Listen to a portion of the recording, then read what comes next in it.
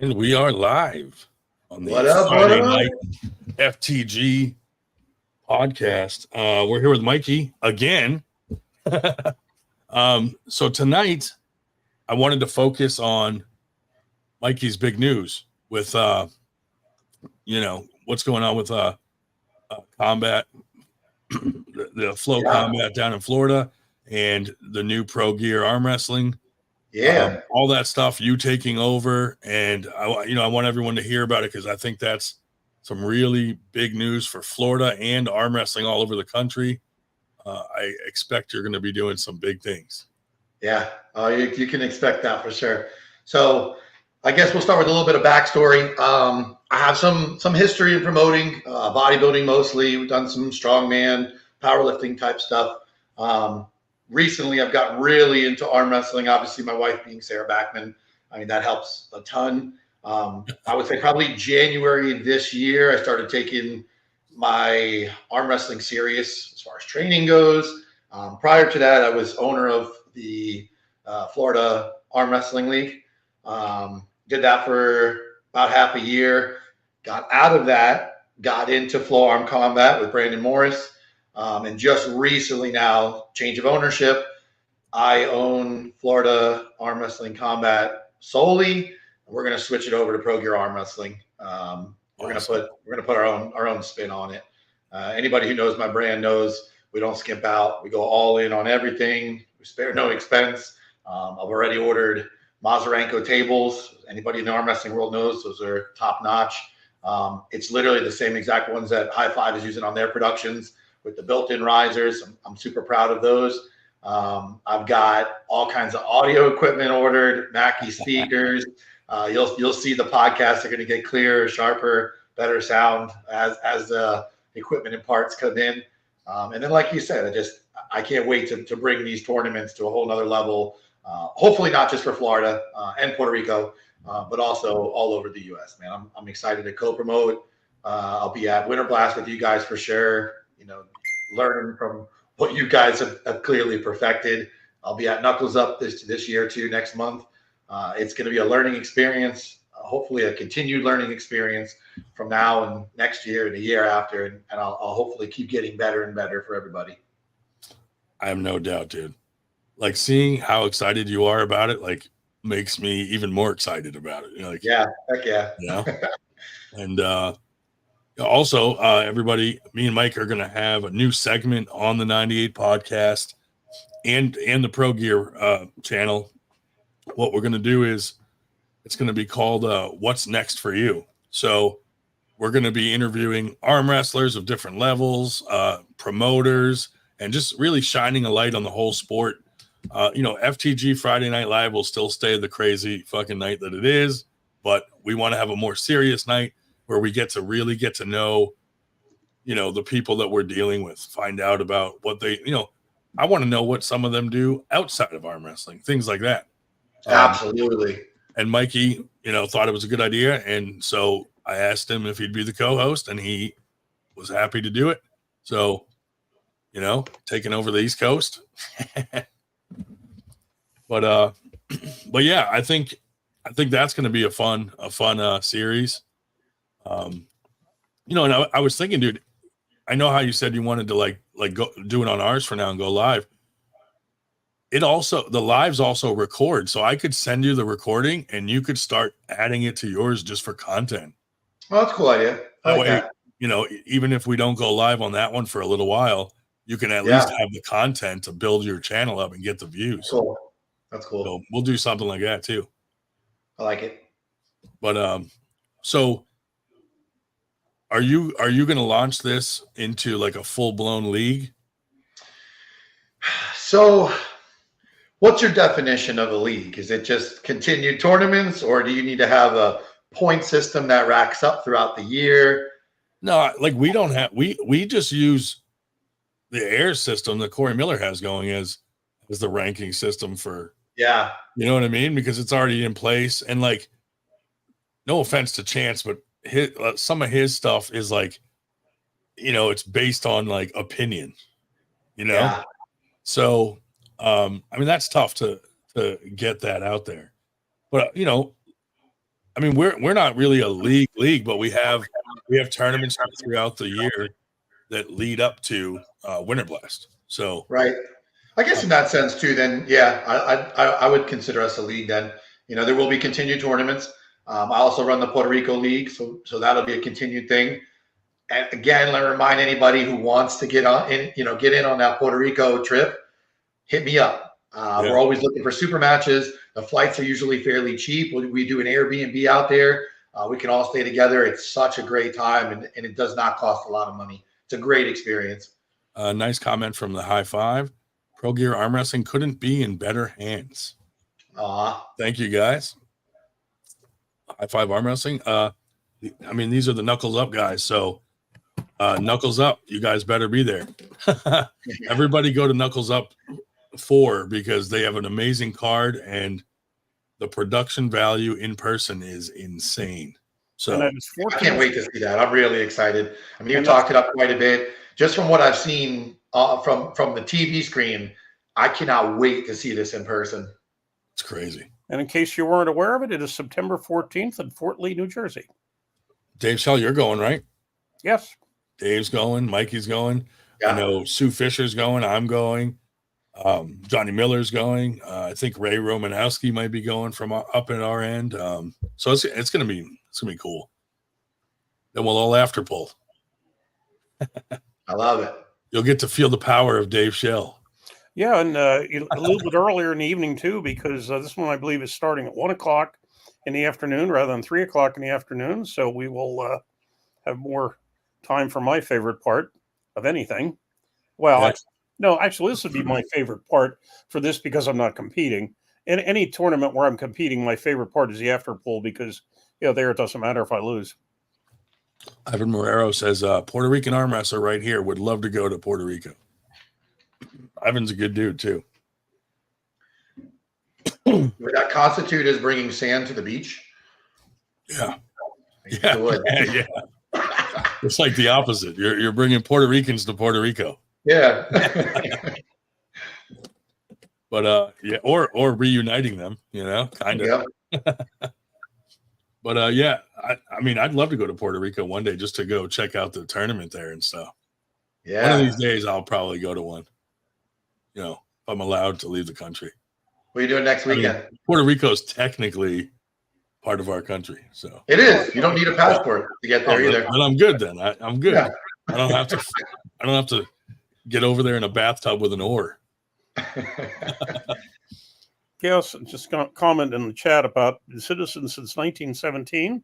Very true, although they do have their own Olympic committee and their own team at the Olympics, as you may have noticed. Yeah. Thanks, Dave. I just thought I'd throw that in a little bit of color, so to speak. Nice. But that's cool that you're doing stuff in Puerto Rico too. I mean, it makes sense too. I mean, you're in Florida, Puerto Rico's right there. Yeah. It's a 3-hour flight. It's super quick. That's nothing. Yeah. Yeah. I'm excited about this trip too. I got, first of all, the venue is super cool. It's at a place called the Coliseum. Yeah. I mean, it literally looks like a Coliseum. That's badass. We got center stage there too. It's a big fitness convention, similar to like the Arnold. Not quite at that level, but yeah, fitness convention. We got a big part in it, and this one's near and dear to me because my 12-year-old daughter is actually coming with me. Nice. So I get to take her to Puerto Rico, kind of show her what her dad does, and yeah, I'm super excited. You're not the boss of the house. Nah, hell no. Between her and Sarah, I don't know. I'm in the same boat with my 4-year-old, dude. I have no say in anything. This is why I enjoy promoting. Like, it's something I can actually be in charge of. Right. Yeah. I'm like, sorry, guys, I got to go on my podcast now. He can't even control the daughter. He just had to call right before you got on. He had to call Jen to, hey, dude, I'm calling my wife. I'm like, come get this animal. She's trying to get on the podcast. She has no pants on. I'm like, hey, you're going to get me arrested. Wait, y'all wear pants for these podcasts? I don't. I don't either. I didn't want to have her jump onto the screen with no pants on. Nobody wears pants on podcasts. I kind of thought it was standard. I thought it was industry standard for this. Yeah. So another thing that's going to be cool that, well, we didn't even announce it yet, but Paul Italia is going to be involved in this. Maybe Mikey. I don't know if you do want to for sure yet. Oh man, you know I'm in. I know you will, but and Dave, you're welcome to come on. I don't. You might not want to though, but we're starting a podcast, non-arm wrestling related. That's going to be more of like we're going to be interviewing like characters, and it's going to be just wild. So, and hopefully that will blow up bigger than our arm wrestling podcast, and then we can use whatever money that generates into the arm wrestling world. So, it'll be loosely, it won't really be arm wrestling, but it'll be arm wrestlers on it, just doing some, we might have, I don't know, a stripper or a hooker on, try to make them cry. Maybe a mob hitman, something like that. Some cool, comedians or something. And, we'll all have our own role in how we act on this thing, try to get some good interactions. It'll probably end up just being like our Friday night fucking podcast late at night. You know what I mean? Oh, look. Do you want to address this? Should we address this? Should we just ignore him so that he fucking rips his own skin off? Fucking loser. Fucking racist loser. Anyway. Look, I like how he's going, Mikey in my band. Like in the AWU chat, he was writing like, who's gonna bug Ryan enough for me to get allowed onto the podcast tonight? And I was like, nobody, you retard. Fucking no, oh man. Anyway, but you got to consider though how much of what percentage of his annual income that $2 is. Oh, dude, that's like a week's pay for him. Oh. I mean, Christ. Mikey's like, all right, guys, you're fucking stop it. Anyway, he's clearly not banned from the chat, which is an oversight on my part. Now that he said something, I can ban him, fucker. Anyway, so are you like, I know you're still friends with like the FAL guys and all that stuff. Now, does this change anything? Because you're going to be like their direct competition now. Yeah. Like, is that going to stress the friendship, or do you think, how's that going to go? I don't know. I really don't know. So Chance already reached out when he heard that I was taking over. And he kind of extended an olive branch and let's work together type situation.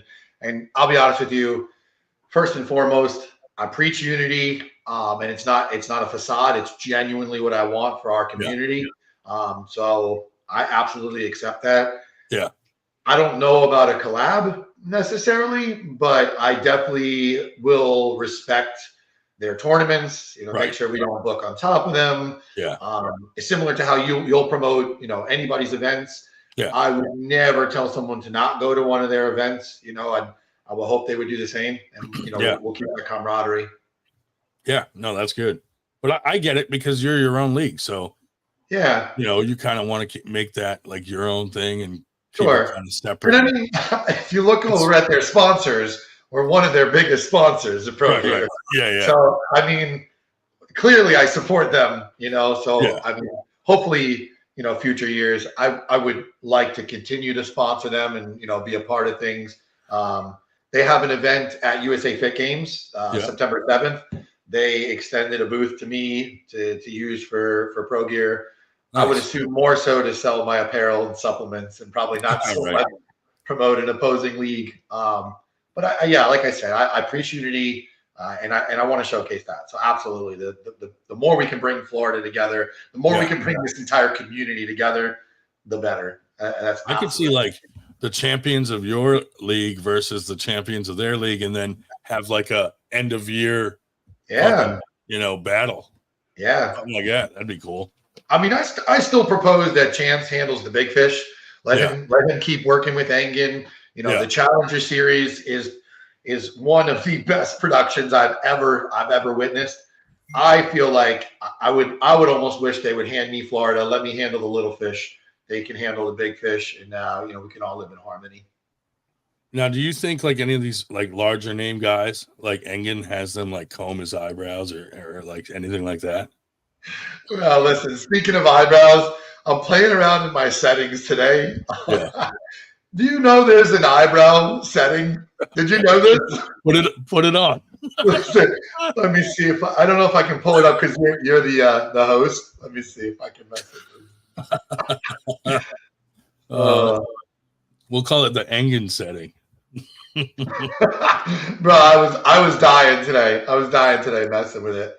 Yeah, I don't think it's gonna let me in that's here. so funny. It was what was it in Zoom when I was messing around in Zoom? Oh, in Zoom, I literally paste these fucking eyebrows on. Dude. That's hilarious, dude. I had like some that I bought that were like just bushy eyebrows you stick on, and I just fucking like wore them through a whole podcast. It's all in good fun though, Engin, you know? We're not trying to so. I still think Engin's doing great things for the sport, you know? I just think he just needs thicker skin, you know? Exactly. I mean, if somebody wants to make fun of my sideways hat or fucking tattoos, I go for it. Right. I mean, dude, everybody calls me fat all day long, so whatever. Yeah. But Engin, like, to me though, like at the level he's at, like he shouldn't even care what like people are saying about him on Facebook, you know? Yeah, I just agree. let that shit go and just keep dominating the sport. Like that's all you got to say to return. You don't have to return fire on like dumb shit. That's true. But dude, I thought that was a really good episode last night too with Larray. Yeah. I mean, he pissed Liz off a little, obviously. Yeah, I was just gonna say, did you notice the fucking post? Oh my god, dude! She tagged me in it, and then like Sue was hitting me up, and she was like, "You better not have said anything bad about Liz." And I'm like, "I didn't say anything bad about her." Yeah, but to be honest, I mean, did Larray say anything bad either? I mean, it wasn't bad, but he just said like she needs to be humbled or something, and he said that he hopes Sarah smashes her or something like that. But I mean, that's kind of arm wrestling talk, you know. But I don't think he like attacked her like personally. Yeah, he also agreed. You know, when we were talking about how she's a rising star and you know in female arm wrestling, he's a beast, dude. He didn't deny that fact at all. You know, he agreed. I mean, you see her videos too. I'm sure. Like she's a hard ass working fucking chick doing her thing in the gym. Fucking I mean, she's working hard. It's almost a weekly thing. Sarah will fucking pull me aside and be like, "Did you see Mochek's newest fucking video?" And it's always some crazy like 130-pound dumbbell fucking. Bro, I look at that and I'm like, I can't even do that. It's insane shit. Absolutely, absolutely. Yeah, that's good though. You know what it is? I think it's partly because they had a little fucking drama in the past. So like, you know, when someone you don't like or you don't get along with says one little thing, it hits harder. You know what I mean? Yeah. Oh man, we got some super chats here. Let's see. Oh, Captain Obvious with the Lawless Luchadors. Am I banned, Mikey? I'm gonna say no on that one. He's asking the same question as Harlan. I feel like he might be trolling a little. Andrew Wood, Eric Harlan versus Larray Jenkins. Time to feed him to his own humble pie.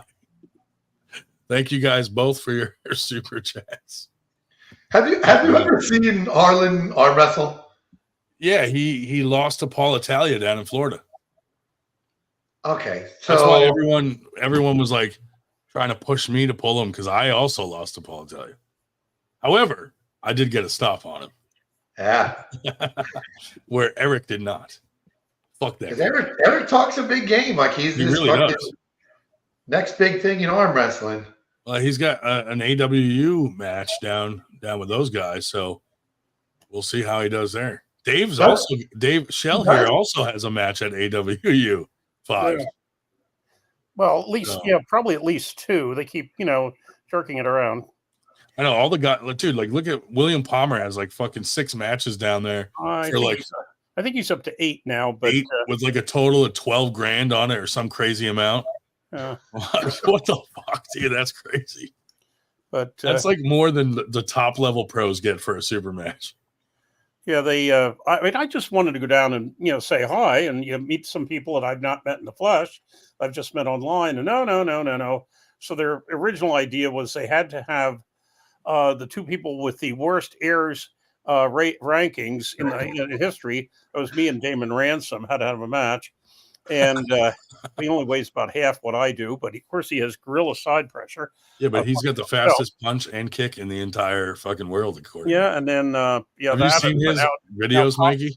Now Kotlo wants to have a 4-way between Kotlo, or David, and David. If they can't find a fourth David, it'll be David, and Damon.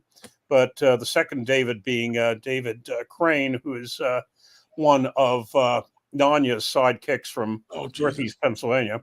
Yeah. So Kotlo, Crane, Shell, and maybe if we can find a fourth David. If not, it'll be, Damon. But have you seen Damon Ransom's videos and shit on Facebook? Yeah, I have. pretty sure everybody has. A couple other people wanting to join us. One from Pennsylvania and one from Ghana. I'm gonna send them a couple links here. Yeah, go ahead, dude. Get the African connection on here. Okay. They might be coming to Winter Blast. We had to write to the consulate there to get a permission letter and all this stuff so they can come over here. So that might be cool.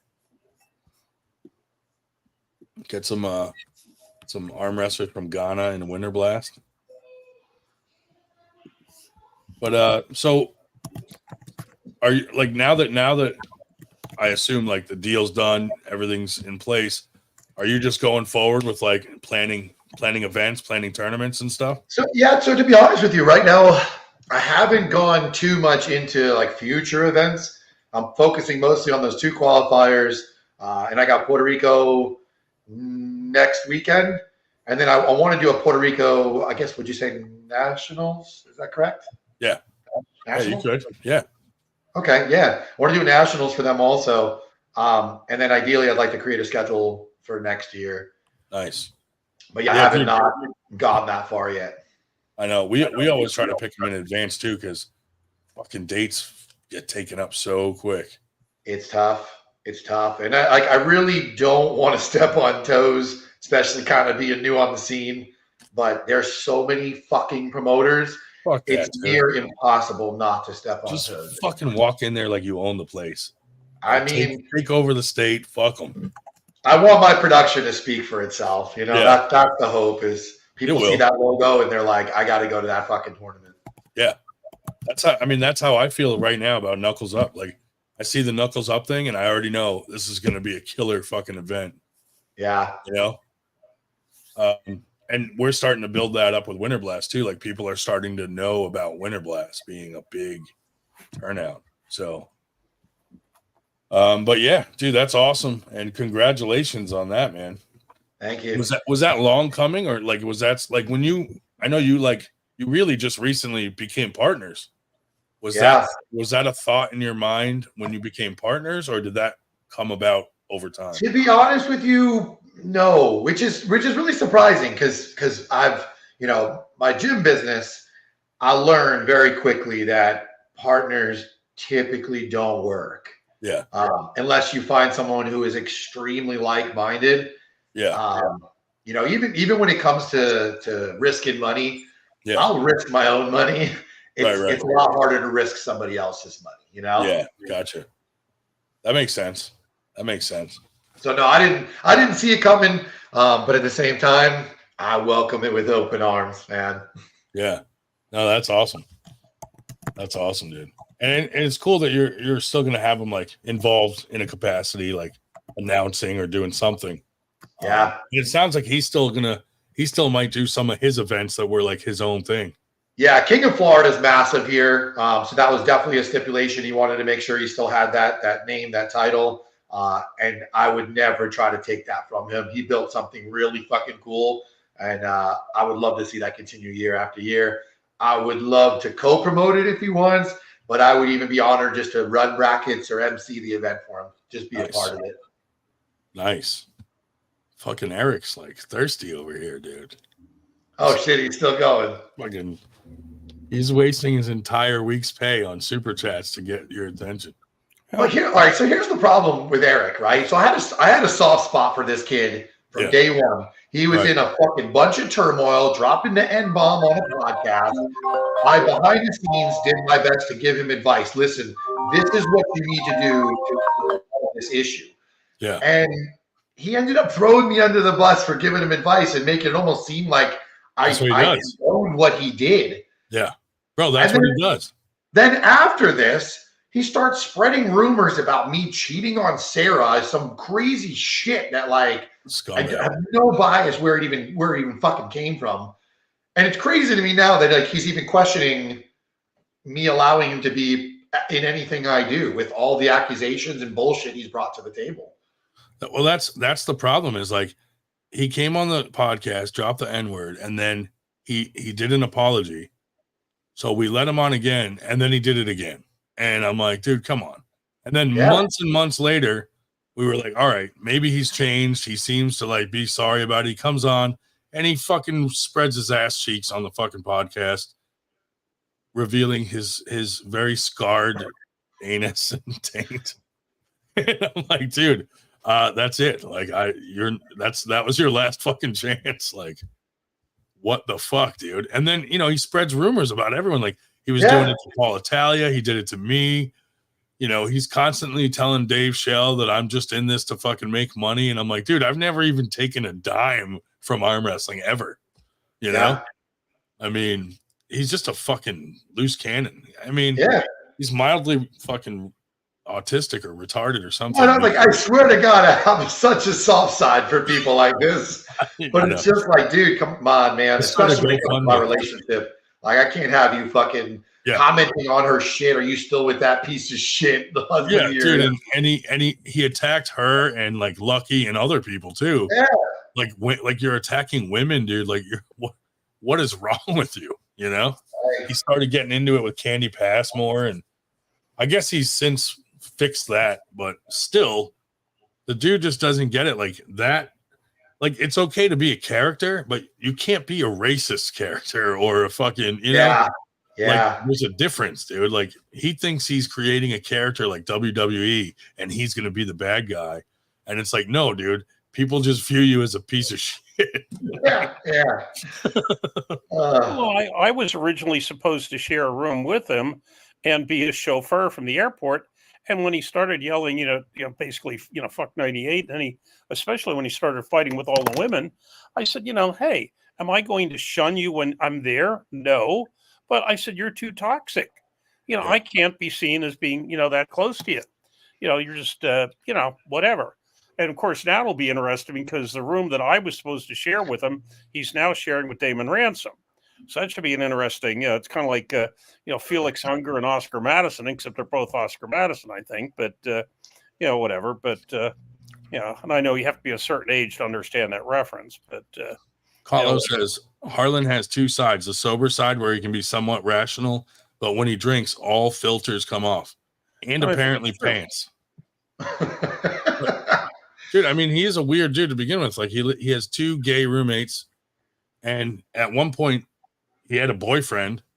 But I mean, you probably already know about how he got shot by a lesbian in a trailer park. I have not heard any of these things. So he tried. So he went to his ex's mom's house trailer and tried to break in, and her lesbian lover, shot him in the fucking love handle, and he fucking fell to the ground. But he took an Uber there.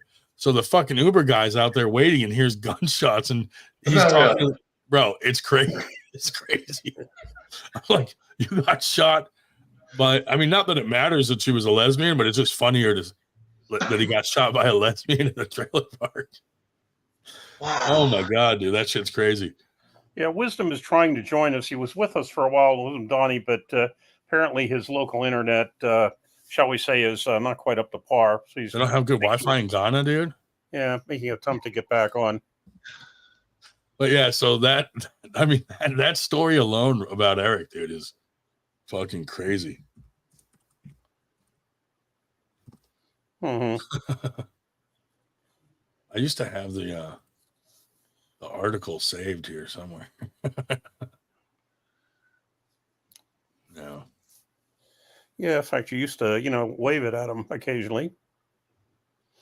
But hey, you got to admit, there aren't many shows that where you have two people get drunk and pass out on the same show within a matter of hours of each other. But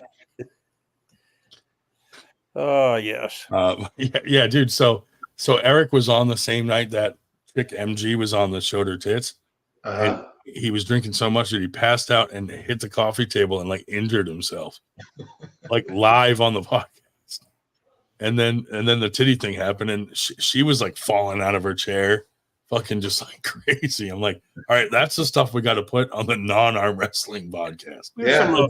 Harlan would be good to have on the non-arm wrestling podcast, and we just fucking lay into him a little, you know. You speak up for him, and we play like bad cop, good cop. Me and Paul lay into him, and you're like, come on, guys, he's nice, you know. Well, in fact, David Kotlow has a programming suggestion. There, as you can see. I'd love her to be the first guest. Nice, dude. Do we have a name? Do we have an article? Like, can we track her down? Yeah, dude, we did. I was talking to his ex-wife, and she was like, "I don't want to talk about that piece of shit." I used to flash pictures of his wife in the chat, and his dad is like a methed out dude, and you know. Let me see if I can find his the article.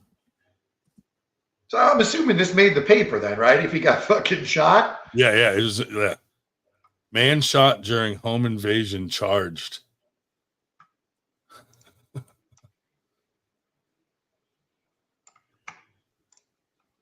Yeah, dude, he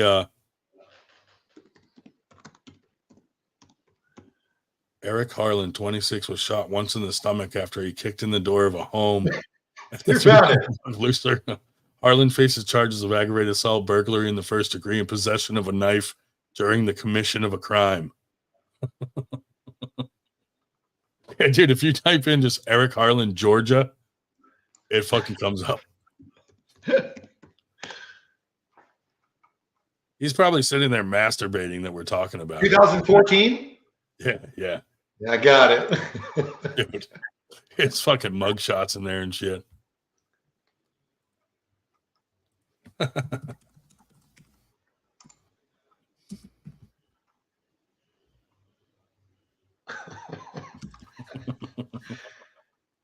Somehow this doesn't surprise me.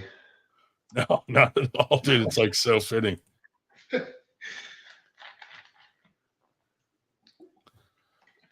But I mean, that just tells you the kind of weirdo this guy is. I mean, yeah, you know.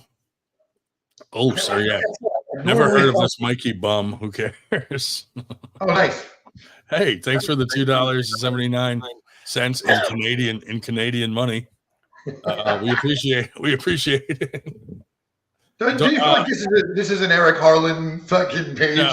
Well, Yak says this about everybody, so don't feel bad. Yeah, I was actually feeling special. So this is he's singling you out. It's only a little over $2 American anyway. Oh, Dave, do not minimize his donation. Yes, it's not nice. No, I was minimizing the Canadian dollar, which last time I looked was, I think, 72 cents American. We go, mugshot. Yeah, buddy. Look how angry he looks. Nice. He looks so angry, like in his eyes, dude. Like, no, I wouldn't have said that. Would not have been my adjective. I would have said vacant. I would have said vacant. Vacant. Yeah. Not angry. Vacant. Nothing upstairs. Okay. No. Paul is asking for the link. I will send one. Let's see. I can do that. He's gonna make fucking videos of us now, all of us. Yeah, if you let Paul in here, all of our sound equipment's gonna look like shit. I know.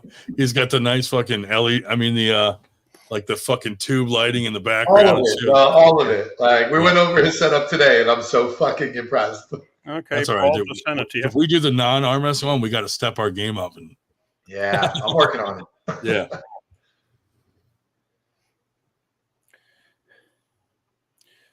But yeah, so what are you going to anything next that's like not yours? Anywhere, any tournaments that people might so I want to go to the John Brzezinski Cup. Nice. Yeah, so the main reason I want to go, I might jump in the competition too. But the main reason I wanted to go is I'm kind of toying with the idea. I think we talked about this last night a little bit of running triple elimination for my tournaments. Yeah. Combining both pro and AMs into the same class and running triple elimination. And I found out John Brzezinski Cup is done in triple elimination, pro and AMs together. So I might actually work with Corey on brackets and just kind of get a feel for how it runs, see if it's something I want to bring back to Florida or not. That's cool.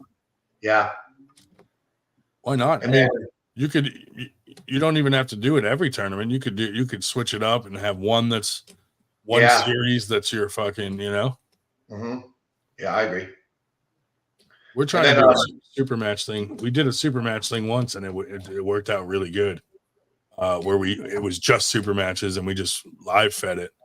Yeah. So we're going to be doing that again soon. That was the flow arm combat format, was super matches. Oh, was it? That's how it was. It was all super match based, and it's cool. But the biggest downfall is that you really need to have the right numbers: 2, 4, 8, 16s. When you have a number in between, it's one thing to give somebody a bye on a match. It's another to give them a bye on a super match. That's a really big unfair advantage, Yeah. Yeah. I mean, we did it where it was just literally super matches that we just filmed. So funny, Barry's in here. I was literally just thinking about Barry Bourne. Barry, hop on, Barry. What a fucking character, man. I was hoping he was still active, but I haven't heard much lately. Yeah, he's been on the podcast like the last few months coming on, and he's training and he's making a comeback, and I think he has a super match somewhere. Todd Threet in the house. What's up, Todd? Oh, hell yeah. I just put the link out there, Barry, if you want to hop on, go ahead, or if anybody else wants to hop on except for Eric fucking Harlan. You know what? You can go on the Pro Gear podcast anytime you want. Nice. Looks like Eric's trying to 220 guy, right? Which arm is stronger? Oh, now he's getting ready to challenge you, dude. He's starting to ask your weight and what hand you are.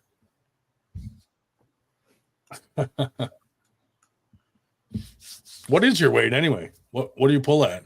Who's asking, you or fucking Eric? No, now I'm asking. 220 is typically where I can be at. Yeah. Nice. Well, I think he generally thinks he's better left, as I recall. Eric had $94 saved up for AW5. Now he's down to 80.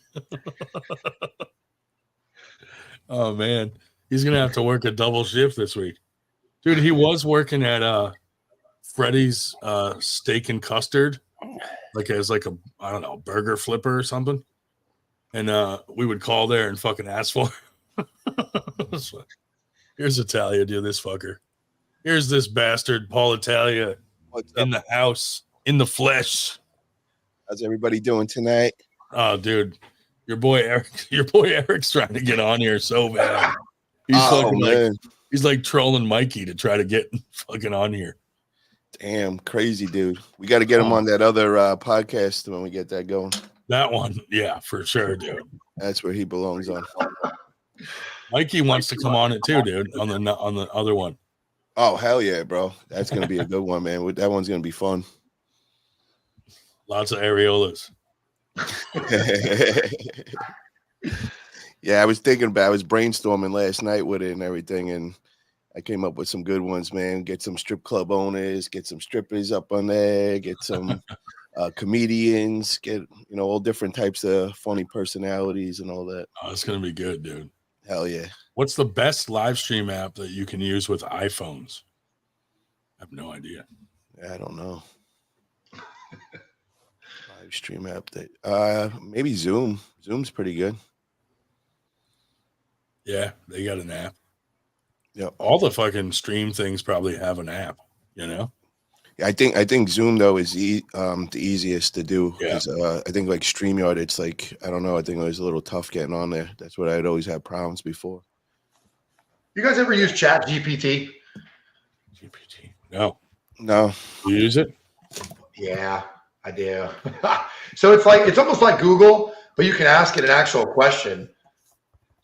See, here we go. Yes. Controlled. Oh no. Thank you. Mikey. Thank you. So ChatGPT it's similar to Google, but it uses AI, and it actually will Google search and Yahoo search and everything, and bring you information in report nice. form. It's super cool, man. You can literally ask it for a more in-depth explanation. So, like, what was he just asking now? What's the best live stream for iPhone? All right, watch this. Probably bring it right up for you. Here we go. What's the best live stream app for iPhone?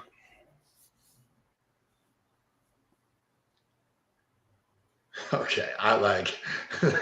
One of y'all can just kind of. So it gives you literally a full report. Yeah. From that question, that's all the information it just pulled off of the internet for you. It gave me 7 recommendations of different platforms. OBS Studio, that's one we're familiar with.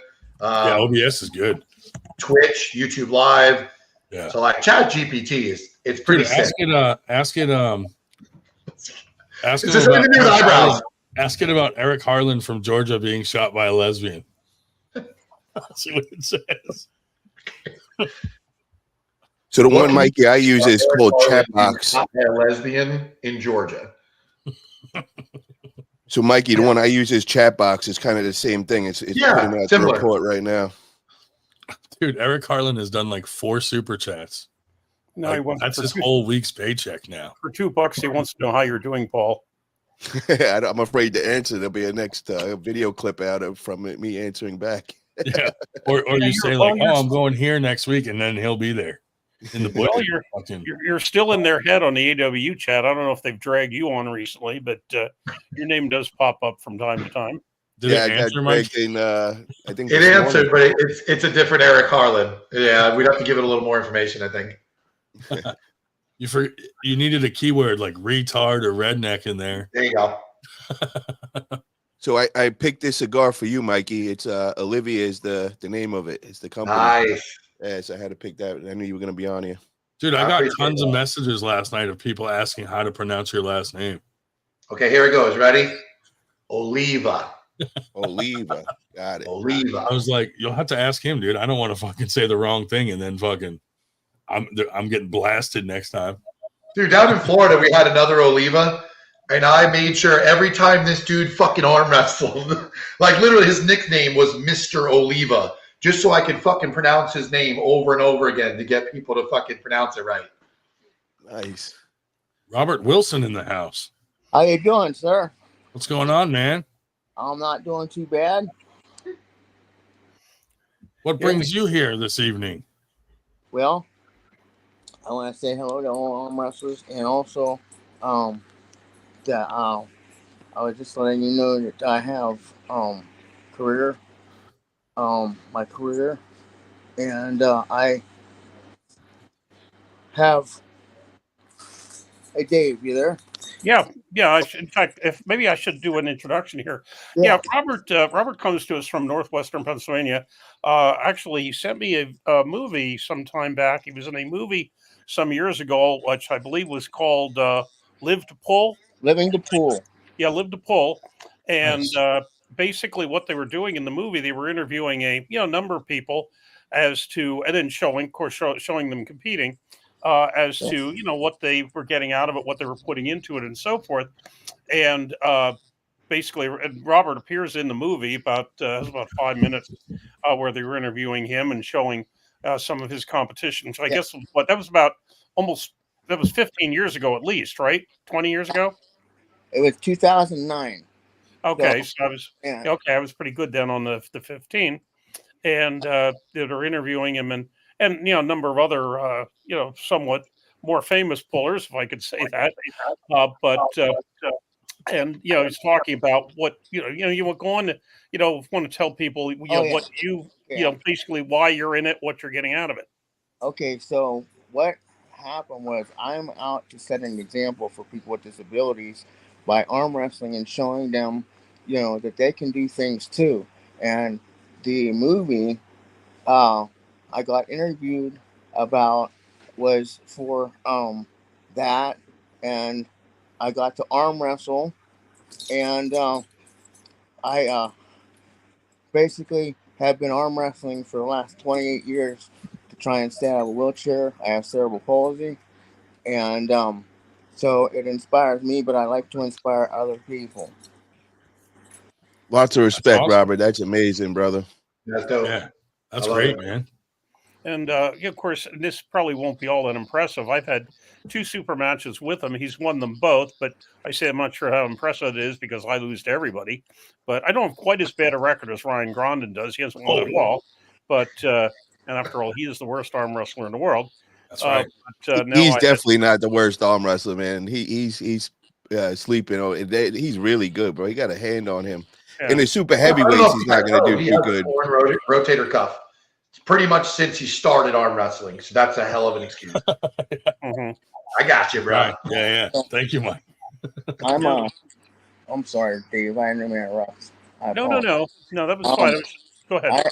I'm a state champion, a national champion, and I have 3 bronze medals. I was on Team USA 5 years, from actually from 2000 to 2005. I placed over in Canada with 2 bronze medals in 2003. Okay, and or 2002, and then 2003 I got another bronze medal, representing the whole world to show people with disabilities they can believe in themselves. That's awesome. I love it. That's inspirational, man. Yes. That's good. And I know you're just gonna beat Dave Shell again anyway. Oh yeah. No, I told him I want to have a third match, and then see if he can beat me. You know what? Hopefully he can, and I have a lot of respect for Dave, and he's allowed me to go to some tournaments. He came and got me, and I didn't have a ride, so he came and got me to the tournament that I was supposed to do the super match at. So I thank you for that, Dave.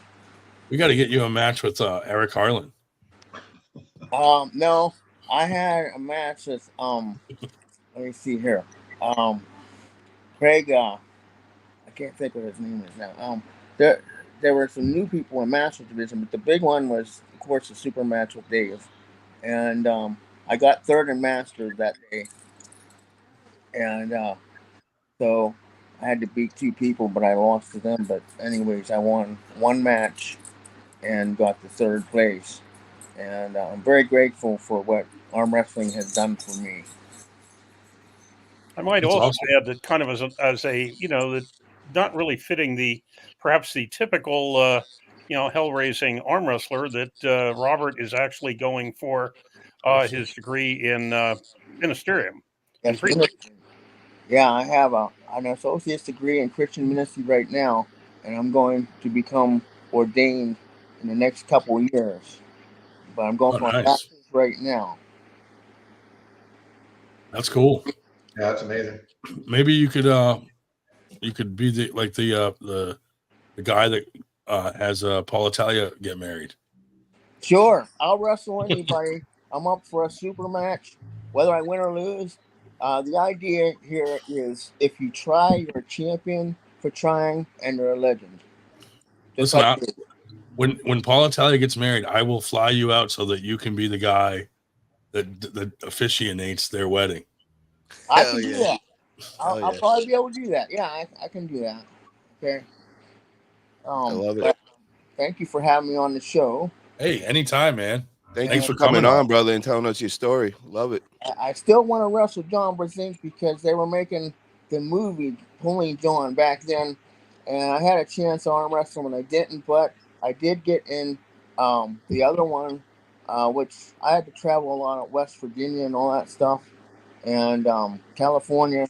I went out and beat Travis Bagent 2015. Wow. And super match to prove to people that they can believe in themselves. If they have faith in God, belief in themselves and their abilities, and they can make a difference. I've seen that video, awesome. bro. Now that you just said that, I didn't realize that was you. Very cool, bro. Yeah, I was like back in 2015, and then I met Dave, and he is such an inspiration because he has a disability as well. He tries real hard. He's got the fight attitude, like, not give up. Biggest reason I'm doing this is to show people not to give up on life and not to give up on themselves. That's good. That's a good message. Yeah. Yeah, great message. So that movie is available on the internet if you go looking for Live to Pull, or It's Live Live to to Roll. Pull, and it's on YouTube. it's on YouTube. And yeah, because I sent it to Ryan in I'll watch that tonight. in preparation for this. I didn't know if he'd be able to see the whole thing, so I did send it to him, and let him know about when when you were on for your. So if he didn't have time for the whole thing, he'd basically be able to at least watch the part that you were appearing on. Right. Yeah, it was good, man. I have a lot of people that I have to thank for helping me. One of them was Bob Stenger, who got me started, and that was back in '95 or '6. And then I have like Tim Lewis and of course Dave, and I have Leonard Harkless and Denise Waddles, and that's how I was able to get the Worlds, because I had to qualify back in 2003 at the Pro-Am Nationals, Tahoe, and I was an international champion, undefeated, which qualified me for Worlds. That's awesome. Yeah, if you don't have time for the whole thing, I did look at Robert's portion on the. It runs. I guess it runs about not quite an hour and a half, and at 1 hour and 3 minutes is the beginning of his section, which runs on about 5 minutes. That you're seeing him both being interviewed about his disability and then doing some pulling. Yeah, I'll definitely check that out. I want to watch the whole thing tonight. I'm also trying to make a documentary of my own, featuring the wrestlers from Mercer County, and also the like Ohio and PA and all that. Cool. So, Keeps trying to round up some of the college kids from Teal College, which is in Greenville, where he's from. But they basically, apparently, some of the college kids, if you can believe, would rather just drink at the bar instead of arm wrestle. well, I was training a couple of them, and then I think they gave up. But now I have a kid that has cerebral palsy just like me, and I'm going to start training him because it does inspire him. And my whole goal is to just show people that everybody's equal. Yeah. That's awesome, man. Abilities, and if we work hard and everything, we can be successful. Sir Yakto says he saw Robert Wilson get in a war with Travis Bajan. Oh yeah, and I had a seizure before that. What happened was I had a seizure halfway through the match. Okay, now he beat me twice, but then I came back and I beat him. It was best out of 5. So then I beat him the 3rd match, and the 4th match, and the 5th match. Yeah. It was a fight. Travis is an awesome person. He was a great individual. He was really nice to me and everything, and I really appreciate all the people that helped me out there in California. It was, Travis is definitely a straight shooter. Yeah, and my biggest goal here is to win a world title in disabled division, and that will be my dream that will come true. Well, good luck with that, man. I hope you achieve your dream. That's awesome. I'm also taking super matches, so anybody wants a super match, you just get a hold of me on Facebook. It's Robert R. Wilson, or through Messenger, and I'd love to be able to do some more super matches. Yeah, I'm thinking. I mean, the first name that comes to mind for me is Eric Harlan. Well, let's go for it. I'm up for it. Harlan, you want that smoke? And before I lose my train of thought, Ryan, I think we need to get the lesbian that shot Harlan. That's on our next on the new podcast. That's a perfect. When you said that, I'm like, bingo. Now we can get into something good. That could kick it all off with that. I got a lot of questions for her. Well, I'll have to, Robert. Next time we're on the phone, I will have to tell you about Eric Harlan, and so you understand what's going on here. But okay, he's a character from Georgia. He's disabled also, but like in a different way. Well, give a quick rundown, Ryan, so we can catch him up real quick about the lesbian incident and all that, so he knows what we're talking about. Oh, here we go. Here, what's this? Yes. Yak Toast in the house. Yeah.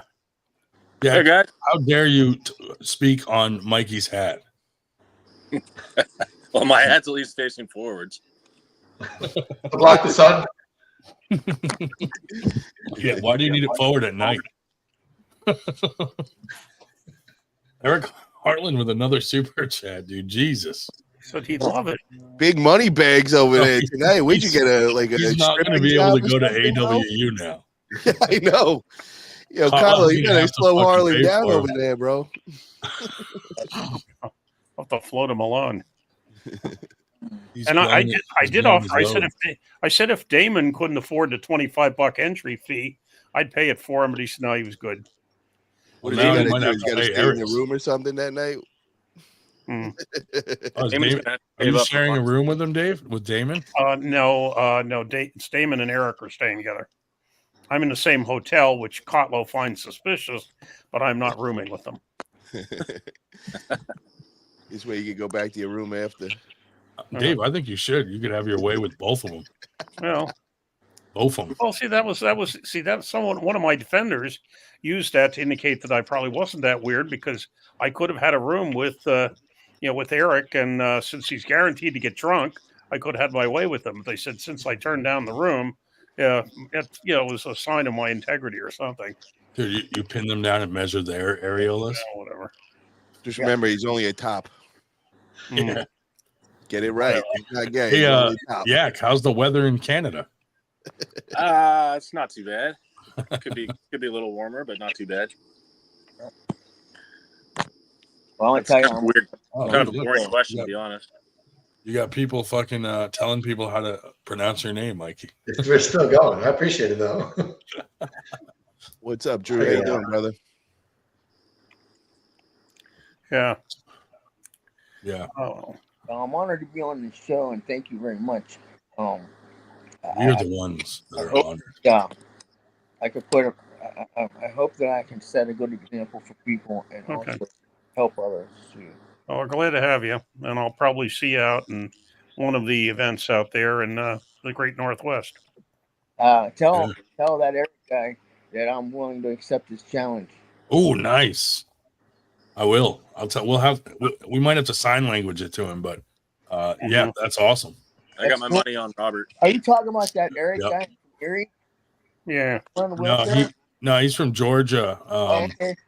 He was in a tragic accident where he was shot by a lesbian in a trailer. Well, you know what though? Here's the thing. It's two people with disabilities trying to accomplish the same thing, Yeah. and just like me and Dave. And I'll tell you what, I give credit to all people with disabilities, all arm wrestlers, for everything they've done. Yeah, Eric's a huge advocate for the clan, and he really loves arm wrestling. So you tell him I'm willing to, and I just gotta find a way to get there. What's Eric's disability? He's disabled too, isn't he? Eric? Yeah. Severe autism. Oh, is that what it is? Okay. We could have a series match, and then we could both make a difference. Yeah. That's what I'd like to see. I got my money on Robert personally. Yeah, Robert's going to kill him. But Eric wants nothing more than to put his stamp on something. Well, I'm willing to do that, and anytime just let me know what I need to do to get out there and get ready, and I'll train hard too. All right, sounds good, man. We'll tell him. All right. Thanks for coming on, man. We appreciate it. Yeah, thanks for coming on, Yeah, Eric. very nice meeting you, Robert. Yeah, hey, thank you very much. Did you want me to See you, buddy. leave or what? Oh, you can stay on if you want. Okay. Yeah. You guys. You realize you might be corrupted with some of the people that are on this thing, but Yeah. but Like you're she's certainly like- welcome to stay on. David? Who? Might Who? see an anus or a titty or two. Well, it's still early. It hasn't hit midnight. When it hits midnight, we change midnight the is show. when the titties and anuses come out. The naughty hour. I got to go to bed early tonight. I got a match tomorrow. I'm going out with the girl Next in a little while, get some drinks in me, and then the naughty hour starts at midnight, and I'll come back on for sure. Yeah, who are you pulling tomorrow? I'm pulling at that MAC event, Ian Carnegie's fucking event. Oh, nice. Are Are you gonna keep asking him about the table? Yeah, the entire time. Dude, get some footage of that. I will. Just keep asking him over and over. There's a match I with can't somebody. do that, man. I'd go fucking crazy. like wait 10 minutes between asking him so that it just seems like you don't remember that you already asked him. He was matched with somebody named Kendall, and of course the chat is trying to figure out what gender this Kendall person is. I've never heard Kendall. I've never heard a chick named Kendall until people started pointing that out to me. Everyone said it's a girl's name, but it's the dude I'm Poland's named Kendall. So I don't know. The dude's name is Kendall? Yeah, and then Kotlo said like my daughter's name is apparently his daughter's name is Kendall. So I don't know. Jesus. That's different. No, he's good though. He's like he placed at nationals and stuff. So he's a real deal. Bo Horner said, "Is that Yak?" Yes, unfortunately. Yeah. Bo Horner. He only came on in honor of Robert. Oh well, thank you very much. Yeah. I appreciate. He's never been on our podcast. When he saw you come on, though, he came right on. Oh Who, yeah. Bo? No, you. Oh, me, yeah. I'm Look at my chat name or my screen name. Yeah, he changed his screen name to Robert Wilson is goated as fuck. Oh, okay. Nice. Yeah.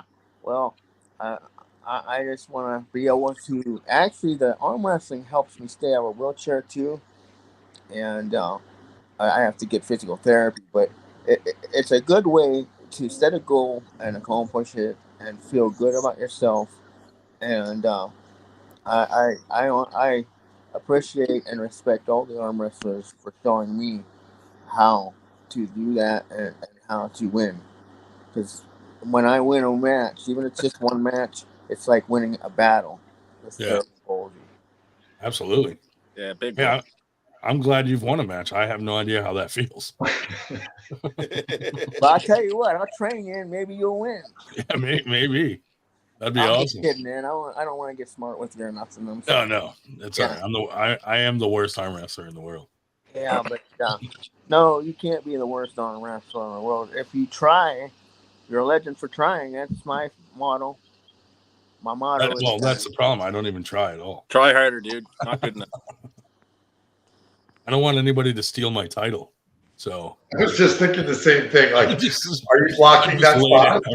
I just lay down to everybody. I mean, that's the master move, what he's doing right now, because then nobody's going to call him out. I see right through it, bro. When you feel that boy's hand, he ain't the worst arm wrestler. That's for damn sure. So I tell you what, I'll call him out and I'll put a trophy up for it. Hey, would you be willing to wrestle for a trophy, dude? Come to Winter Blast, you get Paul Grondin. Todd Threed said, "Hey, Robert, I have a bracket win on Travis. Does that count?" Yeah, it does. It means you're a legend. Nice. Because you beat a legend, right? Did you beat? Yeah. You guys have that in common.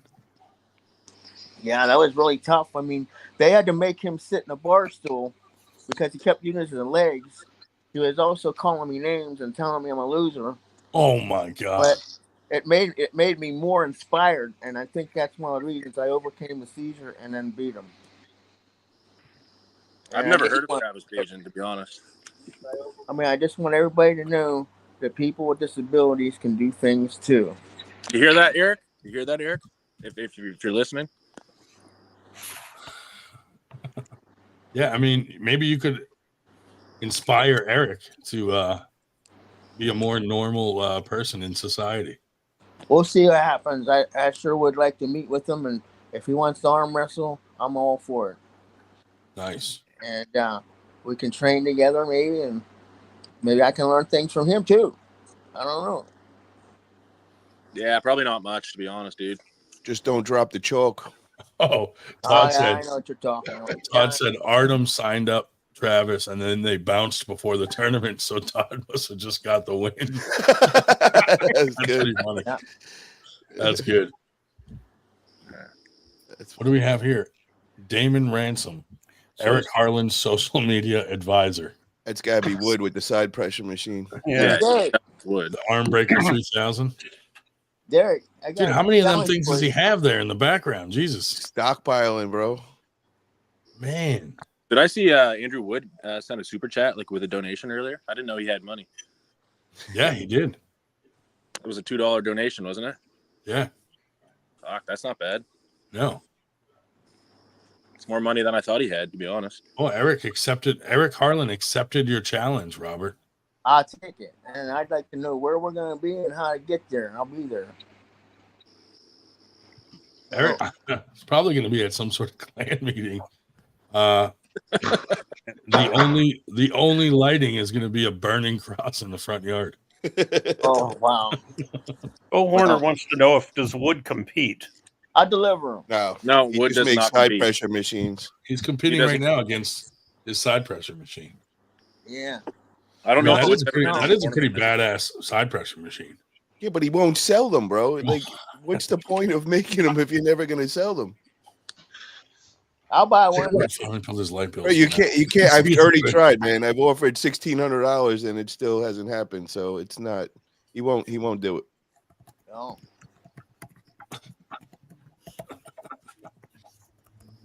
Well. Paul, do you want to tell everyone what the name of our new podcast is going to be, or do you want to wait? I think we should wait. But we could give a little teaser about what we're talking about and all that. You know, Is that what you posted about the other day? I seen that. I think we're going to do a non-arm wrestling podcast. Okay. And we're gonna get real interesting characters to come on. You know, comedians, ex strippers or new strippers, strip club owners. You know, maybe some ex mobsters, whatever we could get. You know, we're gonna People get some that real say big whoop to everything. Well, got to remember though, I'm still the only person on this chat who has won a medal with a stripper on it. That is true. Oh, Probably, dude. who cares? Yeah. That's all right, Dave. Big Wrestle whoop, with Dave. him, you might win. You hear me, Dave? Next time we wrestle, you might win, man. You never know. I might have you officiate my divorce. Okay. I'm not a judge, though. I'm just in the ministry, you know. But I can pray for you. Thank you. Thanks. Yeah, God bless you, I bro. definitely need some prayers. Where's that Meredith been? Has anybody Dude, checked up on her? A little early in the I night picked for up her. on her once, and she told me she was dying. That's what I'm That's saying. the Nobody's last talked I there talked- since that's then. the last. Uh-oh. That's the last I talked to her. Uh-oh. I don't know if she was serious or not, but she didn't say it in a joking way. Outlaw, you better go check her out, man. Make sure she's all good. We haven't had any Outlaw's not events. on tonight promoting his event. Outlaw, why don't you pop on, man? You got to get the AW5 hype going on. Get the hype train going. Did you see what he just said to Shell? He said Shell should pick up Robert on his way down to AWU and get Robert some matches. There you go. Yeah, there you go. I'm willing. There you go.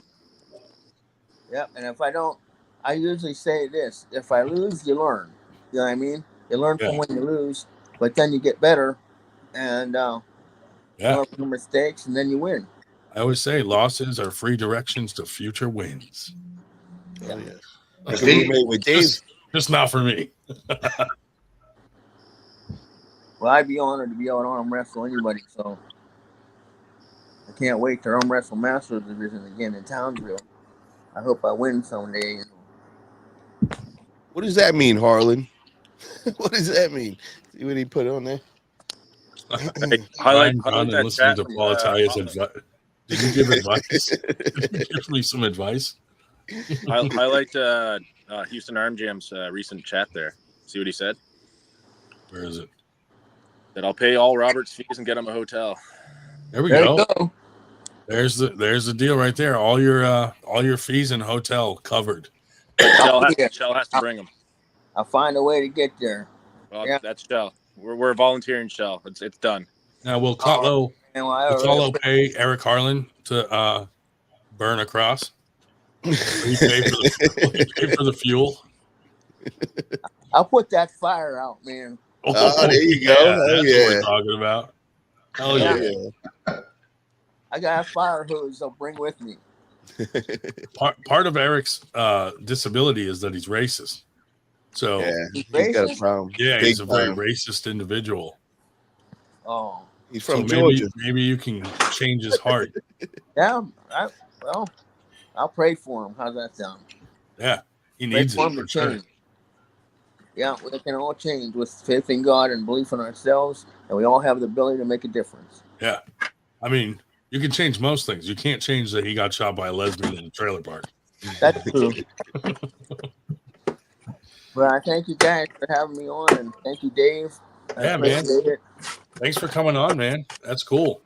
And we'll see you in November in Houston, buddy. We'll see you there. I'd like to see. I want to do that. I love that. That would be great. Yeah, talk to Shell. And we'll get you lined up. Yep. Yeah. All right, that sounds great. I mean, I'm always willing to do a super match with anybody, and you know, I hope that we both together. See how I'm saying together make a difference. Yo, highlight Meta's comment over there. That's a good one. Who, Eric's? Meta, yeah. Oh, Meta. Yeah.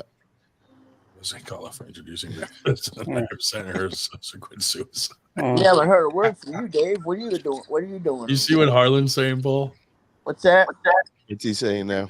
Said, Paul Italia, I know how you work, son. 100. Surprised Mikey wasn't offended, etc. But obviously you told me a lie, or maybe not. 100. I don't even know what he's talking. He doesn't even make sense with the fucking 100s. My man's got an imagination on him for real. Yeah. Fuck that guy. I think it's illegal for him to end a post without putting 100 on it. I know. Loser. Maybe he'll learn how to arm wrestle when he wrestles me. I don't know. Yeah. He ran out of money too, apparently. Yeah, but do you get money for this? Or are we gonna just lost his Uber ride with the $16 super chats he's put up today. You think they'll let me in Puerto Rico with my license, dude? Look at this. Oh my god. Well, you're going to Puerto Rico? I'm thinking about. I don't know if I'll go to this next one. It's kind of short notice, but maybe eventually I'd like to go check one out. Nice. When's the next one you got going on, Mikey? Well, like next weekend. Holy shit, bro. Yeah. Puerto Rico, I missed that part. Why, you want to go, Yak? No, yeah. What's there though? He's having a tournament down there. Oh, really? Is that where you're from? Yeah. Yeah, tournament. Okay, right on. I wouldn't be caught dead there personally, but yeah, that sounds fun. It's nice. It's fun, dude. You'd like it. I mean, it's not as nice as Canada. I wouldn't be caught dead there. Lawless Luchadors, $2 super chat. Thanks, buddy. You're gonna pay for not having Harlan on. Yeah, I'm sure someday. Yeah, I'd love to go to Puerto Rico in all seriousness, but probably not realistic anytime soon. How long of a flight is that from Canada? Probably, I don't know. It's probably not a direct flight for probably like 2 or 3 flights. Yeah. Mikey, are you running the Puerto Rican Arm Wrestling League now? Down the coast. Yeah. It's official? Yep, that's my baby now too. Very cool, bro. Hell yeah. What happened with Manolo? Is he still involved at all or not really? Yeah, I don't know. I got mixed stories. I'm waiting for him to reach out and kind of clear the air on some stuff, but I have no issues with the guy. I know him and Brandon had a little fallout or whatever. From my understanding, I think it's more of a misunderstanding than anything. And I think it's something that could be resolved. Nice. Bo Horner says Yak needs to stay in Canada. Bo can come up to Canada and come hang with me. Kotlau with a $1.99 super chat. Captain is going to film a Harlan documentary at AW5. Nice. Brandon, what happened with Manolo and Brandon? Do you have any idea with that? Because I know you talked to. I mean, I've heard both sides of the story, so please fill us in, man. I've been waiting to hear what happened with that. Jesus, I want to get into some interesting stuff here, man. Let's get into some good stuff here. Let's get into good topics here. So practice. Basically, they had a tournament down there, and I think hookers and blow, boot bow. Sorry, continue. I think that I don't know if there was an agreement in advance or not, or it was just like assumed situation. And they threw a tournament together, and I think Manolo put a lot of effort into it, getting sponsors, and he put some money into it. And then they had the tournament, and tournaments make whatever they make. And he got his share, and I think he felt that it wasn't what it should have been. So he felt like maybe Brandon made more than he, for his share of it than Manolo. And I think Manolo had some friends that were involved in it, and they kind of like backstabbed him, and then, he was like friends that he grew up with, like kind of all turned their back on him, I guess. Actually, one of them was the dude. Remember the dude in Arizona with the beard that came with him? Oh yeah. He looked like a white guy though. That guy. Yes, yeah, I know exactly who you're talking about. I can't remember his name. He kind of turned his back on him or something. So there's some friction there. But I talked to Manolo and I told him, listen, Mikey's buying the whole thing out. Like, why don't you talk to him and clear the air and start fresh? But I don't know if that's going to happen. We'll see. I at least tried to set it up so that I ran it by Mikey first, and I let Manolo know that Mikey is open to that conversation. So nice. See what happens. Who cares? I can tell you my time working with Brandon, the dude is meticulous with money. I don't believe that money was skimped out. I think Brandon's very honest when it comes to that. That's been my experience. That's why I say I think it's more of a misunderstanding than anything. Yeah, that's what I think too. I also vouch for Brandon, bro. Brandon is a straight up dude, and I know how he runs his events and all, and he's really good at what he does. And I do remember kind of that first one that they did do through together. I mean, it was only like I'm not taking anything away, but it was only like 30, 40 entries or something like that. It wasn't that many. So, I mean, what money are we even really talking about? Well, I think that's like Brandon told me, like, I think the tournament made like $3,500 or something. So if you split that 3 ways, it's roughly like $1,000 each, maybe less after you pay everybody. You know what I mean? Mm-hmm. So, it's hard to, not being involved. Like, I don't know anything for certain. There's always 2 sides, and then there's like a third that's the truth. So, it could just be a misunderstanding on both sides or whatever, or maybe there was an agreement that. Send a link to Manolo and Brandon right now. Let's get them on here. Oh, we could. Let's sort this shit out, bro. This is how we run a podcast. We get some drama here. We got to we don't want to just hear about what if and all this. Let's get down to the bottom of it, man. Oh my god. I don't know if Manolo will come on, but we'll try. Yeah, I'll send him a message too, man. Because I was kind of wondering what happened. Because I know Manolo, was, all about it at the beginning and all, and then I just haven't heard much of him, doing anything with them anymore. So I was trying to figure that out. He, like Drew was saying, he has been doing stuff in like Latin America and stuff. What about the Schoolboy guy? Where is Latin America? Just so I know, what countries are we talking and all this link? Big dude. I didn't realize he did anything outside of Puerto Rico. That's what I mean. I want to find out what other Latin American spots is he hitting up. Puerto Rico. We had a request. Not that this is on point, but we've been getting these requests for 98 groups, and we got one from 98. We found a 98 Ecuador this week. Nice. We're spreading our tentacles all over the place. Very cool. Not good. I sent them the link. Neither one of them read it, so we'll Drew, see. Brandon is an OG in our sport. He does amazing things for arm wrestling in Florida. He's the one that started the Florida Arm Wrestling League.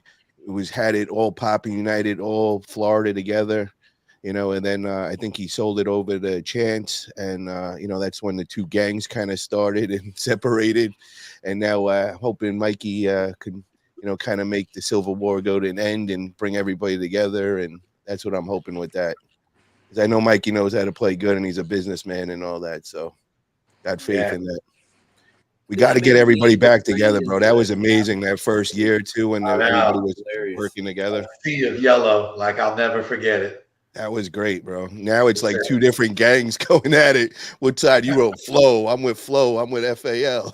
I love it. Oh Jesus!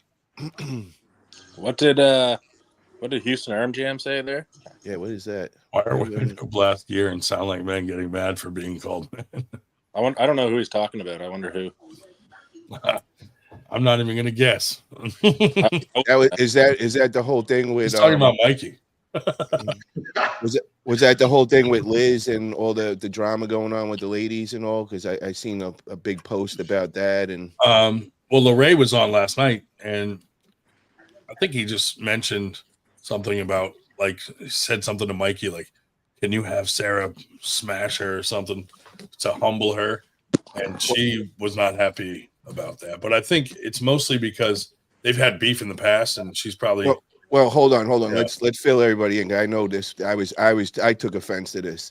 Where Liz went wrong is she took private screenshots between her and Lorray, the promoter, and then started sharing it on the page and all, and for kind of like turning everybody against Lorray with the ladies.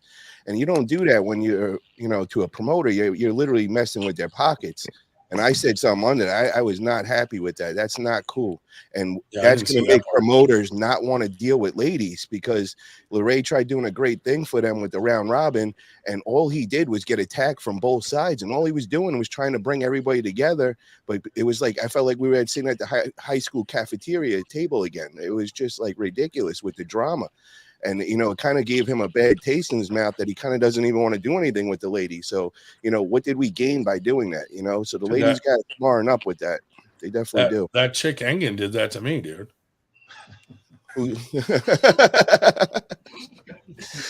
Oh, man. I don't know the whole story there, but I can only assume that the women are in the wrong. you would. You're popular with the ladies. Oh man, dude! Like, while we were talking about the women arm wrestling last night, like, someone was in the chat that kept writing like, they belong in the kitchen, and I'm like, oh my god, That was me. Who's that? It was probably me. Yeah. Well, I want to see the match between Nadia and Liz, because Nadia was the one that made the post, and felt a certain way. And, bro, did you see Nadia posted the thing about the dude pulling in the Olympics, and like, I was like, dude, that's not the same thing. And what are you doing? Like, yeah, but that should be a match. We finally got some hype going where we got a ladies match that makes sense, and it's going to get a lot of eyes on it. And now everybody's like, "Oh, I'm not pulling." Like, so what they do here? Dude. We're in arm wrestling. That's the difference between guys and the girls. I think, like, when the girls get mad, they're like, "I'm not pulling her," where guys are like, "Fuck it, bring it on," But that's what we need for women's arm wrestling, to get that hype train, and people want to watch it. Other than the top level like Sarah Bachman and Gabby and all, there's not too much interest in the ladies matches, and the views show that, on their matches. You get that going between Nadia and Liz. Oh my God, that's fire right there. Dude, I would pull anyone in the country except for Eric Harlan. Fuck that guy. I don't think I'll ever be interested in women's arm wrestling. I can't speak for everyone else, but I'm just speaking for myself. But if you would have saw that post, you'd understand, and you'd want that, bro. I suppose. Dude, the match of the century would be Eric Harlan versus the lesbian that shot him. Oh. Well, let's try setting that up, man, on our new podcast. I'm telling you. Dude, get him and the lesbian on. I would love to do that. Oh, that would be great. Yeah, I'd be honored to arm wrestle him. Yeah. He'd be honored. It's an honor for him to arm wrestle you. It's a privilege. Well, I appreciate it, and I'm looking forward to it. Just let me know where I gotta go and when I gotta go. And you said November, right? Yeah, November 2nd in Houston, Texas. All right, let's see what I can do to get there. Yeah. His weakness is his anus. Let me ask you guys, what do you guys think of that whole topic with Auden Lorette not taking a match or acknowledging with Landon Anderson and all? And we were touching a little bit on that last night. What happened? I don't even know what you're talking about, to be honest. So Lorray Jenkins made a post on his page saying that he'd love to see Landon Anderson, who's the stud I did see that part. Tennessee, against Auden, and everybody just started saying how Landon would kill him and all this. So I went on there and I'm like, well, to make it reality, you guys are gonna have to put up something to make it worth Auden's time, because Auden's comment actually. Yeah, so a lot of people got offended by that, like I was the bad guy and all, and I'm like, yo, all I'm doing is breaking down common sense as a promoter, to make it actually happen, because I don't want to just say what if, and Lorray understands what I'm saying, and Lorray's saying, all right, let's name the price. What do we need to do to make that happen? And what did Auden end up saying? What was his nothing? response? It's crickets right now. Yeah.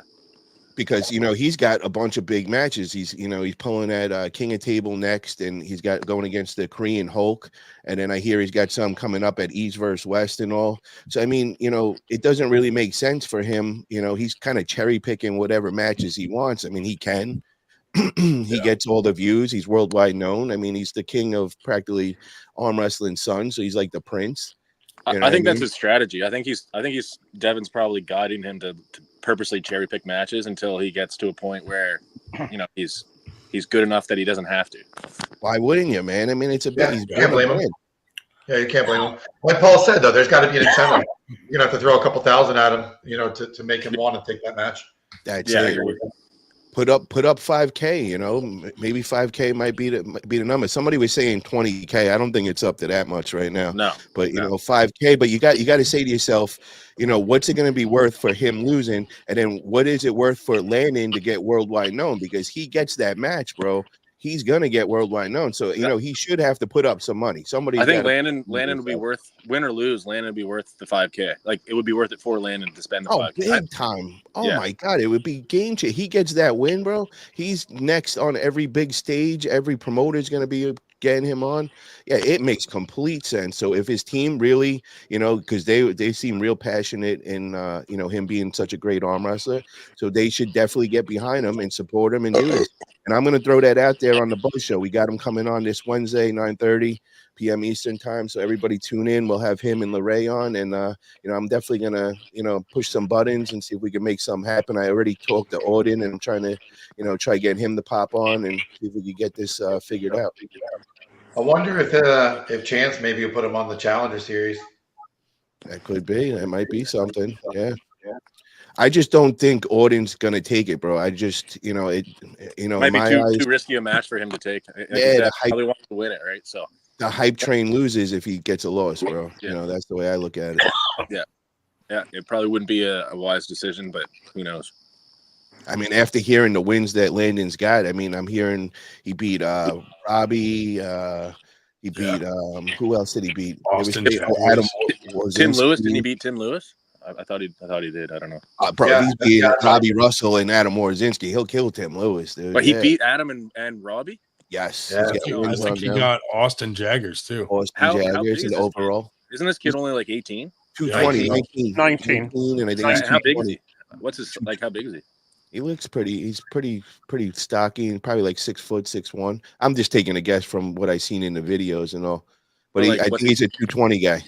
Okay. So that's full size premium 19-year-old. So if he beat Adam and Robbie, I didn't know that. That's insane. I had no idea. Austin Jaggers in an overall too, bro, which is kind of crazy. Yeah, he's real fast and powerful. One of the beat him. Where's Austin been, dude? It was a couple of years ago with one of them, wasn't it? One of the Say big that again, Dave? I don't remember which one, but one of the big names was a couple of years ago. But yeah, he's 19 now because apparently he's the same age as Auden. Yeah. There's no way Auden's going to take that match if he has wins on those guys. There's no way. What do you guys think about Schoolboy? Boring. Well, he hurt his arm on doing snowboarding. Besides that, he was the golden ticket. He had the formula, and he was sticking to it. I find him boring, personally.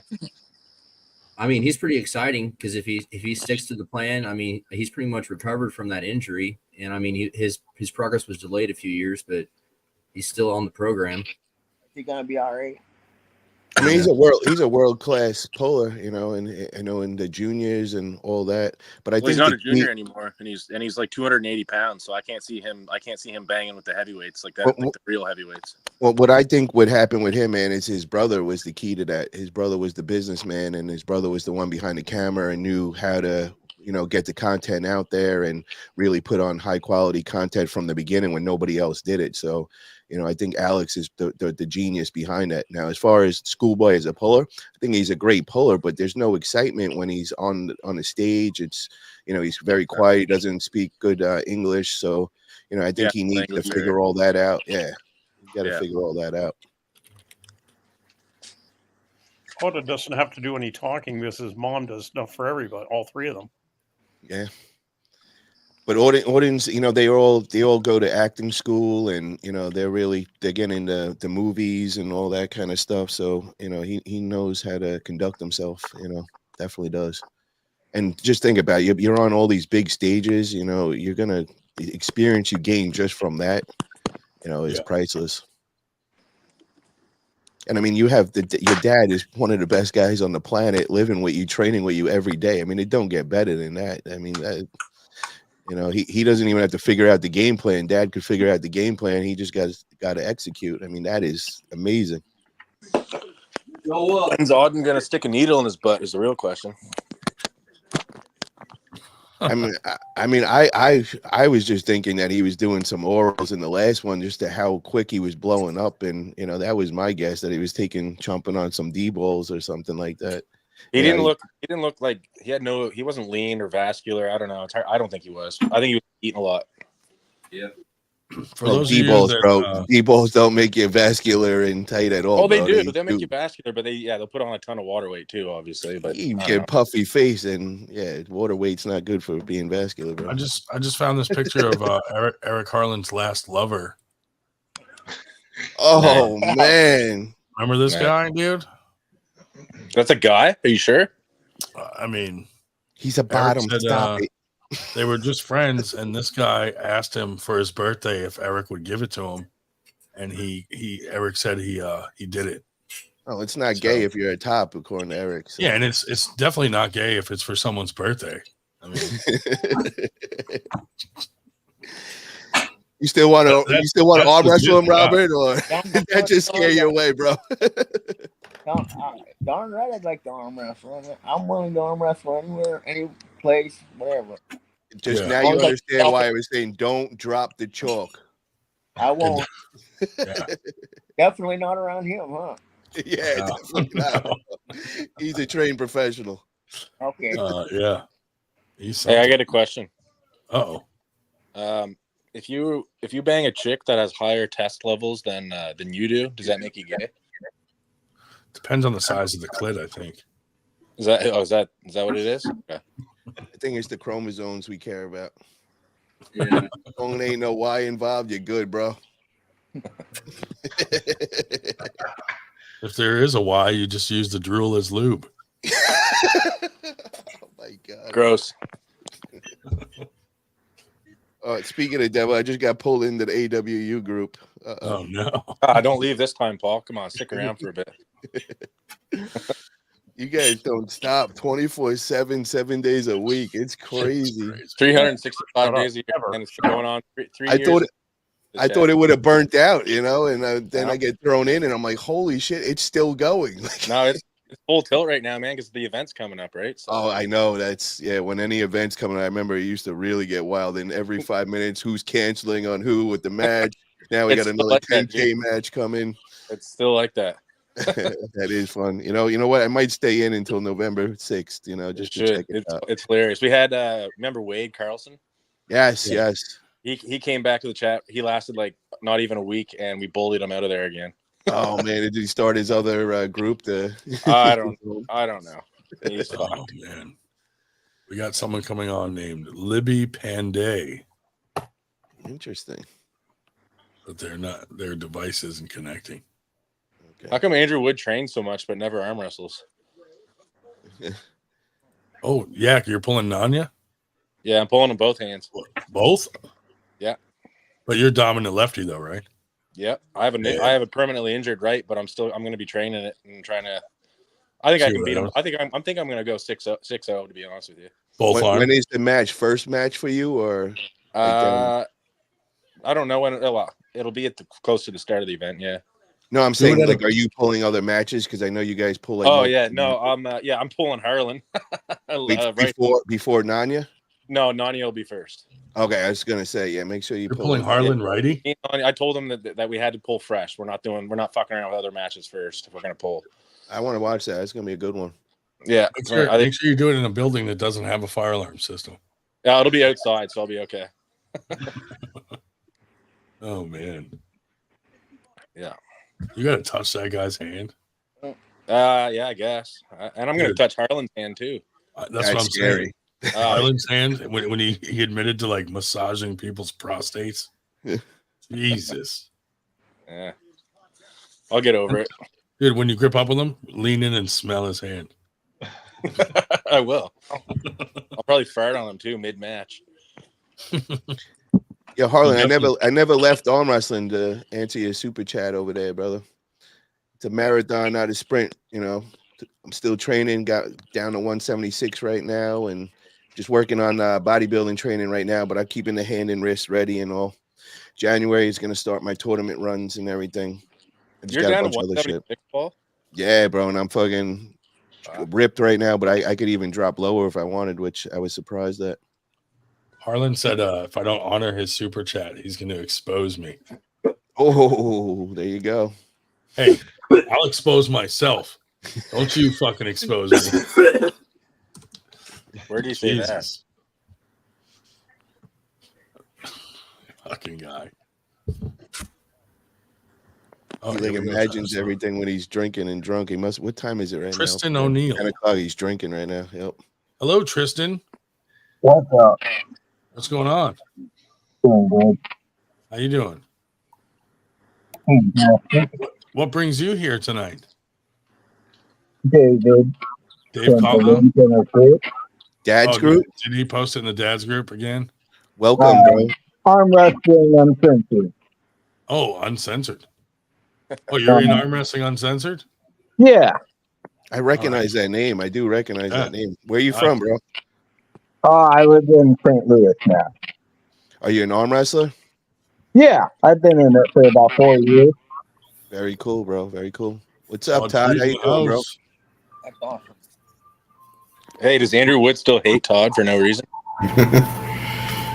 Probably. Yeah, I would imagine. No, I stated my reasons. I articulated. Okay. Wood, you are crazy, man. You like 1 minute you're cool with people, and the next you just flip mode, like crazy. Does Tristan O'Neill have like the mouse face filter on right now? Oh, that's just me. I'm a little Is that like a Disney? Are you using a Disney filter right now on your camera? Yeah. Tristan, don't worry about it. He's just in a bad mood today. He gets like this, man. He gets a little moody. Is Andrew ever in a good mood? I've never Take seen the Andrew red in a good pill, mood. bro. Take the red pill. Robert Wilson. Yeah. Since you have a match with Dave Shell, do you happen to know the measurement of your areolas? What's that? That's an Dave Shell's areolas are 15/16. Oh, wow. So I don't know what they are. yeah, you might have to measure them. Oh. Todd 3. What up? What's your measurement? Banana. How's Hey, Texas are you going, an man? ice cream man, Tristan? Yeah, I drove Mexican for 5 years, but not anymore. We got to get your audio better, man. It's hard to hear you. It's like echoing and all. And who's got the Yeah, I music can't- going? You're Some muffled. I music in can't the hear you. background or something. Hey Todd, Hang on. What's next in Texas, Todd? Hang on 1 second. I got the music in the background. Hang on. Oh, it was you.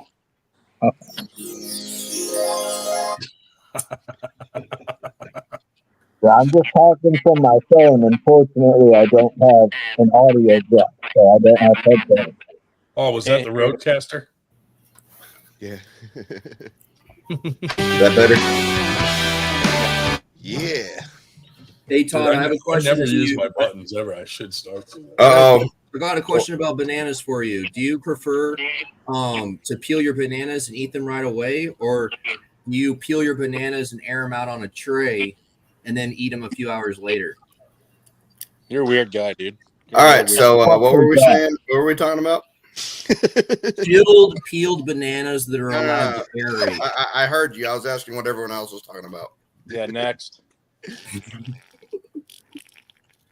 I'll be working out real hard for that big match. Looking forward to it. Who's farting in the background? I have no idea. That's crazy. Who's Blake? Grounding your stream elements is working good. Yeah. AI friend. Yeah, that works pretty good. I like that. Johnny set that up. Johnny Miller. Very cool. I just like to say something. I'm really inspired by Dave. You know, I mean, he gives it all his all and tries hard, and I want to see him win one day. That's what I like to see. Who's that? Me. Dave, Joe. Me. Ah, okay. Oh, Man. Dave Shell's never going to win a match. Keep dreaming, dude. I would like to see territory again one day.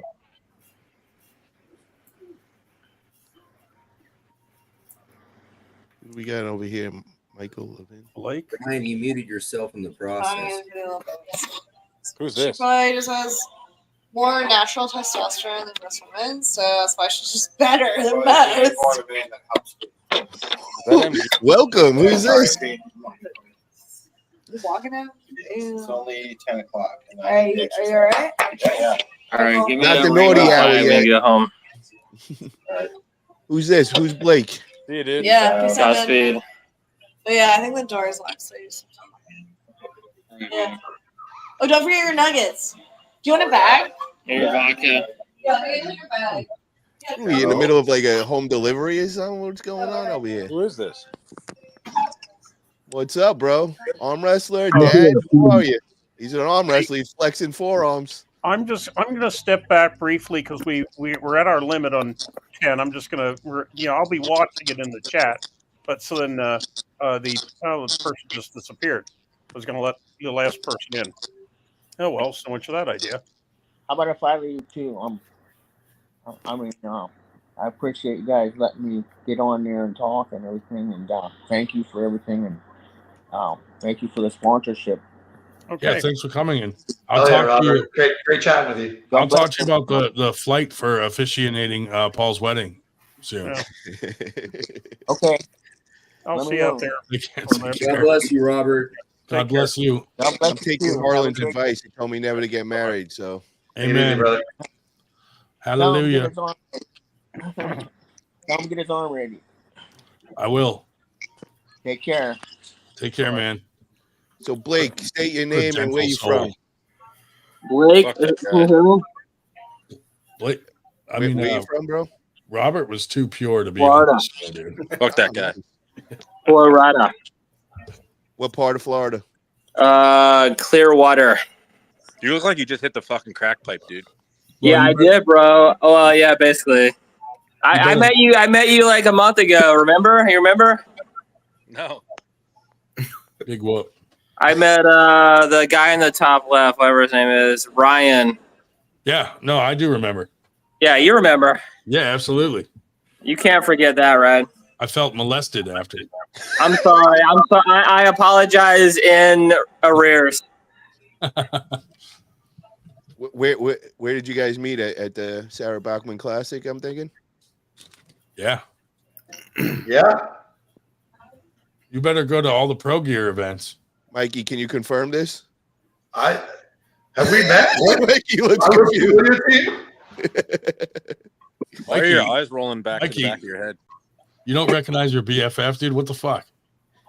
Blake, did you just take a hit of a bong or something? You look like Yeah, I did. Yeah, can you tell? What strain? It was called, what was it called? Sticky rice. Nice. Yeah, there you go. Yeah. Have you ever tried Frank Yang? It's all the same to me, on it. It's all the same. Dude, I'm telling you, Granddaddy Frank purple. Yang is like a pure sativa, man. You gotta try. I don't like the sativas. They're too like crackheady. Yeah, he likes to be laid back. You can tell. You like the I just wanna go to sleep. Variants. So Blake, tell us more about who do you train with up in Florida?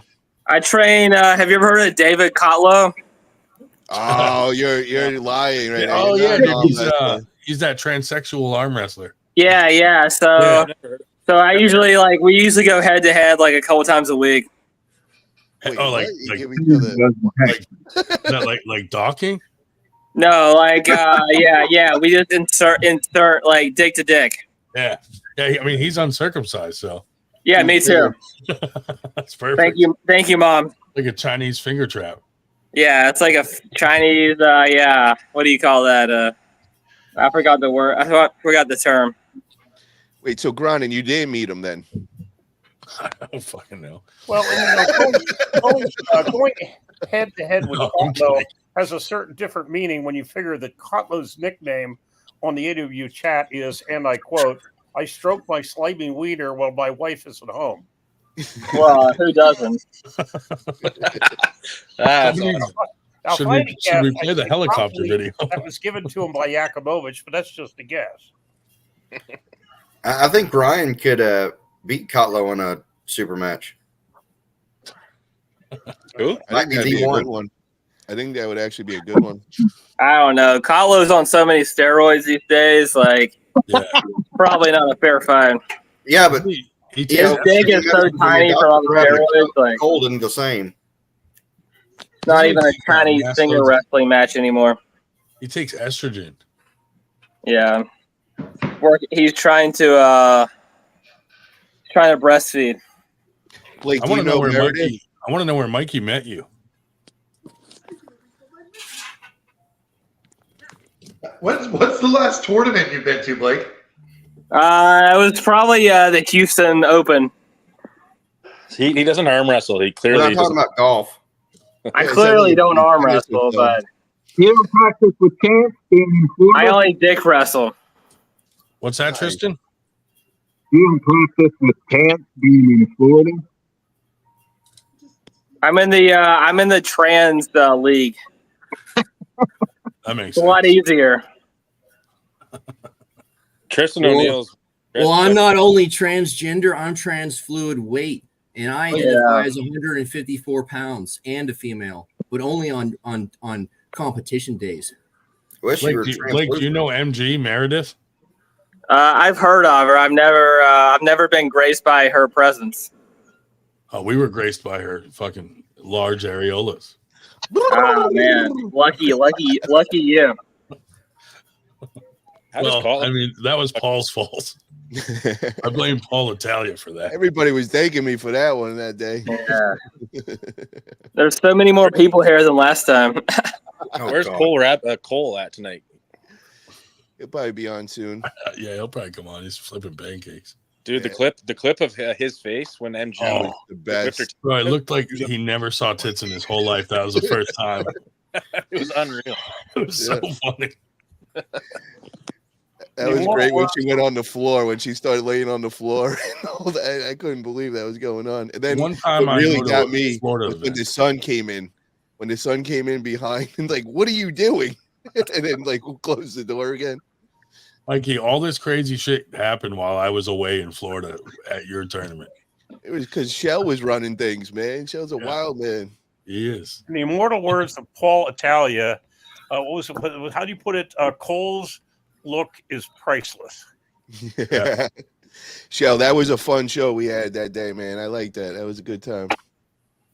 Yeah, well, yeah. I mean, her part in it, yes. Although it might going to close down, and then there were a number of people who were somewhat upset that I let the Dilwad on, but oh well. Fucking Dave. So Tristan, do you drive an ice cream truck? Is that what I'm hearing? I did for 5 years, but I moved in April to St. Louis. Now I'm a union carpenter. Oh, how did the ice cream business go? Was that a good business? Yeah, I made a 30% commission paid in cash twice a week. So, I mean, it was good when we were selling goods. But, I mean, I was in Southern Illinois, so pretty warm for most of the year. We drove March to November when it got near We can't the hear you, end of the dude. year. I can't hear you anything you're saying.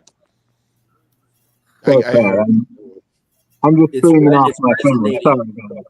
You got a really bad resonation going on. Yeah, we got to get a better phone or something, man, because usually the phones work good on it.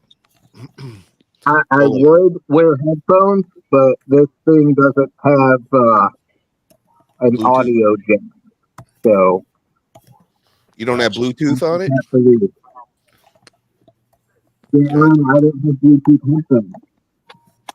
Okay. Yeah, I'm a poor guy. Well, you doing good with the new business? Yeah, I'm making good money. Very good. And where do you live again? What's the new place you went and settled in? Every time you say it, we lose you. What was it? Missouri. Just type it in, bro. I can't hear. He said Missouri, St. Louis. Missouri. Okay, Missouri, St. Louis. Gotcha. Very cool. And Blake, you're really in Florida? Yeah, I'm in the sticks. I'm in Clearwater near Tampa.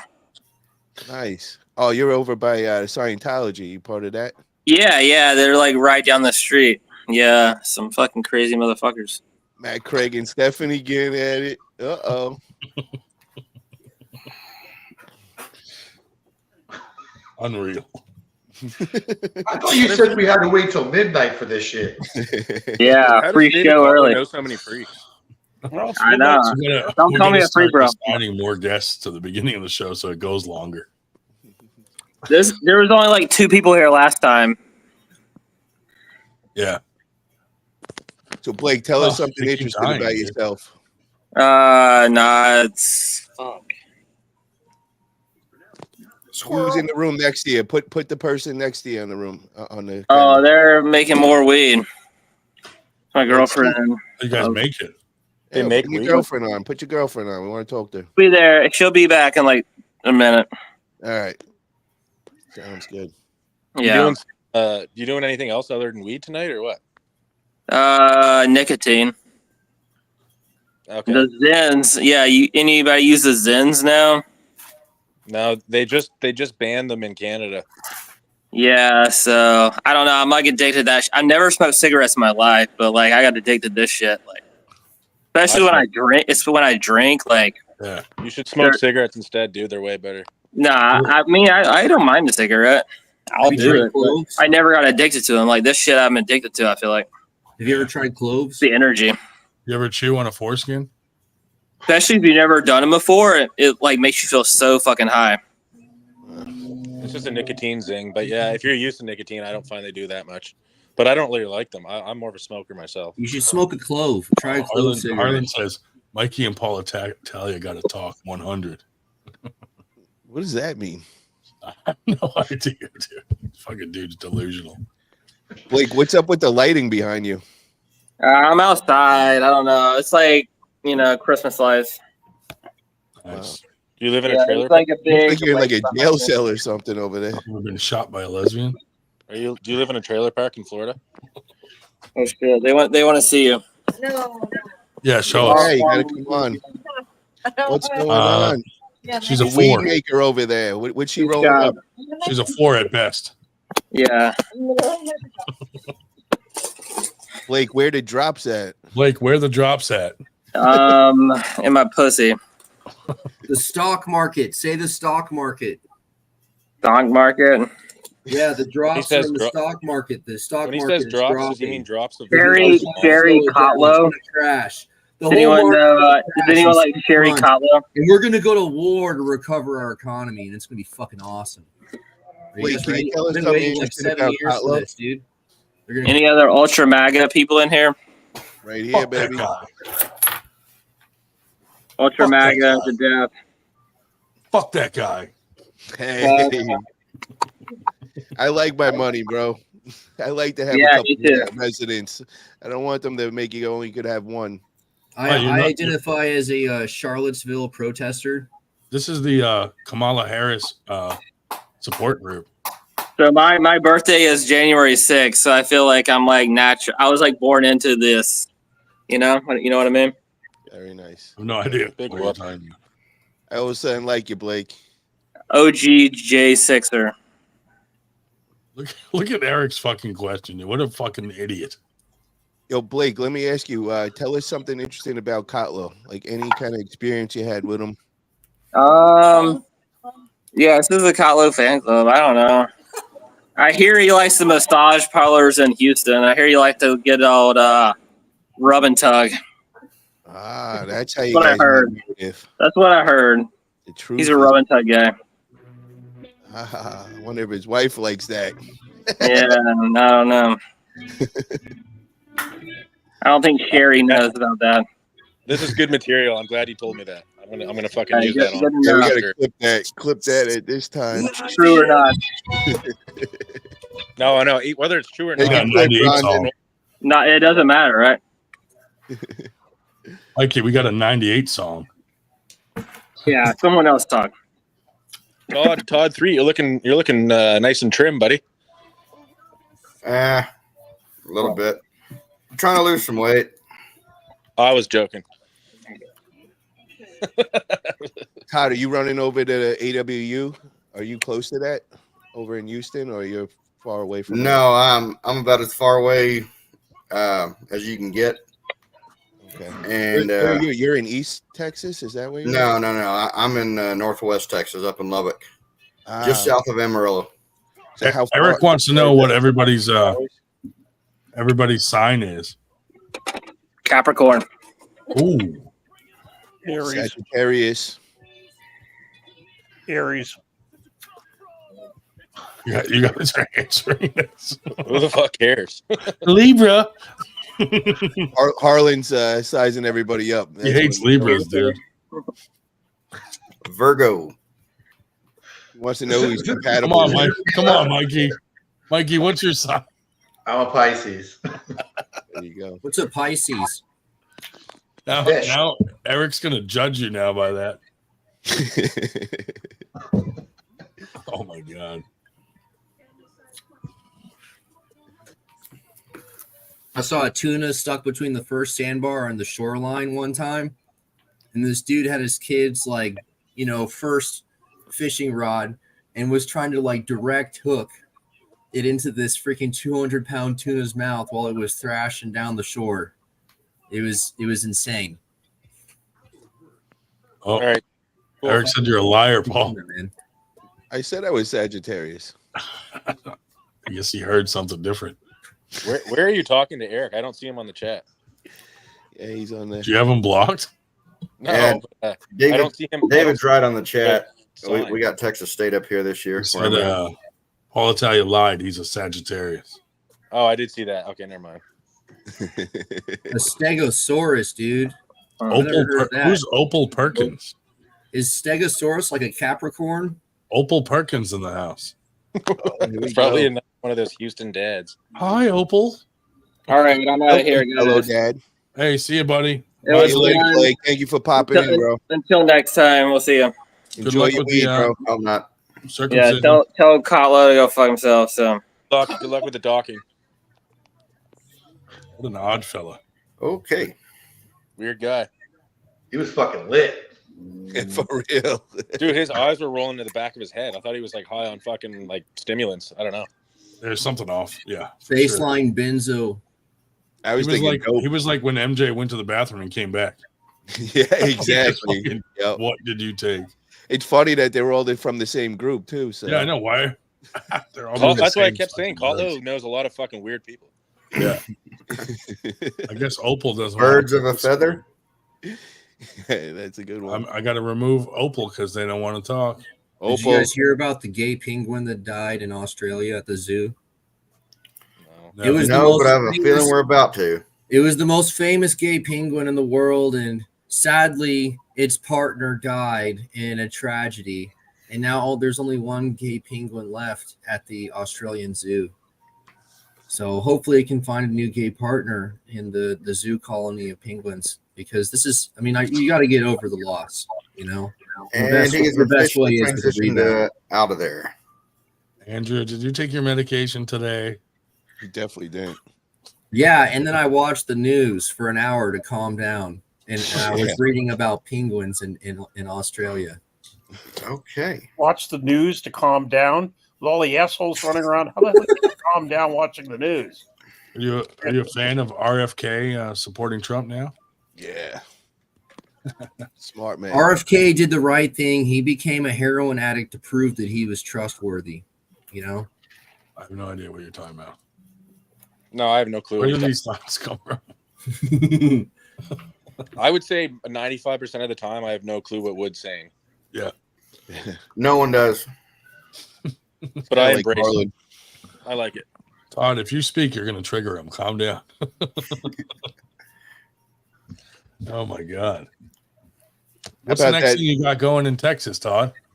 All right. So we have Sean Hancock's tournament up in Amarillo. Yeah. So that'll be mid-month next month. And then after that, we have Texas State. which is in Nice. November. Nice. Mid-November. What are you And guys then- trying to take over Texas? August 31st, Flash Pin Productions put it on a big one. Dustin Yep. Pulls and Trey Johnson and all. It's going to be a big production. Absolutely.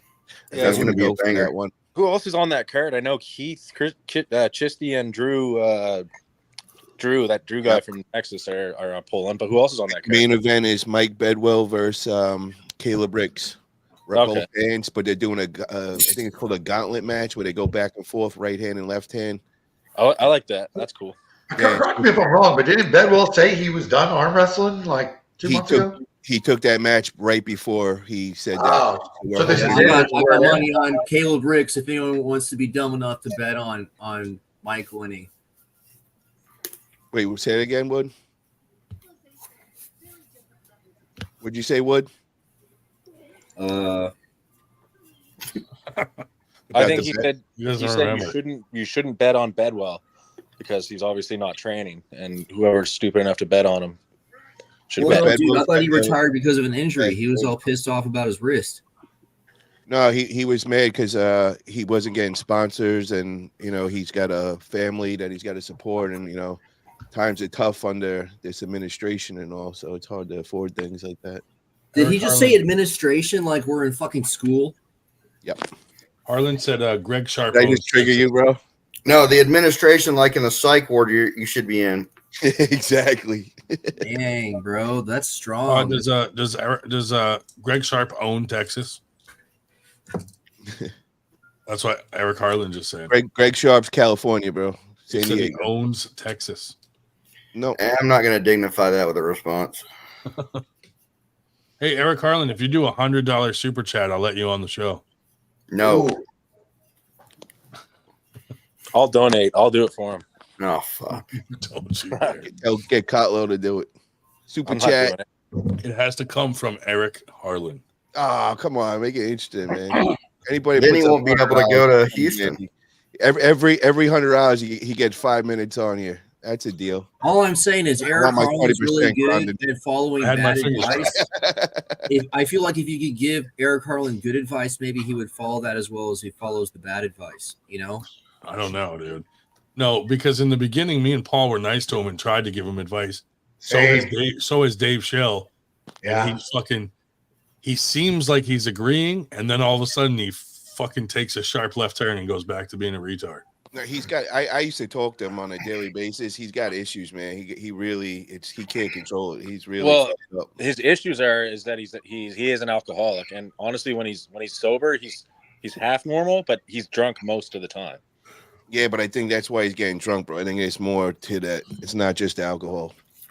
So can I just say that Todd looks like a giant 5-year-old with one of those like shaker baby toys right now?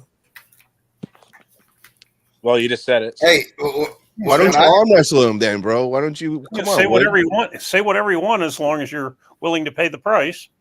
Yeah, Wood, you need to arm wrestle him, man. You want to talk shit? We never even see you get on the table. Would have to go to an event though, and you could use both hands, Wood. Yeah, exactly. Go silent, little bitch. I don't know. I'm liking when Paul's on and I'm on at the same time.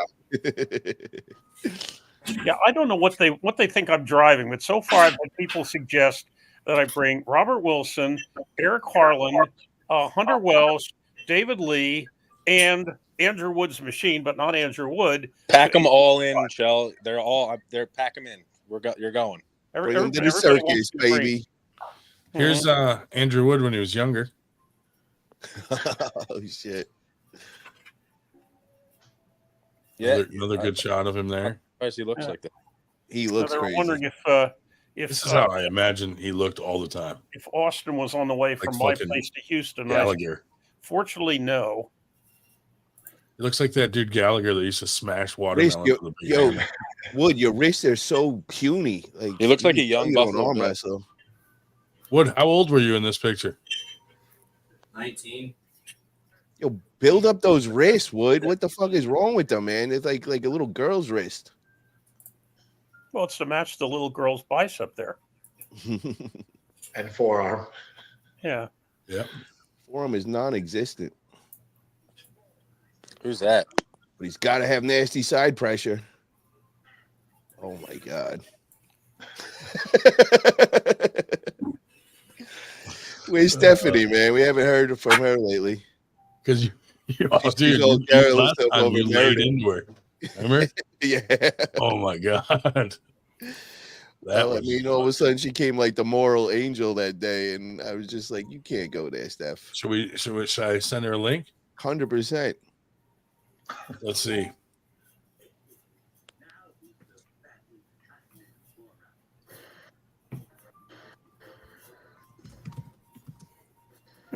What did he say? Listen to Paul Italia 100. What was that about? Who the hell knows? God, the vagary of his disease. He's just all over like crazy. Is he drinking? Is he drunk right now?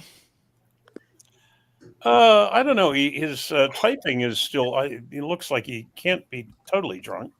No, he is. He definitely is. He was drunk earlier, so I guarantee you he's drunk. Well, is he falling off the chair drunk like he was when I was running Hey, Paul. What's up, Wood? Have you ever thought about running like an arm wrestling styled MK Ultra program? What's that? I don't know, man. I'm asking you. I don't know what you're talking about, bro. On today's episode of Wood's Wisdom. I'd love to be in your mind just for 5 minutes, just to see the things dude, that pop in, you get bro. lost. Dude, Cotlow's getting Liz all worked up. Cotlow's messaging Liz saying we were talking about her. He would do that, wouldn't he? Fucking guy. Oh Lord, he's such a cunt. We didn't say anything bad about her. Everybody said she's a hard worker. We actually didn't. To be fair, we didn't. Well, no, the thing that I said was I didn't like the whole screenshots. That was my whole beef with her, taking a promoted screenshots, private conversation, and putting out there. That's not cool no matter what. Another person not talking, Justin Finch. Hey, so do you guys have any hard limits on arm wrestling memes? No, I seen you ask that earlier, but yeah, well, because like I made that one, like I did the ISIS execution video where I turned it into an arm wrestling promotion meme, and some people were offended by the guy getting his head cut off. Yo, Gronin, let some of these people that stay on, man, because they might have something set up. There might be something funny coming behind that. When they come in. I told Liz she could hop on if she wants. Hey, do you guys like my background? Come on, Mikey. How do you do that? How did you just move around like that in the screen? I don't know. Like the background, you mean? Yeah, like your whole body was like moving, like you were like flying around and all that. I don't know, man. He's got a virtual background on, and so he's just moving around. It's my personal green screen at home. He's lighting the loafers. It looked like he was like flying on his couch, like around. Have you guys seen the meme Kotlo made of Devin Larratt's wife, where he drew a cat tail on her? No. I love Jody, man. Jody's so nice. She is super nice. If you ever met Jody in person, she's a sweetheart. Yep, very cool. I got to hang out with her at Vitacell. It was fun. Yep. Yeah, I met her at Canadian Nationals last year. She was super nice. People hate her, like at Devin's matches and stuff, and I can understand why. But if you actually meet her, she's fucking really nice. Half the people wish they had that kind of support in their corner. It's a lot of competitive pressure, dude. So, like, yeah, people are going to put. What would you know about competitive pressure? I don't know. I wish my wife was that supportive, dude. She told me. That seems like a loaded question with a bad attitude. My wife was like, "You're going to break your arm," and then she goes, "Figures you would pick a stationary sport." Hey, at least you didn't go with the sit-down version. I mean, you stand up. Oh my God, Yak. Exactly, dude. Exactly. Yak, your background, bro. Jeez. Hey, what does it say?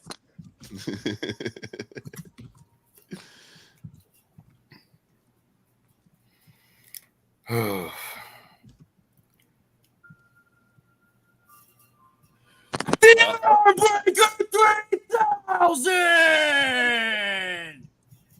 was a chat killer. Bro, I'm telling you, dude, I want to see some fucking carnage on that bitch. I want to see some fucking compound fractures. I want some forearms twisted sideways and people yelling and fucking loogies coming out of their mouths while they're yelling in your face and your arms fucking shattered and the belt's still tied on. And a team of 10 officials have to rush the stage and try to hold it together so you don't just rip his whole fucking arm off because it's already shattered. He's officially lost it. Yeah, he's definitely snapped. You have not taken your meds today, boy. You're taking too much or something. Yeah. Whatever, dude. I made the table. Let's get the matches going. I want to see some fucking Taking carnage. Adderall. Holy moly. WCW, baby. W fucking CW. Yo, why do you keep making so going many on, side pressure dude? machines, but you won't sell any of them? I really want to know that. What are you doing it for? And you don't arm wrestle. That's the other You know thing. how people have fidget spinners? Yep. That's me in building side pressure machines. So where do you get the money to make them? Yeah. Where did you get the $2 for the super chat? His grandmother's purse. Sorry, Andrew. That was mean. Do you guys like my background right now? It's a handsome picture of Harlan with titties. He was saying he's ashamed. You ought to be ashamed of yourself for trolling him. Yeah, I need to find a way to transport the Armbreaker 3000 to Arm Wrestling Uncensored 5, and then I figure out where it's going to go because it's not coming back to Austin. Get a rental truck and drive it over there. Just drop it off at Billy's. He'll take it. There you go. Yep. Yeah. Send him a bill, and then send him a bill when you get home. All right, yo, guys, I'm going to go out to dinner, date night. We'll have a few drinks, and then hopefully you guys will still be on, and I'll come back at the naughty hour. It's quite Well, possible, man. If I was going to sell the Armbreaker 3000, We'll see you I would later, sell Paul. it for Later, guys. $1,337.69. Fuck that guy. I didn't even know if I was going to come on tonight, dude. I went to the dentist today, and they were like, "Hey, we're going to pull your wisdom teeth out," and they literally just did it on the spot. And I, like, in a half hour, I was in and out of there, and I was like, Holy shit. all Dude, you day. got I your was wisdom like, teeth pulled today? yeah, yeah. Did you go, did you hell? go fully under or like full No, anesthesia? or no, they did it while I was awake. Okay, I thought did it hurt? Yeah, it fucking hurt like hell. Dude, you're so I got full of mine done shit. when I was like, This is not a real Dude, story. I swear to God. Swear to God. I've never seen someone get wisdom teeth pulled and not have fucking chipmunk cheeks out. Dude, Yeah. it's fucking sore as fuck. I like slept all day and then woke up just to do the podcast. I was like, fuck, Mikey's going to have to ask himself questions.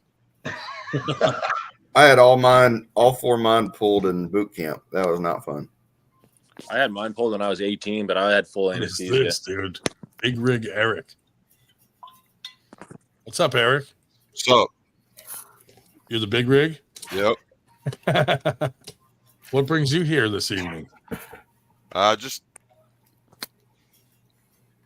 I don't know. Just been watching you guys for about 5 months now. So Oh, I thought like Dave Kotlow sent you in here like you were one of the dads. Where are you out of? For sure, it was Kotlow's boy. So you Upstate arm New wrestle. York. I'm in Utica. Oh, nice. You go to any practices up there or anything? Yeah, I'm training with the Outlaws right now. Oh, Yeah, Hey, so go up. Shubic's my boy. Shubich, the fucking male model. Yeah, he got me into the sport. Oh, Shubich is dude. a bum. He's always bringing males into the sport. Any of the Outlaws going to show up at Paul Cruz's barbecue tomorrow? Shubich, come on, dude. No, not that I know of. But that's cool, dude. That's a good team too. Oh yeah, What do you got? Like Michael Hawks goes to that sometimes, right? yeah. Michael Hawks. Or in Nolan. Yep. Nolan's a good guy. I know. Yeah, that's cool. That's a good team. Strong. Oh yeah. Heard they're all bums. What's the next tournament you're going? We got states in next Sunday. Oh yeah. Yeah. That's cool. So might try getting into pros. I don't know. Oh, like your first time trying pros? Nice. Go for it. What weight class are you in? Super heavies. Nice. Come on, bro. What the fuck? That's Donna. Ever since I changed my background, he started on his. It's Donnie Underwood. That's It's Donnie Underwood in the background. Did you see that, Mikey? Yeah, that's a strike. That's a channel strike right there. Jesus. Yeah, who did Donnie Underwood send that to? Like some Dude, chick? I honestly have no idea, but it popped up in the AW chat like a year or two ago, and I was like, "Fuck, I'm saving that." Oh, he's announcing it. Knuckles up. Yeah. Oh, he's Well, not. that doesn't change the fact that he sent a nude out to everyone, I guess. But yeah. You know he's gonna come looking for you now. Now I have to edit that out. It's not even real. Yeah, it's a fake. It's one of those fake penises you just put on. Do you understand the visual we would all have if you fucking turned around? Yeah. Turn around. Let us see the back of your head. Oh, he's cutting. You did just to pull this off. That's pretty impressive, right? Just put your hand on it or something. Hey, so Todd, what's going on with TAL? You guys are having a championship in the Texas Arm Wrestling League. Is that what's going on, Todd? November state championship. Dude, yep. Come on out. Liz is gonna be mad at us, Mikey. Is this Texas? I didn't say shit. Yes. Not me either. Fucking Paul, bastard. Kotlo had to message her and tell her that we're talking about her. Kotlo's such a cunt. What a She's like, why am I hearing that? I'm like, where did you hear that? She's like, Kotlo. I'm like, figures. Unreal. I said, we just touched on what Lorray said, but not in a negative way. You know, everybody said she's a hard worker. Yeah. You know, look, I don't want to get beat up by her, so I'm not saying shit. Bastard. I know she could beat me in arm wrestling. Fuck that. Dude, honestly, I don't think she could. I don't think she wouldn't even hold a flame to you in arm wrestling. You think so? But I seen it was posted the other day in the AWU chat. There was this like 15-year-old kid, and he's never competed. He's famous, kind of like TikTok famous, and he goes around like arm wrestling like his high school buddies and shit. Yeah. And there was a clip of her arm wrestling him, and he was beating her. Yeah. Dude, you know who was strong down at the Sarah Bachman for a kid? Is fucking Passmore's kid. Oh, yeah. Yeah, he looked good. He's got a hit, dude, for a little fucking 15-year-old. I couldn't even, like, if I let him hit into me sideways, since I don't have any side pressure, he could get me. I had to, like, contain him here and just try to, like, rotate out of him. But man, that kid was strong. You rotate out of him for a here, second, and then once you break him, you hold on and you supplement back into the top of their hand. And William Palmer. You just want to Holy get Jesus. advantage. Is that really William Palmer? Or is it Going going to to the be strap after you dominate their grip is like a loss for you. Why would you go to the strap if you're already breaking? God, it actually is Palmer. Hey, look, another arch nemesis, William Palmer. Not even a peep from him. Just hello. Shubich, what the fuck, dude? You just got off work, Palmer, or what? What's up? No, I just woke up. What's your current weight? Big Rig Eric comes on more than you now. This is my first time. Exactly. I thought Paul Italia was here. Shubich, I forgot to tell you, dude. Mikey missed him. Mikey is a member. Mikey's a member of the fucking Parmesan crusted steak crew. He fucking loves it. Shubich is a huge parm crusted steak fan, also. Okay. Yeah. Yes, we are. Palmer, what's your weight cut? We're gonna try to get Big Rig Eric. I'm 249. What was that, David? Did you weigh yourself again since you woke up? Oh, what were those things you had me try? Mike? It was 249. Next tournament, we're gonna go out to those chicken fucking things, dude. Oh yeah, we gotta go after the States. I think they're like firecracker something. We'll make it happen. Oh, yeah, those were fucking ridiculous, dude. Right? I can't go back there, dude. I'll fucking eat those things all night. Oh, now I'm craving them. I know, that sucks, dude. Those were good, though. Next time. Actually, when you come up for knuckles up, we'll hit one after. Bro, get out of my fucking head. I literally was just thinking that. Hey, can you highlight? Are you coming down to knuckles up? Can you highlight Kotler's comment? After my next paycheck, I'll let you know. Probably it's a yes. More than likely it's a yes. But Hey, David, if you're going, I'll tag along too. manage some funds around. Caught with a $1.99 super got it. chat. I want 1 minute rant from It's a fun Palmer on time. Italia It's a fun time. as an arm wrestler. I want to talk to Sharkovich again. I want to try pulling him after if he's still in shape. Palmer, pay attention. Dude, you could reach out to him, ask him if he wants Kotla somebody in wants his a corner. 1 minute rant from you on Italia as an arm wrestler. $1.99 for a whole minute. No. I know that's not much, dude. What the That's fuck? nothing. That's not worth it, dude. Tell him you need at least $20. You can just go watch that Eric Burgoyne video over and over again. That was a pretty good one. I know the one he's talking about. He's talking about Evan Burgoyne. Yeah, I don't know how to say his name. Oh man, Eric Harlan's getting weird with the Passmore kid. What do you mean you would have been proud of that kid? Yeah. Would you kill him? I think Paul Italia would be a really good arm wrestler if he stood on top of a bucket. I think you'd be a decent arm wrestler if you actually showed up to an event. I'm just saying, you want to be able to squat. You don't want your legs all straight. You know, you don't want to be on your tippy toes. You know, you want to have the option to squat down. They make risers. I just said Palmer needs his coffee first. Yeah, Paul Italia needs risers, and he needs like that Canadian Lion or whatever dude's fucking platform shoes. Who are you talking about? What the hell? Canadian Lion. 90% of the time, I have no idea what Andrew Wood is talking about. But I actually want to, like, what do you mean Canadian Lion? Who are you I talking mean, 98% of the time. Man, I'm bad with names, dude. I don't know. Maybe it was Minnesota. I'm not sure. There's a big difference between the Minnesota Lion and the Canadian Lion. Yeah, for sure. You know, they both don't exist apparently, but this guy had these big old platforms. You know. No, Is that Nanya's fucking guard? The Nationals event. Isn't that Nanya's his fucking guard? Yeah. Oh my god. Where's Nanya been, dude? Training. Burning boats. He's been busy. Nania's been busy not working like usual. Yeah. He's like a coyote or some shit. I wonder how he pays his bills. I don't think he does. I think his I think mother his does. girlfriend does. She pays with her OnlyFans page. Yeah, and then I'm like, why aren't you working? Get a job, you bum. And he's like, oh, I am working. I'm working all day. We should all join her OnlyFans and give her bad reviews. Palmer, what'd you say earlier? What'd you say about them earlier when they sent that picture, Palmer?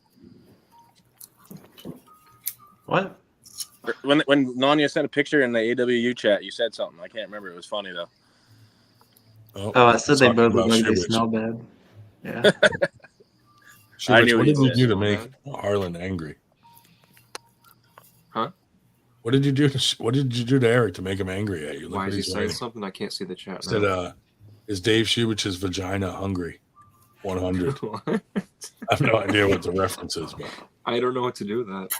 Yeah. Dude, are you growing your beard out weird? What are you doing? Mustache? No, I'm just what's going on? I left it a little bit bigger.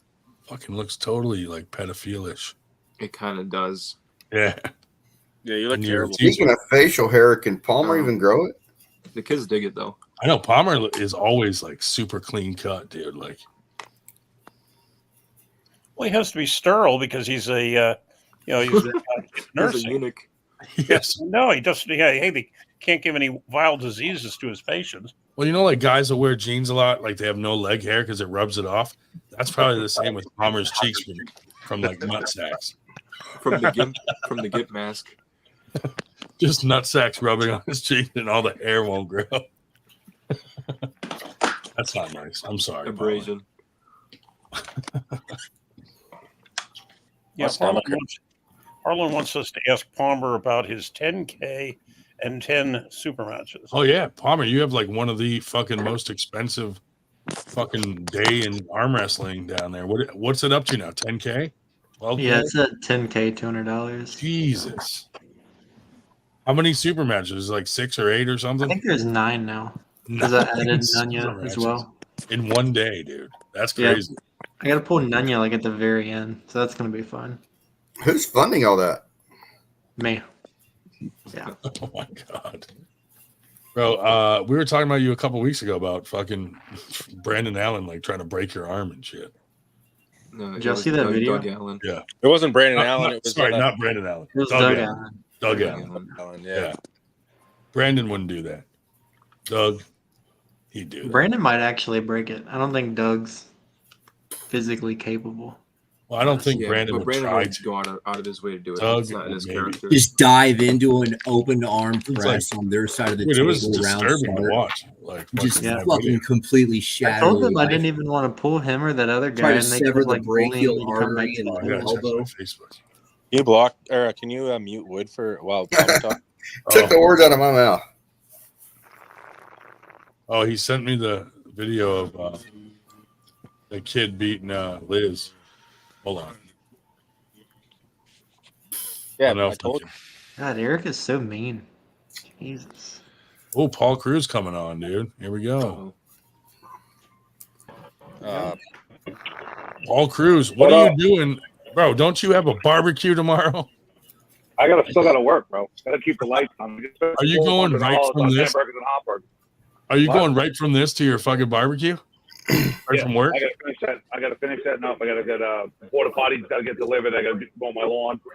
Oh my god! I'll be home at like 10 o'clock in the morning. I got people coming to my house at 3. Yeah. Jesus, I gotta give the pool a quick vacuum. that's dedication, man.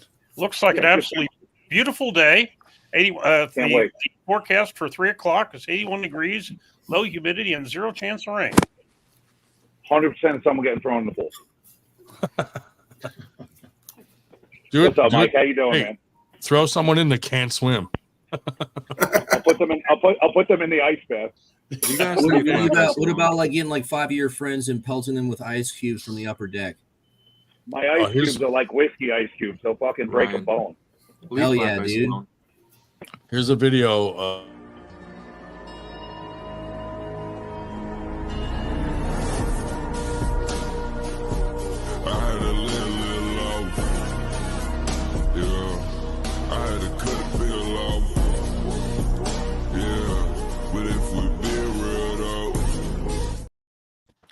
Oh wow! What a cocky! You see that kid look at the camera? What a cocky little bastard! Supposedly, The guy was losing to Austin Jennings badly. Like that kid is trash. Supposedly, his 300,000 followers. Except they were saying you better get him off the AW chat because you'll get arrested for some of the shit that goes on. I removed him instantly when I found out that Otlo added him to chat. And I knew he was a minor. I fucking removed him instantly. Yak removed him and then sent him the fucking windmill fucking video, the fucking helicopter video. He DM'd him. I believe the verb they used was grooming. Like Kotlo would be accused of grooming the kid. Yep. Yeah, that was Kotlo 100%. That's corrupt, dude. No, I had no choice because there's a lot of stuff in that chat that could get you in trouble if there's a minor in there. So. Oh yeah, dude. That's like sending the kid to a Tim Lewis practice. Cruz, what kind of hot pocket is that? It's off the farm peanut butter protein bar. That looks like a hot pocket from me. It does. It's got the same dimensions. I can't cut weight eating hot pockets. I can. Isn't Cruz the guy that dodged me like a year ago? What? Oh shit! So aren't you the guy that dodged me like a year ago? Aren't you the guy that as soon as I got off said, "Fuck that, I'm not pulling that guy"? Yes, exactly. I don't think that's how it went. I don't remember that. I watched it back. I don't remember that. And that was only my stupid rankings and who I beat. I'm like, that doesn't even count. I think he's trying to add a 10th match. How much money you got? I think he's already at 10 because they're talking about he's going to go 0-30. Palmer, how much money would you put on a match with Paul? At like a 225 weight cap, I feel pretty confident. At a 225 weight cap? Yeah. What are you at now, Paul? 225. I haven't been 225 since I was. Damn, 248. Oh, that's 48? what I am. I'm 249 right now. There you go. Perfect. Yeah. What would you put on a match? At least 5K. 5K. Yeah. Paul, there you go. That's just to get me to show up. You know what I mean? Oh, man.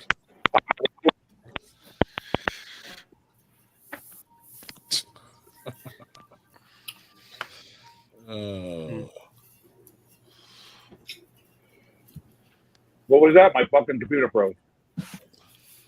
No one said anything. Oh, he said 5K for him to show up. No, that way he'd be assured at least to have some money. Show up. So he's going to give me Yeah, 5 that message said that your body weight was how big your phallus weighed. Yeah. Carlos says Palmer has 10 because he added Pickering, 9 and 10 left and right hand. Oh, he has 10 matches. 10 matches, so that's like 1,000. That's like 1,000 per match. Jesus. We got Jody in his match. Jody Williams, yeah. What's up, Jody? Andrew, what are you ever? Dennis Smith wrote my dick weighs 245. That's what I saw. Yeah, exactly. Oh my God. Nice. Oh, Andrew. Auden and Nanya. Jesus. Well, at least you didn't put that up when Robert was on. Trying to catch up on chat. There's never anything really worth reading. Sometimes it's funny shit. Yeah, for sure. Well, I was fucking listening to you, Mike, and Leroy the other day. That was good, huh? Yeah, but then all of a sudden something happened with Liz that I don't know if something got miscrewed or something. She put up I saw something. So yeah, she was mad at what Leray said. Yeah, I'm a peacemaker. You know me. I always try and make Yeah. Someone said something to offend somebody, and you didn't mean to offend somebody. Do right by it. Yeah. That's just me. Yeah, I mean they've had some stuff going back and forth, so I'm sure both sides are a little, sensitive to them talking about each other, I guess. Yeah. I'm just gonna start blaming everything on Mikey. Yeah. I didn't do shit. What, Mike? 2 days in a row, huh? Yeah. Fuck. He's crazy. That's great. Yeah, at the moment, with the light traffic at 11 o'clock at night, it says I could be to Cruz's place in 2 hours and 41 minutes. Tomorrow it'll probably be 3 hours and 41 minutes. Traffic's I'm hosting it tomorrow, and then I'll be up at Syracuse on next Sunday to compete. And then I'm going to do the tri-state for the Arnold qualifier, so I can whoop everyone's ass there. And then I have San Diego, the World Series of Arm Wrestling. See how I hold up with the 239 guys. Nice. Well, I'm running brackets at Tri-State, so I'll see you there. And actually, they just announced today that Sergio Oliva is running Sergio Lisboa is running a barbecue at his in New Jersey. Yeah, he sent me that. Yeah. That's everything's too close for me. I'm just gonna I'll light pull anybody who wants to pull just so they can see what the difference is, but. I'm not. That's the way it always ends up. But like last year, I had knuckles up the next day. Yeah. Are you going next? Are you going to the next one? 100%. Nice. Yeah. Yeah, I talked to Chris and Will already. They're like, all right, you coming, right? I'm like, do I have a choice? They're like, oh, I'm like, okay, I'll see you there. I want to be there anyway. I love it. I think it's great. The after pull was nice. I'm just, I after pulled with Mega Mike and realized how fucking mega he really was. But he was heavy. And then I was lean, and now let's see. I'm hoping he lost a little bit of power to give me that little edge. But he's like my cares? left feels weak. He's like my left feels weak, and I'm like, man, that's not that weak, buddy. Yeah, that's gonna be everybody's going to knuckles up, man. Mikey's coming That up. coach changes everything. Chubich might come down. Who cares? Yeah, fuck that guy. Big whoop.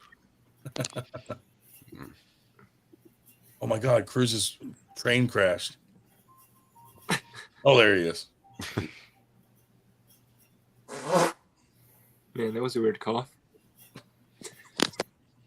What are your backgrounds, dude? Jesus Christ. Yeah, Jody's. Is that Mason? Jesus. Palmer, are there any of the matches that you actually have a chance to lose in that? No.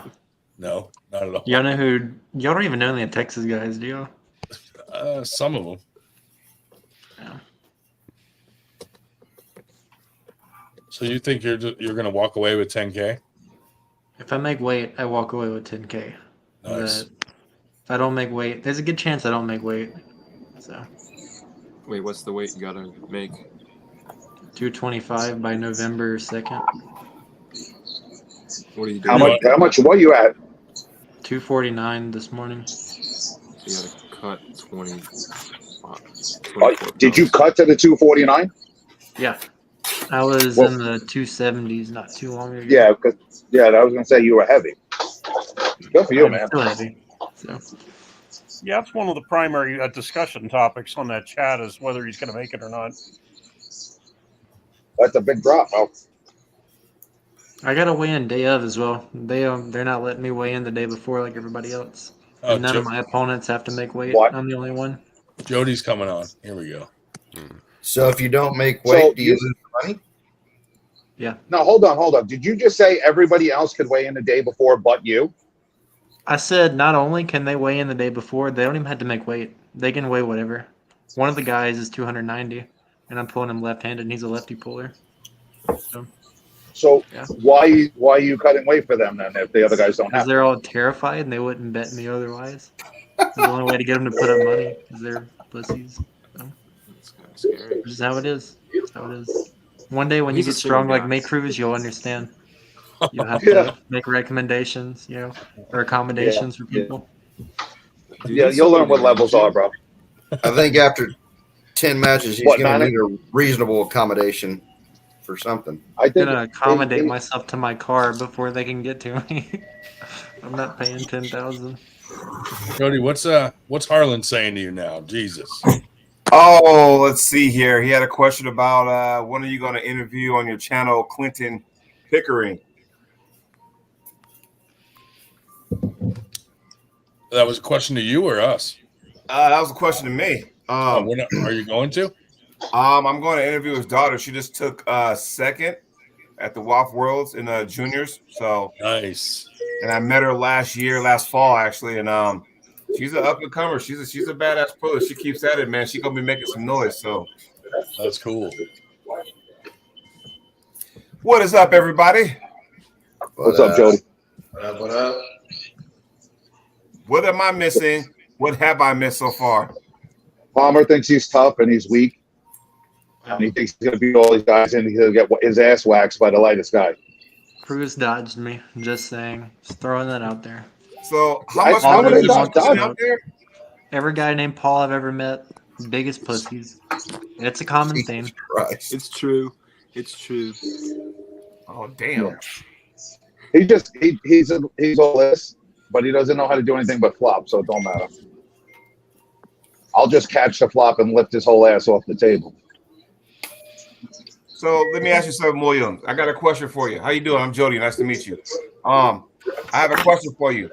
What are your accolades in the sport? I'm curious. Ooh, that's a good question. He doesn't even know. Next question. Next question, please. I'm only saying that because I caught the end about how much money you were going to put up. 10K, dude. I haven't competed in years because I was in nursing school. So, when I was competing in 2022, my first year, I won some amateur tournaments, and that was really it. And now I'm a lot better, but I haven't done any tournaments because I'm banned from all the ones around here. Why are you banned? Wait, huh? I don't know. I think it's I don't know. I think you do know. I do know, but yeah. Say Some it. disagreements. It's because you're gay. Don't say it live on It's air. that. It's because That's you're it. gay, really? That's it. Yeah. So you're banned from tournaments because you're gay. Yeah. Come on. That makes sense. I have screenshots to prove it. Yeah, we don't I'm let just anybody. saying, and, you know, for We me, don't I let don't gay care guys if you are, play right? in our tournaments either. My question would be, at what point do it's okay for you to ask for that amount of money for a super match when we haven't seen a whole lot of you? Well, I mean, like I said, I've still been training and pulling people. It's just not like in a tournament setting because I'm banned from all the ones around here. Okay, I mean, again, and I'm only saying that because we had a guy on here not too long ago that challenged Paul Italia for a large amount of money. He was from like Egypt or India or something like that. And what's that? Yeah, Mostek. Yeah. What was exactly. his name? Mostek. So I'm just kind of curious. So I'm just looking. I'm not trying to call you a liar, but I'm just kind of going, well, you're asking for a lot of money, and yet you haven't proven yourself. And I'm an OG. I've been in this sport for 14 years. I'm an OG. So I'm just kind of going, okay, I'm taking a step back and trying to see this thing through and go, okay. There's no rhyme or reason to it. Well, the guy who beat Paul Italia for 5,000. I already beat that guy for 1,000 in my first year in the sport. Which is Yeah. fine, but styles make matches. We all know that, right? I mean, I could pull any way I wanted, and I could make him look like a trash can. You know what I mean? I could just sit on my bicep and just pick him up. So off can the my table. 16-year-old. That's what I'm saying. Like, these guys are shit.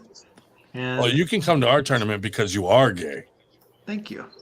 The most important part of arm wrestling is not being good or having good credentials. It's just picking bad opponents. And that's what I did. Oh, is that how you making your money? Very bad opponents, yes. If you can beat. Oh Lord. He figures he talks enough shit, he'll get under enough people's skin and he'll put money up. Exactly. I don't even understand what Eric Harlan's talking about. I don't know either. He says, Jody Williams, I'd like to hear that from a man, not you, who's 44 or 45. I would be so proud. Is he saying like my age? I'm almost 50. What's he talking about? I don't know. He's senile, dude. He gets crazy when he's full of semen. Oh, God.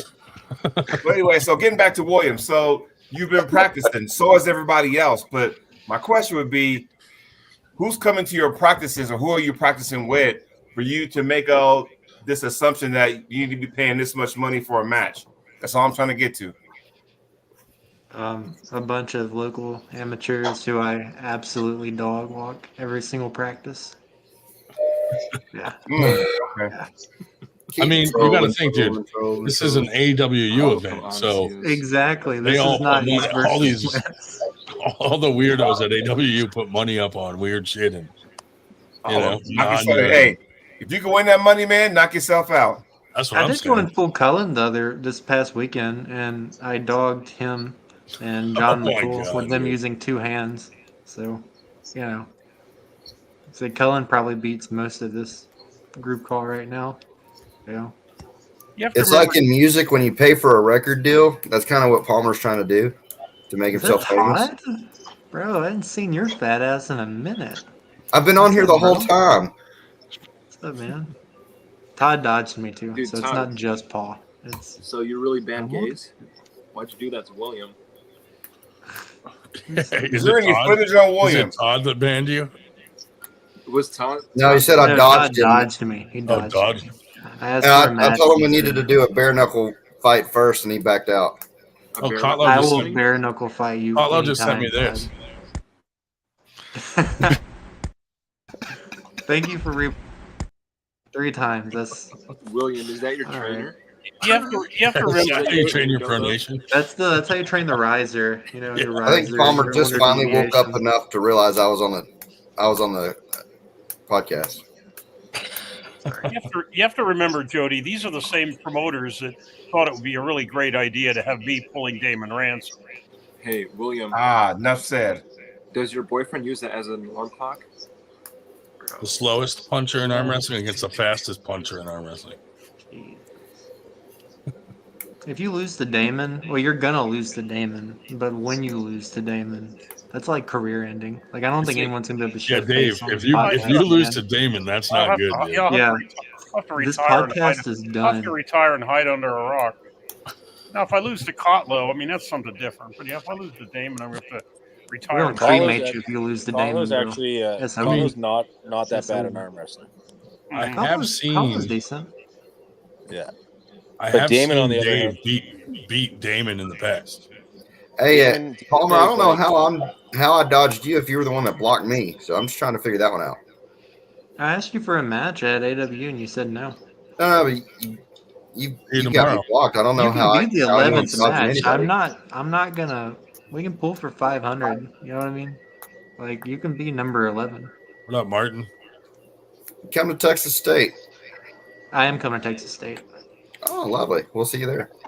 So what's I won't be in supers like your fat ass, but I'll be there though. Jesus. I probably won't be in the supers by that time either. So I won't be in Emmys either, so I'm sorry. Are you banned from TAL? No, I can come to Texas for now. Yeah, So, maybe not after tonight. yeah. So what's Damon's technique? I presume since he's all putting up all those videos of his Well, one side pressure. side pressure, I presume it'll be a top roll with heavy side pressure. No, it's not top roll, dude. If he has I'll good tell you right side now, pressure, why would you instantly think top roll? Damon does not have any kind of rip. I don't want to- Yeah, his wrist's keep gonna be like cutting that the whole time. Grand Central. The next station is Farmingdale. What is that? Oh, Oh, that's The screws on the next, chain. next stop. There's always Yeah. those videos of how he can do more side pressure than Sherman Tank or whatever. I don't know why you're worried about Damon, dude. Damon is like the epitome of terrible. Yeah. That's why he's worried. Damon loses to Moose, and Moose lost to that literal middle schooler. So you're gonna be good, dude. Unless Yeah. you're as bad as I think you are, then maybe. The not. only person Damon Ransom's ever beat is Robert Kelly. Well, the only time I ever gripped up with Palmer was in my motel room. So, you Okay, know, dude. I wouldn't say that. Whoa, gripped up what, Dave? Yeah, what are you talking about here? What'd you grip, dude? The shaft. No, and if he's telling the truth here, he's going to say, when he gripped up, he really thought I was going to be as weak as that idiot from Kansas City. What was his name? Caleb Atkins. Thought I'd be as weak as Caleb and found Bro, out. come on. He was very surprised. Called Caleb Atkins an idiot? Come on, dude. Yeah. Dude, Caleb.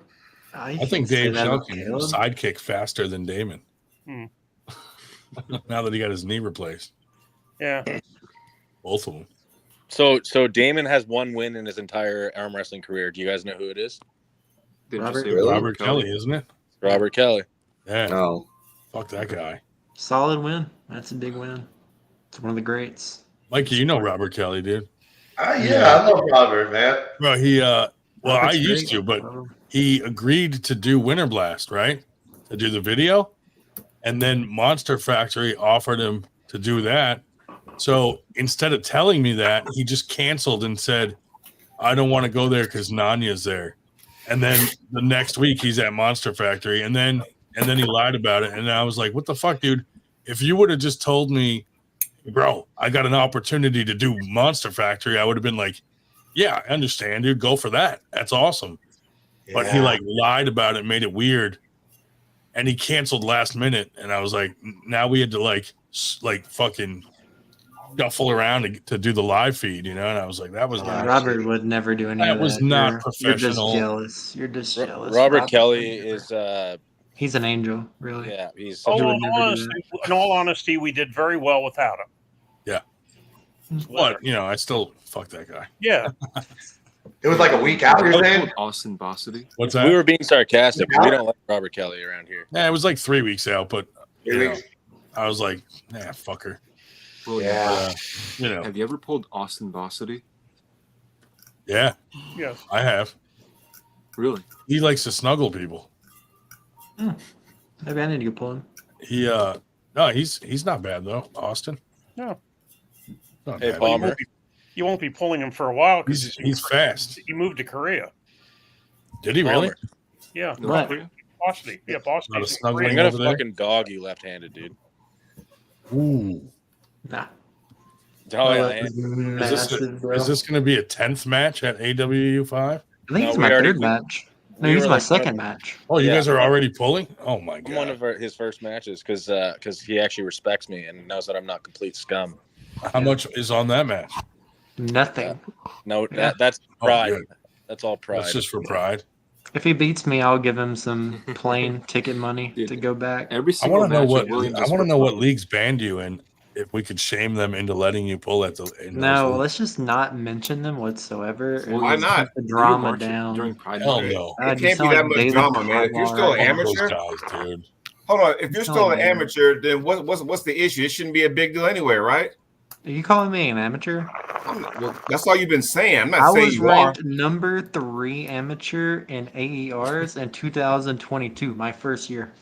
Okay. You said amateur, I was right? at You the just top said- of all of the Emmys in North America in my first year.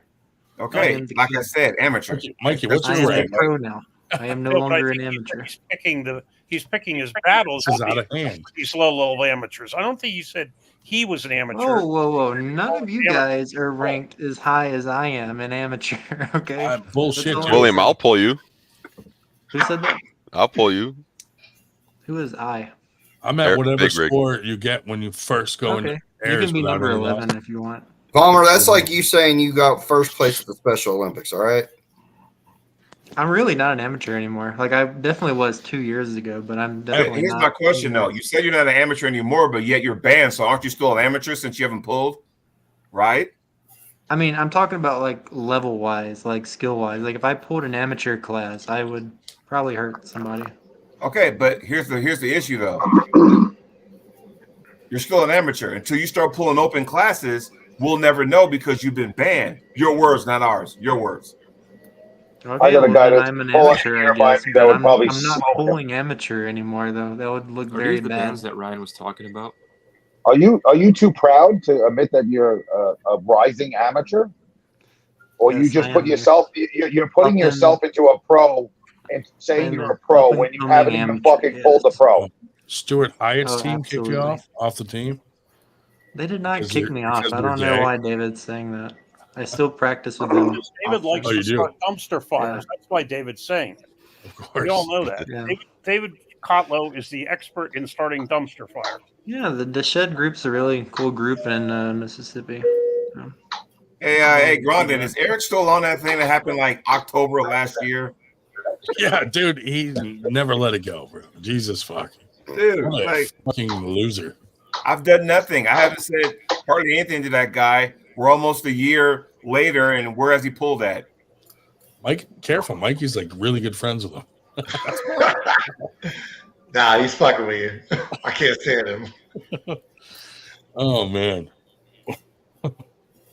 I like how he's always blaming others like Dude. me and Cobra Rose from him competing in other events. We have no say on that.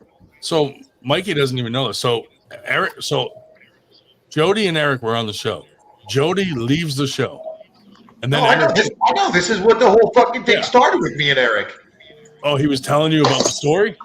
Yeah, this is how the whole thing fucking started. I told him, like, yo, bro, you need to apologize. Yeah. Like, you're not going to compete at the next event.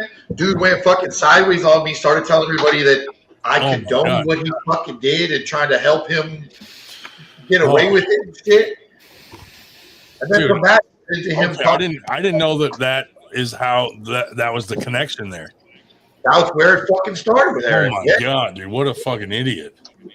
Dude, I went to Arizona and like he's messaging guys there telling them like me and Paul are pieces of shit and they have no clue who he is.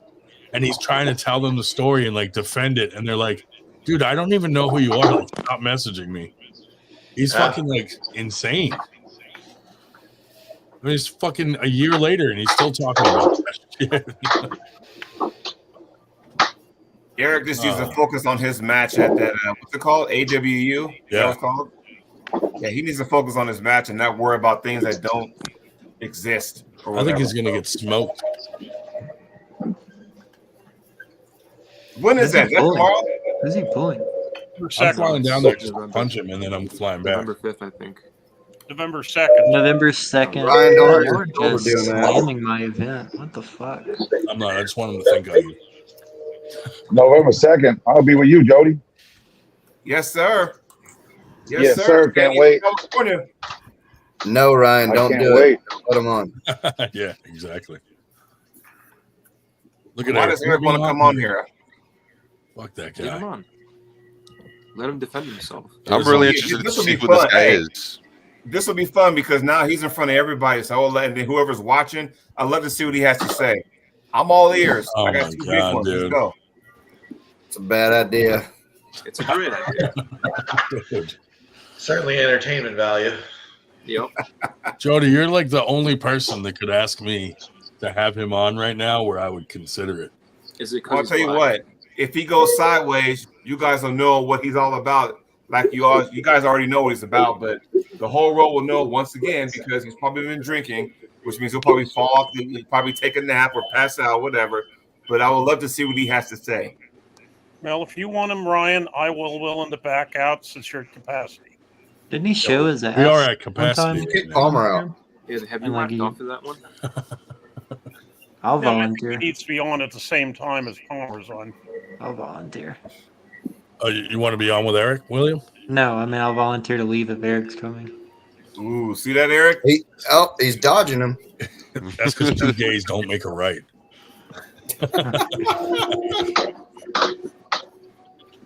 Who's gayer, you or Eric? I haven't shown my bare ass on live stream before. That is true. I'll give you So that. Eric is ranked higher than you? We haven't seen your I team. want up both of you. I guess he's ranked higher than me. I guess he is. He's way gayer. Yeah. I need to get my numbers Yeah, up. he's ranked higher in the amateur. But you said you're not an amateur, right? Okay, you're dodging an amateur then. Does that make you feel better, Paul? Does that make you sound I've better? never dodged anything in my life. Yeah. Anyone who knows me knows better than what the shit you talk. Paul You didn't Cruz show up, sucks at though. dodgeball. You didn't show up. I'm too fucking big. Mr. Palmer, let You me weigh ask you a 1 question. pound less than me. What do you mean you're too big? You're literally too small. Hey, William, I got a question. What's the benefit of Paul pulling you? Just curious. What's in it for him? I don't know. He loses money. Nothing. It's the only thing that's gonna happen. I don't even have to put my own money up. Last time I was on here, you said that every You're single gonna lose person in the face, chat. you're gonna lose your sponsors' money, and you're gonna get talk shit. Don't Well, fall the shit for it. talking you do regardless, I don't lose nothing. I had everybody backing me to the point where you couldn't afford to put money that people were putting up, and I've been on here every week since, and you haven't. So you're telling me you're so scared that even with sponsors' money, you still dodged me. Oh, God. Never dodged That's you. crazy. That's crazy. Never dodged. Only Hey, way Paul, you're gonna get me to dodge you. why don't you go up to him?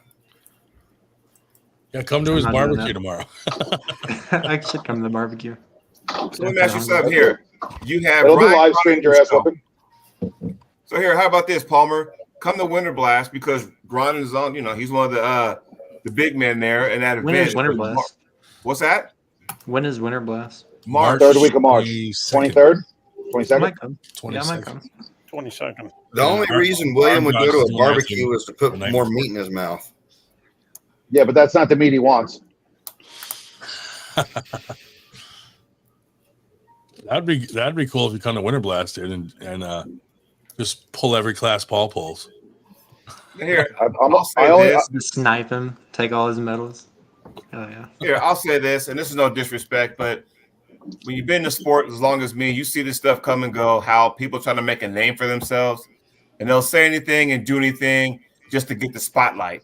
And when the things don't go their way, then they disappear. Hope that doesn't happen to you, but I've seen this before. But from what I'm hearing and what you're saying, So I've been in the sport this long. Nobody fucking knows me. Like, dude, come be my 11th match. All right, I will walk you, bro. Come on. Don't start this shit with me, bro. does that even make any You're sense? gonna lose to an amateur, bro. That's what you're gonna do. You're gonna lose to an amateur. Sure thing, buddy.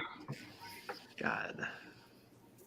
Oh, This whole now you're chat banned. sucks, Now you're banned honestly. from Jody's fucking tournaments. I think Jody Oh, well. would dad move you. This whole chat sucks Daddy movie. besides me and Paul. It's It's crazy. just another guy trying to get some, hype and stuff behind the machine or whatnot. He calls everybody out. That's what it is. And because Paul doesn't bite, or somebody like me don't bite, I said then we're scared. nothing to you, and then you called me out 3 times about being an amateur. I don't want to Because hear you it. keep saying you're I an don't want amateur. to hear did you it. not? I don't want to hear it. Thank you. Is You this said true? yourself. Are you pulling Taylor Robinson for 10K? I would soon? love that Taylor Robinson match for 10,000. I don't think he's going to follow through after November 2nd. I think he's going to. Do you have 10,000? Yes. Thank you for asking. Okay. No, that's good. Until he loses all his matches. Do you have If I 10,000? lose 10,000 in November, I will not have 10,000 to bet. So that is a Do good you have 10,000 from nursing or being gay? nursing, which is basically being gay, being a nurse as a man. Oh, nurses make good money, dude. I will say this for Palmer. He hasn't asked me for money yet, unlike some other people who put big money on. Fucking Nanya.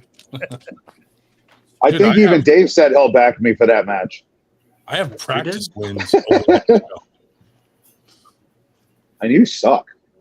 I know. Actually, I beat Dave the other day with my fucked up shoulder. Jesus. What the fuck? Oh, that's fucking yak. It's yak, yeah. That was nasty. All right, I'm gonna give you guys my spot. So Erica, come on. Oh. All right. I'm still undecided. Wisely. Is this the guy who pulled his ass out? Yeah. Yeah. Yes. Why? I- I'd rather see what was it, MG or whatever his fucking huge titty. huge area. What if we let him on but disable his video? You just mute him. Only let him have audio. Or just put it. Yeah. Put an His emoji audio's up. not any better. Put an emoji up in place of him. Look at fucking Eric. Oops. That's the wrong one. Cody Williams is drunk. Cody's drunk. All right. What the fuck? Exactly, Eric. Thank you. See, now I kind of want Eric on. He's winning me over. Look, now Eric won't come on. He's winning me over. He's just talking in the chat. Jesus Christ. It's all fun and games. You guys are not going to ruffle feathers over here, so it's all good though. We keep that same energy though. You keep doing what you do. You can still be number 11. I'm not going to turn you down. Just show up. I'll beat you. Sure thing. He's telling you to show up because he knows you're going to be in San Diego. Yeah, exactly. Eric still Even though talks we're about us skinny, at his fucking clan meetings. We'll be at a real event. Yes. I'll probably be banned from there. So, yeah. Yeah, I know. You'll be banned from every event, so you can still keep that shit talking going. I would, but I'm banned from that event. So are you only focused on one event? That's the only event that'll let you compete? Because I don't think Ryan banned you, did he? Nope. You're No, he unbanned. invited him. You are There you go. completely unbanned. He's from not one banned event. at I did just say TAL that for I was states, probably going to so go to Winter we'll for definitely that. see how he goes 2 and out there. What'd you say? Who said I that? said you're not banned from Texas State, so I'd love to see you go 2 and out. I'm coming There to you go. Texas State, actually. I hope your fat ass is there. I'll see you there, buddy. Why I'll see wouldn't you I be there? I'm hosting it. Hey, Texas State's in You're November hosting too, it? right? Yes, sir. Yeah, see, there you go. Oh, So yeah. no excuses, William. God, I thought Todd was just like a random fucking You like thought griefer. I wrong. didn't realize he actually ran shit. Hell yeah. My bad, Todd. Yeah. Eric's on. I don't Fucking wanna trash. go No, he went from talking shit to kissing ass real quick. That's great. I can't be banned from every tournament. I gotta at least have a few left. Yeah. I mean, we're willing to give anyone one chance. Heck yeah. You might be the first person successfully banned from TAL, but I mean, Ooh. First time for everything, I guess. That's a pretty good accolade. Yeah. Oh, God, now, I can just say I was too strong for TAL. They had to. As an amateur. Yeah.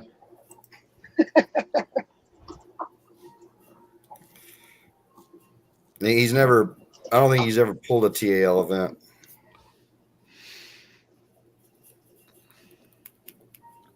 Dude, I Palmer, want did you ever pull a TAL event? I don't know. What is TAL? Is that all the ones in Texas? Texas Arm Wrestling League, yeah. Yeah. I've been to one. ones that are not caught low. I've been to a bunch of Cotlaws, but yeah, it's not TAO. Carlos They're the Texas said he's coming on in a minute. They're the Texas League that's not a dumpster fire. AWU's always really good events. I don't know why you're hating. I just did a 110 pronation lift the night before my match tomorrow. whoop. So how you feeling, Lefty Jody? You ready for Mike? I'm feeling pretty cares? good. I got a game plan setting. So I got a few more visits to make with some other guys around. So I got going to Robbie Topi's up in Boise next month. We're gonna go over some things. I've talked to Nathan Williamson. I talked to Anthony Lowe. So I'm getting some good feedback. So top row low. Oh yeah. I can give you some coaching tips if you need them, bro. I got you. He doesn't need any tips on how to be gay because he's not in that community, buddy. He doesn't want any. He doesn't want your tip. Oh, okay. Just a tip. Just one time. Does anyone want to go smoke a cig? Just a little bit, see how it feels. Hey, let Eric on so we can tell the whole world how weak I am because he's only, loves to stir the pot. Love it. Carlisle wants to come on too. And what level is he pulling these days? Carlisle or no, Harlan. Harlan's strong up. Harlan loses to amateurs. There's an amateur guy that I pull with who started early this year. Dogged Eric at his very first tournament, and he was less than 2 months in. Does he know that? Because he's all up on you right now, trying to team up with you so y'all can, talk shit about me. So I'm just saying the guy that walked Eric still uses two hands to pull against me. So I don't know why Eric talks so much shit, honestly. There you go, Eric. You thought you had an ally. Dude, I mean, he survived a fucking lesbian gunshot. So he's exactly, he can survive. He's a hero.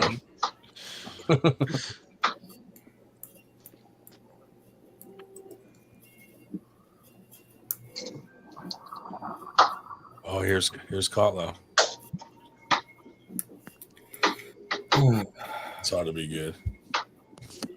Kotlow, thank you for blessing us with MG's areolas.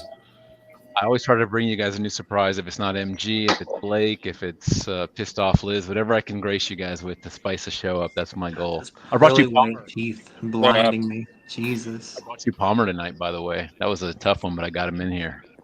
You told me that Paul Italia was on. It's the only He reason why was. I woke up. You missed him. You missed him. He was like 10 minutes before you. He probably heard I was coming on. He He did. said he'll be back. All these No, he Pauls was are going- pussies. he was going out for a date night, but said he'd be back. So Palmer reached out to Paul. Was it last week? And Palmer was telling Paul he was dog shit. You were telling me his dog shit. He's a terrible arm wrestler. And Paul's like, I'm going to find your phone number. I'm going to get your address. Is this your phone number? Is this your address? And Palmer's like, no. And then Paul just blocked him and disappeared. He did end up finding my address, by the way, like an hour later. Oh, he did. He found it. And then he blocked me after. Is that Eric Harlan? Eric is calling me. Put him onto the speaker. Oh, yeah, put him on speaker. He has your number?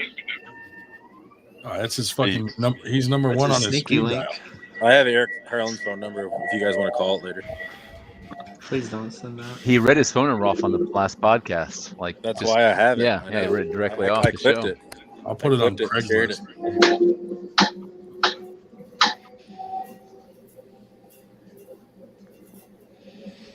Oh, Dave wants to have a private chat. All right, here he is, folks. Say something. Arf. Exactly. It's just your tribal chief is speaking to you. God, he sounds so retarded every time I hear him. Crazy. He currently has a dick in his mouth. Jody Williams has never achieved any significant shit. And he can laugh it off, say whatever he wants on this bullshit chat and everything, right? What the fuck? What has Harlan achieved? Brian Espy gave me the key to that on the K&M connection. You remember that, Jody? You remember when I super chatted your ass? And then you told me your top achievement. Bro, fucking spit it out. Why are you talking so slow? Jesus What fuck. did you say, Jody? IFA Grandmaster, the old man I mean, I speak arm wrestling terminology, sir. You're not even speaking English. I'm not gonna insult your intelligence either. I think Home Depot sold him spray paint today. When you went on Oh my god. Game of Arms, or sorry, not Game of Arms. You were never on there. But Arm Wars with this boys over there with your 2 matches, right? I thought you would have said that because when you did that, right, I would have been like, yeah, those were your top, like, trying to get you out there type shit, right? You see, He's still talking. Jody Williams. No one's even answered, and he's still talking. My left arm is strong. I can't understand it, honestly. Is this live or is this a recording? You know, Sounds it's like a because we recording. can't visualize him. This will help. Thank you. I will give you that, Jody Williams. My left arm is not as strong as yours yet. But I'll let you know when it is, because no Mega Mike will be able to handle, I mean, we'll see what happens. I'll keep my eye open because Big Brother, figuratively speaking, and quote unquote, is watching, right? Big Brother is always watching. So That's for creepy all as these fuck. clowns, even Paul Cruz, who the Steven fuck is Paul Tones. Cruz? I mean, for real. Who the fuck is Paul Cruz? If your last name ain't Italia, you ain't been like this, that, and the third, who the fuck are you? See, that's the thing y'all miss. Oh, what are you fucking Oh, make it stop. This guy's on crack. It's all about creating clout and getting clout from bigger names than you. Take notes. How's that working out for you? Whole motherfucking episode, right? Whole just about, not the entirety, right? The whole episode has been talking about me and my last name, which, by the way, if you ever Google my last name, it will be in Latin, right? Pretty sure we're making fun of you, not talking about you. The translation will mean through precipices and through torrents. I don't know who's further up. I'm pretty sure if I Googled your name, it would say it's not allowed within 100 feet of an elementary school. We actually did Google your name, Eric, about an hour and a half ago. Actually, I think we just lost him. Oh, darn. No, Yeah. poor baby. What a shame. But he doesn't know who I am, but yet it says cruise control on here, and he pulled my whole name out of his ass. Doesn't it make you wish that lesbian had better aim? Well, that was 4 fun-filled minutes. Every time he comes on here, he just proves why everyone thinks he's a complete fucking moron. So do you guys have the? You know, the funny part is, What's that, Paul? I've never even met the guy, and he's coming at me. I said I never even met the guy, and he's coming at me. Yeah, that's irrelevant. Fucking dumb. That's what he does. You know, the unique thing about Harlan, I knew who Harlan was 9 months ago. Like, he just appeared out of nowhere. I don't know if you guys had a story before this, but he was on no radar. I don't know if he pulled Paul or something happened, and he just appeared out of nowhere, and he became the racist and everything. But it's almost like he just exploded. Does he have a story before that? Did he, like, pull in some tournaments, or how did his name blow up? In terms of in a bad way. I'll watch the chat for a while so Cole can come on. Okay, Dave. I think it happened when he pulled Paul in Florida, and Paul beat him. But then he started calling out all kinds of weird shit, and then Paul had him come on here to talk about. Yeah, when he came on our show to talk, and then he fucking said the N-word, and that like blew up his career. Yeah, or that's how he views it. That's all it takes. His character. Cole, you're looking lean. He's a fucking character. He's something, dude. I'm looking what? You're looking what's up, leaner, man? like you lost some weight. Isn't Cole the guy that's jumping wiggles? Yeah, I got sick, man. I don't know. I lost a little more weight. I was trying to hold it at 330. I weighed in fully clothed today at 328. So, what's up, You got Cole? some, you got some weird noise coming through your audio. mine Yeah. probably was that AC. I don't know. It still sounds like that. No, not right now. Yeah, it was the AC blowing right here in the hotel. Is it my background, or should I mute my mic? I'm not talking. No, it's not you. It was probably me, but no, we over here in Hattiesburg going to Boone's, Mississippi State over here. Oh, nice. Hey, Cole, while you're over there, pull I'll be in Palmer. Hattiesburg tomorrow. Yeah, Palmer's not far away. You should pull each other. You coming over here? You going Palmer to and this? Cole. Yeah, I'm going home to Collins, which is a little north of there. Why you ain't And I'm coming to the gonna. I tournament? hadn't told anybody this yet, but I'm gonna sneak by the tournament and try to after pull. I just hadn't told anybody yet. Ooh. Cole, you got to pull them and then report back to us. Dude, Sean snipers are gonna take me out the second I step on the premises. It is gonna be over with. Are you banned from? Are you banned from IFA events or PAL It's just anything to events? do with Sean. Palmer, how Sean, much you weighing? 249. Oh shit, you big boy. Put some of his I'm a steak rub on 330 you guy. and then sneak in. I guess I'll have to take care of that. I was about to put. I got some lighter guys over here, but you heavy, buddy. Palmer only pulls lighter guys, 200, less than 200. I will pull you. You can be my 11th fucking match, Cole. I will dog the shit out of you. Oh, God. But I heard that you're dodging wiggles, Palmer, so I'll you need pull to. you right fucking now, motherfucker. You Come need over to here. go with I'll the give you my wiggles. fucking You know, the address. guy We'll that do you're it right dodging. here. The guy that you're Pretty scared sure of. if we had anyone on here, Palmer would say that he'll smoke them. I want to run you. I want to run you guys through Palmer's match list. I want to give you all the details, and you tell me if you think he'll win the match or not. I can give What do you you all got? 10 matches. Yeah, let me run you through They them. don't even know any of the Texas And guys. tell us how much is on each match. Yes, I'll run through them. I bet you at least Todd will know these names at minimum. All right, so match one, you got Palmer versus Drew Thompson. Drew Thompson's what, about 180 pounds, right-handed, $550. Drew Thompson is over 200 pounds right now. So No, he's Todd, not. what do you, He's Todd, got to be 176 Yeah, he is. for August 31st. so Todd, match one, how do you think He Palmer doesn't fares pull against Drew? 176. Yes, he does. How do I No, he think? doesn't. Yeah, since you're from Texas, I you know honestly this. don't care about Palmer's match. He pulls 176. He's pulling Heath at 176 for August 31st. Oh, he is cutting down them. Yeah. All right, so anyway, next match is Yak, left-handed. Match two is Yak, left-handed for some money, most likely. Oh, Yak sucks. I'm gonna fucking dog you, and you know it. You know that. You know that's your No, toughest you're not. match. You're terrible. Yak You know wins. it's your toughest match. What? You know it. That's why you're not crazy. betting money on it. This is a big whoop match. This is the only match we don't have money on because you know it's not worth it.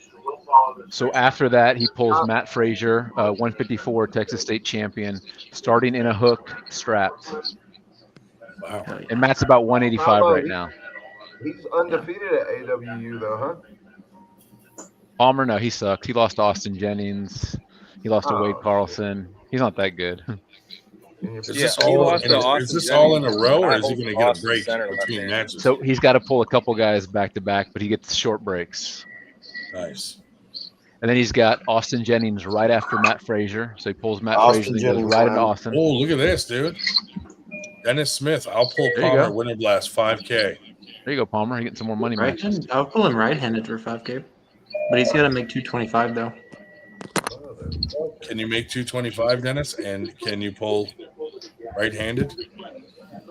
Good night. Everyone to cut weight. Is 5,000 the magic number now at Winter Blast? Is it like the magic super match number? Must be, dude. Jesus. And he's got a big boy, Waylon Jennings, left-handed, 280 pounds for 1,000. Waylon wins. Does anybody know that? Palmer, I'll pull you for $5,000, right or left, your choice at Winter Blast.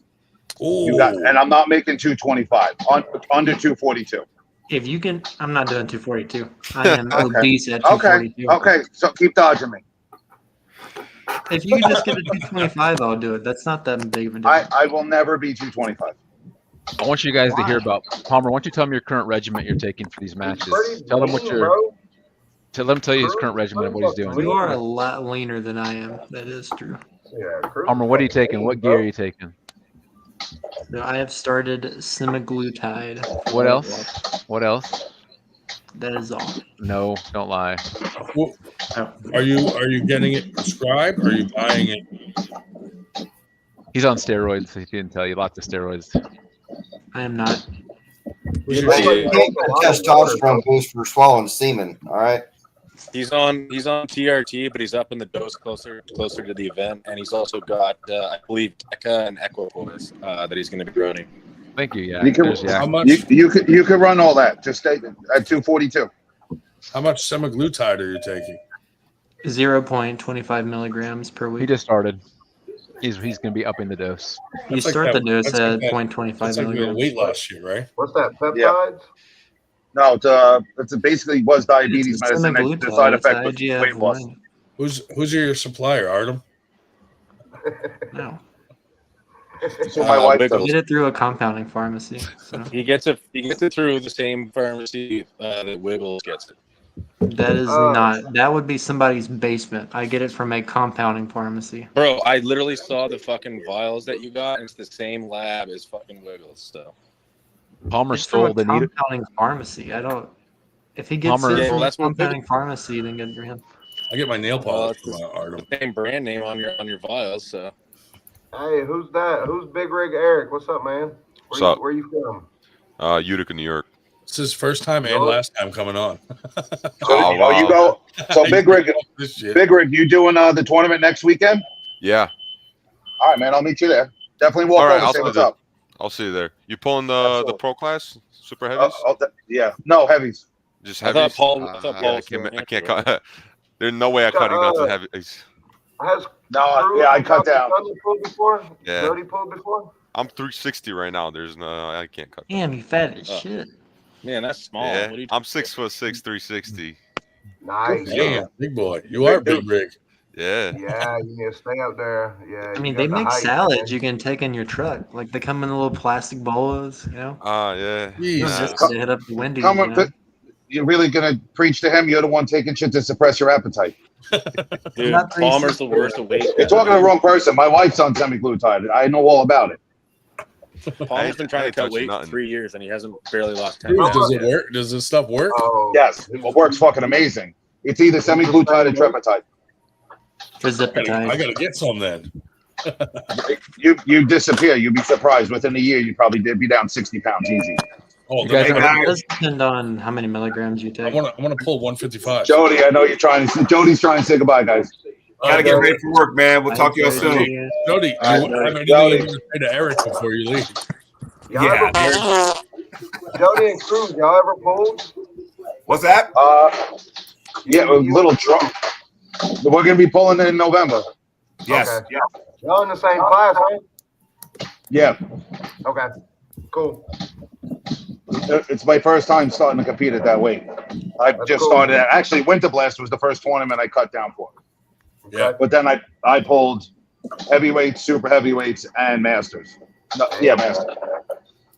Have Cruz and Palmer heard of the? This Winter Blast. Have Cruz and Palmer heard of the Ozempic face? When your face gets like loses that weight too fast, you get that. No, funky looking skin? it's the girls. They lose so much weight. They get called Yeah. Ozempic ass.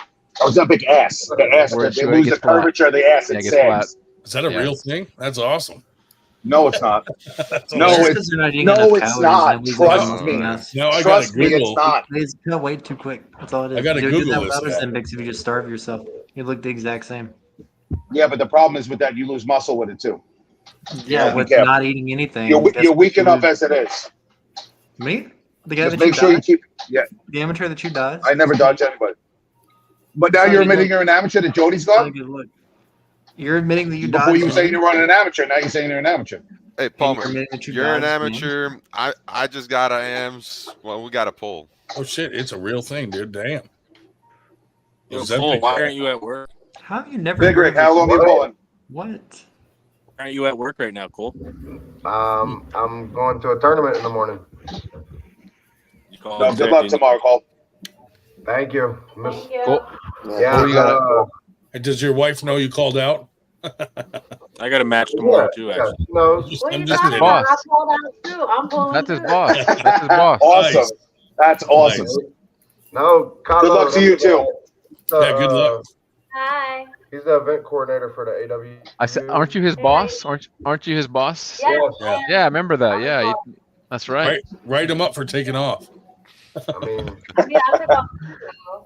Hey, look. Yeah, but you're the boss. This is what I played it smart. So I made sure all the other managers had 3 days off as well, and I made one of them days a Saturday. So whenever it came time for us to take it, they couldn't give us no bullshit. Nice, smart. Cole, I heard your daughter's a pretty good arm wrestler. Should she get some matches? She's number 1 in Louisiana right now. Left arm. Nice. Yeah. Awesome. Number 3. She's number 2. No, you was number 2. I'm number 3. You're number 2 left. You're 3. Never mind. Man, whole family's arm wrestling. I like it. Oh my god, I love it. Domestic dispute. We're pulling at one of Boom's tournaments for the first. I've only pulled with Denise and Leonard. Yeah. So Mississippi State's always a really good tournament. Boom's got really good setup, like really fair setup. So did Cruz and Cole know that Palmer's actually the Mississippi AMI champion? He won the championship 2 years ago, Palmer? I won it my first year. I was about 8 months in. Wasn't there only like 3 people in the class though? There was like 8 people in the class. I did too, buddy. I'm 8 amateurs? I'm 11-0 with my right and 8-0 with my left or some shit. That's amateur. Who cares? Yeah, exactly. Palmer, give them a forearm flex. Palmer actually has pretty big forearms. I have no pump right now. It's not fair. Come on, Palmer, give him a little something. Show us your areolas. Hey, it's pretty jacked. Those are cute. Those are so cute. Man. Bigger than you, bro. Out, though. Bigger. You better come, Palmer. I'm gonna be waiting for you now. I'm banned, bro. Yeah. Those look bigger than mine. I don't know. You're banned from the fucking tournament? I was too strong. I was too powerful. And they had to get rid of me. So, no. Is Yak leaving? Yeah, I'm out. I gotta go to bed. Hey, good luck at your match tomorrow. Good luck. There's a lot of gas. Send us some videos. I'll let you know how it goes. Hey, yeah, I will. All the amateurs that I've been training, they're gonna dog the shit out of you tomorrow, and it's gonna be so funny. I'm gonna enjoy those videos so much. I don't put. Well, you said you were gonna sneak up and after Paul, right? I was just kidding. They're not gonna allow me there. They'd ask me to leave. Why? Have you guys seen? I've moved up north, so that's like a 3.5-hour drive for me now. So have you guys seen the video of Palmer pulling Doug Allen? Have y'all seen that practice match? Oh yeah, trying to break his arm. Yeah. So the video is Doug's like disturbing. Doug tells Palmer, do whatever you want, and you can do whatever you want. So Palmer starts pressing him really hard, and Palmer pretty much gets him all the way to the pad. Doug's elbow goes flying off, and then he's like, "Quit that shit! Don't do that shit anymore. I don't like that." And Palmer's like, "Well, fuck, you told me to." But you pressed him pretty good, Palmer. Thank you. His elbow came up 7 times before he could almost pin me. Just saying. Why isn't Palmer going against Danny? Hello? Why is he banned? I don't know. I know Boom Hancock hates him. Why you don't have Palmer and Danny? Why you don't have Palmer and Danny set up? Dan Mosier? No, the Vegan Undertaker. I don't know him. And Palmer's already got 10 matches. What are you talking about? He's arm wrestling your he wanted Ryan Carter. He wanted a real match. He wanted the top guy. Palmer, if you're going to Hancock's thing tomorrow and you're afraid he's gonna ban you, put his fucking steak dry rub all over you and then fucking go in. Palmer, why does Boom? Now, where's Doug Allen from? Where's Doug Allen from? Ohio? I think so. He went Didn't to. you say Doug Allen? He was at Morocco's practice once, and he was pulling Ohio. I pulled him in New York. He came to New York. He did the Jason Bale tournament. He did one of the Jason. He did a Jason, super nice guy, and his girl pulls. Brittany, look at the hand on that boy. Bethany. Let me see that hand again. Yeah, they're super nice. Hands. He's got the hands the size of a lunchbox. Right here. Look, he got that thickness right up, huh? Looks soft. Hey, is Yakimovic pulling a MAC event? I want to play that video, dude. See what these guys think. Big rig, he is. Doug looked like he was trying to break your fucking arm, dude. The video is awesome. I just sent it to you. It's about 40 seconds long. So they kept asking me Yeah, to put it pull up, him put and it his up. friend, and I said no, I don't feel like it. It's already delayed into practice. I don't really care to. And then they made me pull his friend, and his friend's top rolling as hard as he can to pin me. I was like, okay, so we're trying. So I pressed him, and he got so mad that he tried to yank my arm across the table, and then I just walked away. And then they kept chirping me to come back and pull Doug Allen instead. And then that's when that video happened. So they bullied me into doing that. My arm was fucked up for like a month after that as well. So Didn't say Doug hurt your arm? yeah, it was hurting pretty bad for like a month because it was hyperextended so far. Yeah, Palmer's deceivingly strong for being gay and weak, but he's actually pretty strong. Nothing. Oh, wrong one. Yeah, wrong one. It's okay. It's up. Honest mistake. I get it. I get it. It's uploading now. I don't know why it's taking so long. There's too much power in that video. Palmer, when was that? Like 2 months? When was it? Like 2 months ago? A month ago? How long? It was like 3 months ago. Oh, 3 months. That was whenever I first got back into pulling. I'm videoing the shit out of this, bro. We definitely videoing this. That's gonna help. There's no reason. They're just gonna yeah, you do whatever you want. I don't think it's good. Shit. Oh, fuck. It's just like, you do what you want. But you get caught like that, the leads are going to slide this way. Yeah, I'm okay, I'm just saying. I want my hand right there. I mean, you just want to start like this. I'm going to come 2.5 by 3. But I wear these lifts all the time. Stop doing that. Stop doing that. I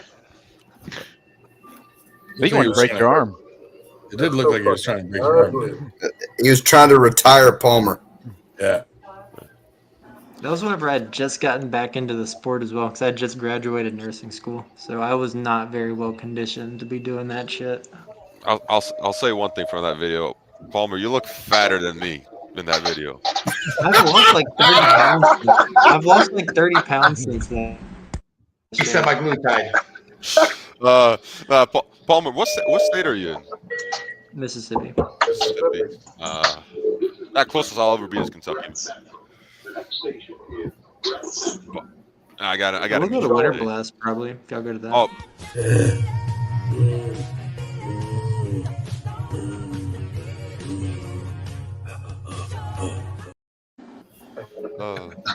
Yeah, no, I'll try to make it to Winter Blast. I missed Winter Blast 2 years in a row. What? Yeah. I had to go to I went to a funeral, and then I had to go babysit my uncle's kids. You gotta bring the kids with you. Put them in the Yeah, kids' I could class. make a lot of money just ignoring Eric because he keeps doing the super chats with money just to get attention because we've been I ignoring told him I'll bring him on the show if he super chats. Well, I'll let him do it for $20. $20. I think he's going to be here too at Mississippi. I don't know. So Cole, what's gonna happen with you and Wiggles? He keeps asking me about you, Wiggles, Barry Bourne. Yeah, Drew or Cole's dodging Wiggles. It's crazy. What are you talking about? That's all set up. What the fuck? So what about Barry then? Is Barry gonna pull you still? I wish. He's went silent after that match got made. I wish, bro. I need that. Lunchbox, what do you got going on? I need to take his spot. Everybody's talking about, oh, Wiggly, he's pretty good. Yeah. I smash him. They'll be like, oh, Cole, yeah, he's pretty good. Yeah. I need that. What do you got match, going buddy. on, Lunchbox? You going to any tournaments? You got any tournaments coming up? How you doing, bud? Good, man. You all right? My audio all right? Yeah. You got any tournaments coming up? I don't know. I'll probably be on the 7th. 7th. To the 98 skirmish there. I don't know. I was probably going to go to Paul's tomorrow. I got to talk to the boss. I got to talk to the boss about it. Yeah. See what she's got going on, but Yeah. I hope so. Cool, man. I might even ride over there with Dave. Yeah, I'll see you on the 7th either way. Yeah, buddy. Cool, man. Yeah, looking forward to it. How you feeling, man? Good. I'm good, brother. How are you doing? I feel like shit. Yo, that was pretty funny how your shit paused on screen like that. Dude, did you see the thing in the middle of the screen? 20 Yeah, the fucking buffering minutes. sign. You like it when you're watching something, your Wi-Fi goes down. There's a picture of me, Steve Walker, arm wrestling. Dude, it sat there for like Yeah, almost that, half dude, an hour that on was my fucking fucking TV. hilarious. We had a blast though at the Latimer tournament. That was fun. Oh yeah, dude. Absolutely. Yeah, that was a good time. Good time. Oh yeah. Doing good though. I went to the Tom Simcoe's event last weekend. Yep. Oh yeah, Sue was telling me about it. Yeah, I seen her over there. Loved it. Yeah, she's cool. Yeah, it was cool. It was a smaller tournament though, so there was like I pulled my first pro match over there, but it was like it was a smaller class, so we bumped up some amateur guys too. Like I filled it do it, but so it was fun. You know, ready, man. I ain't ready to pull that. I don't talk that stupid shit like I'm going to be fucking pulling with Cruz or these guys yet. You pull that flop wrist, Cruz will snap your fucking elbow, dude. Bro, shut the fuck up, fat ass. Dude, you Jesus. should be my 11th match, bro. Fucking Porky the pig looking ass. Just show up in Texas, bet whatever you want. I'll take your money. Hey, I I can't imagine why you're. saw that I don't video know just why a you guys couple keep minutes ago. defending the guy that dodged me. I can't imagine why He's Palmer scared gets of banned me. from tournaments. He looks like a shaved bear when he's naked. No.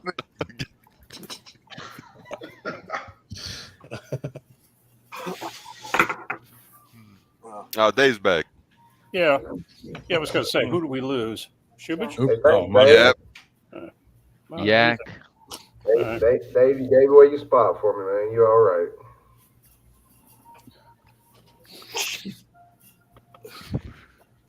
Yeah, I just went out and had some tomato sandwiches, and I have my couple of these small flat. What do you call them? Tortillas. Wraps. Oh yeah, wrap or tortilla with peanut butter powder. Oh, I was wondering what you were eating. PB Thanks. fit. Yeah, PB fit. In the words of Yak, big whoop. Yeah. Big whoop. Carlo, is MG still alive or what, dude? I don't know, man. I think she blocked me on Facebook, so you guys are the only channel to Dude, talk to the her. last time I messaged her, she said she's dying. Like sick dying or like killing herself dying? She just said, I'm dying, and I'm not joking, and that was it. I was like, Jesus. I find another character here for you guys. That was a weird night. One that'll live longer. Yeah, no longer than a week. Dude, she fell out of that chair like 6 times that last time. Who's the person that keeps putting her back in the chair? That was me. I don't know. I think she has our kids that live with her and stuff, and maybe they take care of her. I have no idea. It's fucking weird, dude. It is weird. Lunchbox, are you pro or AMI? He's an am. Oh, he's amateur? Yeah. Okay, Palmer gonna mop big rig and Lunchbox then. Ain't I bet happening. money on Ain't it. happening. Nope. Big rig, Ain't big happening. rig, amateur 2 big rig. I just got out. Yeah, I just placed first in the semi-pro. What are y'all's real names? I'm gonna look you up on Ari's and see if Palmer has a chance or not. Palmer did that. And he fucking said, "Fuck no." Aries. Go. It's Eric Denisovich. Okay. You in the 1500s? I don't think so though. I didn't get the updated for my last tournament yet, but I've only done 4. Yeah. Oh, you done? That's how many? I think I've done 4 or 5 too. 4. 5. No, I've actually done 3. I did Battle the Beach. I did a MAC event in May, and I just did Battle the Beach again. What's the first letter of your last name? I've done over 100 Eric, nights amateur. and then What's it? Denisovich. D. Okay. No, not D. Yeah, D-E-N. Oh, with a K. With a K. No, C. Who did we lose? Oh, Mikey left. I wish we had a semi-pro class over here, man. Oh, There here, were no semi-pros. I used to, when I was first starting out, I'd be upset because I'd pull amateur and I'd pull pro and I'd want to pull more because I was always a super. I always figured I don't care win, lose, or draw. The more matches you have, the more table time, the better you're going to be, which I still agree with if you're able to do it. But like at Nationals, when I met you guys, that fucking was way too much, pulling 3 classes, both arms. That was a lot. You know, and it was stacked. It was like, you know, it wasn't even that it was like the amount of people that were there. It was the quality of people that were there. Just fucking Tanks, dude. Fucking monsters. Yeah, I had that one guy that I had a problem with from fucking Vegas. Yeah, and then I was talking to him afterwards. He's got world titles. I'm like, oh, okay, that makes more sense. And he was a super. Yeah, but I'll back you up on that though, because there was a couple, dude, where you fucking whacked them. Oh, when the little kid was yelling, I got the dog inside me. Dude, there was, and then didn't you come? Wait, was it on the right or the left in the open? I thought, didn't you beat him actually? I thought you. Hey Palmer. Yeah. How do you do against BJ? I see BJ wax Cruz. What was that? Anything to BJ? You what? BJ Fokakis? Yeah, BJ would beat anybody here. What are you talking about? Palmer pulls with him. I was just curious. BJ beat me. I had a super match with BJ at Knuckles Up. He beat me 3-0. I want that rematch. A match with him? Yeah. Wow. Yeah, because I suck, Palmer. No, I was just surprised that he would pull somebody that much lighter. Was the thing. I wasn't. Paul, you were like. That was when Paul was heavier. Yeah, you were like. Yeah. Oh, okay. It was a year ago. I was 280. Yeah. Oh, that makes more sense. Hey, I've been over 100, and I'm still pulling amateur. Of course, the only reason I'm pulling amateur is if I'm pulling pro. I'm willing to admit that Paul Cruz would beat me, unlike Palmer, who's not willing to admit that. Bro, you're like 0 and 100 in amateur. What the fuck are you talking about? Dude, you're about to lose to Damon Ransom. Like, I would admit that I'll lose to Paul. Like, Oh, that's why they put us together. They wanted to have the 2 people with the lowest air scores, and see, Ryan's not in the air system, so the 2 lowest for me and Ransom. That's why we ended up together. Yeah, I don't even know. See, the problem is a lot of people look at the air scores, and it's just a matter of you got a person across the table, you're either going to fucking beat me or not. You realize I have no idea what my air higher scores than are. Paul's. My AER score is higher than Paul's, and you're trying to compare me to fucking David Shell. Okay. Well, you know, the other thing is, and it depends on what class you're in. I'm out. Depends on what Yo, class. you're good. Take it easy. Yeah. See you, man. Yeah. No, it depends on what weight class you're in too. If somebody pulls above their class, they're going to have a really shitty score in that weight class, even though they're excellent in their own class. So Palmer's score is deceiving because he had 13 matches or 13 wins against terrible guys at the last event. At one time in left arm 242 plus, my ranking was higher than Adam Wierzinski. There's no way in hell I'm going to beat Adam Wierzinski, but I had some left-hand wins, and he basically pulled a couple 242 plus left and right. He won right, lost left. So his left score was worse than mine. Tell Frank Callahan the system is garbage. David, you are 2 and 83 and right-handed 242. Well, whatever. 2 and 83. I'm perfectly willing to. It's worse than that, actually. Let's see. That is a 2% win ratio, brother. Dave, do they have those?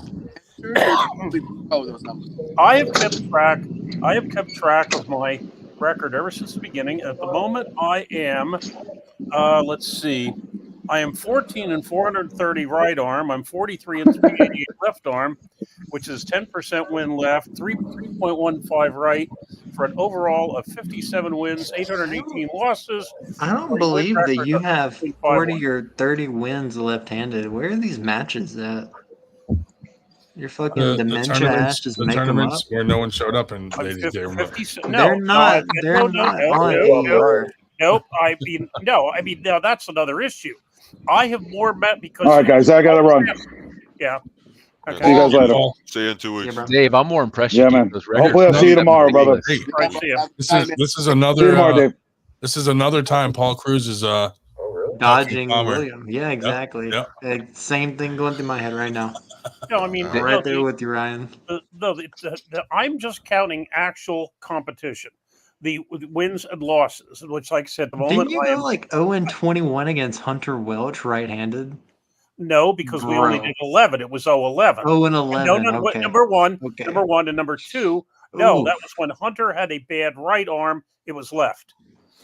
His left is even worse. But Dave, I'm saying at that time, well, so is mine. But even though I did win more left. No, I'm 57 and 8-18. But overall, but no, that's actual pulling.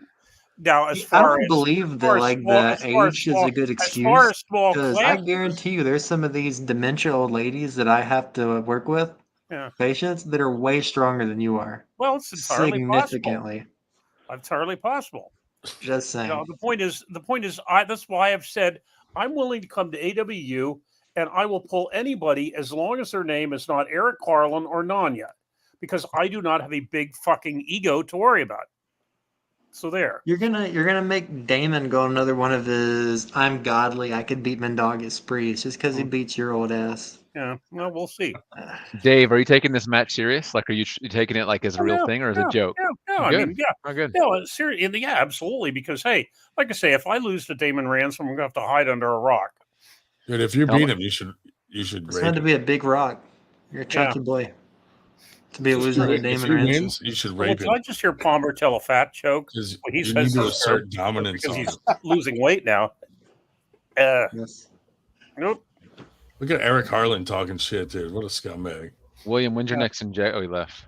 He left, yeah. Well, no, if I have anything to worry about, I've never actually had a competition with Robert Kelly, but I did pull him in what was that? He came to Winter Class 1 year, didn't he? Yeah. Yeah, he came, yeah. Yeah, he came to Winter Blast the first year. I lost Yeah, to he him there. did the sandwich match with Danielle. Yeah, right. So now I had a side table and I lost to him there. And if Damon's only win was against Robert Kelly and I got beat by Robert Kelly, it's not a good sign. Of course, Who the fuck is Wood eating? Palmer, what was that? Was that the Semegla or whatever? Did you say semaglutide? Yeah, Is it time for your injection? People that pronounce it like that. Couldn't see what it said. Is it time for your injection? That looks very shady. That doesn't look like a good product. Is that milk? What the hell is this shit? Eric says he needs a ride to Houston. Where do you inject that? He also need a ride to Houston. In the penis tip? Bought him an airplane ticket. Dave Shell, are you going to pick up this guy Robert? Is that his name? Are you gonna? Is that an opportunity? Or are we just blowing smoke? The guy who came on earlier, is it Robert? He's Western Pennsylvania. He couldn't. I'm going to take 2 weeks and hit practices all the way down and back. You should not have had him come on the show, dude. He's too pure for this show. Yeah. You made me feel bad for him. Yeah. No, it's absolutely true that he did have, he was better at the time, and he does have cerebral palsy, and he does very well for what he, basically what he's capable My of doing. favorite part about having him on was when he called you fucking crippled. Well, no, handicap. Who's that? No. Well, and I warned you about that. I told you he would. He takes a position that because of my bad knees or whatever. Did you have two knee replacements? Yeah. Andrew Wood, can you hear us? From a lot of years on his knees. I was seeing if you could hear us. Your forearms are looking pretty jacked lately. You've been working them? You look pretty jacked. It looks tiny. His right one looks pretty jacked if it's the other one. That's pretty good. Oh man, my chair just died, dude. You've been training in the dungeon. Did you see me fall down like 4 inches, dude? My chair just died. We did not. Damn, Lexman. You guys have been on 3 hours. Dedicated. This is a Is that light long? night. Yeah, is that long? It's Friday night. What am I supposed to do? We're just getting started. Waiting for Paul and MG and the whole crew to come in late. Yeah, the Paul said he'll graveyard come shift. back after he drinks. He said he'll be back on. Cole, why you so I quiet? don't know what happened to her, dude. Where Palmer. Palmer. Or Dave. Somebody. Yeah. If you hear from what's his name, Barry, man, Barry? tell him I'll pull him for free. Yeah. Cole, I think you and Wiggles are gonna get along. Y'all have very similar personalities. I think y'all will be good buddies. Yeah. I think it's gonna be a good match, man. His forearms look really, really strong, dude.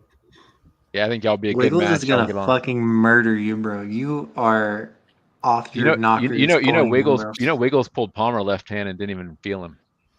Yak with a super I didn't chat. pull much left-handed back then though. Who's That more wasn't really hung? a good.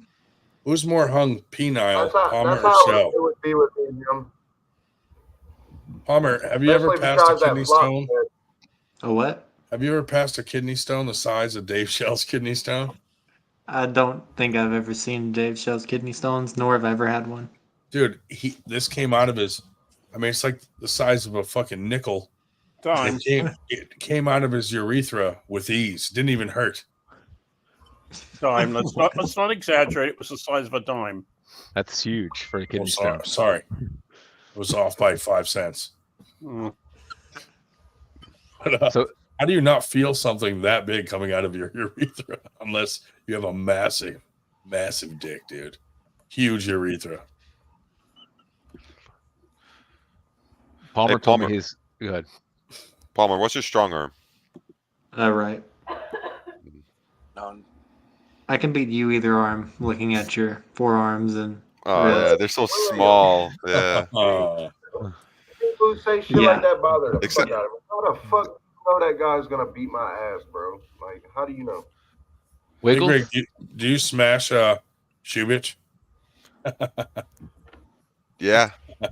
Well, the tournament that I did, I pulled amateurs and semi-pro. I only got pinned once. I wish I pulled pro. Because I wasn't in it, bitch. Hey, come up to upstate New York. Come on, sometime.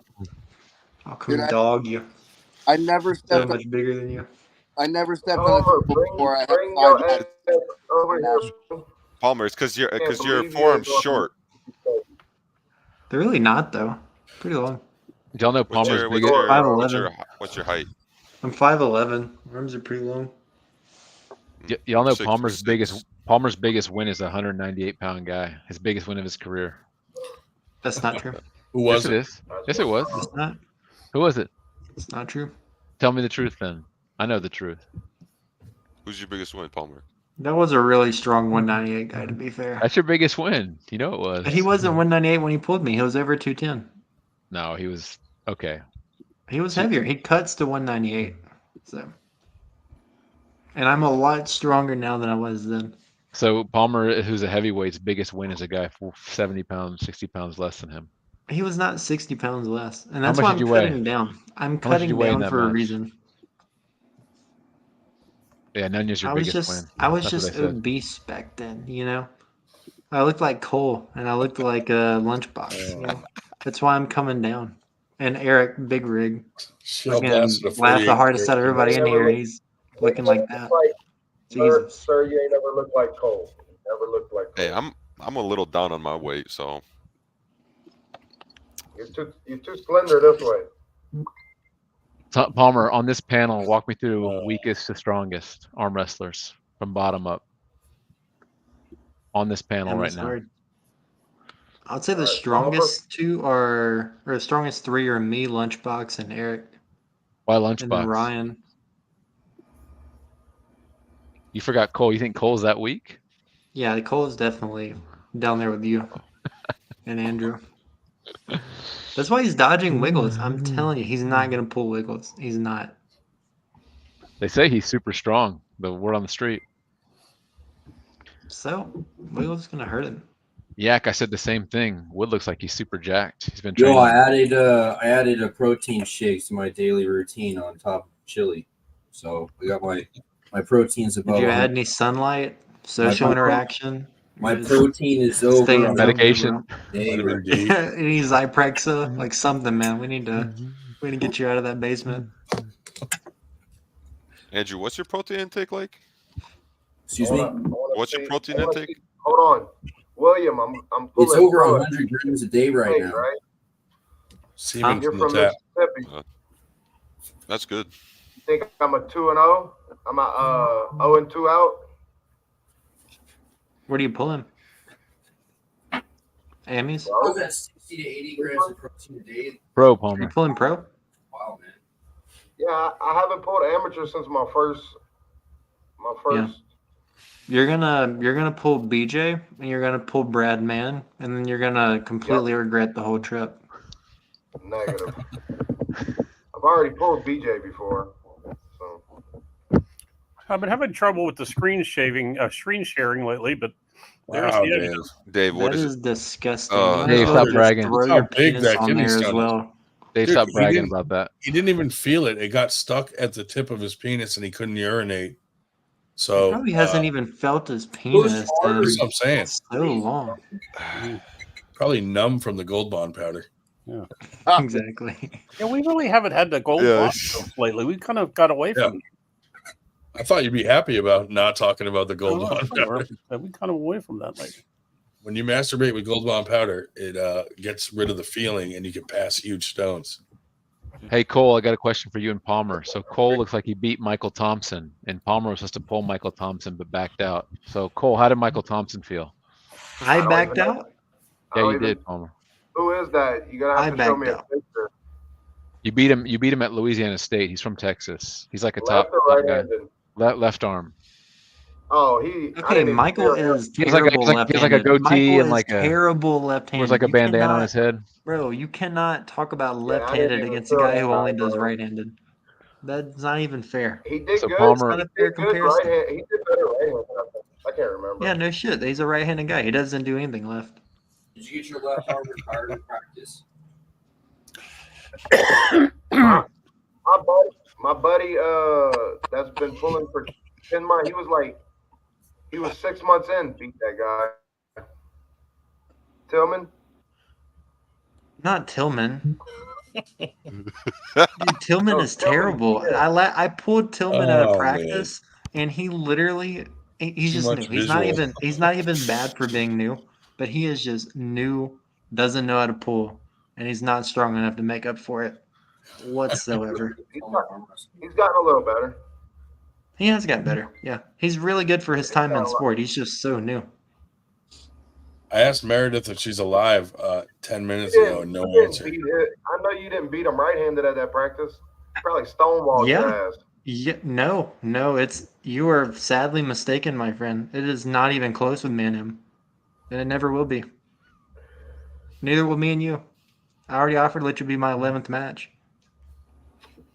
Palmer I'll can't even the get a fuck out of match you. with Jody Williams, dude. You can't take him seriously. If he had a match with Jody Williams, like maybe Palmer would be relevant, but I'm sorry, dude. Until that time, you are nobody. Is that the guy in the orange shirt from earlier? Yeah, if you don't have a match with Jody Williams, you're nobody. I changed my mind. Gays are banned from Winter Blast.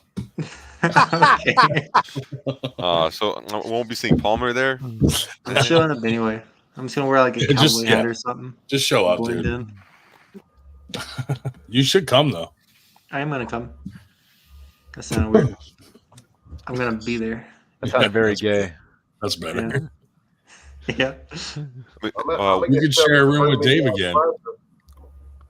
What are you gonna do for Winter Blast so the event doesn't stretch for so long like it did this past? Well, last time it didn't help. One, we're not having any super matches at Winter Blast. They're all the night before all of Arm Gods. Yeah, it's 2 days. And then we're having more refs and more tables. If I did come, it would only the be real for 1 problem day was though. we So I had still some have refs work. back out at the last minute. Oh, So that kind of screwed us. So we were like 2 tables down. We would have had 2 more tables, but they backed out. And then Steve Walker left early because he's a fucking loser. And, he didn't tell us he had to leave early. So that was kind of irritating. He just left early. So you could have had Over 6 hours. So you can do your tournament or like your class in just 1 day though, because there's no way I would pull 2 days back to back. That would never happen.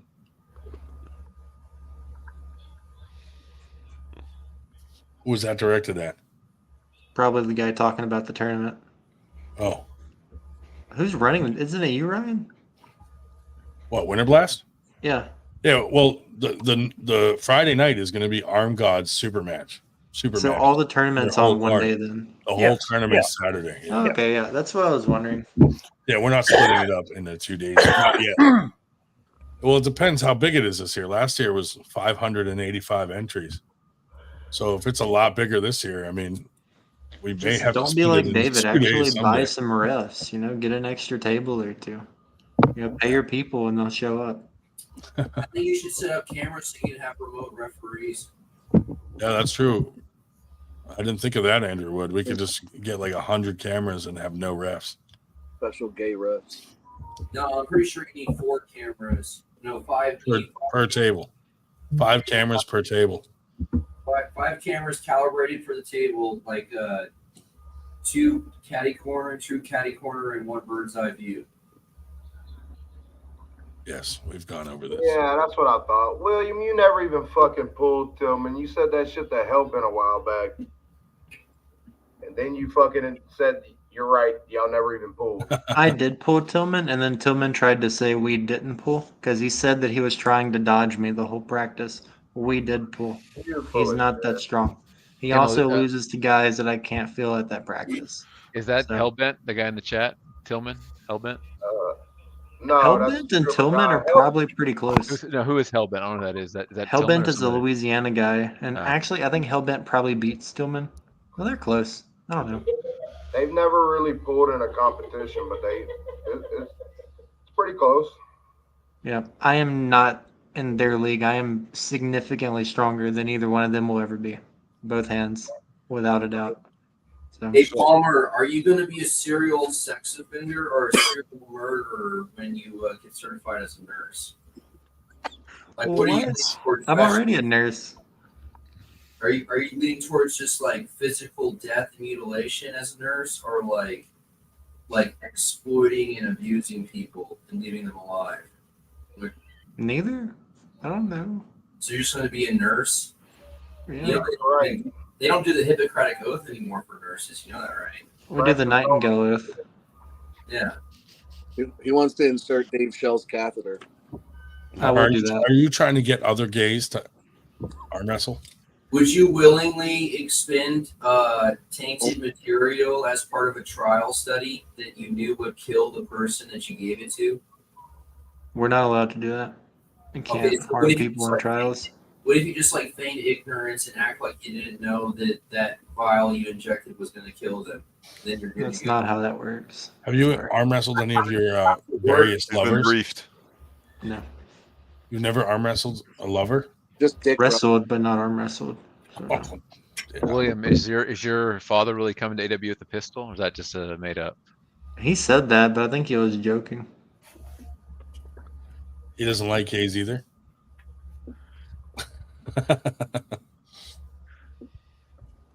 William has the nicest mom in all of arm wrestling, by the way. She is so sweet. Hopefully she comes again.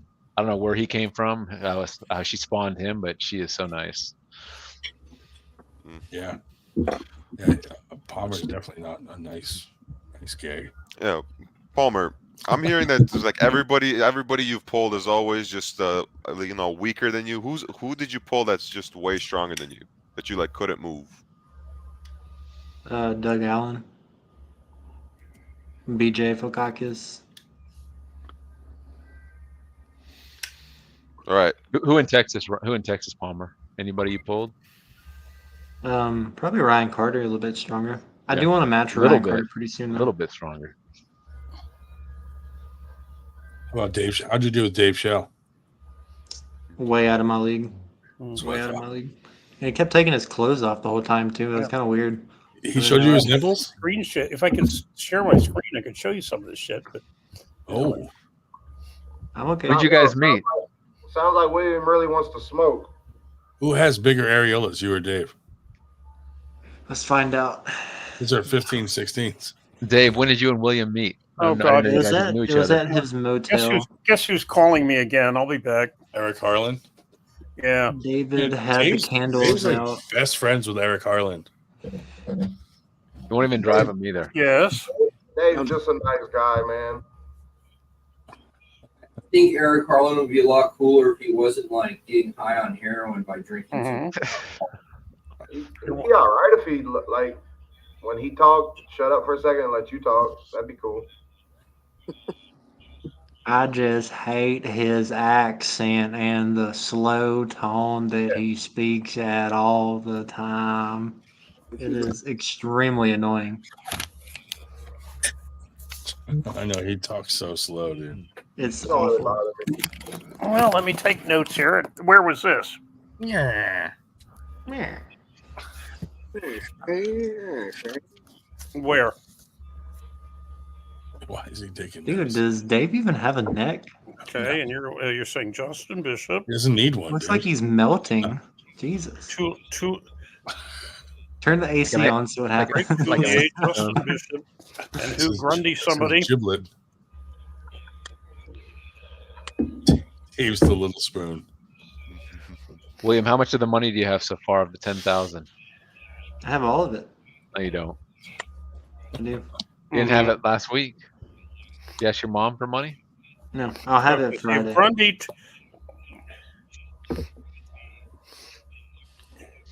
We would I have- appreciate if you put it on I have speaker. Dave. 8,000 with me already, Okay, so Justin and I Bishop, get paid Juliet, Friday. Grundy. Did you have another name? Does that So count I'll the have it all. 250 you won off me? Yeah. If I lose it all, I'll be broke, but I'll have it Friday. Andrew over there smoking that damn dirt. Well, someone's got to do it.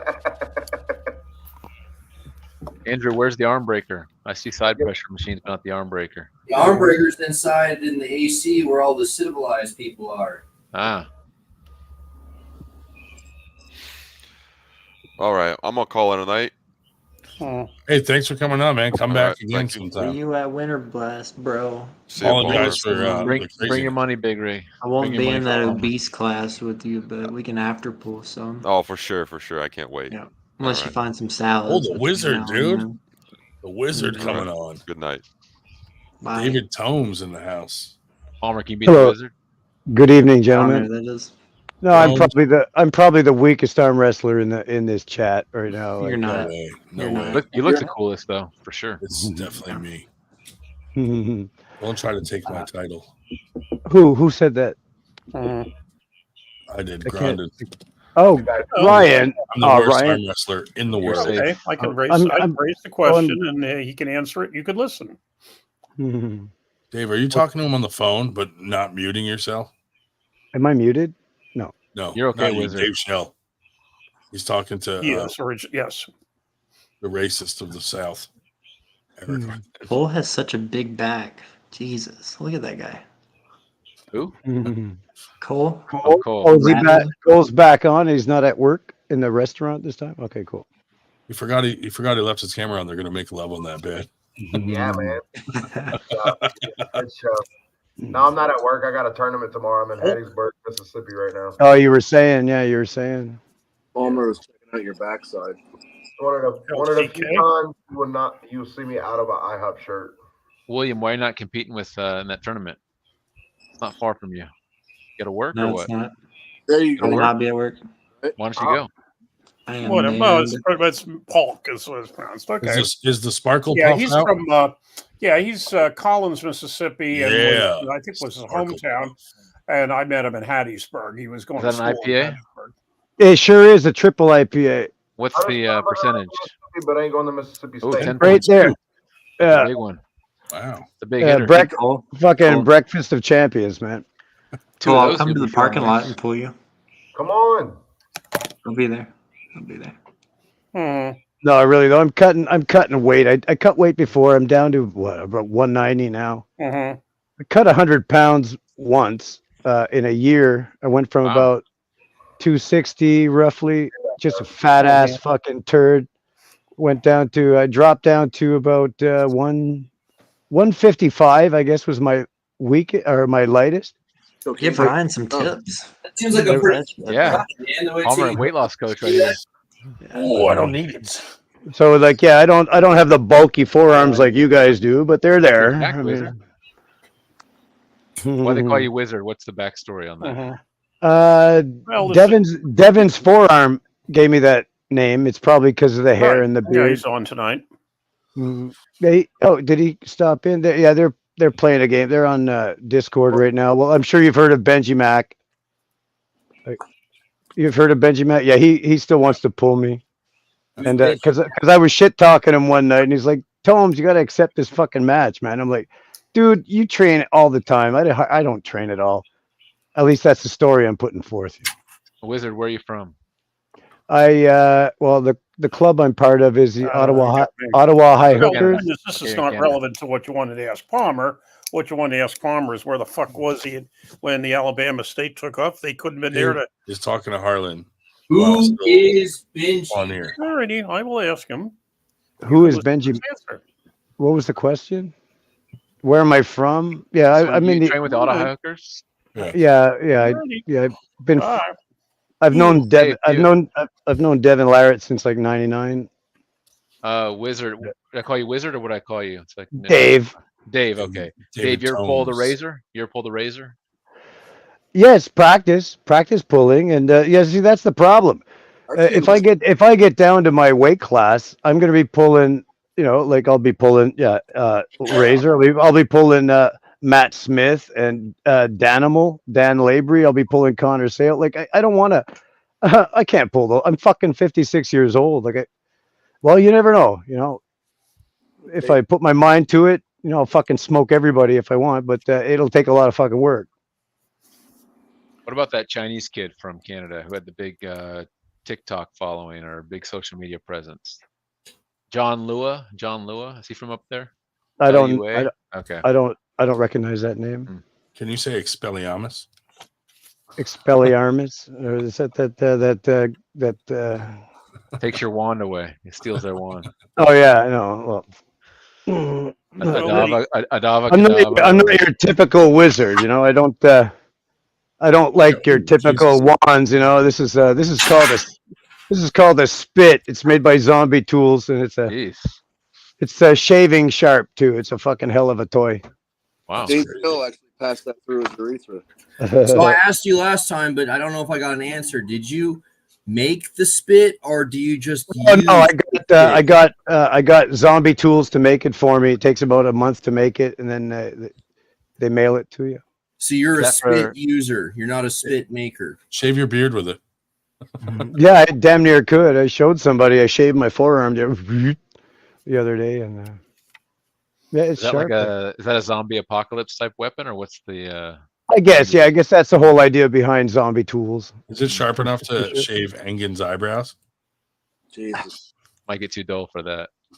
Well, the relevant part of my conversation with Brother Harlan was he wants to know where the hell was William Palmer hiding in February when he would have had the opportunity to show up at the Alabama States and crush Justin Bishop, Craig Toulier, and somebody Grundy, but not the. I was not Grundy, pulling. I was not doing any arm wrestling. I was doing my preceptorship for nursing school. So I took a large amount of time away from the sport. Thank you for asking, Eric. Thank you very much. What kind of nursing, William? Like surgical nursing or just a psychiatric nursing? So I deal with guys like Eric Harlan on a daily basis. Or like me. Yeah, possibly. Yeah, so Palmer's typical night is changing diapers and changing bedpans. Yes. There you go. getting Yeah. The Zyprexa IMs every time. Ryan freaking me out. Eric tries to attack me. Yeah. Hey Palmer, would you ever like to be cast as part of the storyline in a 2-hour and 10-minute thriller? No. I only have one question for William or Bill, whatever. Do you pluck your eyebrows, man? Yeah, Bill. They are blonde on the ends. Thank you for Oh noticing. yeah, Bill. Okay. They're blonde. They're there though. I promise. So Okay. Hey, So Bill. Palmer has If any of your the people you nurse are incapacitated, would you molest them if they were good looking? Oh, for fuck's sakes! I might have to leave the call if you're gonna make comments like that. I'm sorry. I might actually Legit have question, to leave. dude. Like I might literally just have to So remove Palmer has a couple myself. reasons to lose weight. One is he has to make weight to make money, but he told me he doesn't get any guys with his current fat ass weight. So by losing weight, he'll have a much better chance to get laid. That's another reason why I might leave Yeah. that comment right there. That's true though. It's true comment. That's very hurtful. You know, it's true. It's hard to get laid at 250. Like, who the fuck cares about who stimulates your fucking pubic area, man? Who the fuck Exactly, cares? wizard. Keep it in the bedroom. Keep it in the fucking bedroom, and don't fucking bug people about it. Exactly. I don't care who sucks your fucking dick. I don't give a fuck. Find the homophobe in the room right There's there. one. Who is the who? Christ. Which one? There isn't one yet. Who's the defending homophobe? you? Yeah, exactly. But no one ever said anything about it, and then he was like, "This went off." I'd you said you're molest. gonna leave. If I was a nurse, I'd molest people. You said you were going to leave, and he's saying it's okay. You That's can do probably why you psychologically would never be allowed to be a nurse. Yeah, exactly. No, nurses don't have it easy, man. There's no fun about cleaning up blood and shit all the time. Like, it's nothing fun about that. No, they don't. It's not that bad. It's really not. Yeah, just don't get a god complex and start Like, doing things that you need. yeah, what happens when you got some 300-pound fucking butterball and you got to pick them up after they've fallen down? Like, you got to be strong too. That's why not all nurses are little girls. You know, a lot of them have to be interns and stuff. They have to be strong enough to pick up a fucking 300 or 400-pound fucking butterball. That's a badass. We do have Hoyer lifts as well. The blood and shit's not bad. It's the semen that. You should change your name to Igor. It just doesn't stop. It just doesn't fucking stop. Does it? Igor is the only acceptable male nurse name. Igor. I like that name. William, since you started working, what's the worst thing you had to deal with? Shit, blood, fighting. Since it's dementia patients, it's just like having to coach them through everything and what you're saying not sticking. So you kind of repeat yourself for like 6 hours straight sometimes. They try to kill They can get themselves. to you. Not No. much of that. At the old place where I worked, yeah, but not here. You just say sick. Suck this dick like 8 times. Dude, I'm gonna have to leave, man. I can't be a part of this if you're gonna do that. It's Carlos, okay. Carlos It's already okay. clipping that out. Yeah, Harlan's got all the good stuff. I'll just be the backup stuff now. No, I like Willie. I wouldn't sabotage Willie. I like him. Yeah, Andrew Wood there has a pretty cool side pressure machine. Hey, did he make that? Is that the, Yeah. did his, That's his. I really don't think that has much carryover. I think you'd be pride better and off with joy. a pulley system with something in Mm. front of it Oh. more. How about for the Yeah, press? dude. Is that a good press tool? Yeah, I got it's a. like if you're training, a it's gonna be couple. like after you've already gotten into your press, which isn't really what you need to focus on. I'm just doing some blood flow. But isn't the arm of it adjustable so you could start it like here and then press into it? Yeah, it's probably he can probably change the angle for more It's like a like. 180. You need like the starting to- pressure Yeah. coming from in front, not the side, because like sideways isn't really where you're being tacked. I Usually, mean, it's where they're pulling you out of it. there's like 90 pounds of pressure backwards, I think, or 100. You know, looking at your machine, it's clearly not. You're just going sideways. No, it's No. got springs on it. Works for Toddzilla, man. Godzilla does Yes, a you- lot of you other could exercises. attach If like you a- watch He his sure side does. He pressure sure video, does. Yeah, he if you sure watch does. his It's a side ban- pressure dude, video, only- he or a has banter. all pulleys. It was an entire Dude. pulley video. It was not Palmer. that machine. Back before I snapped my shit, I was doing 89 pounds times 2 on the back pressure springs, and then 100 pounds on the sled, and I could rep it out for like a set of 10. I don't think that's that much weight on that exercise. I think I could do significantly more than that. Yeah, that's what I was thinking too. I was like, God damn, because like there's people that are way stronger than me, and I'm over here like this is some serious weight, you know? Because like if you do less, if I did less than 100 pounds on the stack with the double 89-pound springs, it was like tipping the fucking table over. Andrew Wood, didn't you used to do like one finger pull-ups? With the digit training, that shit goes but hard, with your bro. fingers just like halfway in. Didn't you used to do like crazy pull-ups like that? No, used to train them all I dig individually. it into the palm. I dig it all the way into the palm, and then I deglove the entire finger when I slip because I'm a pussy and I can't hold on. Yeah, I remember Wiz got some crazy videos and all kinds of pull-ups with half fingers in there. Weren't you an ex-rock climber though? Yeah, I was just gonna say it must be a rock climber or something. They love doing that. They got strong fucking fingers. those guys. I've done my limited share of vertical exploration. Have you ever fingered a woman? No, Yeah. for I was fuck's about sake. to You ever play? You remember back in a paintball when it was uncapped semi-auto? I No, have no idea what you're talking about. uncapped semi-auto paintball. It was banned in like the 2000s. This dude Isn't like, it kind of dangerous if it's uncapped? well, everyone was using ramping boards, and this dude fucking was theoretically ramping, and he was also like the fastest fingers in the game, and he like shot this dude like a dozen times in the skull point blank, and yeah, really good at finger fucking uncapped semi-auto. So they took that away from everyone. They took away the finger fucking trainer. Because if it wasn't for paintball and finger fucking, dude, a lot of people would never get laid. Did you freeze your paintballs? No, but I That's always rude. That's fucking rude. I always heard about shit like that and marbles. Like those were always seem like tall tales. I mean, I've been in a lot of like really painful paintball matches where Yeah, me too. I didn't have paint splatter, but I've never actually like confirmed that it was. I'll let my dog out. I'll be right back. Yeah, I would. Well, I can't confirm nor deny, but there were times where I may or may not have used a little Allen key and turned up my pressure so it was like more than 400 feet per second. Bang! Fucking that fucking smacks. Yeah, I had an automag and I adjusted the valve like it was a Tipman. And, you know, Tipman has like That's what I got. I got a Tipman. And I bought an extra long barrel too for a snipe. Well, the automag valve is like a quarter turn is like 100 psi, and I gave that thing like 3/4 or a full turn, and I shot it out at 550 FPS, and it blew out every O-ring in the valve. Oh geez, yeah, that'll happen. And it did this 3-foot diameter spiral as it went downrange. Oh yeah, so that was overpressured. Yeah, that's not good. Yeah, I think I usually run like around 265 FPS. I like the ballistics around that speed. Just arc them in. No, well, 250, 300 is fast enough. I think I did accidentally crank mine up to about 4, and people were complaining, "Oh, that one stings." Well, the parabolic effect can get you deeper into the cover. So I would kind of cheat. I'd wear like puffy stuff and then like kind of like a rain jacket over top so that it hit me in the chest and they wouldn't burst. But I've been shot from close range in the back of the hand, and it cratered. It made a crater, a big swollen donut crater, and it broke the skin. Like those things can hurt. Yeah, when I was a little kid, I would wear one glove on my forehand. Gloves.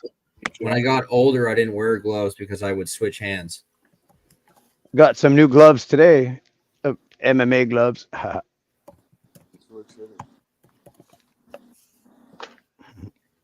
Different kind of gloves. So, what's going on? So I bet Paul will be back soon. He's going to be gone about 2 hours or something now. Have you ever seen the people who play like airsoft and paintball and they're wearing cleats? Yeah. Yeah. Well, I mean, why not? Running shoes are fucking slippery in the bush. I mean, I wear combat boots. Calm the fuck down. You're wearing goddamn cleats, dude, and we're like ducking and diving. Like, calm the fuck down. No, they're a good idea. Cleats are good. I wear combat boots though, but cleats, why not? Yeah, why not? You ever tried playing soccer on a grass field with running shoes? You're fucking slipping all over the place. You just don't have the agility. I mean, you can get turf shoes.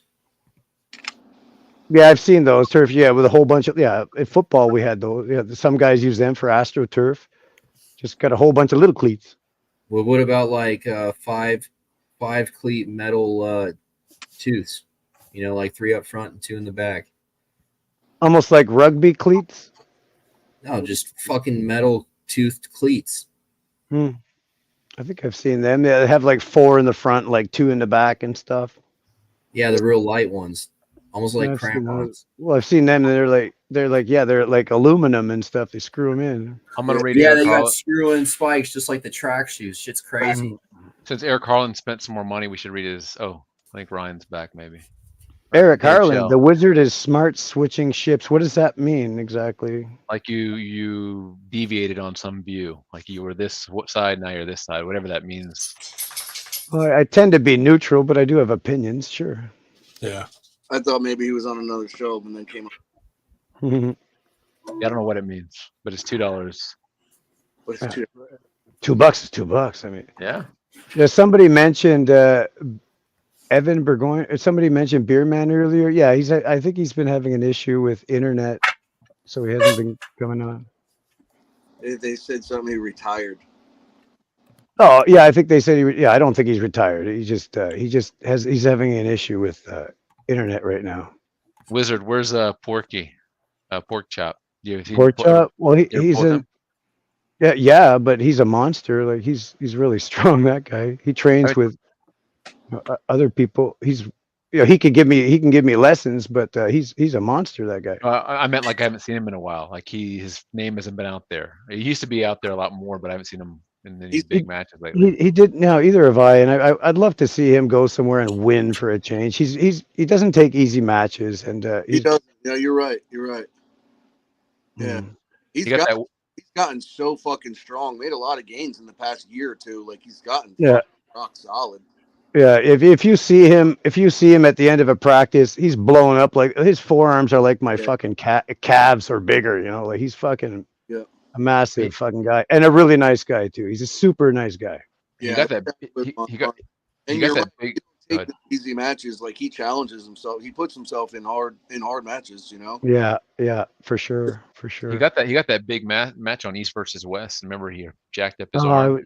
Yeah, he got injured there. What's the guy's name? Starts with a Z. I can't remember his name now. Zurab. Yeah, that was like he had a big moment to get out there, and I think he hurt his bicep or something like right away. Yeah, like immediately too. That sucked. Like, that's because he went against Petrenko, who's the uncrowned goat of the fucking light heavyweight. Zurab at the time. Yeah, Zurab got fucking retired by Petrenko, just like fucking. Engin. Oh yeah. And it wasn't even a fucking title match, dude. He got fucking retired on some fucking undercard fucking match, dude. Couldn't even fucking championship that bout before he retired him on it, dude. Engin, you're such a bastard.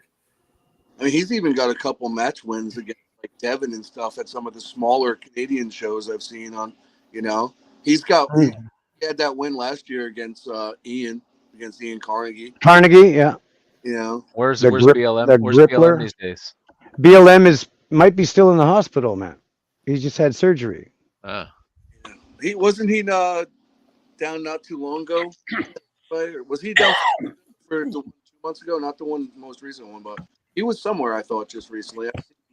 Yeah, I guess on the last match, I think it was one of the last matches he was in that he tore some stuff, and I saw some images on Facebook there because part of the OHH group chat stuff, and somebody took a picture of him in the hospital, and maybe his wife or whatever. But yeah, I guess we're hoping that he's going to recover soon and be stronger than ever. Hopefully, it'll take a while for him to bounce back though. Lunchbox, are you Canadian too? No. Where are you from? I'm in Jersey. Jersey, okay. Yeah. Jersey. Yeah, I'm like smack in the middle of North Jersey, like halfway between Pennsylvania and GWB to New York City. I'm like right in the middle of North Jersey. So I train with the New Jersey Beast Mode guys. Paul Italia mentioned, somebody threw out a challenge for Auden, but I think the challenge was sent by a guy that's like 75 kilos, and Auden's very young, but he's a lot stronger than people realize. So and he's getting stronger. He's getting stronger, and he's getting bigger quickly. Wizard Eric Harlan said no, he isn't. So the Wizard is a Canadian traitor bitch, whatever that means. I'm a traitor. Call me what you want to call me, man. I don't know you, so your opinion means shit to me. You know. I don't know what's going off. He's ranting over here, but he's been. Brian, go on and take note. I'm helping you, asshole. Anyways, I don't know if anyone knows what that means. I don't. Palmer, I like the way. Well, look at Harlan says, etc., but he put ECT. Like you know what that word is, etc. Okay, never mind. It's not ECT. It's never mind. I don't want to be a grammar Nazi or nothing, but no, but it just shows me the intellect of people when they type shit in the side chat. Eric Harlan could have his picture in the dictionary next to the word inscrutable.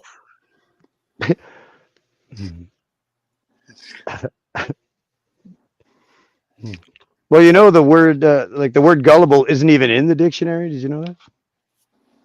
No, I was not aware of this, but oh my god. Okay, never mind. So fucking lame. Holy shit. I hope I don't turn out like you guys when I get old. Good God. Hey, William, show me what you got. Oh, that is pitiful. I'm coming for you. You're gonna lose the crane, bro. You guys know I pinned William Palmer at the last event. No, you didn't. Yes, I did. I got the video, Palmer, to prove it. Here we go. Palmer, you were weak as shit. News. I think you guys should What fight. a liar. I've known William since the first event. You know what? You guys know where I found William Palmer? He was trolling on Arm Wrestling Discussion, talking crap to everybody. And I DM'd him. I said, "Hey, what's up, man?" And we became buddies. And now he's been pulling in events for a long time. So Palmer's been an asshole from day one. So he's As you been can see, consistent. Eric is oblivious to correction there, Wizard, as you'll notice. Evidently, and well, it's his little world. I'm just an actor that's in it. Like asshole. Yeah, it's generally not considered good form to call someone an asshole when you're making a mistake. Well, I'm a bit of an asshole for pointing it out, though. Like, because No, I really don't give a Kentucky Fried fuck. That's perfectly right. Wizard, is that a Bluetooth mic in your ear? No, it's bone conducting earphones and mic. Cool. Yeah, I like them. They work. Cool. I heard those are good headphones.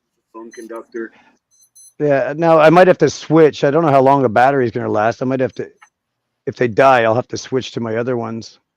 The quality. I don't even know what these are called, but yeah, Devin's Forearm showed me these things, and a few of us got them now. I forget what they're called, but these things are probably the inside. Yeah, it's my house. Fuck. Do you have any local regulations on those headphones? Local? No. What do you mean local regulations? I mean, I don't know. I mean, I was just looking for some intellect, I guess. Oh, well, I don't know. I bought them. They work. There's no regulations. I thought headphones were regulated. Dave, Wizard, how long have you had that beard? How many years? Geez, I've been growing this for at least, I think, 3 or 4 years now. Oh, not like I got it. Not like decades. Oh, the Drew's telling me. He told me. Really, Drew? You mentioned you were the one who told me about these bone conductors. I didn't know that. I gotta light my pipe. We got last of the long bottom leaf,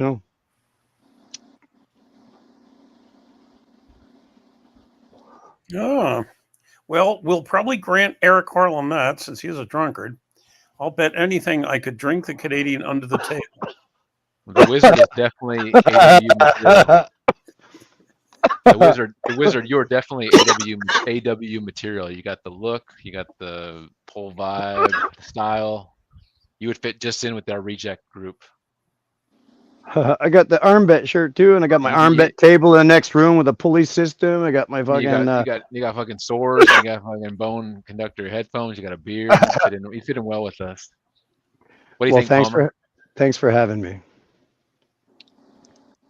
What's wrong, Willie? Stop DMing me. He's DMing me saying all you old guys are fucking boring, and he wants to go work out. Well, Eric Harlan, if Eric Harlan wants to drink hard liquor, I don't really drink that anymore. But I dare you to drink fucking 4 of these will satisfy just about any alcoholic. So try drinking like Beer Man did. I think he had 9 or 10 or something, and he felt it the next day. I'll tell you, you really don't need much.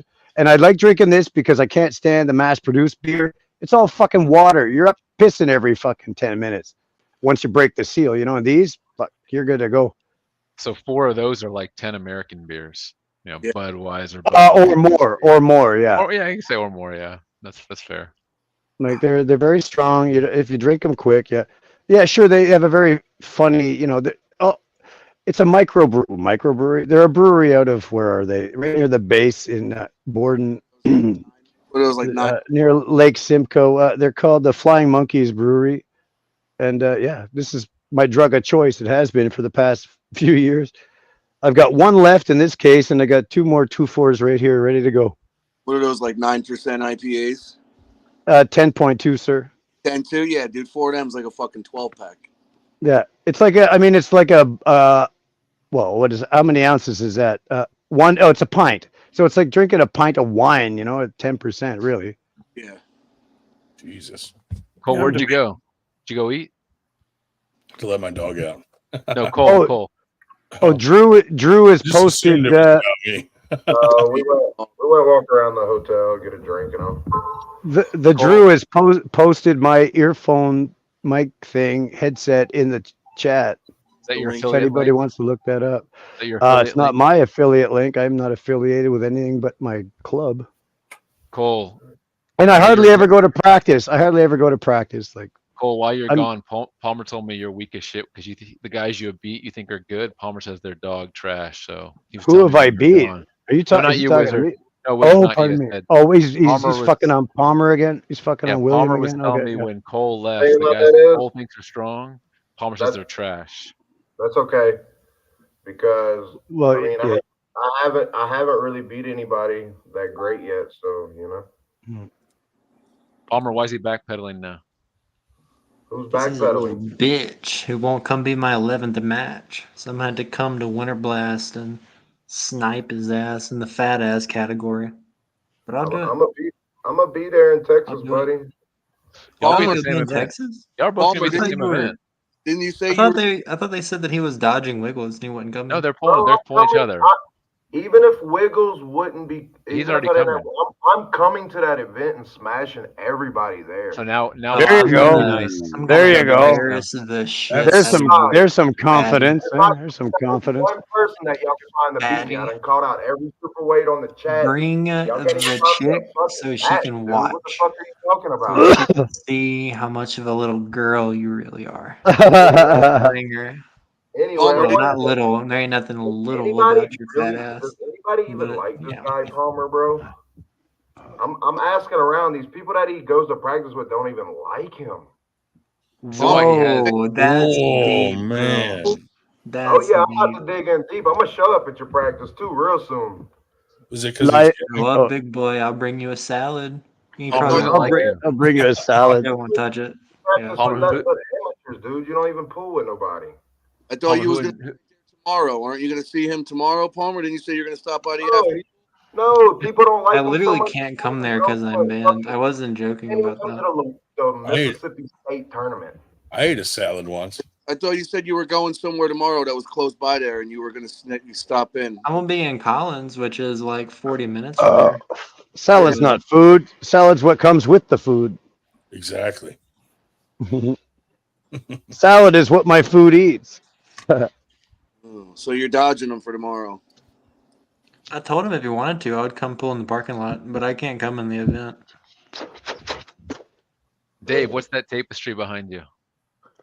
It's Like it's a Satan's set flag. up, or It's a raven. It's a raven flag from Grimfrost. I buy a lot of shit from Grimfrost. They're based out of Sweden. They're the they're the people that supplied Game of Thrones and Vikings with a lot of their shit. Like lots of stuff. Like I buy a lot of stuff from them. Like a nice horn. This one I just got today. A nice horn mug. Nice horn mug. Nice. It's a very light colored one. And I've got others though. I got lots of their stuff. This one is another one. See, it's a different size.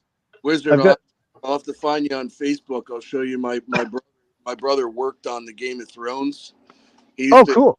He worked in Hollywood. He did like special effects, like makeup on actors. My brother made the Predator for one of the Predator movies.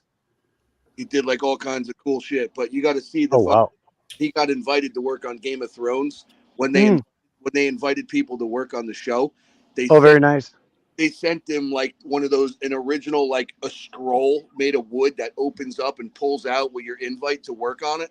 Oh, sweet. I'll shoot you a picture of it, man. It's really fucking Please, yeah, you'll probably find me. There's two of me on Facebook, but one of me you'll see. I don't know. It might have more arm wrestling related friends.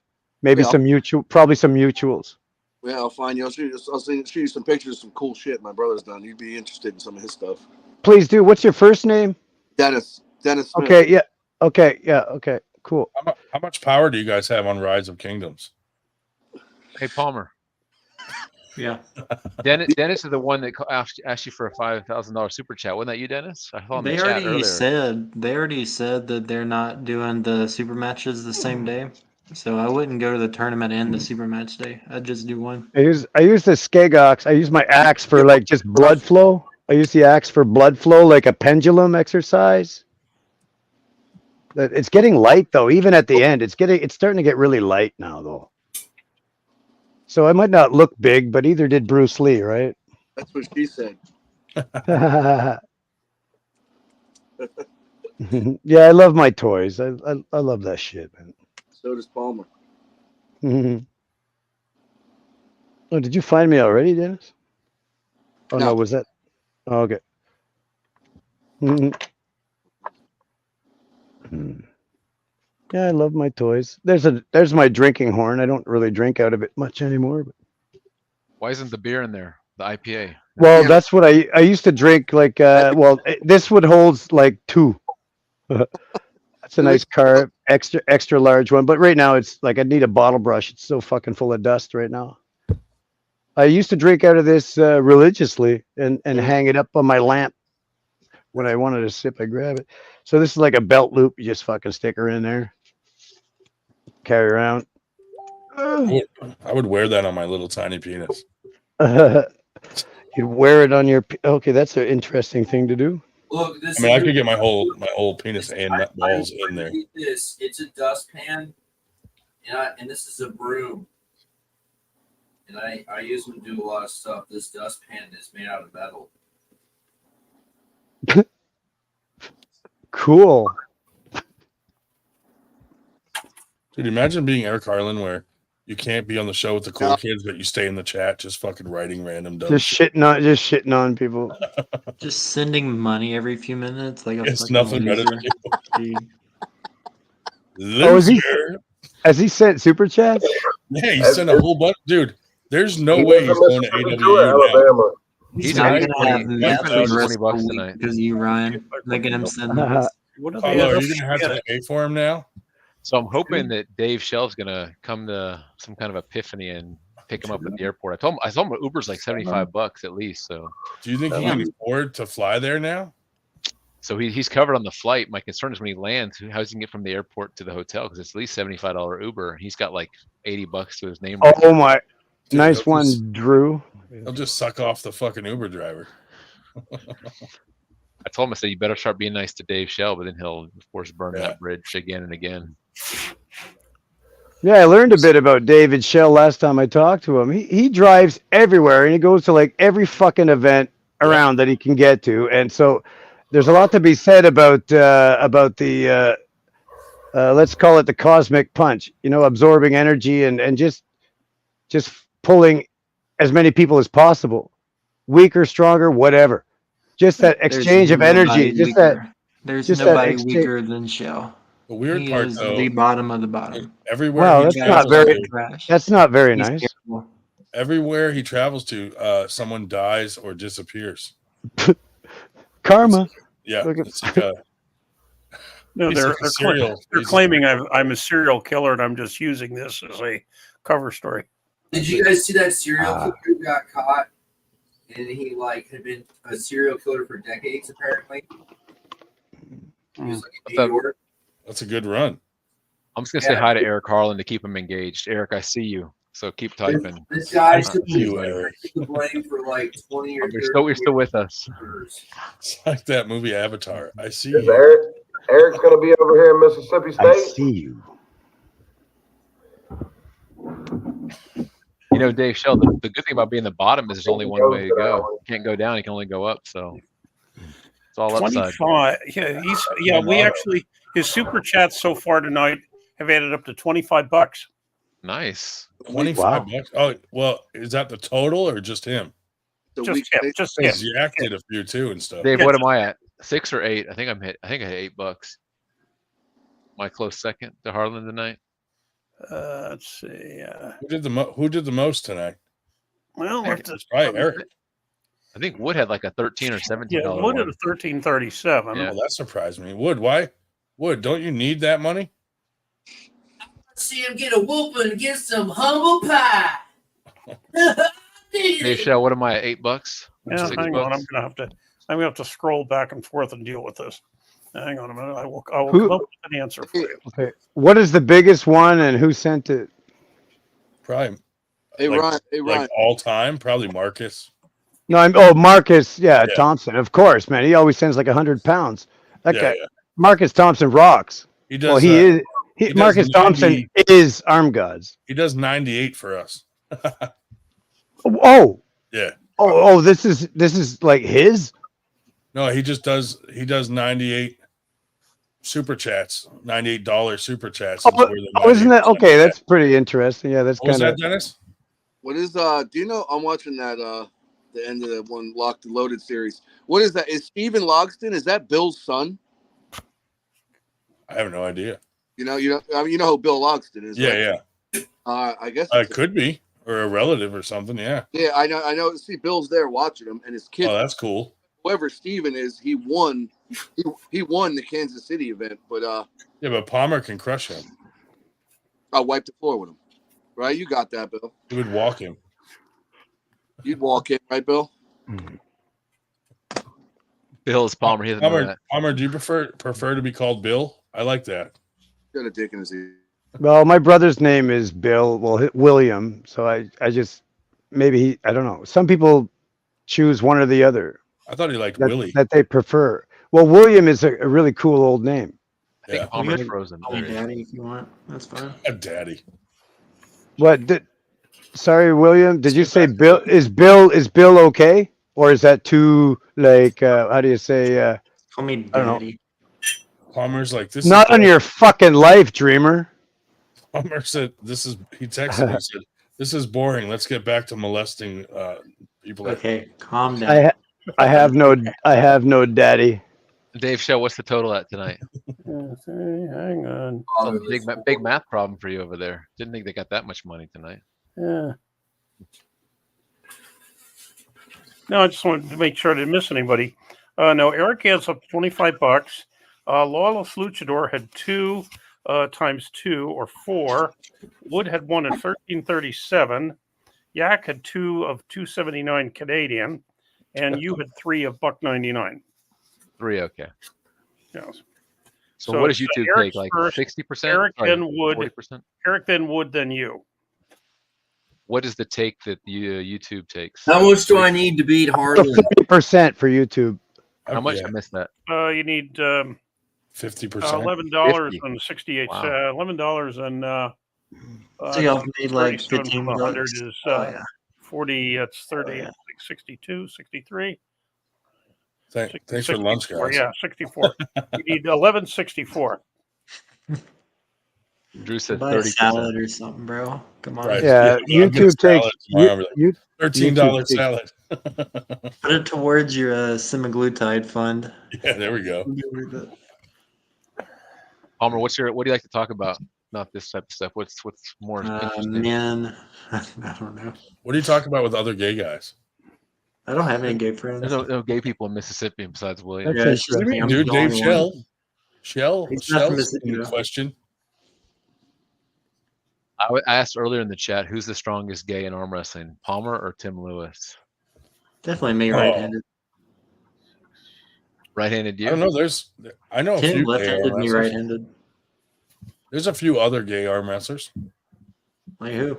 Openly or not openly? Openly. Who? Okay, Yeah. Drew. Who? Besides David Cotwell. That's the only one I know. I'm the weakest gay in the arm wrestling sport. Dave Shell. I mean, Eric Harlan as well. Eric Harlan for sure. Forget him. Oh my God. Wood, There you what go, are you Yak. doing, dude? Man. Canada sucks. North wind and mustard. Dude, you spent $12 to say that? Hell yeah. When you could bro. were live, you could have said that. You I could have said spent that live. You could have just said it out say loud. that. Man, Wood, are you stealing from your grandmother's purse? Jesus. I feel bad when people that don't have money do super Yeah, chats. I'm not gonna get a smoothie tomorrow. That's my smoothie money. Damn, don't waste it on I this. don't shit. think Wood actually goes outside. I think he just sits there in that basement all day. Like that dude's been past year. I think he's had a decline. I really do. Getting paler. Palmer, how long have you had that list? Your whole It's like- life? Or You ever see the movie Powder? It's like that. William, answer me. How long have you had that list? Your I'm whole not life? answering you. Your whole life or no? I wanna Oh, fuck you up, David. I really Did you ever do. have a speech? Did you ever have a speech therapist or no? Mhm. I think it's fucked up that they put an S in the word lisp. I know it's terrible. Like, it's like, why would you do that? Yeah, how dare they? Fucking assholes. Assholes. Yeah. Just fucking rub it in, eh? William, my daughter needed speech therapy when she was young. She couldn't Oh my say, God, dude. David Tomes. oh, wow. Jesus. Money's coming in hot now. 33 8.33. Compare our national animals. Eagles may soar, but beavers don't get sucked into jet engines. Beavers Oh, just well, chew thank on you, wood all David. day. That is super gay. No Thank you, offense. Andrew Wood, and thank you, And y'all David got a Combs. gay president. Like, That was a damn. quick $50. Yeah. That's Canadian dollars. Those are not real American bucks. I think it hovers around 70 cents on the dollar. Yeah, roughly. without adjusting for the last time I looked, it was 72 cents. Without adjusting Was for that, it fluctuates. probably. It fluctuates a little bit every day, and without adjusting for the currency Well, differences, we appreciate we're it now at because $99.74. we put it into our next tournament. So thank you guys. And salads, apparently. well, we had a good government once, and our dollar has been more than the American dollar, but ours is generally less. We're a smaller country, less population. Like gay we have president. the stupidest fucking prime minister that ever lived. Anyway, that's an I don't You live I don't in want to Toronto, politics. right? No, I certainly do not. Oh, my bad. I live like halfway between Ottawa and Montreal. Oh, okay. I live So you're in gonna a vote for a Trudeau rural again? area. What? I heard Trudeau's about to sweep again the elections. Not even close, man. Not even close. Everybody wants him to friggin' leave I right heard now. everybody Like loves even him. There's well, pride parades every day. okay, now you're Vocal minority dissenting against the popular vote, which is for Justin Trudeau. You need to calm down. let's fuck Everyone politics likes for a Justin second. Trudeau, okay? You're These your fucking mind. right-wing, Everybody fucking hates all him. these right-wing propagandists trying to get rid of I'm voting Trudeau. for Kamala. Oh my I god, was everybody gonna- hates her too. She's a I was fucking gonna vote for Kamala until scamala. Dude, her fucking laugh drives me nuts. Her fucking spirit drives me nuts. She's just a she's a bad woman. Did you see Judge Brown's fucking take on her? And he was like, she's a fucking whore. She fucked her way to the top and she was a slut in college. And I was like, oh my God. A judge said that? Judge Joe Brown, yeah. Oh, I mean, she wouldn't be like worse than brilliant. Trump. Yeah, the guy trying to get billionaires tax cuts and keep militarizing Israel. Yeah, There's never going to be a good option, dude. It's crazy. I thought I Kamala think was you're- gonna be. I thought Kamala was gonna push for the ceasefire in Gaza and stop She's militarizing she's Israel. fired, man. She's fucking fired. And then her first speech about policy, she Yeah. talked about how she was gonna defend Israel's rights to defend itself I know. and send them Dude. more weapons. Oh, And I'm like, oh, man, politics are dumb, man. Don't give them free rent in your head. Good night, guys. I'm not. Taking some Good rest. Good night, Cole. Good luck Good luck tomorrow. tomorrow, bro. Good luck. I'll be watching. William Palmer's coming for you in the after poll. Watch close, buddy. I'll be watching. Okay. Here, I'll bring back a little history. One of the best matches I think I ever witnessed was Matt Smith versus Connor Sale. Did you see that hook war over there? Any of you? I know what match you're talking about. I just don't remember. It was in Armed Gods Valhalla 3 in Ireland. Yeah. Okay, yep. Good night. All right, that is fellas, I'm about to head out. I'll see y'all, boys. Good night, Bill. Good night, William. Good night. Good Nice to night. meet you. Oh, good. I can really look. Fuck, I came in here to fucking clear out the room, and it's working, isn't it? Hell yeah, buddy. Thank you. Are you sure? We forgot all the we forgot all the fuck that guys tonight. Well, the tally Whenever people leave the podcast, we say fuck that guy. Oh, okay. Oh, FTG. Captain Obvious says, okay, I see. Exactly. Yeah, adjusting for smart. the currency difference, and the Canadian dollar is now at 74 cents American. We Today? are now at $90.94 for the day. What do you guys think of my Kanye West mask? Oh my! You like that guy? No, I don't know. I don't know anything about him. no, me either. I could care less, but I saw the mask and I was like, oh, I gotta have that. Hmm. I should put on my snarling Jody T-shirt. That's brilliant. I love that T-shirt. It looks crazy from a distance. That's cool. It didn't. Nah, I don't need to do that right now. It's getting late, right? Maybe next time. Yeah, why not? Well, it's that time. I wonder if Paul is going to bed or if he's still up. I wonder if he's going to come back. But He did. He said if we were still on, he would. He was going out on date. he is known to come back Yeah. late. So Is he? Okay. Well, yeah, he was going on a date, and we don't know with who, so it could be a very good night for him. Yeah, we're not even sure what coast he's on at the gotta moment. be his woman. His his wife. Or, yeah. I don't really know anything about his personal life. Yeah, I don't think they're not married, but I think they will be at some point. They might be engaged. Okay, when my phone fucks. Oh, Derek Smith just messaged me on Facebook. There. I'm sure you all know Derek Smith. Yeah, now he's a big man. He's a big man, and I wish he was. I would. Dough, man. He's so soft. It's crazy. I got him to come to Winter Blast. Oh, is he coming? To the new one? I got him to come 2 years ago to face Austin Jaggers. Did he go? I don't remember the result of that. Yeah, he came, but actually Austin got him. That was a good match. It was pretty close. Yeah, he's been. He came. He's training. He's training. He is training. No, he's soft. For sure. Like, Derek Smith is 110% soft. Who said that? Andrew Wood. Okay. Do you live on the West Coast, Andrew? The West Coast? Yeah. Do you live like in California or something? Yeah, where's Alexa, that voice stop. coming from? I don't remember. Hear that? Does anyone else Austin, hear Texas. Austin, Texas. Oh, you live in Texas. Okay. Rondon, do you hear that? Yeah, what was that? I don't know, dude. I swear to God, I keep hearing something. I know. I thought it was my Alexa for a minute because sometimes she randomly plays weird music. Strange. Oh, speaking of marriage news, learned today for those fans of Team Predator, I mentioned something about Jesse Ondrovic being the fiance of Julian, and Mike Ondrovic Sr. said, no, she's not fiance anymore. And I thought, oh my God, what happened? No, actually, not fiance anymore because they just discovered that when Jesse was on the program, the podcast the other night, that they've been married for 3 years, didn't tell anybody. They had to be married they had to be officially, legally married to share base housing when he was in North Carolina. Yeah. So they got married in a civil ceremony, and they were going to do a, religious something up here.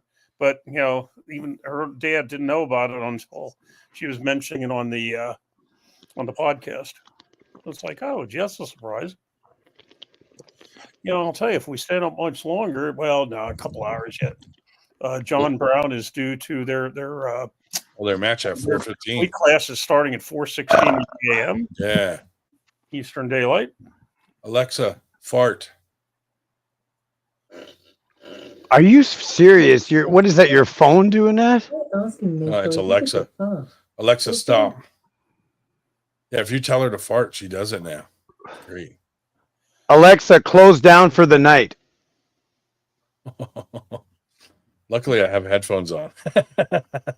If it was on my speaker, like sometimes on the TV, when someone says it over the TV, she'll hear them and go crazy.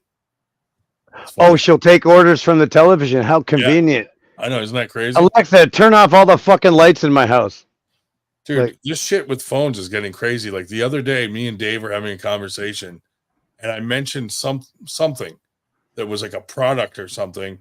And right away on my phone, I'm getting all these fucking ads. Ding, ding, ding, ding, ding. Ads and where you can buy it and was like, find the best deal. This fucking government is crazy. Fuck this shit.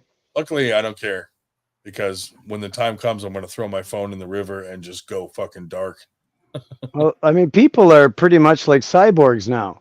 If you take away their phone for like any length of time, they're going to get fucking PTSD or something. Oh yeah, yeah. Like they're so attached to their phone. Everybody walks around like a fucking zombie. You get 10 people, 10 modern people sitting around a table at a restaurant or any other gathering, and they're all looking at their fucking phones. Yeah. What the hell happened to interaction with others? Like what the hell fucking happened? Yeah, conversation. Like, what happened to conversation? People don't know how to people don't know how to have a conversation anymore, or have an actual argument, a real argument, not a fight, but an argument. They just want a one-word answer and they're done. Like, oh, fuck off, you're gay or whatever. Like, and that's it. Like, that's all you got. Like, people say shit. Oh, well, I heard that. Yeah, you heard. Have you ever read a fucking book? Ever? You know, like, you've heard this, you heard that. Yeah, Do you have any experience? I start a lot of sentences with "I'm so old that." that I used to read books, or I used to do this, or I still do that, or whatever the hell. I mean, it's so sad. They don't even teach people, new kids, how to write in cursive anymore. Well, So we're like, or math. Honest is to God. math changed too? Oh, you know, well, no, but a friend said that they were looking for somebody to work at like a summer carnival at a food stand, and they said what you need to do is you have to be able to, just do simple math in your head without having a computer. Like somebody walks in, they want 3 tacos at $3, and they give you a 10. What do you do about it? You give them $1 back. I said, oh my God, my kids can't do that. They said, aren't they both in college? Yes. They're in college and they can't do simple math? No, oh God. Okay, hey, that really sucks, man. Honest to God, when I was teaching, if They you better want register to vote to like be, trained socialist stooges. you want to be seen as magic, doing something magic, multiply two digit figures in your head, and it's like, holy shit. It's like magic or something. Yeah. Wow, that's really sad. Well, I mean, geez, how do you say And of that? course, we were talking I mean, grammar. We were talking grammar earlier tonight. I Yeah. had I told this story. I don't know if I told it on the chat here, that I at the middle of the semester when I was teaching, middle of the semester I would hand out 3x5 cards, and I'd say, okay, this is your chance to tell me what you like, what you don't like, what I'm doing, it's driving you crazy, whatever. And they turn them in. I said, I promise not going to look for handwriting, whatever. Well, I get these two this one time, and the one is 2 jokers. I didn't know who they were at the time, and later I learned. The one says, "We love you, Daddy," and the other one says, "You're cute." Okay, so I read it, right? So I come into class after spring break. I usually do the day before spring break, and I come in after class. I said, I'm reading these to the class. Thank those that did it seriously, and I'm reading these two, and of course, people start laughing, as I expected. And I said, I find this disturbing on 2 levels. Number one, I'm not cute. And number 2, this is what they wrote. I write it on the board. Y-O-U-R, cute. Oh, for fuck's sakes, eh? Yeah. And so I write this up. Well, half the class starts laughing. The other half are thinking, what's so fucking funny? Because they don't know the difference. Wow. It's like, oh, God. So I said, okay, folks, I'm teaching history. I explained the difference between your, there. Oh, yeah, and there. I was just going to say that. Yeah. 2 and 2. 2 and 2. Well, you do. How about, for definitely, you always see definitely or defiantly. Like, for fuck's sakes, man. Huh. Weird pet peeves. Yeah, I got pet peeves with, in a spelling, yeah. For your versus you are. It's 6 digits either way. Yeah. What are they doing? Like trying to save fucking bits? Well, and I have to smile at times on the AW chat because when Yakimovich is writing stuff down, he'll come in with occasionally he'll have the Canadian spelling, which is a little bit different. Oh, like color and with an OR and Canadian, like OUR, yeah. Behavior, right, color, all those things, yeah. Yeah. It's Or more the of other thing, I don't know what you in Canada, the British, and I'll put this up. I'll say, okay, here's a word, and people look at it. I said, what is this word? And it throws them. It's GAOL. Jail. Yeah. Well, in America, it's JAIL, and It is that we spell it JAIL. Right. GAOL is an old speak. Yeah, it's old and language. People look at it and thinking, what the hell is that? Because because generally in America, if you have G followed by an A, it's a hard G. Like Yeah. English has English breaks all the rules. English breaks all the rules. Today, oh yeah, it's going to be very, very low quality and have a very low protein. You'll probably be on 20 to 40 grams of protein a day unless you got commissary. Maybe you'll get 60 grams of protein on the jail diet. Voulez-vous coucher avec moi? Yeah, that's one of the few, few French expressions. Oh, the Drew says, well, you'd have to read it to yourself because it would sound the same if I said it out loud. But grammar is the difference between knowing your shit and knowing you are shit. Yeah. You know, with the YOU. Yeah. Oh, Anyway, yeah. No. yeah, that's a funny one. Yeah, that is the difference. No, absolutely. Yeah, like people say, "Oh, fuck grammar, fuck spelling." Well, try getting into school and saying that. Try getting a university education and saying, "Oh, grammar and spelling doesn't matter." Yes, it fucking does. If you want to be any kind of legal or scientific writer or anybody that has any kind of credibility, you have to learn how to write. You really do. You have to. You really do. But not everybody's.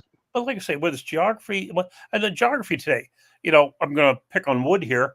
Somebody wanted to know if Wood lived between me, where I was coming from in Houston, Texas, and I could pick up his arm breaker with 3000. And I said, no, one word, no. So Wood's like, everybody knew that, dumbass. I thought, like, fuck, they do. Shit. Most people couldn't point to Texas on a fucking map, let alone where Houston was in relation to Austin. Actually, I couldn't pick the cities, but I know where Texas is. Yeah. I don't know where all the states are, but I'm learning because of friends on Discord, my little peer group. Devon's Forum, whatever. Say again. Austin is on I-35, which is the north to south that goes from the southern tip of Texas all the way up to Canada. But it is west of Houston, and I'm coming from the east. Yeah, you're way out there. Yes, I'm not going to go anywhere near Austin. I-10 and I-20 are both like 100 miles deviation to even think about coming to Austin.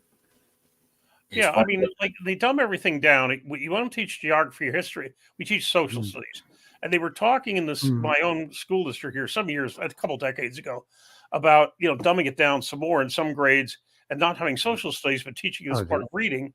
And then they discovered that a significant percentage, not a majority, but a significant percentage of the kids in a local high school thought that New Jersey was part of Pennsylvania. And they thought, well, maybe we shouldn't get rid of That's just west. That's just northwest of New York. It's right. Well, Italia said 15 minutes. Italia will be on. Even I knew that. I mean, I think there's a lot of kids these days that couldn't even find themselves on a fucking globe.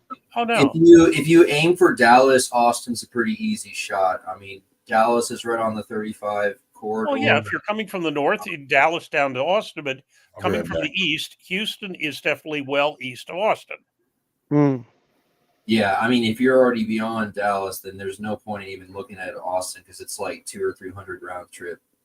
Yeah, because when I was there last summer, I was in Houston, but then I went up by way of Colin Hamlin's place, which was somewhat went up to the northeast, and finally I ended up in Dallas. The pine woodlands, where the big trees still are. They got a national forest up there on the Oklahoma border. They got lots of rivers too. It's really nice. Do they? What? Real pretty sunset, real pretty sunrise. I can imagine, man. That sounds nice. They got some protected forest there. That's not second growth. They got is there any? I'm sure there's some virgin timber in the United States. I'm an absolutist. I absolutely believe that Texas should have the world's tallest tree.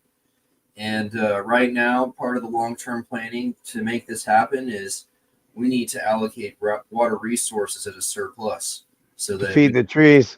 Yeah. Why not? Yeah, Texas is going to have the world's tallest tree. It's going to happen. Well, I think the West Coast got you beat, man, with those friggin' giant redwoods. They're like 500, 700 feet tall. Who gives a shit? I mean, look, I'm telling you, Texas is going to have the world's tallest motherfucking tree. Wait. What species? Probably the same species as the one out west. The sequoia? I don't know if that'll grow in Texas very well. You can water it. You certainly get enough sunlight, but you would need a series of water pumps. Maybe. Oh, you need to feed it. Yeah, you need to feed it and water it and monitor it for the next like 300, 400 years. Yeah. So it'd be like a what do you call that? A legacy project. Yeah. And then for that matter, just ask Americans what they know about Canada. Oh, geez. Well, they heard of Mounties. They heard of people say A. They what else have they heard? I don't know. They heard of maybe Montreal, maybe Toronto, maybe Vancouver. Because of the hockey teams. But yeah, they don't. From what I've learned, a lot of, geez, I went down. I've been asked the same question in New York, like around the Albany, Schenectady area, and I've been asked the same question in North Carolina when I went on an exercise with the Marines down in Camp Lejeune. These two people, two different states, asked me the same question. Where'd y'all learn how to speak American? Fuck, you want to slap these people? Like, are you that fucking stupid? Yes. Or there's a reason. They're not taught that. They're not taught that. You're speaking English. Yeah, you might have a different accent, different dialect, but you're speaking English. That's what you're like. How could they? Where'd y'all learn how to speak American? Are they so xenophobic or like? That's not the right word. No, it's not xenophobic. It's just. It's not. It's the wrong word. It's not fear. It's just like just ignorance. It's complete ignorance of anything but what's in their direct vicinity. My grandparents wouldn't even speak English to me at all. There's a reason that the state of New Mexico has New Mexico USA on their license plates. People think, well, no, that's part of Mexico. No. Oh, geez. It's like why they put. Those are the people that they're the reason why they put instructions on shampoo. Yeah. Fuck. Sorry. Well, that or the woman that bought a big motor home and put it on cruise control and walked back to make herself a sandwich. I heard about that years ago. I heard. The hell of the thing is, it said autopilot. The jury awarded her a ton of money. Oh, for fuck's sakes, eh? Yeah, and so ever since then, they had to change the owner's manual. Like, this does not mean it will steer itself. Right. Well, they had to throw that in there. And of course, you heard about 4 decades ago that person grabbed a hot coffee from McDonald's and spilled it on herself and got like who knows how many millions of dollars, and then it made McDonald's put on their cups contents hot, like duh. And also cut down the temperature a little bit. Oh, did they? From what I gather, I don't drink coffee, but I gather it's not as hot as it used to be. Interesting. Scalding hot, that pure coffee, you can't get it anymore because it's a liability. Well, that's why, even Tim Hortons in Canada, it's never like piping hot. It's drinkable hot. Mm-hmm. Yeah, that's another thing. Some people, I guess, know about Canada because they fight over what's better, Tim Hortons or Dunkin' Donuts. Oh fuck! It's all the same shit. Both my parents were born in Canada. My condolences. I mean, cool. Yeah. My mom in Quebec and my dad was born up near Thetford Mines. Thetford Mines. Black Lake, something like that. I don't even know where that is. I was born in Montreal. Ah. So I was born in Quebec as well. Yeah. My mom grew up born in '68, so I with the dad and all his friends and family and shit. I guess my hockey team was of course the Montreal Canadiens. Duh, of course. The Canadian parties are way different. Back in the time of everybody, Yvonne Cornway, fucking Guy Lafleur, Steve Shutt, Larry Robinson, Water only, Drew. And all of them. And you are fully bilingual as a result? Not fully, no, not at all. I can understand French and I can read it well, but when two Quebec people start talking in their joual or whatever, when they start talking quick, not a chance. I can catch some of it, but I can understand it well and speak it well enough to get my point across, but in a very simplified way. Like I can't speak the way they do. But my pronunciation is better than my vocabulary. Yeah. In French, I've been told that, like, you sound French. Well, because my mom was French and her side of the family is French. So, you grow up, of course, every language you learn, you always hear the swear words. And as a kid, that's what sticks with you. As I've been told that the French don't care what you say as long as you pronounce it correctly.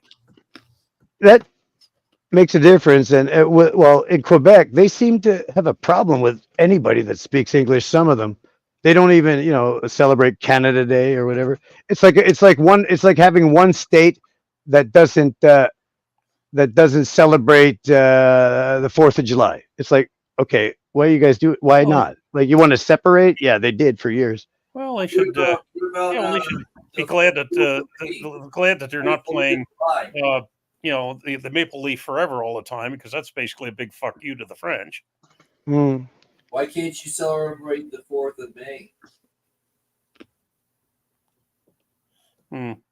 What? Days of yore from Britain's shore, Wolf the Dauntless Hero came and planted Firm Britannia's flag on Canada's fair domain. Something like that. He called this. Call this, I got a mouse. The drinking age in Quebec is 18, and that's the same with, I think, Saskatchewan and Alberta. Yeah, we The used rest to. of the country is 19 years old. I grew up in New Hampshire, so we used to cross the border into Canada to go drink. A lot of people still Dennis Smith back. What's up, guys? And of course, now you come to Canada, you could buy cannabis everywhere. There's stores everywhere, distributors everywhere. Like do they allow advertising? Oh yeah, you'll see advertising on Facebook. Yeah, I think they do. No, the reason I say that is because New York and New Jersey must have every state that touches Pennsylvania has recreational marijuana. Pennsylvania does not, but every state except West Virginia is also just like us, just medicinal. But what surprised me when I went out to the Michigan States tournament a couple months ago was every other billboard was for a pot shop, where you don't see that over here, like in New York and New Jersey. Oh, really? Billboards with or like say, hey, our place, like 2 miles up the road on the right. Oh yeah, Michigan all over the place. Honestly, God, every third billboard is a pot shop. Michigan, In New okay, York and New Jersey. interesting. Yeah. I don't want to be divisive here, but I think was it yesterday? Somebody put a video up on YouTube about Trump talking about legalizing cannabis, and how and he mentioned Florida and stuff, and just stupid talking point, bro. No offense, not to you personally, but just they've been able votes, to keep that a conversation piece in modern politics for decades. Oh shit, my cat's puking, I think. What's wrong, Grizz? I'll have to go check that out later. Uh-oh. Poor guy. Well, actually, Ryan is holding up very well for somebody who wasn't sure he was going to come on because of his tooth. Dude. Oh, Ryan, yeah, how's your face feeling right now? And what are you doing about it? Did they give you Tylenol 3s or something to kill the pain? Yeah, they give me bullshit. Nothing. No, when I left really? Earlier, I went to go take some Advil. Oh man, Motrin. Well, that'll help, but they really didn't give you any painkillers. No, nothing. Dude, That's bullshit. I was only there a That's half bullshit, hour, man. and they pulled out 2 teeth. They pulled out. Yeah, you said 2 wisdom teeth. Yeah, that's fucking brutal. That is dude, fucking brutal. This whole side of my head. I know what that feels like. Yeah. Well, actually, I don't remember what that feels like. I only had one pulled. It was down here. I'm old, but I still got my 2 wisdom teeth up here. They had to cut it into 3 pieces to get it out. Yeah. Sometimes the roots. They'll have 2 roots, and one root will cross over, and it kind of hook it in there. That's exactly what happened. Can't remember. They gave me too many Percocets. Yeah. They gave you some perks. Oh yeah. I don't know why now they don't give you shit, dude. I was like, what the fuck? Oh jeez. Crazy. Oh, you need. Over their shoulder. We'll give you these prescription 800 milligram ibuprofens. Yeah, that's what they give you. Yeah. Ibuprofen. Yeah. Because the feds are looking over their shoulder and thinking that the feds have a better idea of what they should prescribe than the doctor does. Yeah. Well, sometimes, I know in Canada, if you go up to a pharmacy and you ask for something by name, like they'll probably sell it to you, but they'll probably take down your details, like name, address, whatever. Because I used to buy stuff like for fun, or like this. What is this stuff called? That Novo Diamonate. It's like diamond hydronate, like sleeping pills. Like what do you call that? Like Gravol, like a Gravol thing. Yeah. But that makes you tired. But I used to go to once in a while. I stopped. I never used it much, but I'd take it and I'd buy it. I'd go up and ask them for Novodimenate or diamond hydronate hydrochloride, and they said, and I'd like 300 of them or whatever, or 100 or whatever, and they'd sell them to you, but they have to write down your information. Other things that I'd ask for A, C, and C, and then but you have to specify whether it's acetylsalicylic acid or acetaminophen. So the A, C, and C would be aspirin, caffeine, and codeine, and you can ask for that and get it, and those will take the edge off of anything, man. It really will. But I don't know if the same rules apply in the United States. If you can go up to you can maybe look that up. It's kind of a totally You need a prescription here for almost everything. a lot of stuff you need a prescription for sure. Like if I can't go out and get Valium just because I know the name of it, diazepam. Yeah. Like they're not going to give it. You need a doctor. But for other stuff like the aspirin, caffeine, and codeine, I think that's similar to what we used to have called 222s. And I guess they had codeine in them. It's like a painkiller with codeine. Either it's there, you can get one of the two, either aspirin or the Tylenol. Yeah, you can't get any unprescribed codeine in the United States. I've heard that's sad. That's sad. I mean, Even- Tylenol 3s I can't get Tylenol 3s because the doctor has to give you them. But I hate that stuff. I don't like that. Bungs me up. I don't like codeine. I don't like opiates. Well, and you should see the drug discussions on the AW chat. And I will say this for old Palmer, since he's not here anymore, I'll say something for him. Really does seem to know what he's talking about medically. At least as far as I can tell. Well, yeah. Not that I'm an expert, so I'm probably not in a position to judge. He just doesn't know what he's talking about in arm I wrestling. don't get the smell of bullshit. I really don't get the smell of bullshit. He thinks he would smoke Paul Cruz. Come on. Oh, dude. I'm talking drugs here, not his arm wrestling ability. I may not be into drugs, but I do. I found this legally online just from about an hour away, actually. You ever heard of kratom or kratom? Oh, yeah. I got two kinds. Just Yeah. got it. Yeah, those. I got the red kind, the red, what is it called? Red Bali. Mitragina speciosa, I guess is the name. And this one is the white Ming Da. I don't think you can get this in the United States, but that's a big fucking bag. And I tried 3. Yeah, Sorry? kratom and what CBD. And you can get both of those without a prescription in Pennsylvania. Oh, you can get that? Okay, cool. Yeah. Hey, speaking of kratom, do you have any socialist leanings? Socialist lean. I don't know what that means. Do you like? You mean like am I a communist? No. Like justice for the people? Would you agree with that statement? What? Well, I mean, I like justice over injustice for sure, but I mean, you can get kratom in gas stations and fucking head shops and. Yeah. Oh, you can? Oh yeah. Oh, okay. It's not. Oh, okay. It wasn't always legal at first, but nowadays you can get, kratom and shit. And you can get like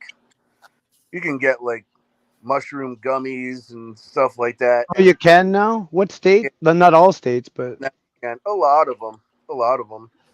I'm sure here. Yeah, I could probably order mushrooms. I even bought a mushroom growing kit, psilocybin mushroom growing kit. Oh no! You can order that shit. So And you can I think you can get gummies and mushrooms. Like I got some mushrooms right here, bro. Fucking. You can get gummies and weed gummies and stuff like that. Yeah, the big joke here in this part of the countryside is that There's some psilocybin mushrooms right there. Strictly for microdosing purposes. I still got mine that I got from that fucking wackadoo in the parking lot at State, Brian. That dude's whack. And of course, every wizard needs a crystal ball, right? Look at that photographic quality fucking crystal ball, isn't that? Nice. Playing with my toys again. Oh, okay, so Crazy Uncle Jim used to make tea with crystal. So okay, this is not a new thing. Then for me, it's new, but yes, Captain Obvious, and this is true. Captain Obvious said people would use kratom, whatever, to help quit opiates. Yes, they do. Oh wow. Yeah, well, that's why Coca-Cola started having cocaine in it. It was originally it came with it. It had it in it. It had it in the product. They made it from coca leaves, but it was, and that's why today it's Coca. And since was it they started morphine? taking, no, it was cocaine. No. But the inventor of Coca-Cola put cocaine in because he had an addiction. No, he to didn't put it something else. in. He didn't put it in. It was in. They made it from Well, coca leaves, dude. Well, what the point is that the formula was specifically designed to wean him off of something worse. I think it was morphine. Oh. Yes. Oh, that's I never heard that He was angle. addicted to something. I think it was morphine, and then the cocaine was basically to wean him onto something off of that onto something less dangerous. Wizard, do you mind if I ask what like do you have like a routine with your kratom, or do you have? I mean, do you? I just got it. I tried 3 grams today. I think I felt something a little relaxed, but I must have a high tolerance. So I'm not gonna go past 5 grams yet, like because I just got it. I just got this stuff, and I use the white Meng Da, the white kind that's supposed to be more uplifting and more social or something. Yeah. And the red kind is supposed to be more of a downer, like a more of a suppressed. I don't know what to call it. You ever tried salvia therapeutically? I found that if you I go tried. over 80 times concentrate with salvia, you can get a really Yes. big therapeutic effect out of a really big bong rip. Yeah, salvia terrified me, man. I don't It understand. fucking terrified me. I've heard that before. Yeah. I don't understand the question, but since it's been placed, I'll put it up there. I feel like it's very therapeutic. Yeah, I've heard that too. Yeah, when I did it, I closed my eyes and I went somewhere else, and I wasn't in the chair that I left. DMT. I was. DMT. My initials are DMT. I think I used to trickle charge that shit out of my pineal gland for a while. Before it got calcified. Dimethyltryptamine. Yeah, good stuff if you can get it. Yeah. Propangeli is popular. But it wouldn't be a recreational thing to do. DMT, like you'll see these digital elves and stuff. Everybody sees them. Isn't it the stories where people say they're getting someone's getting an IV drip of DMT and they're like in a constant dream state for hours on end. Like ayahuasca? I've heard that that it really is only lasts for like a couple minutes, but it feels like Yeah. it feels like a half. You're gone. You're taken away somewhere. It doesn't let. Yeah. Do you know? I heard there was a project to map the dream world where you go in DMT. And they would have mappers going in for like a whole work shift. That's what they say. There's things that people see, and it's always the same. Like they see the same stuff. Like you're going to a different I don't understand. I can't explain that. People use it for like a major reset of the brain. Kind of similar to the kratom. I know Ron White, the comedian. He was on Joe Rogan. He actually went to this place in Mexico, kind of like not a rehab, but it was a retreat where they used DMT to wean people off alcohol and heroin withdrawals. Interesting, man. No withdrawals, no nothing. They put them in this thing. It was like 5 days long, and you get like 3 days of a DMT dose or whatever. And it kind of turns a switch in your brain that makes you forget about the alcohol and other addictions. Mike Tyson's always talking about on his podcast. He's done it a few times, and people have done it to just to give them a whole life reset of their brain that just kind of gave them a whole new perspective, whole new outlook. They quit bad habits. Wow. Fresh. Yeah. I've heard of that. And they're also using, ketamine drip is big. I was just going to mention that. Would Devin and his ketamine help? Yeah, a lot of people are doing DMT. Yeah. Dude, that's the real shit. Get an IV drip of DMT. Elon Musk takes ketamine every prescription. Yeah. I don't really know what that is, but I get Facebook ads for it, dude. The ketamine stuff. You go in and it's the same couple days long. This treatment. Doctors are even prescribing it now for like monthly prescriptions of ketamine. Like microdosing ketamine or something. Yeah, I don't even really know what drug that is. I don't even know what it is or does. I don't know the Ketamine? chemical. It's like a fucking horse tranquilizer. Yeah, it's a tranquilizer. Okay. Yeah, it's a fucking K-hole. But again, same thing. I've heard people use that to come off heroin stuff too. So Yeah, there's some. I've recently I was looking up some stuff about. There is an MDMA assisted psychotherapy, and there's. She's I could even link it to you sometime or show all these names.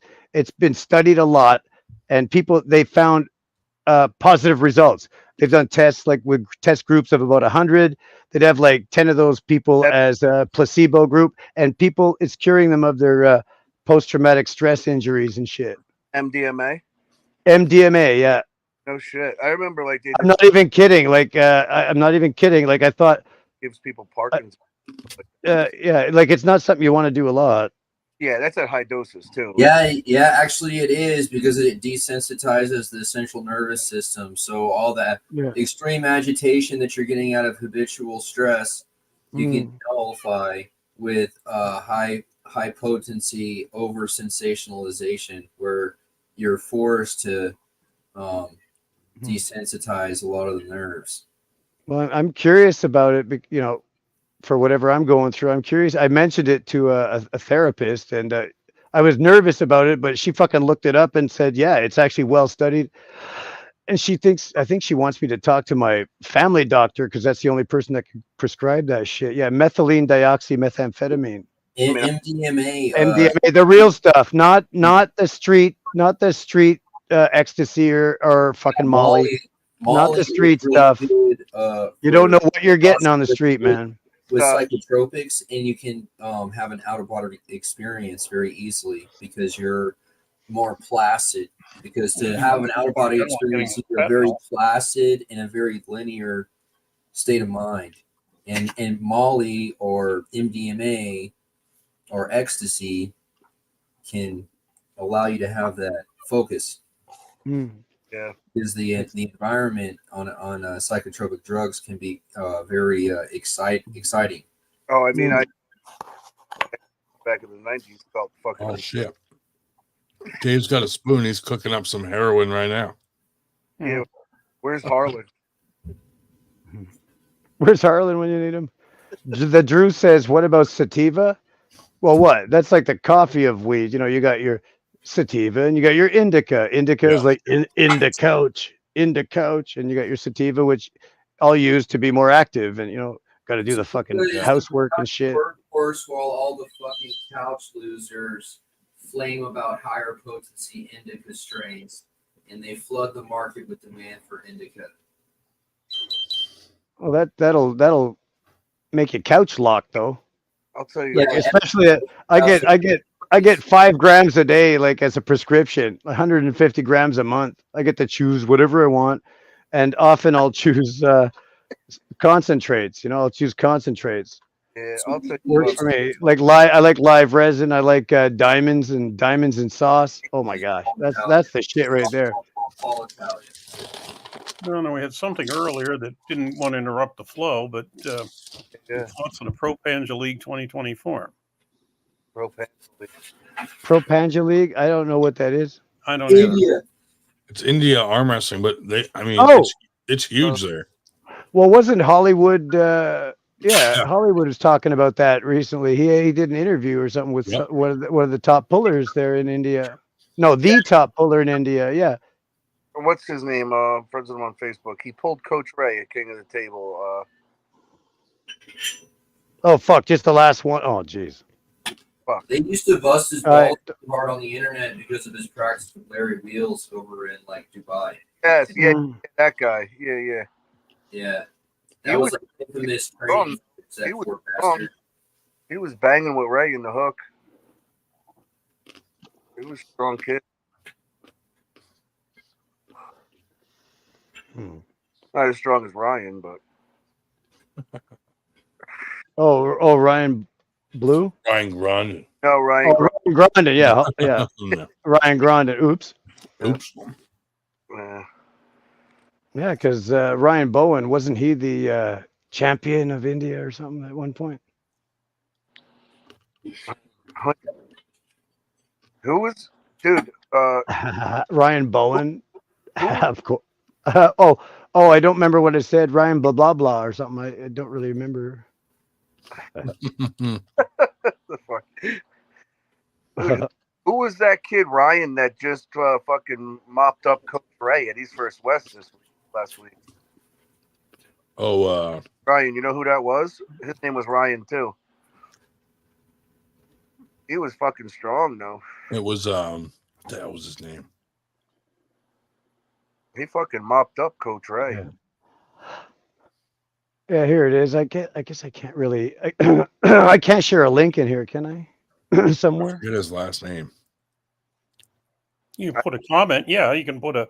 So if you have the comments up, you can. Oh yeah, I am. I'm a wrench too. Yeah, it's Hollywood Matt Connolly. Here, I'll just stop that. He did an interview. I'll see if I can put that in the chat. I'll try. This is a first. Do I put it? Oh no. I'll see if I can put it in the where it says post a comment. this chat. I can't do it in StreamYard though. I'll see if I can do it here. I'll see if it works. See if it works.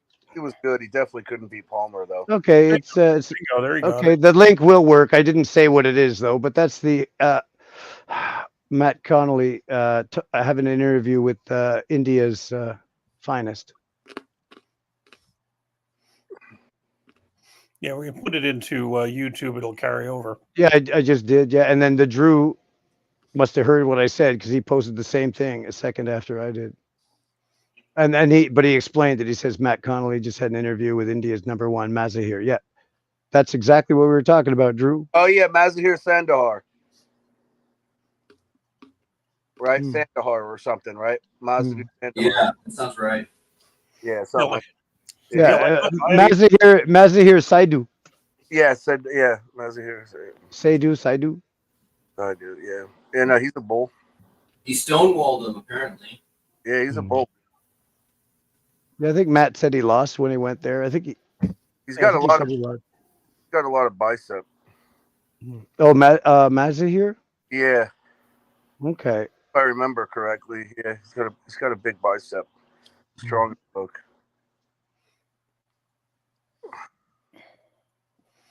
Yeah, I have both StreamYard and YouTube up on the screen because if I type a comment in StreamYard, it looks like it's coming from Ryan, and I wouldn't want him to be blamed for the shit I say.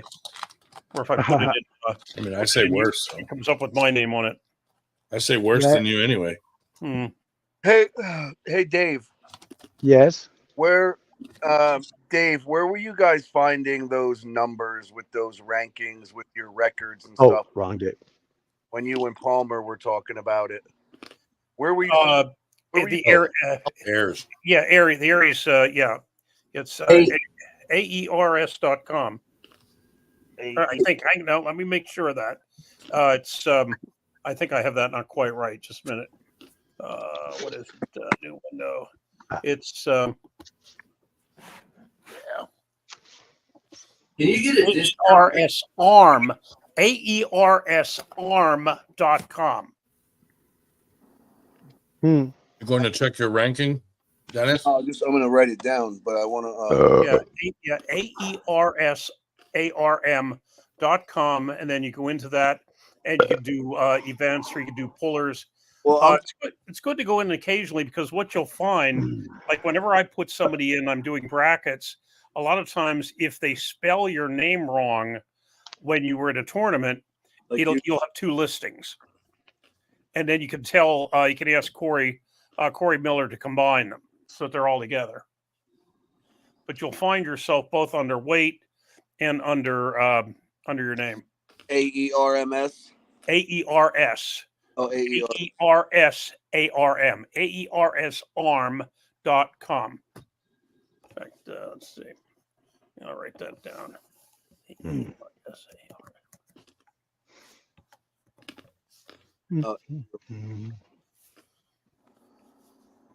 Yeah. Yep. Thank you. Yeah, no, I mean, I'm probably not even on there because that's probably only all pro, right? I'm only. Oh, no, absolutely not. If you were in a tournament, in whatever, you'll be in the system. Absolutely. Shell, look him up, see what his score is. Let's see. Okay. Where do you look? Is there a site? Has anybody ever created like a database, an constantly updated database of That's the one. I all never. the main pullers in the world and their stats. I mean, Chan Shaw used to always go on one. I wonder if that was it, but I think Wizard that. Yeah, Dennis, right? Yeah. Hang on half a minute here. Let's see. Oh, you got something, Dave? Well, just a minute here. Let's see. File, new window. And I'll click on that's one of my favorites. Dennis Smith. Pullers. Name of puller. All ranked top Yes. to bottom. Yes, what we have here And all their is stats. Thanks for checking, Dave. I have I have right and left, pro right, pro left, and let's see. Well, amateur, yeah, like your amateur, we have from Arms of Steel, Sean Latimer, and G2F. What's that? G2F 2022. Did you have something in 2022? No. It says 2022 G2F New York. And maybe they have a different person there in by mistake. But yeah, we have like Arms of Steel, one against Jerry Lacey, so 2-0. Sean Latimer, class, okay, 1 win, 2 losses, one against Chad Sexton, lost to John Storm and James R. Fuller III. But yeah, then so you can do it that way. What you can also do is when you go into, let's see, we can go into you have your rating, which everybody starts at 1,500. And basically, Nationals wasn't on there. Oh, because they're on there, probably on there. no, the only thing here I have, Sean Latimer Masters. You have the amateur that I already quoted, Arms of Steel. Now, so far, all I'm seeing here is those were the only ones on there. Arms of Steel, Sean Latimer, and that's it. Those are the only 2. And that's weird because at the Arms of Steel, I took first place right hand pro super heavy against Paul Williams. Very nice. First place right hand and left hand. Three. It was small classes. There was only like 3 victories in each class. But yeah, all it will show is class. It says class size 2, wins 2, losses 0. That was for Arms of Steel, and it shows who you won against. Right. But it's weird because it's on there, but it doesn't have all. Sean Latimer, class size 2, wins 2, losses 2. That's Masters 242 plus left. Beat Jesus Gonzalez twice. Oh yeah, the Masters one. Yeah. Yeah. So those 2 tournaments are the only ones where people turned them in. Right. Is David Tomes in there? That's me. No. But that's weird. If you want to see my first embarrassing thing, the only thing I ever did was years ago when I had dropped weight and I actually weighed in. It was oh fuck! I'm getting a call. Anyway, doesn't matter. No, you're not in. Can I turn off the call? Oh shit, he'll be pissed. But whatever. What was it? The only thing I ever did, and it is on YouTube. It's sad, but it was my first time. I had dropped weight. I had just finished losing 100 pounds in a year, and I was all excited. I was practicing in Devin's garage before we got the club at Daniel's place. I was practicing with Devin. The first person I ever pulled there was John Milne. That guy's got massive fucking forearms, man. He's a good teacher too. I bet. So I got not cocky, but confident. I wanted to test myself. So I went down to, what was it called? Was it called Arm Fight 202? You'll see me in the novice highlights. I pulled one kid and I beat one kid beat me. That's about, hey, Paul, you're back. Hey, what's up, fellas? How's everybody doing? If you look that up, you'll see me. My hair's a little shorter, and I beat one kid beats me. I came in second, and and Matt Smith was there. A few other people were there. Yeah, and Dennis, you haven't seen my note apparently in Messenger, but if you want to go to Paul's, I can call you along. Yeah, I was going to talk to the old lady about it. Can I message you in the morning? Okay. Because she's sleeping. Like I say, I'll probably be leaving here. Oh God, a little bit after 11 because traffic's going to blow. I know it is. But if Yeah. you're just you're just off of 57, I presume. Yeah. Oh, how was your date? Oh, it was amazing. I was just gonna ask. Yeah. Polished off a couple bottles of wine with fucking vroom vroom vroom. Nice red. Nice Oh, red. yeah. It's like a Merlot or something. Cabernet Sauvignon, and it's Nice. it's a local. It's right down the block, the vineyard. Really good one. Very nice. Very nice. My wife loves that Sauvignon Blanc. Yeah. Oh yeah. She likes the white kind. Okay, yeah. I find them a little too sweet, I think.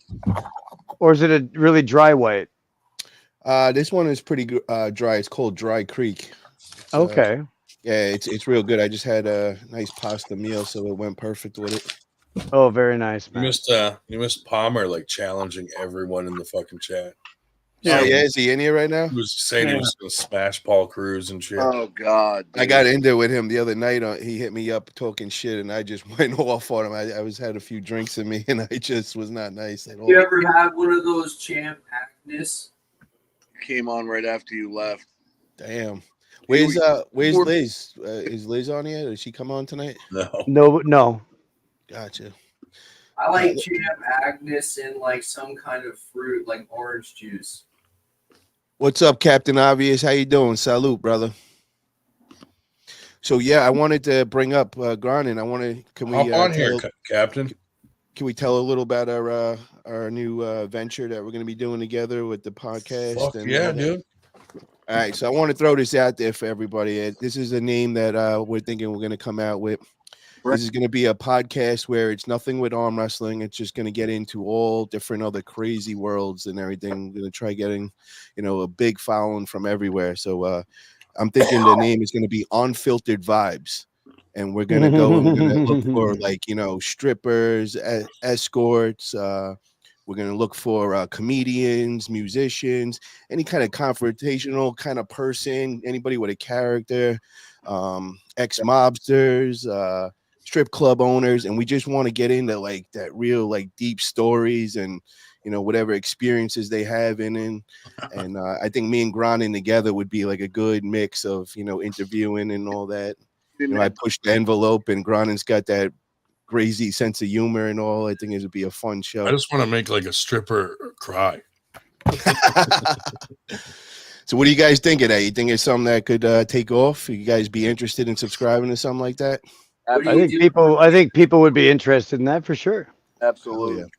Well, the plan is if we can make people want real shit, man. They want reality. They want If this reality. was TV in 2002, But if we can, Italia would be making $1 million. if we can make it generate some income, we can throw that income into arm wrestling. Yeah, definitely. That's our goal. Kickbacks. Yeah, it's not a question, bro. We're gonna be making money right off the bat, especially what I was telling you, the plan where we're gonna come out with it and all. So we'll be in the money right away with that for sure. Yo, Wood, what do you think? Because you're one of those guys that will just tell it straight up, man. Are you interested in something like that, or what? Wood's probably going to be one of the people we bring on. This is an MTV board meeting in the early 2000s. This would be $1 million idea. Okay, nice. So how about a show? We start off one of them. We'll find Eric Harlan's the lesbians that shot him and all, and really get deep into that story. Figure out how it all happened. It was a mother's friend something or other. Yeah, her lover. Yeah.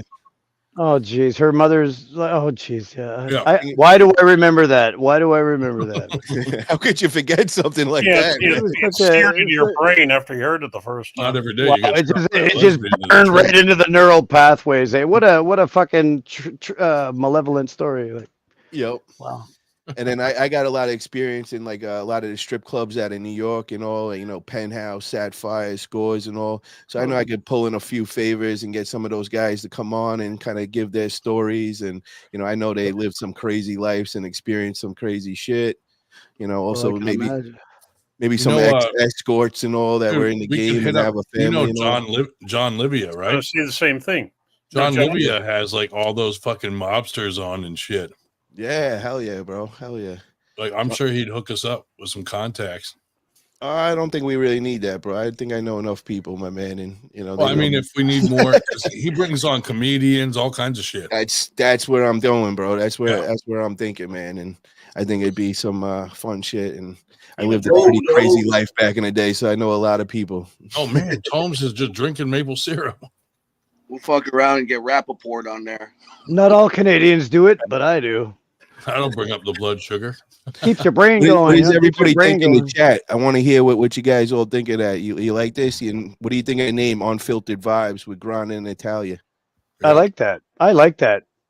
Yeah, I told you. Were you Grana, really were you high as fuck when you came up with that name? Because that's brilliant. It was actually last night, man. I was just, going through I was going through some Joe Rogan podcasts and all. Me and Grana have been talking about this a couple of weeks, and the first couple of days he kept hitting me up. He's like, "Yo, did you find out a title yet?" I'm like, "Nah, bro. It's like it'll just happen. It just hits me out of nowhere." I give everybody nicknames in my crew, bro. I'm one of those, and it takes a couple of weeks, but all of a sudden it'll just hit me, and it's like, bam, that's it, man. And last night it hit me, and I think I hit you up at like 5, 6 in the morning yesterday. I was so happy to fucking throw that at you. That's a good name. I like it. It we fits, had a couple other suggestions here.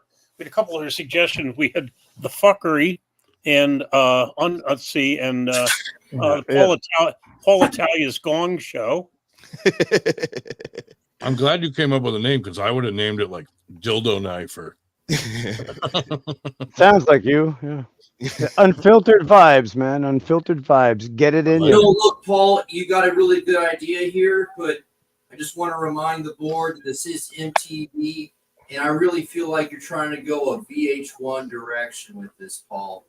VH1. I don't understand that. Like, what do you mean? Like they did this on MTV or VH1 before? Because I think they would get kicked off if the content I'm thinking, man. Because we're gonna press the envelope, bro. It's gonna be right on that fine line of being allowed to do it and not being allowed to do it. All right, Paul. Just as long as you remember, don't go soft on me. All right. This is I never, bro. Hold on. I want you. This is part of the concept here.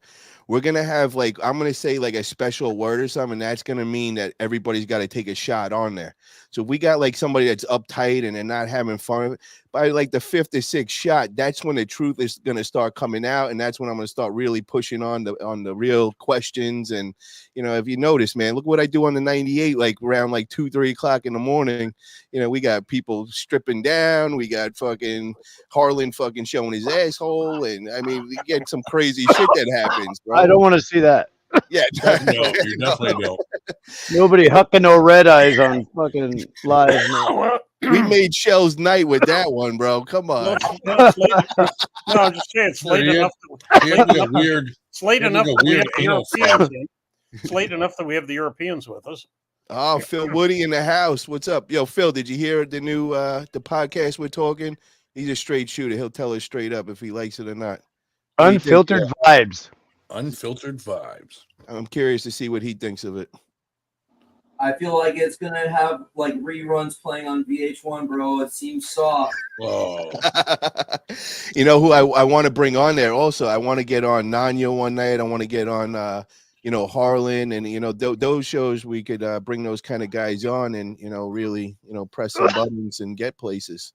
I want to get massive loads of death threats. Those are really fun, dude. To get you on edge and get you all pumped up, ready to go. Oh yeah, I've already gotten so many in the arm wrestling fucking community, dude. Yeah, Beerman could be another good one to bring on there as well. But like I said, we're not going the arm wrestling route at all. Evan is a friend of mine. Yeah, no, he's an old friend of all of us. But I am gonna bring. That's how I feel like we're gonna bring things in once we get up there and some big following and everything. We're gonna bring in some of the arm wrestlers and Matt, all that. hop on if you want. Matt Hollywood. Yeah, Matt. I gotta run this idea by you. Yeah, do me a favor. Get Meredith the code too. Let's get her on. I sent it to her 3 hours ago. She hasn't even read it. So call her, bro. What are you waiting for? Call that fucking phone, man. Well, I'll tell you what. Call her daughter again.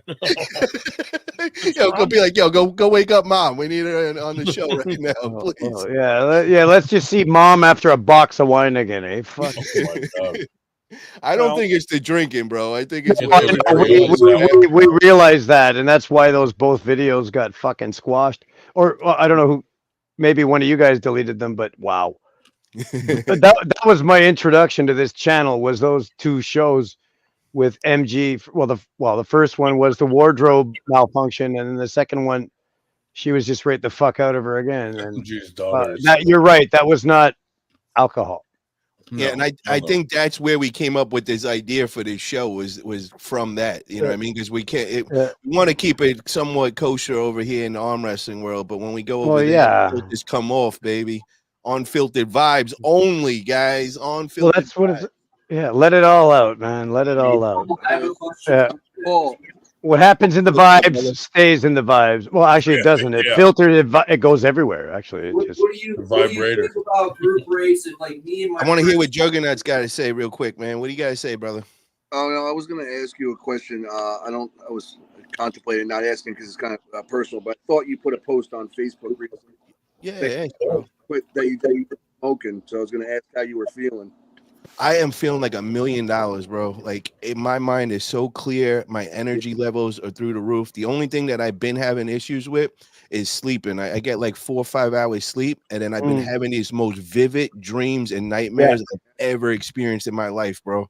Like I'm telling you, I'll be sleeping and I wake up and I gotta sit there for an hour trying to figure out if it just was I sleeping or did that just really happen.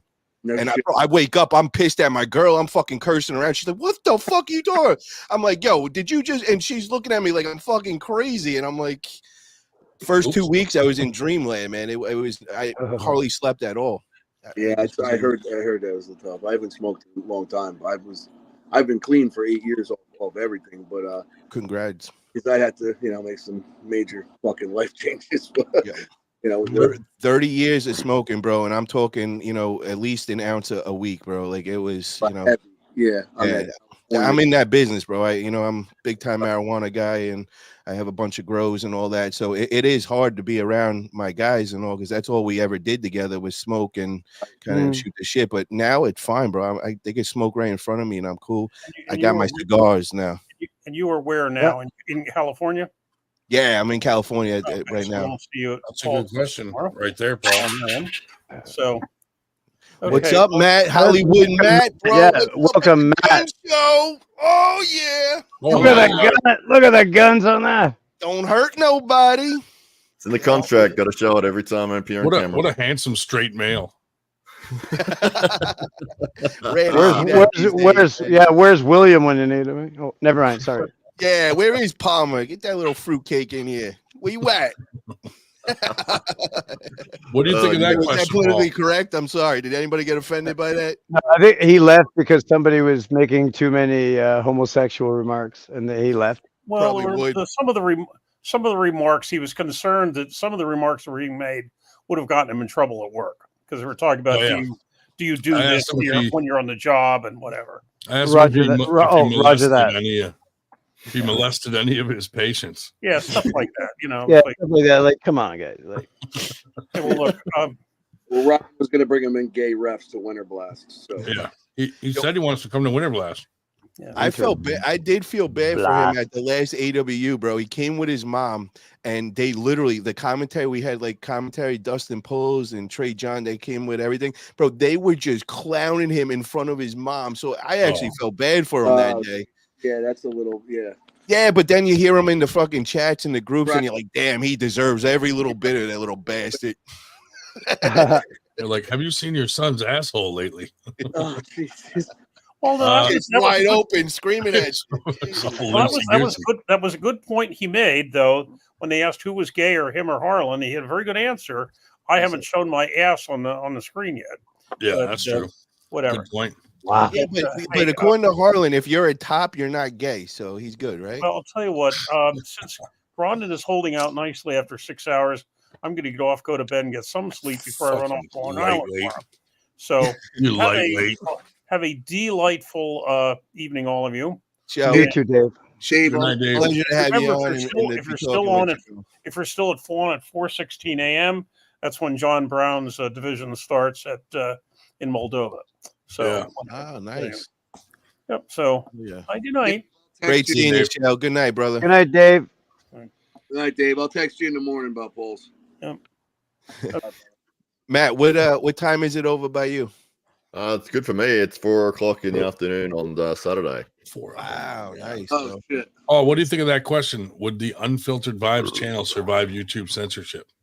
Nope. Yeah, I think so. Like, I'm pretty sure. I Well, mean, isn't there Armwrestling, a lot of shows like that on already? Like, don't they have like pretty I guess controversial? as long as no one shows their Yeah, titties. just listed as adult only kind of thing, and that's Yeah. like there's a lot. I Run see a the- lot of swearing and a lot of honesty on YouTube. Oh, run the idea by Matt. See what he thinks. Matt, so we're gonna do a non-arm wrestling podcast, you know, where we're gonna really push the boundaries. You know, we're gonna do. It's gonna be called what did I just say? Unfiltered vibes with Grandin and Italia. And we're gonna bring on like strip club owners. We're gonna bring on strippers, escorts, comedians, musicians, anything that's controversial in any kind of way. Oh, I want to bring on a feminist. Definitely want to bring on a feminist. You know, some extreme left wing. You know, I know People Grandin- that don't even know what a woman is. Maybe a gay Australian or two. What do you think, bro? Do you think that's something that could get some traction, or are we gonna get kicked off and arrested real quick? Yeah, well, I mean, you look at podcasts like the Whatever podcast, and you know those ones where there's one guy and there's like 8 girls that'll come in, you know, OnlyFans girls or whatever, and he'll debate them about feminist issues and all the rest of it. They get massive views. But the key element of that is they built their audience through the audio side of it first, and then they were able to move into the video side, and they're very careful about what they put on their channel, because there are certain things and topics and words and keywords that will get you pretty much banned or your episode removed very quickly. And I won't say them now, but yeah, there's certain give us the list right now. No, I'm kidding, bro. He's like cunt. No, there is. It will trigger an algorithm, and you'll find that like say with Arm Gods, I mean, they've had to restart their whole channel because of that. Paul Maiden, yeah, and they you know, if you talk to Paul about every time they do a podcast at all, they get hit with like 10-15 not copyright strikes, but like, you know, breaches. And so they have to debate that with YouTube, and then he's saying, look, it's probably getting to the point where it's not worth it, because they're going to just take this whole channel down at some point, and they are more focused on arm wrestling than about these other, you know, just any topic. So you'd have to really be careful and be dancing around these certain issues and certain topics. And I'd if I were going to run a podcast like that, I'd find out exactly what I could and couldn't talk about. And if that popped up at all, I would be like, we need to stop that immediately. And then, you know, if you've got an ability to censor it, to, you know, cut the audio or something while people say that, because otherwise it will trigger that algorithm, and it's automatic. It just automatically removes your show. So, yeah, it's difficult. I mean, what does that add up to? Basically, just dumping more money into, just dumping more revenue into recording and editing, you think, and stuff like that, like, and putting more time to that. Yeah, it'd be harder to do live, like you're saying. Yeah, if you're recording it, if you're doing it live, you'd want to be pushing the audio side of things, which wouldn't be on YouTube. It's less censorship with that. But if it's live on YouTube and it's hitting those algorithmic topics and certain keywords, then it'll just suddenly you'll be offline, and then, you know, potentially your whole channel goes.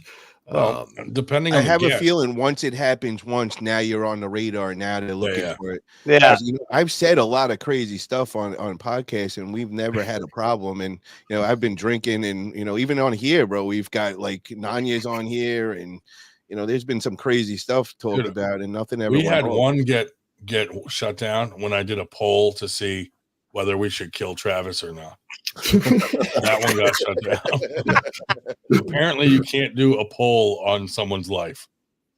Oh, okay. Yeah, well, there you go. But no, there's certain topics, and again, I got to be careful about what I say, but you know, political people and those sorts of things will trigger things a lot faster than others. But you're right, if it gets flagged, like MG on here the other week with the wardrobe malfunction, that honestly has put your channel at risk. Like, I'm glad that you removed that very quickly, because if that stayed up or if they got reported, potentially the 98 channel wouldn't exist right now.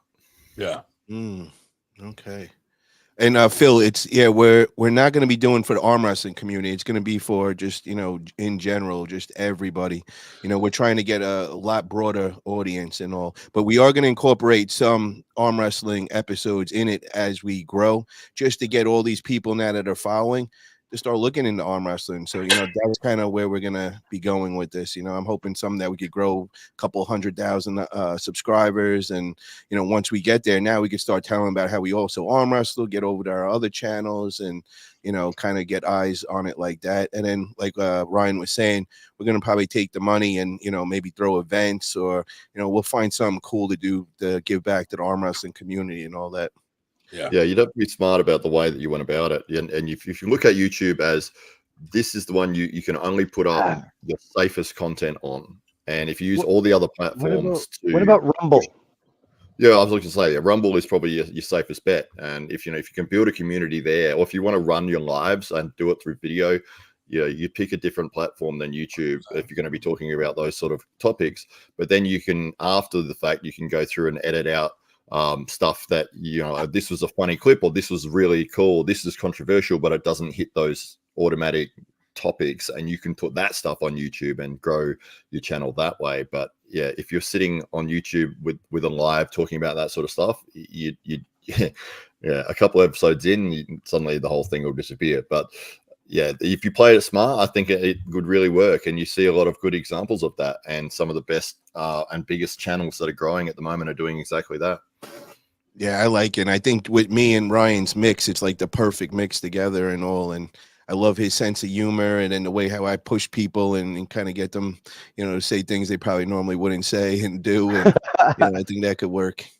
And then, like I said, we're going to say a certain word during the show, and then that means everybody's got to take a shot, So we got somebody that's kind of holding back, after 4 or 5 shots. Now we're going to get the truth. Every time you say vibrator. And that's how we're going to get kicked off real quick. Social. Okay. Salute, baby. Salute to everybody here. Salute. Yeah. I think we can kind of guess by the guest on how crazy it'll get. Like some interviews will be more serious than others. Like if we have like some ex-mobster on or something. Yeah, but I'm telling you, man, when we get into like, if we get a mobster on, I might really get killed. Get the OnlyFans people on and all that. It's gonna be, it's gonna be fun. Yeah, I think it'd be great. I think if you do it right, like even if you're just talking and everything goes well and the live comes out fantastic and you're really happy with it and it was a fun, crazy, insane sort of conversations happen and people got angry or somebody did something, it's like, that's awesome. That's what you want to see. That's that content that people will come to see that. But we should definitely though put it out audio on only the right platform first. What'd you say, Ryan? I was saying we should definitely put it out audio also. Yeah, I think we should hit all the different platforms from the beginning, bro. Like that way people can download it and listen to it and shit. Like I listen to a lot of podcasts in my car when I'm driving around just off of Apple. Yeah. There's one that kind of called Come Town. And it's these fucking guys, dude. And they just talk about crazy shit. So I'm like, man, if they can push the limit like that, I mean, it's literally called Come Town, like CUM. Wow. Well, I don't think that's. I wouldn't click on that shit, man. Like, right, but it's like these guys, they're hilarious. They're like, they just talk shit the whole fucking show on each other, on people, on guests that are pretty serious. There's a couple of that are porn stars that got podcasts and stuff, and they get pretty raw on there. Yeah, nice. I mean, sometimes Joe Rogan's shit gets kind of wild here and there. That's who I've been watching and, coming up with some idea. I like Joe Rogan's style and all that. And, he presses the envelope, but he still keeps it classy in a way. I got to mute myself. I got to go bleed the lizard. I'll be right back. You think, brother? You see that Joe doesn't stream live on YouTube anymore. Yeah, he got kicked out off of that, right? He's on his own platform now or something. He went to Spotify with the audio, but they only put clips of the episode up on YouTube now. Yeah, all those issues when he first switched over. Yeah. Well, we could do recorded ones and then just do the good clips and put them on YouTube that are okay for YouTube. That should could do be. both. You know, Yeah, Live we and want to editing. maximize from the beginning, definitely, bro. Yeah. We want to get all the platforms we can, build it. You know, I want to get in on that Rumble as well, and you know that's going to get all the eyes everywhere. You know, we want all eyes on us on this one. On a Yeah, I predictable did it topic, every way you could.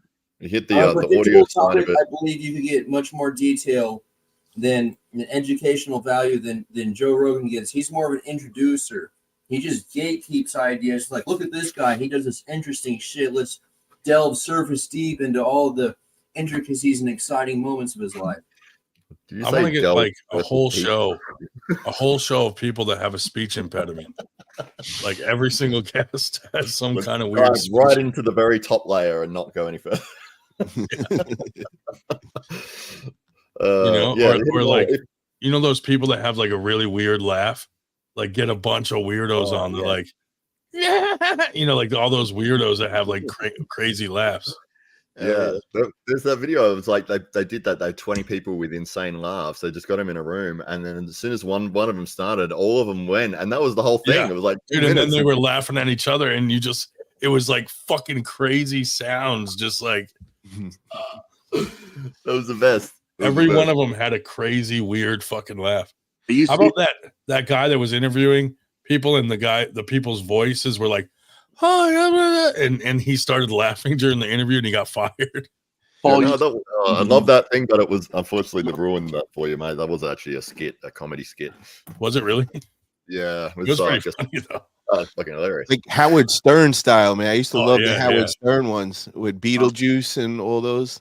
My boy made it on Howard Stern. He when he was in high school, he tased this girl, and then Howard Stern brought him on and was questioning the whole thing, and that's like his claim to fame and all that. My boy's a little nuts. Dude, when remember Stern had girls riding that Sibian machine. yeah. Oh my god. Dude, yeah. when I hit the old lady with a pillow, Howard Stern read the story on his show. He goes, some idiot from New Hampshire hit an old lady with a pillow and got arrested, and like read the whole thing, dude. Oh wow. Right. The thing. Yeah. Fantastic. But yeah, I didn't if even you're hear. gonna- My friend called me. He's like, put it on Howard Stern, and they were talking about it. Look, Joe's got that new mothership place down there, Paul. You seen that? No, I didn't see that. Joe Rogan's whole new studio. He opened a comedy club.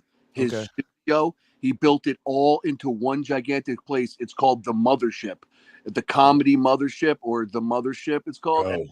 He's got gyms, MMA gym, workout gym, comedy club, bar, podcast studios, multiple podcast studios, all built into like 100,000 square foot fucking warehouse.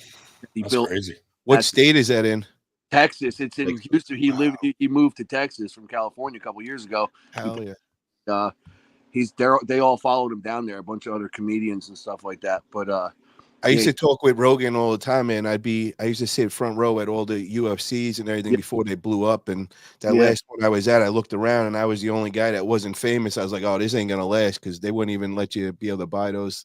But I used to talk with Rogan and Dana White. I'd always introduce myself, shake their hand and all. And I did that for a couple of years. Rogan was a cool dude. He'd always have these hot models with him. Every single one would be a different model with him. You're gonna have the PIA Mothership.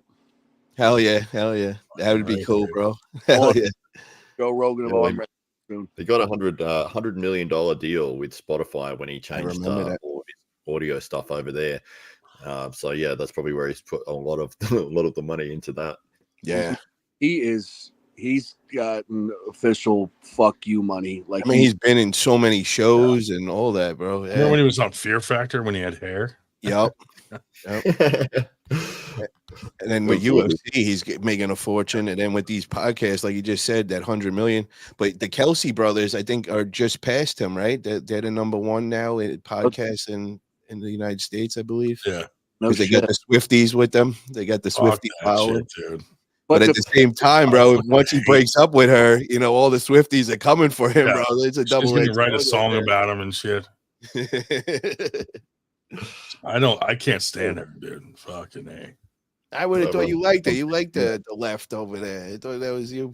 No. We're definitely going to bring up some politics on this show. We're going to get yeah, far left. We'll bring a far right guy on there. And we'll bring Andrew Wood on. Didn't have an autistic night. Yeah.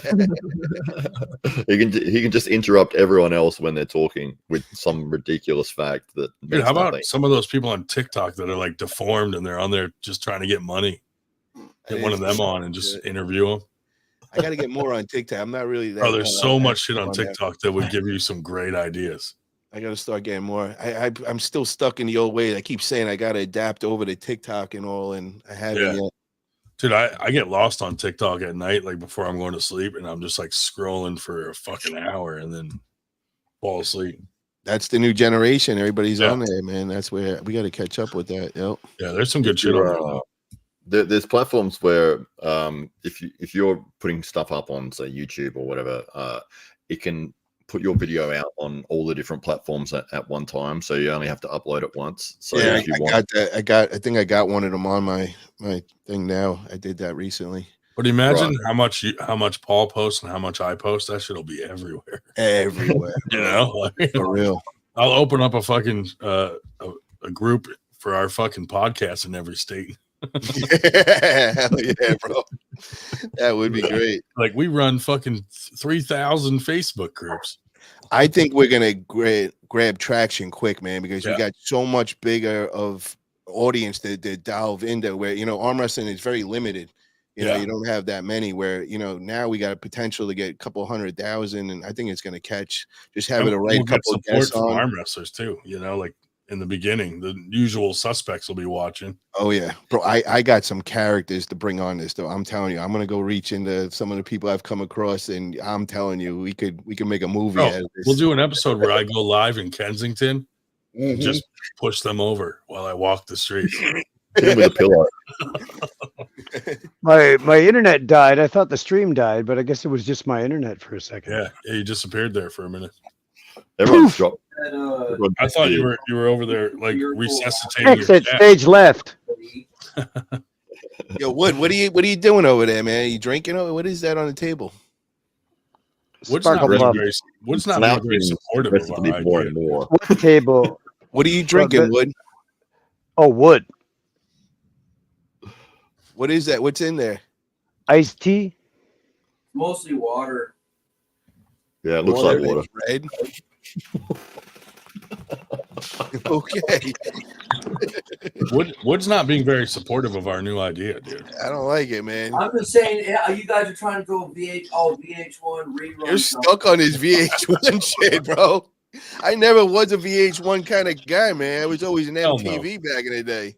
No, Paulie, I didn't even watch VH1 ever. Paul, he's busting your fucking balls. He's calling you basically like soft. Yeah, he's saying you ain't MTV. You're being like VH1, like you're soft. Oh man, is that so, Mr. Nice, Wood? We gotta meet up on the table, bro. What's up with that? Oh, you. Yo, I'm coming over August 31st. I'll be in Austin, Texas. What's up, Wood? Oh, that's where the mothership is. That's it. That's where the mothership is. We were just talking about. Austin. There we go. The side pressure machine better be there. I'm going to Flash Pin Productions August 31st. I'm going to be at that event. He's calling us soft in his flip flops. I like how he's progressively slouching more and more and more. Eventually, it'll just be the hat on the screen. Yeah. At least he's sitting down now. Before he's been working hard. He's been working hard all night, man. Hey, Matt, I almost got paralyzed on 2 different occasions in 2 different decades. Okay. What did Murdoch say? Could interview the rise of the hobo scene in California. Tons of characters out there. You're right with that. I'll go down by the wharf over there and grab some people off the streets. Yeah, you're right with that one. If I went to Kensington and like the people that are in those yoga positions, not moving because they're all heroined out, and just like ask them questions and be like, "Hey, what are you doing today, sir? What kind of yoga?" I even got one better. When they start protesting in our area, they always do this with the protests, and the feminists are over there and they're angry, and I'll go over there like dressed up as Trump or something and want to interview everybody. We'll do some crazy shit like that. Hell yeah, man. I'm thinking we have a couple retards on. All doing that too. Oh, definitely, bro. 100%. I stirred up the feminists. To law and I went to the George Floyd protest downtown, and people were reading my shirt and yelling, "Fuck the law!" Wow. You're in a weird place over there in Austin, Texas, man. It's like a red state, but Austin's the only one that's a little, I think it's more blue over there, right? Yeah, everyone's moving there from California. Yeah, that's where everybody's going. Yep. What if we have a competition where we have a couple like mentally challenged people and see which one? I resemble that comment. Which one? Sorry, never mind. We'll just see which we have like a test, a contest. Which one can fill a cup with drool faster? Oh my God. You should get like a mini. You should get a minivan and go to Kensington, pick I up don't know as how to many do cars that. as you can, and then take them to like Skid Row and have like a battle. Yeah, like bum fights, like make them fight each other. On a short school bus, definitely. Dude, and then take some beer bottles. Warriors come out to play. Yay!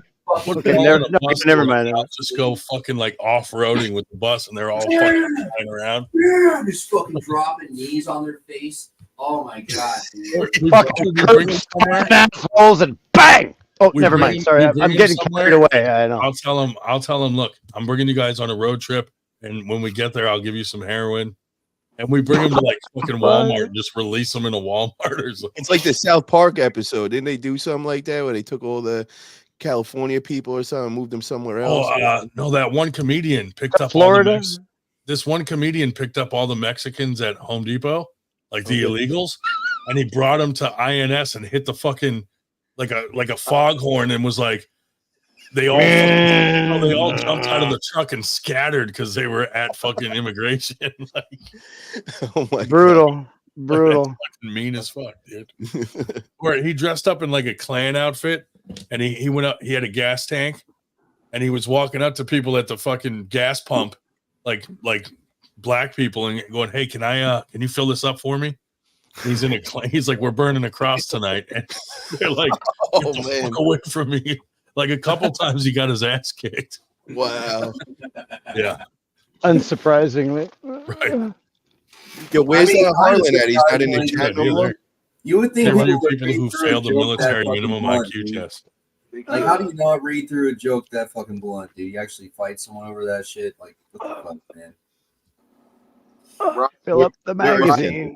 I know a kid that years ago I was in a program with that he does a live. He's got a YouTube channel and he does it live in Kensington, where you're talking about. A lot of people. I mean, Paul's probably seen some out in California. I know they got like Tent City that got real bad out there and shit. But like in Kensington and Philly. Actually, well, Paul, you're from the East Coast anyway, originally, aren't you? Aren't you in New York? I still got a house in New York and Florida, and then I also live in Cali. Right.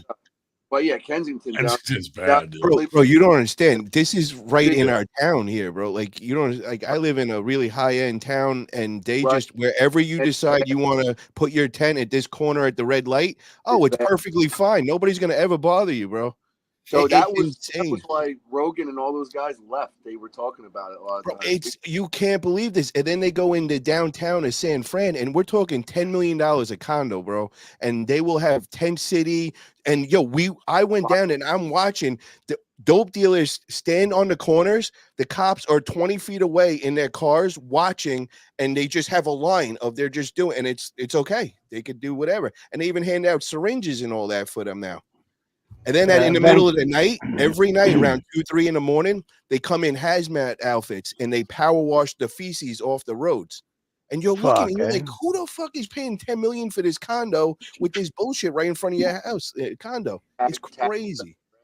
That's Ben Shapiro. He moved, and he said that the final straw for him was he came out of his house in the morning to walk his kid to school, and in the front, like on the sidewalk in front of his house, was like a crack dude taking a dump like on the sidewalk, and it was like, okay, we need to get the fuck out of here. Bro, it is so common out here, and like if I wasn't in the marijuana business and been here all, I would be out, bro. It drives me nuts. You know what I mean? It's disgusting what's going on. And then the other thing that we're dealing with is like all the illegals. Bro, they're driving around. It's dodging missiles. You know what I mean? Yeah. It's crazy with them driving. They have no idea what they're doing, and then they'll hit you. And I hear all the horror stories. They don't have insurance or anything. Right, so you get a brand new car. Now you got to deal with the problem, and they're okay with it. And then even funnier, I went into a cell phone store. half of the cell phone store is cell phone, the other half is the illegal DMV. And you're like, wait, what the fuck is going on right now? And you don't have to have an ID or anything. You go in there and they set you up with whatever you want, bro. And you're just like, wow, I cannot believe this is going down here. Wow. Yeah, it's crazy. Like when you go to DMV in New York, you got to go through, like they try messing with you, everything. You mess up writing something on there, they're going to just say no. Here, bro, you could put, my name is Mickey Mouse. They don't give a fuck. You paid a fee, you could be Mickey Mouse for the rest of your life. You know, whatever you want to do out here. Yeah. It's My crazy. name is Indigo Montoya. My name is You'll kill my father. Prepare to die. Prepare to die.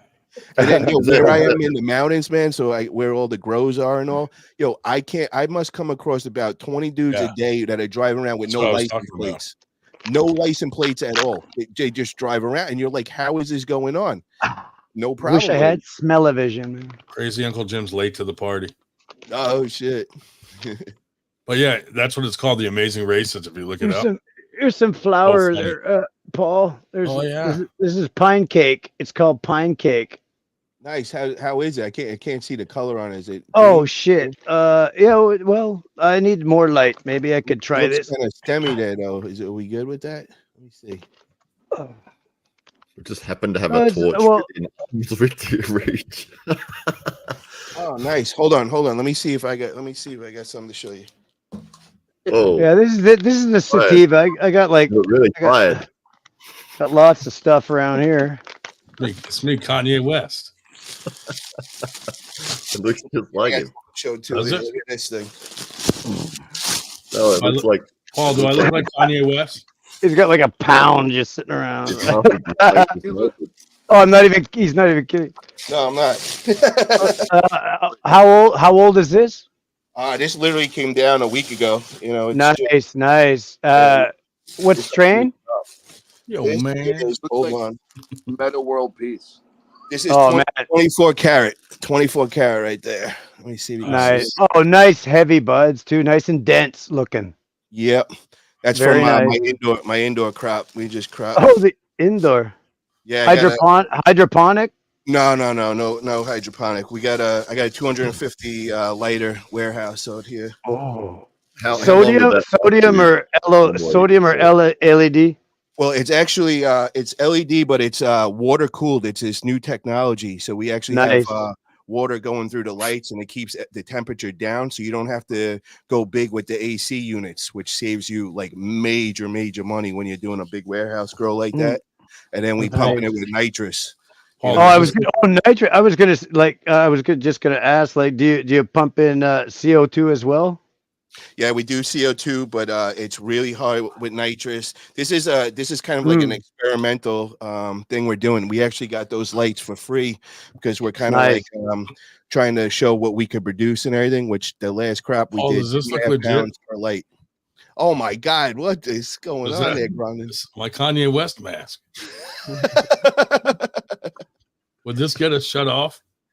No, because it's hard to tell it's him. First guest on the vibe. Like a melted candle version. I gotta like straighten it out. I thought it was a filter to start with. No. What is that? Stocking? It's literally like a fucking shirt, a scarf. It's like a flexi scarf mask. Oh my God! Wow. It's like just like a fucking tube scarf, like nylons or something. That's weird. With Kanye West on it. I'm still trying to. Wow, I probably Dude, wouldn't I wouldn't have that in my house. I saw it at the store and I'm like, I have to have that. And my wife's like, why do you need that? I'm like, for the podcast. I love the fact you had it on for about 3 minutes before Paul noticed. I know, right? He's very cultured. I gotta let my dog out. Be right back. We know who's gonna. Roger. Paul, that bag that you're holding, how long? Like when you were smoking, how long did that bag last you? It would probably 1 ounce a week, so 16 weeks that would last. But I mean, I'm telling you, 1 ounce was just like a normal. There's times when I smoked about 2 ounces. I mean, bro, there's nobody that would keep up with me. Like I'm telling you, some days it'd be 10 blunts a day, 15 blunts. Like that's all I did every day. You know, it mellows me out. But as I'm doing it, I was able to run circles around everybody. So now imagine without that smoking. Oh my God, bro. Your brain must be a little more clear a bit. Really clear now. I always say this, I'm the last one to go to sleep, but the first one up, you know, and it's just nonstop business. My mind never stops. I'm always looking for the Nice. next move. And, you know, like I said, I got that new business going, but as I'm doing that, I'm also, my girl's like, calm down. I'm opening up a stem cell place in New York. Oh, You know, wow. so- yeah, so it's crazy. And everybody's like, how are you going to handle, you know, 2 brand new business on top of the 4 you already got? And, you know, I don't stop, bro. Yeah. How do you think Elon Musk does it? You know, like he just does it because he has That's the it. energy to do it. He has the energy and the brains to do it. So he does it just like Yeah. you. I saw it interesting. I mean, when he was on Rogan's podcast, he said that same thing, that his mind just keeps running. But he did say if there was a pill that he could take that would stop his mind from running as fast as he could, he goes, I would take it right now because I cannot. That's true, bro. Well, he's got Asperger's, eh? Like, But it's hard even at night, bro, when I'm trying to shut down and you know, I can't, you know, my head is still going. I'm crunching numbers. I'm trying to figure out what I'm doing the next morning and all. And yeah, it doesn't stop. I know what that's like. That's on top of big picture stuff too. Big picture shit. Thinking of the next idea. Thinking of the next investment. Thinking of the next. But the thing is when you're going out to date night with your girl and you know you got to shut down and it's hard, bro. And I'm like And trying to focus on concentrate, her. focus Yeah. on her, and Yeah. it gets hard sometimes, you know. Well, and she let me gets a ask little you, mad. Paul, being so busy, what's your training for arm wrestling actually like these days? What's that looking like? Well, I'm hitting the gym twice a day for bodybuilding, and when I'm one of those workouts, I'll throw in hand and wrist. So my arm wrestling is not my focus right now in training. I'm trying to get my body back to what it was when I was a bodybuilder, and then go from there. But I got the 176 right now, and I'm feeling good with it. But I want to get my proportions better. You know, I'm building my legs. I didn't train my legs for 2 years, but I'm trying to. Do you have any inspirations to compete bodybuilding again? Because I know you. No, that's done. You know what I like to be, bro? It's a conversation piece. Wherever I go, people are like, holy shit, you're jacked or you're ripped. And that starts the conversation. And now it's whatever I'm pushing right then. If it's, arm wrestling, that's been for the last 3 years is anything. They look at my arms and I'm like right into arm wrestling. Oh, follow me on YouTube. I went out to dinner tonight and now I have a whole fan club. They're all just follow me on YouTube and all that with arm wrestling. Yeah, and that's not even like a selfish thing. That's bringing people to the sport in general. Yeah. That's just a big, that's awesome. Now all the credit to you, dude. I mean, even see you from afar. I've been friends on Facebook. My name's Dennis, by the way, Dennis Smith. I've talked to you about a few times online, but even just watching from afar, dude, you're always hustling, man. Good, Yeah, bro. I love it, man. I love just everything about the sport. I love promoting it, and that's what I do, man. And I'm trying to get back to that walking billboard where I just walk in the room and the whole room's like, holy shit, who is this dude? And now whatever business I'm in or whatever I'm trying to make money with, it's a perfect way to start off conversation. Yeah, absolutely. You got to hear this, Paul. What's up, bro? There's a podcast, and the description is an audio series uncovering the raw and unfiltered life of a 2-mom family, and it's called Unfiltered Vibes. Oh wow! So, yeah, but we'll add our names on it then. We'll have to add the names on that one. It's like a lesbian podcast. Yeah, well, maybe we should bring them on and duel it out.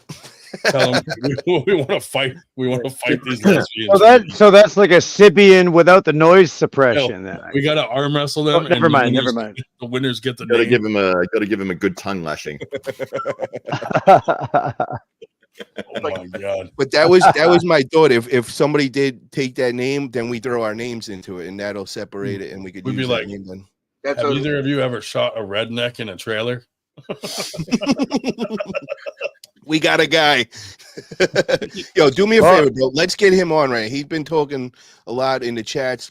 Throw him the link. Let's get him on right now. He went to bed like hours ago. Oh, let's get that bastard up right now. Come on. I got to see if he'll unblock me on Facebook. Here, I'll do one bet. Let's call this guy right now. Really? Yeah, but it's one of it's the naughty hour. We could bring on guys like him right now, right? 3:03 a.m. for me. Night's just starting over here. This is exactly how we get shut down. Hey, Look, Matt already doesn't approve. Who is it you're ringing? Eric Carlin. Oh, yep.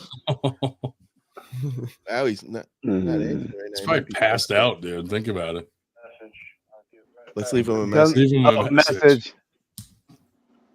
Like, fuck you, you redneck piece of shit, racist. Wake the fuck up, you knuckle dragging swamp twat. Leave a callback number. Press 5. Hit him with it. Yo, Harlan, get on the 98 right now. You got an invite, man. It's like a once in a lifetime opportunity, brother. This is your calling in life. Come on, get on right now. Nice. He called What are you Shell gonna- like 4 or 5 times. What are you gonna do when Paul Italia sends you a message like that? You're gonna fucking listen, aren't you? Bro, this Well, dude sends me books. what if the your last phone's not on? Once I have not answered him, so just me calling Dude, him. he was going off on Jody Williams tonight. Oh yeah, he had it out Oh, for yeah. him. His racist ways are coming out, huh? Yeah. I don't. That's not Jody nice. Williams is like the nicest guy ever. Like, why would he have an issue with it? Bro, because he's crazy, dude. This dude is there's no logic. He gets shit in his head that never happened, and then that's what he believes. And there's nothing gonna change his mind with it. That's tragic. Yeah. Yeah, he's legit. He's certified crazy. You do, Matt. You do the. You've done the live shows with Ryan Bowen, right? Yeah, that's right. Yeah, we've got the same voice. Yeah, those are terrible. Yeah, I never watch it, but no, yeah, it's Ryan is obviously Australian as well, and yeah, it's helped me out a lot with being able to build a. Are you both delusional or just him? And you know, you also, actually you like also Ryan. know he's the owner of the organization AWE in Australia. Yeah, that's the man. He's the number one guy over there. So that's you know that's the big organization of their whole country and all. I like Ryan. I got along good with him at Knuckles Up. Wait, hold on. We got to. There's something else we got. Stephanie throw out Spencer. there. He is the commentary now for what is it? How do you say that? Pro Panja League, man. The yeah. India League, where Yeah. the first event they did, they put $1 million in, and it was like crazy. Wow.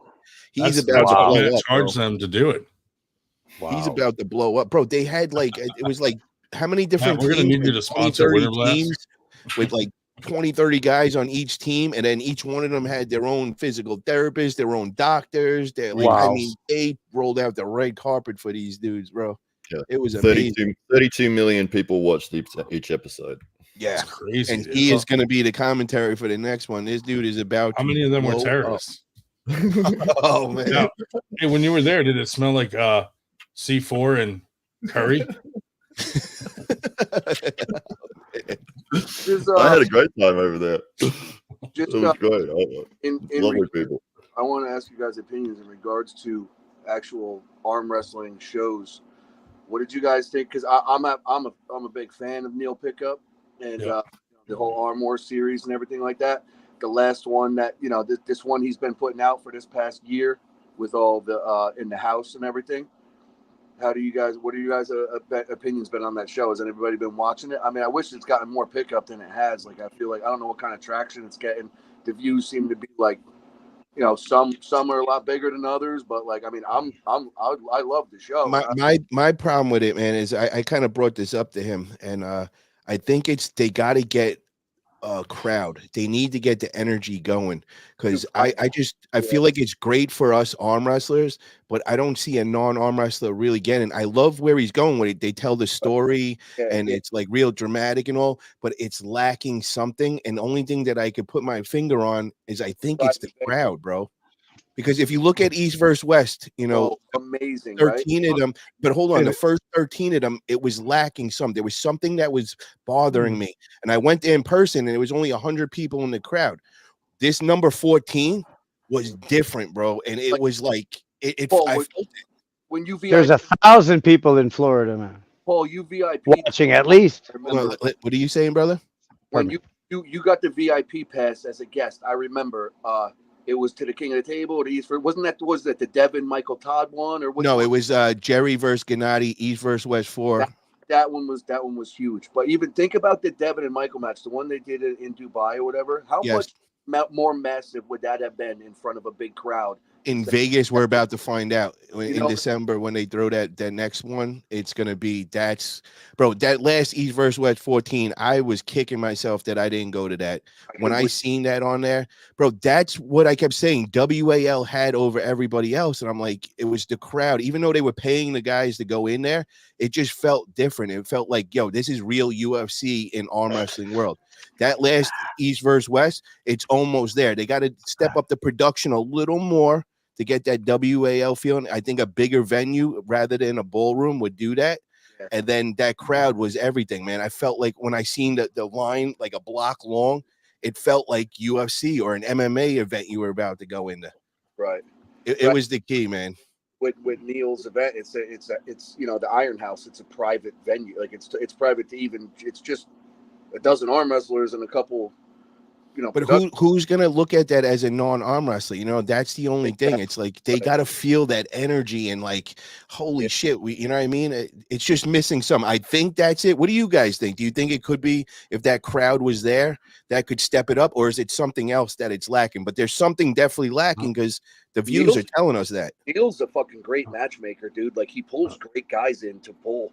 You know what I mean? Like I feel like, and I wanted it to work for him because he was saying like he got all emotional the one time on the show talking about how like this was his last, because Neil's done like quite a few different ventures with trying to make it happen himself or whatever. He said this is his last shot at dumping everything he's got, like financially and emotionally, into making a production. So I just wish I wish he did take that route, because I think it would have been a lot more successful. And not that it's not. I'm just saying that. It's not, but it's really not as far as a non-arm wrestler. I've never heard anybody be like, "Oh, yo, Arm Wars." Did you ever, you know what I mean? Nobody really knows other than us real fanatic arm wrestlers that just love arm wrestling. Matt, what is your thoughts on that? I'm curious to hear what you got to say about that. Yeah, I love the concept and the idea, the way that they did it. They were all in on, look, we don't need a crowd. We're just going to get these great matches and film them and tell the story of the characters. And they got those elements really down. And I think that the way they put out the show, to me, it runs just a little bit too long. I think they're about 25 to 30 minutes. And I think if they cut down to like between 10 and 15, it would be more impactful, because they do like an interview after every single round. There's 6 rounds, and say a guy gets flash pinned and then they're interviewing both guys, then it's like, well, there's not really much to say in that point. Well, I got flash pinned, or he flash pinned me. It's like, we didn't really need to see that bit. But in terms of what they do with the show, I think it looks great. I think the production quality is really high. I think there's literally only one guy who does all of the editing and all of that side of things. One of the biggest issues that they're facing, or that is sort of held them back a little bit, is the timing. So somebody will go and compete on the Arm Wars Iron House, and then that match doesn't get released for maybe 6 to 9 months, and the guys are sort of bound by you've got to keep the result secret, but everyone knows they went over there and competed. And everyone's like, "Hey, how did you go?" And with Neil Piggott, how did you go over in the UK? And it's like, I can't tell you. And then by the time people actually get to see it, they've lost interest. Yes. They've moved on. I mean, every weekend there's another pay-per-view on, a tournament on, and they're like, "Oh, here's a match from 6 months ago," and it's like, I don't really care anymore. So because it took them that long to post-process the product before they put it out. Yeah, and everybody else has watched the pay-per-view. Yeah, that's frustrating. And also, how do you get it? Sorry. Most people know. I don't even think most people know that what he eventually started doing was, if you're a member of the Arm Wars, a paid subscription member, you get the footage earlier. But people don't even know that. You know what I mean? Yeah. It's just like you're saying everything else. But how do you get the non-arm wrestler to watch that or even know what's going on? Unless you have to know do an arm something wrestler, like a tack match or something silly. It's got to be something though to draw the non-arm, because that's what we're trying to get. You know what I mean? We know the arm wrestlers are all going to tune in, but it's like, how do you get like that? Like, do you have to bring go in new interest on a TV? So if you're running like an extreme quality camera, you can get like hundreds of frames per second in a video, and even the fastest flash pin of, like, let's say, that's what it is. 0.17 seconds, right? For a I see his flashbang. point. I see his point. Yeah, sometimes you want to see the slow motion, but Yeah, you can for get it sure. 5. I mean, the hockey does it really well, where they do the slow mo replays and they have the slow Yeah. talk announcer. Put Captain Obvious's thing that he just said. Yeah. See, that's what we're kind of talking about. And Matt's talking about the dramatic dark room interview stuff is a fast forward for me. I think that one of the elements that they're sort of missing out, that the end product, like overall, that whole video, it's high end production. It looks good. The quality's good. The matches are interesting. Some of the moments of the interviews are quite, intrinsic, and you get to meet these characters, and some people get emotional. Or so those elements are all there. I think what they're not doing, or the things that they could be doing to promote that more, is instead of just pushing that 30-minute video, is having those small clips where it's like you've got a crazy war that goes for like 40 seconds, and putting that out and putting that as a short on YouTube, on TikTok, on all these other platforms, and saying, hey, here's round 3 of this crazy match. If you want to see the whole match, go on to this video. I don't see a lot of let's take 30 minutes and cut it down and get another 80 different products out of that and release all of that, and it all streams back to that 30-minute video. So you've got a 30, maybe a 10-minute version, a 3-minute version, and like 15 1-minute clips. And so I mean, they've got all the library there. They could go through that whole library of matches, pick out the best moments, and just cut those moments, smash them across all social media channels, and the traffic would drive enormous. Let me ask you guys all this. I want to hear from everybody their answer. Would you have rather see Levon versus Devin in that Arm Wars setup, or the King of Table? Let's start with you, Ryan. What do you think? Oh man, just got to pick one. Which one would you Ryan rather? wasn't listening. Well, like in hindsight or a rematch? Like you're talking Hindsight, like no, which hindsight. would have which would have been the better first match? Which would have been a better venue? Yeah. I'll go with Arm Wars on that one. Point. He's just saying, just because I think it'd be a different take on it. But do you think that would be more appealing to the non-arm wrestler? All right. Well, even if you just take, then yeah, you know what? I do. Okay. I get what you're saying, Ryan, because that's kind of almost as big as it is. I see what Paul's trying to say, but I see what Ryan's saying too. But all right, so change that to the last John Berzik match that he just had with Leonidas in First West. Where would you rather see that? Is basically what Paul's saying. I think like you don't want to see that in the Arm Wars house. You want to see that in goddamn East First West. Yes. Banging in front of everybody. Yeah. Okay. Yeah, that last East versus West was hot, but dude, it was over 6 fucking hours. Over 6 fucking hours. Those standing ovations for Michael Todd and stuff like There that. were, yeah. That was brilliant. Mike, that was awesome, dude. Like I gotta say, the hypest. I'm glad he found God too. That was cool. The hypest crowd I've ever seen is me and Paul Italia's match at that bar in Arizona. Yeah, bro, that was insane. The energy there, that was fucking nuts, bro. And I mean, like people were fucking I would like rather see that one in the Iron House, but that's just people were rushing the stage and they had to like push them back and shit. That shit got crazy there, man. I just remember walking up to that venue and seeing 100 different screens with our pictures on it, and everybody's like, "Yo, that's the guy right there." People would I was be like, talking "Yo, this is to- crazy yeah, right people now, would be bro." talking to me and be like, "Wait a minute, that's you on the TV," and I was like, "Yeah, I got a match later," and they're like, "Oh my god," and it was fucking just weird.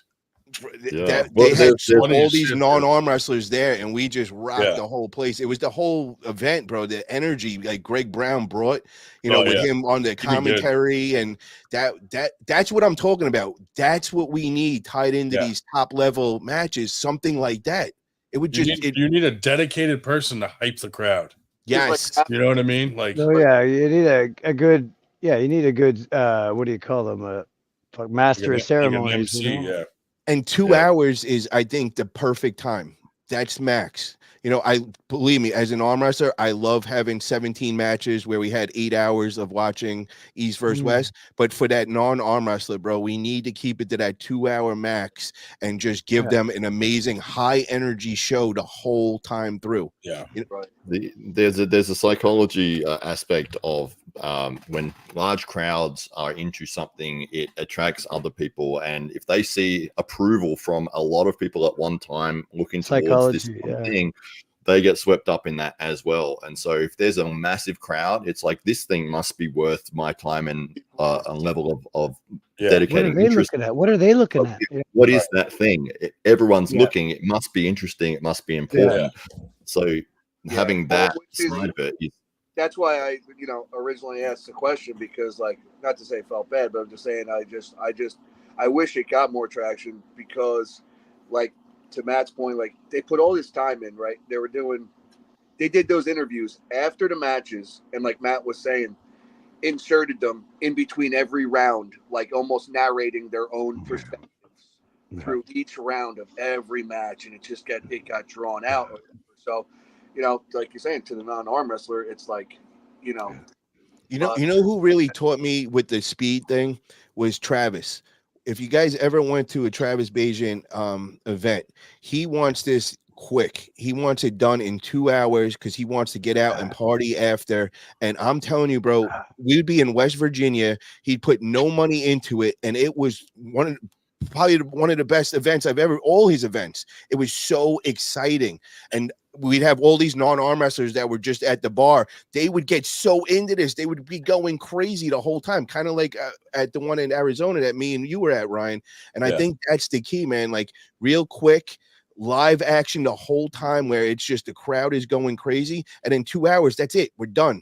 None of this drawn out. The one we were at down in Virginia. What's that? One we went to, and where like Captain Pretentious's first one, remember?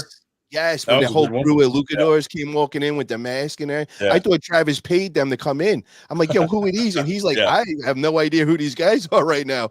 I was like, this is crazy right now. It was great though. And then do you remember that lady that was up there that was cursing like crazy? Oh yeah, they had to like shut her up. Oh yeah, bro. And then even all the you're on the live. All the ladies that were there that had nothing to do with arm wrestling, they were so invested in it. I got like a big fan club after leaving there. That was a fun hit me event, up dude. to this day from that. And huge after pull. Oh my god, yeah, huge after pull. That was fun.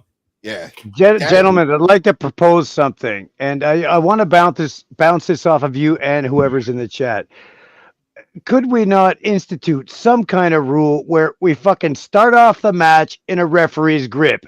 Instead of the 30 fucking seconds of fucking around and then getting a fucking grip and then go into the referee's grip and then only to fucking slip.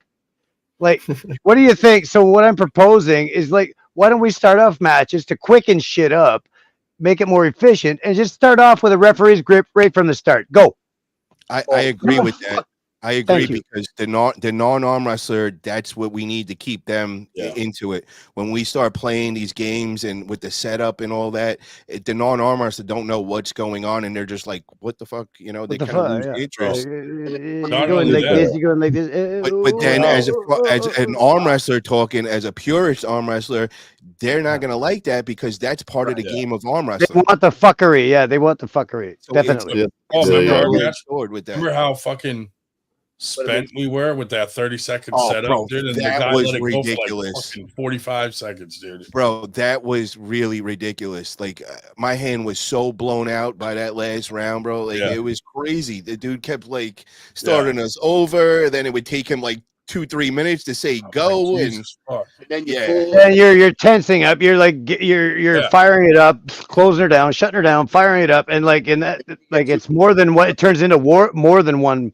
I love that referee. He wanted to make everything perfect, but that was not good for views and for just the athletes alone. Remember the match before us with Ryan oh my god, that was Ballesteros and Eric Wolf? I felt bad for them, bro. That was like 5 minutes before they would even say go on that. Like it was crazy. With AWE, we've put in it 20 seconds to find your grip, but the reason we did that is because most of the time people can find their grip. And if they're both happy with whatever they get, regardless as to their positioning, if one guy's like this far away from the pad and both guys say, yeah, I'm happy to start there, then I'll just start it. But if they're goofing around and they're obviously not going to get a grip in that first round and they end up going to refs, for the rest of the match, it's like, okay, we're just going straight to the ref's grip. We're not worrying about. I'm not giving you the opportunity because obviously both of you are not trying to get a grip. You're either trying to. It's like fuckery and a waste of fucking time. And thank you some of you that agreed with me. Thank you, Paul. I agree. As far as for non-arm, It's efficiency, for efficiency, man. Efficiency. And it just like taking, like, you know what, bro? This is what I'm gonna do. I'm bringing 2 of my friends that are non-arm wrestlers to Knuckles Up. You know, Nice. I want to just get them into it. So what we're gonna do is we're gonna bring them on interview after on the Buzz Show, and I want to hear from a non-arm wrestler what they liked and what they didn't like. I like that. Brilliant. Fucking brilliant. Joe Rogan is boring. VH1 shit, what? Hey, Wood, I'm being soft right now. Got to get MTV going.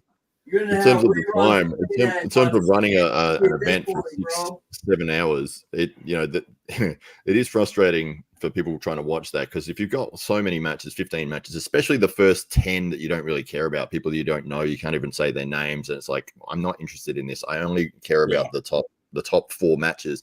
But there's a reason when you watch the UFC that they'll split up their card and say they usually will have 10 fights on the card. First 4 fights they'll put online for free on YouTube, like or on their own preliminaries.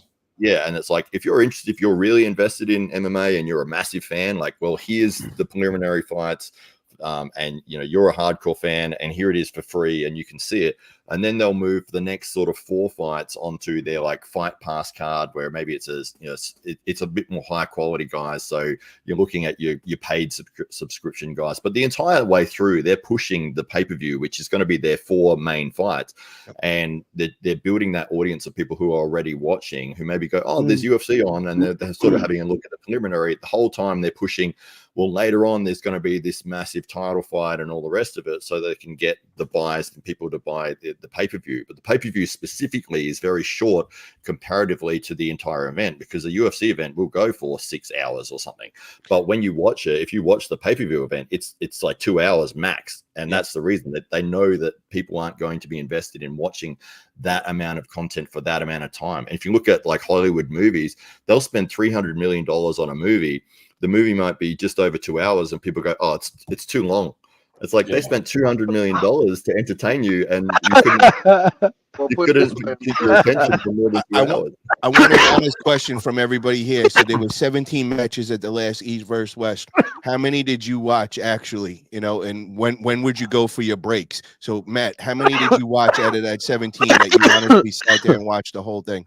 Well, I'm probably the exception here, because I watched every single one of them, because I needed to know the results and what happened. But if I wasn't hold on. All at once, or you didn't have no breaks where you were like, all right, I could miss this match?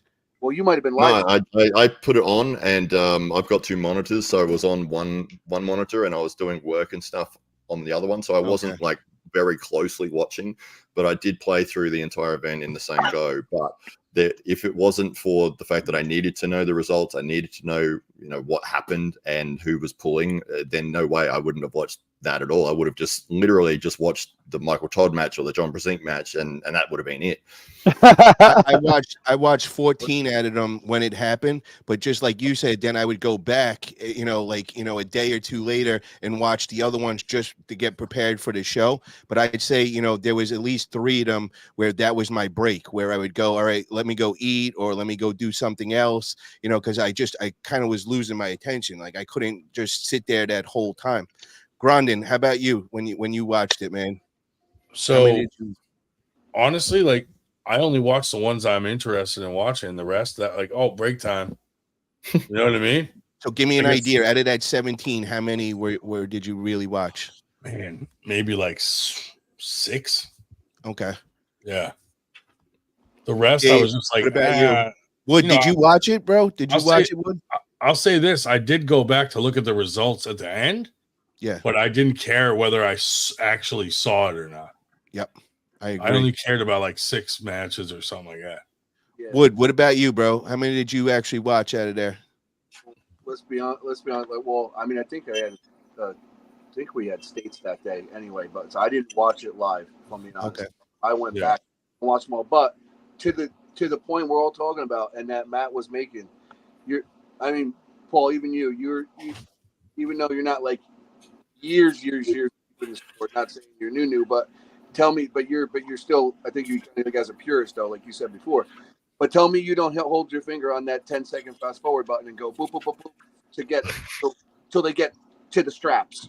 because of Well, like I watch it live. That's the thing. That's why I needed those 3-match break in between, where it was like after watching the first like 7, I was burnt out, and I'm like, all right, well, this match I don't really need to watch right now. So let me go get my drink or go get something to eat right now, and then I would come back. Yeah, I just didn't get to watch it live. But I mean, do you not do that with other stuff when you just watch videos online? I do that all the time with matches because I catch them late. So I go back and watch them, or if I'm doing even arm wars, like I said, constantly 10-second boop boop. I get between. Oh yeah, I skip through them absolutely. If it's a replay, I'm skipping straight to the match. I get nervous with it. I feel like I'm missing something. Like they're gonna say something with the podcast. I zip through, like you say, and I'll put it in 2.0, and I'll just go through it and get what I need out of it. But with the matches, I feel like I'm gonna miss something they're gonna say that I need to report back on the Buzz Show or something like that. So that's kind of why I get like that. That's another thing too. You guys are also putting out a lot of your own content and stuff like that too. Exactly. So you have to kind of be up on things. You're even listening to what people say and stuff like that. Yes. Discussing other things that are a little bit inside of it. You know what I mean?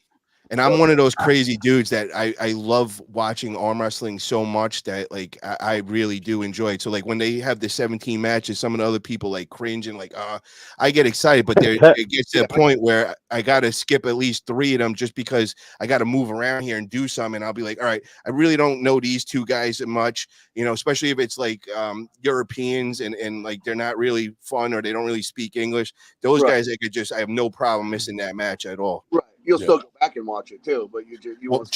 I wouldn't if I didn't have the show, because some of those guys, bro, they kind of annoy me. Like, they're all on this respect and there's no like drama and, they don't even take the time to learn English and all. And I'm just like, bro, you guys are fucking boring, dog. Like, you know what I mean?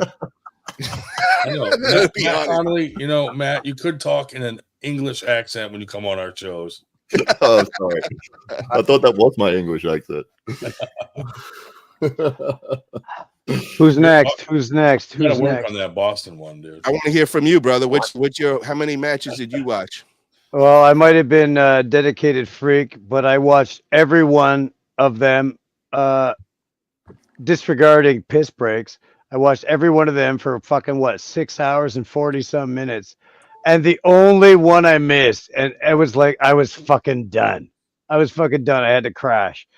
The very last one, fucking Jerry and yeah. See that's the one that I was the like, one I said I'm done, guys. I can't. But I was watching it live with the boys, and I just crashed like at the last. I couldn't have, but I knew he was going to win. Well, I didn't know, but I had a feeling he would. And I'd like to see who else is going to fucking pull Jerry right now. Who? Levon, I think. I guess he's the next. How do you think that's gonna go, Paul? Because I mean, imagine seeing Jerry and fucking Monster Michael Todd right now again. Like, I don't know if it's the same. Nah, I don't think it's the same match anymore, man. I think know, yeah. Be ahead of him right now. I'm going to tell you, I'm glad that I'm talking to Paul my first time here because I know he's friends with and good and close with Jerry or whatever. Because I'm a huge Jerry fan, and I've been saying people have been fucking laughing at me for 4 years because I not said he can do it, but I just said if anybody is the one chance with Levon, it's Jerry. But everybody keeps laughing at me about it, and I always just said it because the styles make matchups type deal. And I've been saying it for a long time. First of all, everybody was doubting him before the Gennady match. Everybody was already shitting on him because he hadn't really been around after the whole COVID thing, all that shit or whatever, Because like they just counted him out all of a sudden just because like guy's been around 30 fucking years and they were just like 2 years were off and then he came back and then people still having stuff to say about like. I want to throw in this little content that you might not have known, man. So at East vs West 4, when we were in Turkey going against Gennady, the night before we all went out, and it was me, Hermes, Alex, Jerry, and his wife, and Hermes and Alex were talking down to Jerry like he had not a chance, and they were the new guard coming up, and bro, it was getting me mad. And I'll never forget this conversation. And it was kind of like really insulting. And, Jerry, it lit a fire under him. So when he beat Alex, bro, that was the most amazing thing for me because I remember how they were shitting on him that night, like kind of laughing at him, like, bro, you don't got a shot against us. And I love Alex Kadecha, bro. Like when I went out there, me and him buddied up and we came like really tight and we were like hanging out the whole time. love the guy as a person, but just because of the way he was so cocky that night and talking down to Jerry, that was the It best. felt good. Felt good to see, I bet. Yeah, it did. During that time, during the Gennady match, do you remember online, like all during and after COVID, like I love Chance, but Chance was like talking so much trash to Jerry about he don't have a chance with nobody no more. Not with Chance, but he's saying about the other supers. Saying Jerry, I'm like, so I was so glad that he shoved it. Bro, the first thing that happened when we were on stage, I started yelling at Chance. I'm like, what now, bro? What's now? And Chance was just like, yo, you're right, bro. I have nothing for Jerry. Yeah, me and Jerry were gunning for Chance right then, bro. Yeah. Yeah, I mean, he was talking too much about him. I'm like, dude. Well, that practice, he came in 45 minutes late, and he was just smoking Jerry, and he thought, Jerry had nothing left in him, and Jerry had been pulling for an hour against everybody there, fucking. But bro, Jerry, if you guys know Jerry in a practice, it's two different pullers, bro. He comes a top roller in practice, and it's the most ugly top roll I've ever seen in my life. Before I seen him go against Gennady, I'm like second guessing. I'm like, oh my god, bro. I'm talking all this confidence, and then I'm seeing him at this practice with like a bunch of no names, and they're giving him like some shit. That's what's funny is I said that same thing you just said. I've never seen him press in a practice video. Never, bro. And it's this ugly top roll, and you're like, what, bro? Do you even know how to arm wrestle right now? And then all of a sudden I see him against Gennady, and my mouth just dropped. I'm like, oh, that's what it's all about. Because before that day, bro, I was the one that brought him back into arm wrestling. Travis kept telling, I'm like, yo, who should we work on? He's like, bro, Jerry. I'm like, who the hell is Jerry Catterick? And then I looking. Next thing I hit up Jerry, and I'm like, yo, bro, what's up, man? You want to get into arm wrestling? I'll start your YouTube. And he's like, yeah, you know what? And then I started, traveling out there, and I stayed at his house for a few days, and we're making all this content, and we're going polling with these people. And bro, I'm telling you, when we were polling that first time, and a bunch of no-name dudes, I'll say it right now, they were pinning them. And I'm just like, in my head, I'm like, oh my God, am I doing the right thing right now? And then when he went on and fucking went against Gennady in that first round, bro, I shit my pants. When Gennady went right through him, I'm in his corner, and I'm like, oh my God, dude, like we shouldn't be here right now. Yeah, and then that first round, Gennady pulled right through it. Bro, I was shitting my pants. I looked at his wife, and both of us had this fear, and I was like, oh my God. And then next thing, he turned This is not happening. This is not happening. I know, bro. I was like, yo, Chance is right. I went nuts too. Yeah, that was amazing, man. That was definitely. And then, yo, what was even funnier is right after that. So the bar is shut in Turkey. They shut down at 11, and I'm there, and I see the workers in there. I start banging on the door, and nobody speaks English in Turkey, bro. So I'm start trying to explain how he's the world champion. He just won the big thing. I'm like, please, and I'm begging. I'm like, yo, I'll pay anything to let us in there, or just let me get a bottle or something. So the guy's like, all right, come in. So it's me, Jerry, and his wife. And I'm like, they're like, you have 5 minutes to get what you want. I'm like, yo, line up 5 shots each for us. We just bang, bang, bang. Now we walk out into the live. We're ready to go back to bed and all. It's, we're done. All of a sudden now everybody's after pulling in the lobby. That's when all those videos went out of me and Jerry coming in there trashed. Right. Oh, yeah. I go after Hermes, dude, and now it goes viral. Everybody like making fun of me, like, what the fuck are you? I'm like, dude, I am hammered. I just had like 5 doubles in a matter of 5 minutes in there. Jerry was just, oh my God, he was a mess right after that. But what a great time we had. But I heard so much shit about that. I think Grondin and all them were trolling me with that, putting that video everywhere with me and Hermes, me trying to fight Hermes and like knocking into him and shit.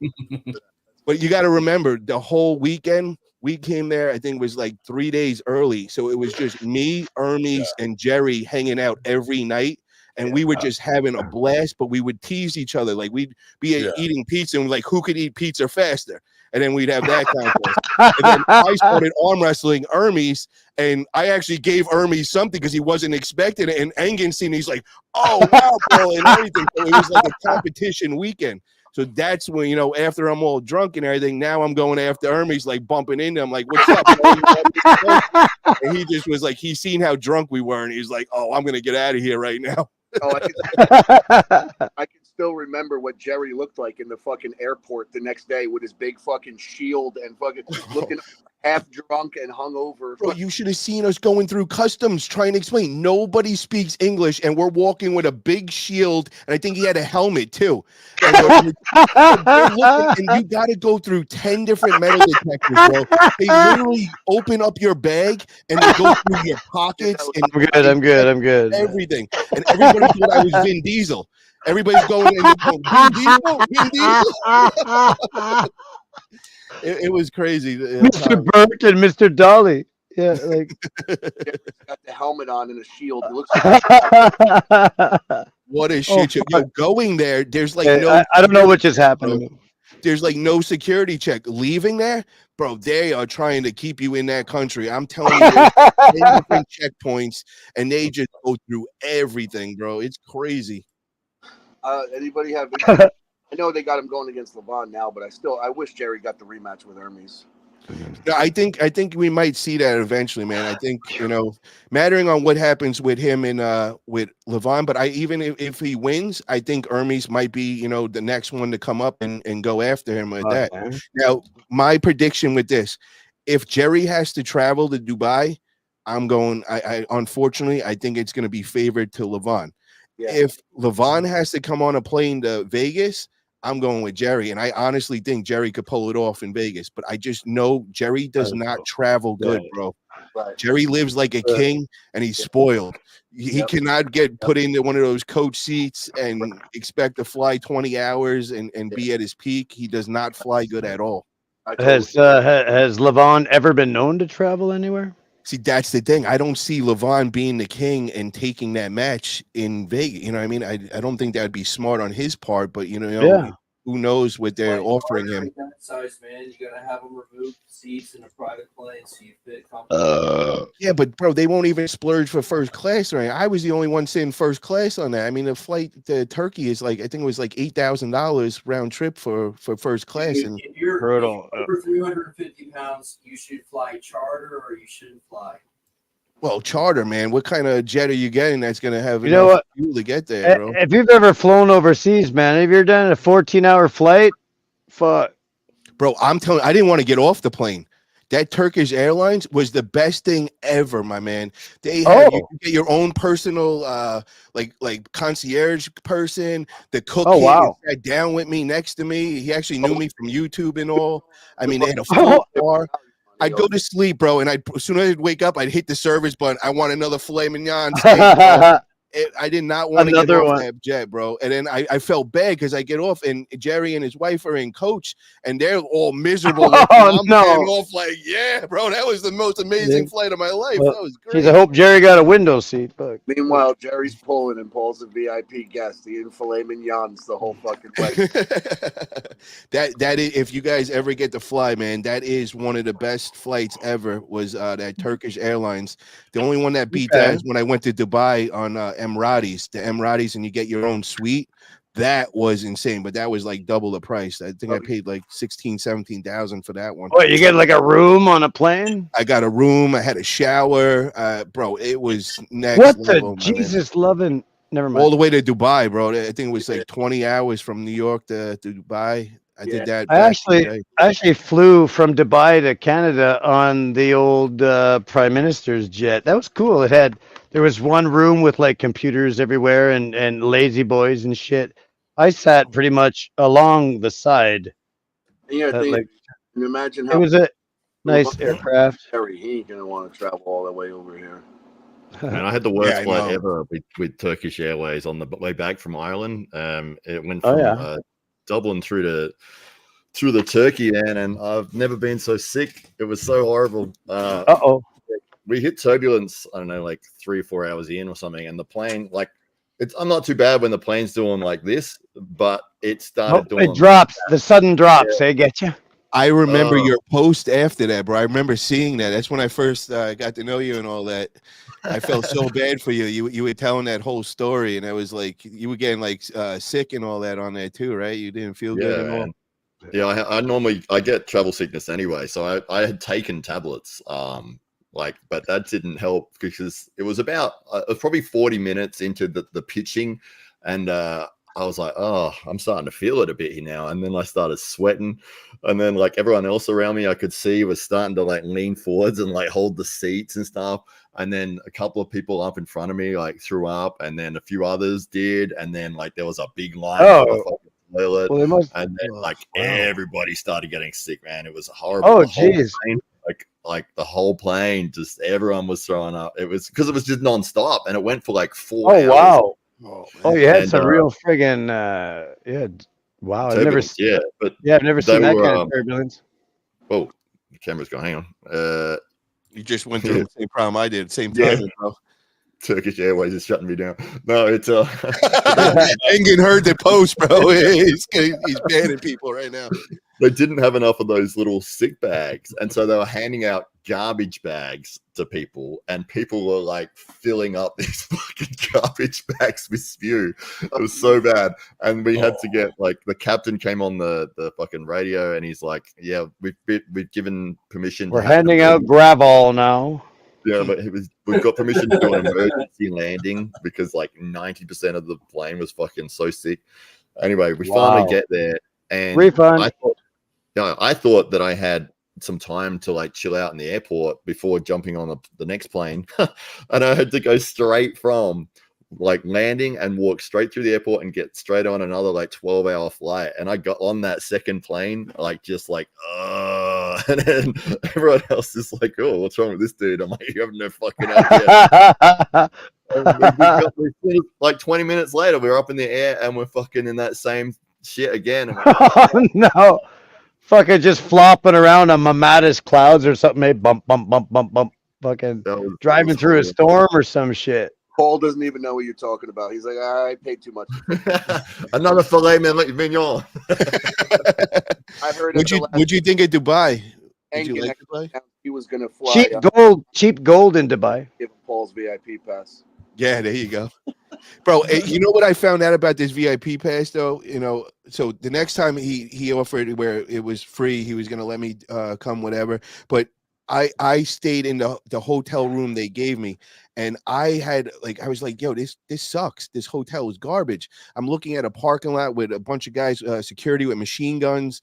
I felt like it was in a closet or whatever. Bro, I went online when I got home and I said to my girl, I'm like, this is not that nice. But when I seen the commercials, it looked crazy. Well, she goes and looks for $20 for American $20. I could have had the jacuzzi right behind the bed in a penthouse on the water side. I didn't even know that existed there. I'm like, bro, I thought I was getting VIP treatment here. I would have just went and bought $20 for a night on the website and all that, because there was a whole other side of the hotel I didn't know about that was looking at the beautiful ocean. And I mean, bro, the dollar there is mega money, bro. Like you could literally, it was $20 a night for a penthouse with the jacuzzi, the king size bed. And I'm in this little closet that like hardly any air conditioner and smelled like shit in there and all. And yeah, so anytime you go there, man, you definitely just get your own room, and you know everything's cheap there. But the one problem is when I kept trying to get room service, like 11, 12 o'clock at night, you'd order it, and then you had no idea if it was actually going to show up because nobody speaks English there. And I'm like, yo, so I'm sitting there for like 3 hours and I'm starving. Like, I'm like, Jesus, I got to get some. So like 2 o'clock in the morning, I'm like, all right, I got to go looking around to find food. There's nothing open in this hotel. So now I'm like, I start walking outside and, you know, like 3 blocks down. Well, I realize where I am. I'm like, bro, I am going to get snatched up by like Al Qaeda or something. Like, I am not leaving this hotel room right now. I did not feel safe or whatever. In Dubai, no. It's Vin when you Diesel, get there and you're in the hotel, you're good, bro. You know, with all these arm wrestlers, you kind of forget where you are. You don't want to be caught walking downtown drunk, because if you get picked up by cops, they will like take you and arrest you and whip your feet. They'll whip your feet. Not even a tourist. Whip This is your not feet a tourist area, though, bro. You're in like the village where all these people like live, and they do not like us there. Like I'm right. Yeah. Everybody's looking at you like, and I'm walking around in a cowboy hat. Like yeah, just yeah. I don't even want to comment, but yeah, you get it. Yeah, it was kind of scary. But when we were walking around with all the arm wrestlers, when there's like 20 of us and we're all jacked and everything, and you know, you don't realize it, but you know, you wouldn't leave that place past midnight. No way, bro. You would not make it back there at all, for real. And then the other thing, me and Lachlan realized Bro, you could put me anywhere in the world, bro. I've been in the ghettos. I walk around Oakland 3 o'clock in the morning, no problem. I am not that guy to get shook, but this is a different level, bro. This is like different feeling, eh? Oh yeah, bro. Unless I'm strapped up with some crazy machine gun and some other shit, you ain't nobody doing that, bro. But me and Lachlan, we went out for lunch. We went walking around and everything, and he's like, "Yo, holy shit, bro! I don't see one woman around here. Like, look around." And that's when I'm like, "Oh my god!" Like, it's weird. I guess the women all have to stay home in their house, and it was just all It was propriety. Propriety is the word over there. I mean, like, yeah, women got to be women. You don't see them at night alone or something. Fuck. Didn't Engin throw acid on an ex-wife or something? Jeez, let's not think about that. Fuck. Wait, how did you hear that? That's a hell of a thing to say, man. What was that? What was that? I thought I heard something like he threw acid on like an ex-wife or something. Oh, or like showing her face or something. I don't know about that. Well, you just got banned from all East vs. West and King of Table. I think he was already banned. Yeah, I think so for sure. Wait till they see the cutout. You'll have the hit squad coming for you from Turkey, bro. Yeah, I think for international They travel, removed that comment from Reddit in like 10 seconds. if you look flashy and like have like a real fancy cowboy hat on and pointy boots that are shined up and a few pieces of matching jewelry, they're gonna be like, that dude's from the cartel, man. Yeah. I've heard that before. When I went to the LA, we went to LA with the Chicago Bears with Travis and all of them. They were all asking me if I was in that show Narco. All the people around there like, "Are you in that?" And I'm like, "What are you talking about?" And they say I look like somebody from that show or whatever. I haven't seen it yet. Just always say yes, and then it's $20 for a photo. Right, there you go. A pie floater. A pie floater. No, never mind. Did I just say that out loud? I think that's a New Zealand thing. Never mind. Sorry. No, we'd have that here. You mentioned Travis. I wanted to ask you just because a lot of people were like commenting, wondering if he was going to get like discouraged and hang it up. Do you have any like inside knowledge on how he's feeling after like his match? Or like, do you think he's going to continue going, or? I haven't got into deep talk about that because I hit him up right after and I felt like it was bothering him. And the first time when he lost against Brandon, I didn't realize because I wasn't in many super matches myself then, and I kind of was laying in them and it fucked with him a little and all. So I kind of like laid back and as soon as he lost, I kind of sent him a message like, "Yo, bro, arm wrestling's a lot better with you involved. Like, just stick with it, man. It's you've only did it like for a year time. You need to just keep doing what you're doing and building up." He's really focused right now on Tyson. He's back in the football world. He's traveling around with that. He's throwing events. You just seen he threw the one in Kansas City and all that. So I think he's kind of just focused back with that. Tyson's killing it now. I just saw a post today that they were saying that he's in the top 3 of backup quarterbacks in all NFL football.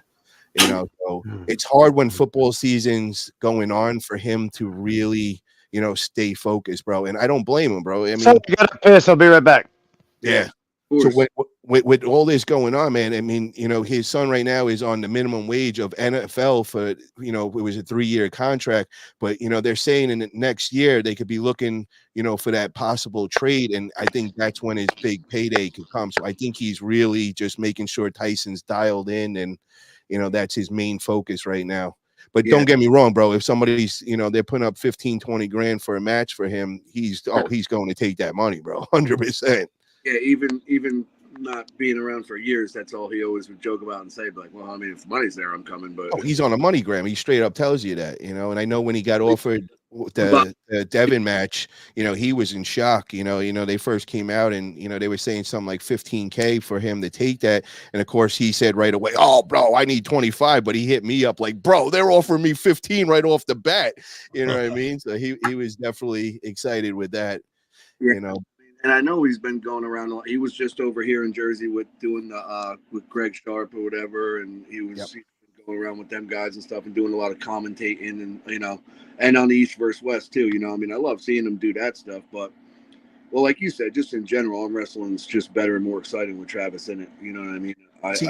The thing is, man, this is the thing with Travis, bro, is Travis lives in the gym training his kids and all. So he's there 8 hours a day regardless, but he's not into lifting. There's some of us that love lifting. You know, a guy like me, I would be the whole time I'd be lifting as I'm coaching the kids and all. Same thing like a Michael Todd. We love just lifting. He's not that guy, bro. He's never been. Wasn't, from what I understand, he wasn't even when he was on top of the world arm wrestling. He was like flipping tires in his yard and like doing. Well, this is what it was, bro. I know the real truth, man. It was the dad. His dad. The only connection he had was through the arm wrestling. You know, the dad had like 8, 9 kids. You know, so to be able to be in the spotlight with the father, he had to, you know, be that guy. So I feel like he did it more for the dad. And it was, you know, once that, you know, was over and he hit the heights he never really got that fire under him again, you know? Hard. Like, let's be honest. Like, when you go from the top of the world being the best, but I mean, let's call it like it is. Some people still call him the best left-hander ever. There's argument for that. You know what I mean? And so once you bend to that pinnacle, and then it's hard to come back at a level that's. And what I see him as, what he's now translated into his arm wrestling, is that just the side pressure machine. And I don't feel like just doing that these days is going to get you to that top level.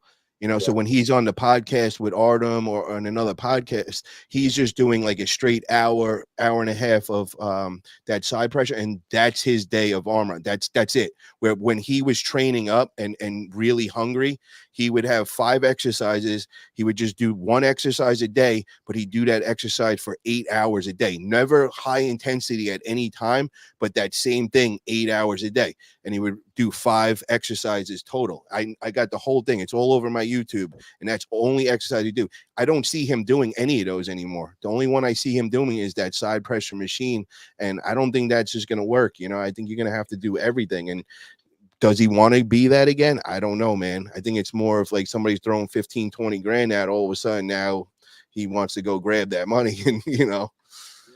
But it's also got to bug him too, man, to get a loss like that, you know. And is the hard part for him. Yeah, you know, and then being there commentating and seeing, you know, the old feeling and watching these other guys in the spotlight, that was fucking with him. So I think he wanted to see if he would come back, you know, if he could just do it again. But honestly, bro, I think he's got too much on his plate and too much bigger things that he'll ever go 100% really in arm wrestling again. You know, that's just, you know, me as a friend just looking outside in.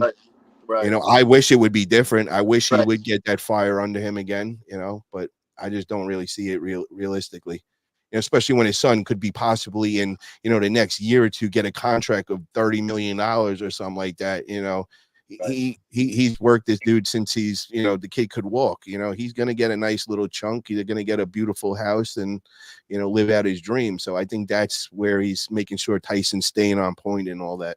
Right, and rightfully so, you know, and he's always, even when you seen him when they were younger, he was always good, you know, family man and stuff. But and then the other thing is when he goes to these games, bro, you know, I went to a bunch of them with him. He is the man there, bro. Like all the Bears camera guys, the first thing when we were in that suite in LA, all of a sudden I'm standing next to him, and all of a sudden they come rushing over. And the first thing he said, he's like, yo, this is Paul Italia. He's next thing, all of them got the cameras on me. And I'm like, bro, this is nuts. You got NFL like sweating you, like going nuts. And like he just walks around and everybody knows we're the arm wrestlers. And they all say, oh, they're like, yo, that's Tyson's family. That's the arm wrestlers over there. It was like we all felt like we were celebs that like every time we go to these games, it was like really cool. So, I mean, he's on a much bigger stage, and now he has all these celebrities kind of sweating him. And, you know, it's really cool with that. Like Simone Biles is the father, you know, he always comes up to Travis, the general manager, the guy Poles and everything. He's on Travis's shit. Like they're all on Travis is, you know, he walks in the room, bro. He takes the room from everybody, you know, even on that big stage with all these big celebs around. He really is the man, you know. And it's so funny, bro, because he's in there with his Martinsburg the Shepherdstown, Virginia, and he doesn't wear anything flashy. It's the same sweatpants and shit he's been wearing 15 years. High school football t-shirt. Bro, and yet he goes in his room with these like 100 millionaires, and he's the man, bro, and they all want to hang out with him. And, you know, they're fighting to take us out, bro. Like last time we We don't ever go in our pocket for nothing, bro. We're staying in these like crazy mansions and everything. And I was joking. I'm like, bro, there's literally a fleet of drivers out front because each guy has their own driver and it's a competition. Whatever you want, they all racing to send their driver to go get something. So it was just like nuts, bro. They just roll out the red carpet. You never go in. We were going out to dinner. They would be running up $30,000 tabs, never go in our pocket once. Then we go to the strip club, and the whole strip club is like around us. It was just insane, bro, the life he lives over there. And he don't post nothing. He don't tell nobody about that. You know, that's why, like, when I come along, I kind of like bring behind the scenes, and people are like, holy shit, dude, the shit you guys are doing is just nuts. And the people around, bro, is, you know, these dudes are next level. I do pretty good in life, but when I'm around these dudes, bro, I'm like, oh my God, bro, I gotta catch up, man. You know. Well, that's good to hear, though, because like I said, even and like you said too, the other side of it that we were talking about, competition arm wrestling wise, has got to be, you know, it's got to fuck with him a little bit, so at least he can get some enjoyment out of that, and you know, live, you know. Oh, bro, when you go out, you know, with these other people, man, you kind of like, it's a whole nother level, man. And then, you know, he used to bring me out. We go to Louisiana and we're hanging out with all the oil tycoons. And, you know, they'd literally, bro, I'm telling you, they would throw us a pack of penthouse keys. They'd rent the whole floor for us. And it's just me, Travis. And then they're like, yo, invite all your friends. So we invite John Brezink, Michael Todd, Barry Bourne would get his own penthouse. Like, bro, just insane shit. Like, you know, it's just nuts. And then they'd go into the private rooms to do their gambling and all. Bro, we're watching this dude $10,000 a hand in blackjack, and this guy's there for like 5 hours. We're watching him drop like $500,000, and we're just like, what the hell? Like, just next level shit, bro. Like, it's crazy the people he's around. So I mean, the dude's living a life that, you know, it's a dream, you know. So I mean, it probably bugs him with the arm wrestling, but as soon as he goes and starts hanging out with his buddies, and now, you know, his son's the big quarterback, yeah, bro, you know, it's a whole nother level of life that he's experiencing right now, you know. Yeah. You see it a lot with people that have worked their way up, and then they get to that point where, was it one of the Roy Jones Jr., the boxer, and he said, you know, it's hard to get out at 5 a.m. to go for a training run when you're wearing silk pajamas and laying in a silk sheets and like Louis Vuitton mattress and all the rest of it, and it's like, I've got $100 million in the bank. Do I really need to be going out and hitting the road at 5 a.m.? You know what's crazy, bro, is that dude is out at the rooster fights. He goes into underground rooster fights, betting like hundreds of thousands on the roosters and all that. Yeah, he comes down to Florida, and you know, I know a lot of people that are around him on a consistent basis and all. I couldn't believe like that he was really into it like that. Who is this? Roy Jones Jr. Oh, he's got like a whole, you know, big thing with the roosters, and you know, he's betting hundreds of K on each match, and you know, they keep telling me to come down. I want to experience once in person and all, and that's why they always sell me. They're like, yo, Roy Jones Jr. is there. You got to come down and drop some bread on this. And I was just like, holy shit, man. I wouldn't think he'd be into something like that, but yeah. That's like we were just saying, Matt, what you said too, is but when in talking in terms of the competitive nature, like the whole Conor McGregor thing, Dana White's always saying, like, he's got fucking $400 million, you know, $300 million in the bank. Why is he going to get up and fight you? You don't have the same heart for it no more. What about Mayweather? That's another one, bro. You know, he keeps coming back with the exhibitions and all, but I hear crazy stories with Mayweather. I hear that he owes a lot of guys in Dubai like mega money, and you know, that's why he does, you know, comes back and he'll have a fight because he just burns through and he gambles on everything, bro. Like, you know, he'll be like, you know, that waitress is gonna pick up that cup first. I'll bet you like $5 million on that. Like, he's nuts on that. Like, he's just got a real gambling problem and all. I heard that he plays it off, that he's actually like gone broke a couple times and had to do those fights even because it's got so bad. I don't know to the truth of that or not. I'm just saying that it's hit cash wide, but what he does is he buys all up the real estate all over the place. Like Vegas, he owns like 20-30 mansions that are crazy, but I think anything that he has access to, he burns through. So he's smart enough to have like a big real estate portfolio, but he's still in that like retard state of, you know, just burning money. You know what I mean? Just being a kind of a jackass with that. It's funny the mentality that goes along with having that level of wealth. And Dan Bilzerian, who I know is a controversial figure or whatever, but when he was on Joe Rogan's podcast, he said something that I thought was really quite interesting.